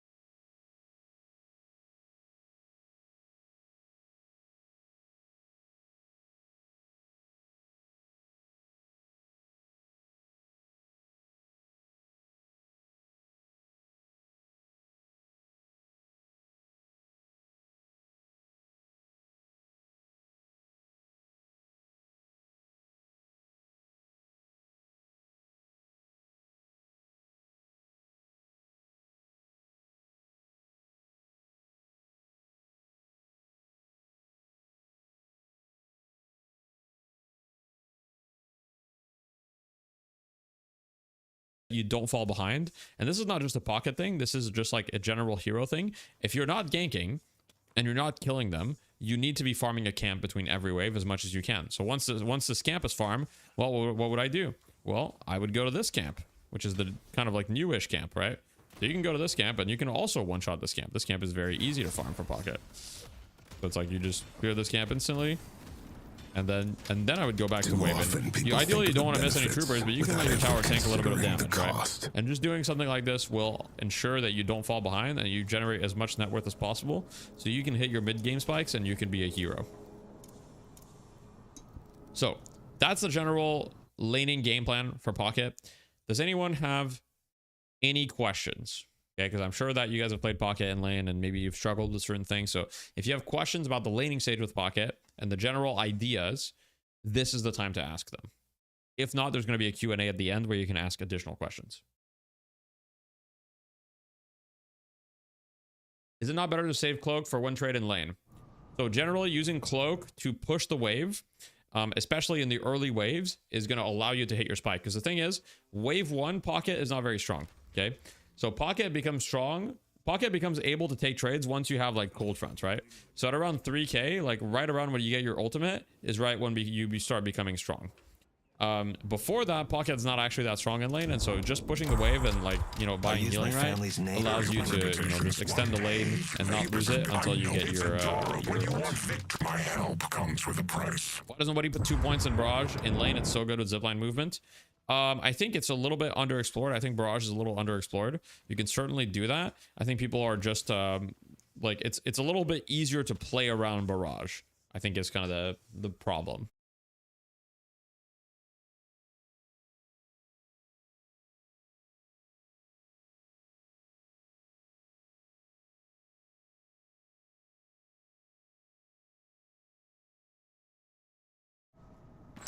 Appreciate you keeping the streets clean.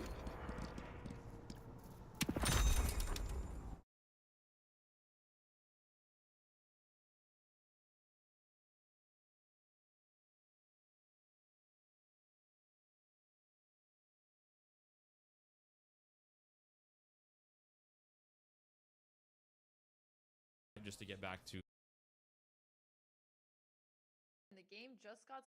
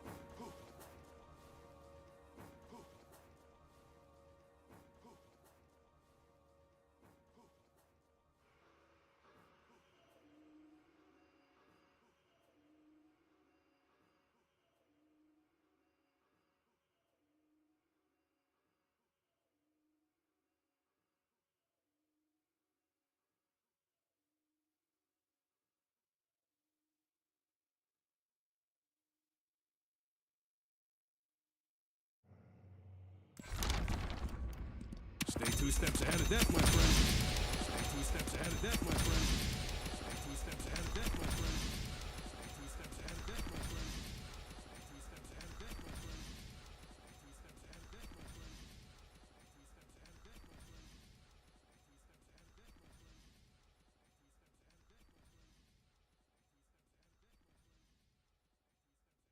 steps ahead of death, my friend. Stay 2 steps ahead of death, my friend.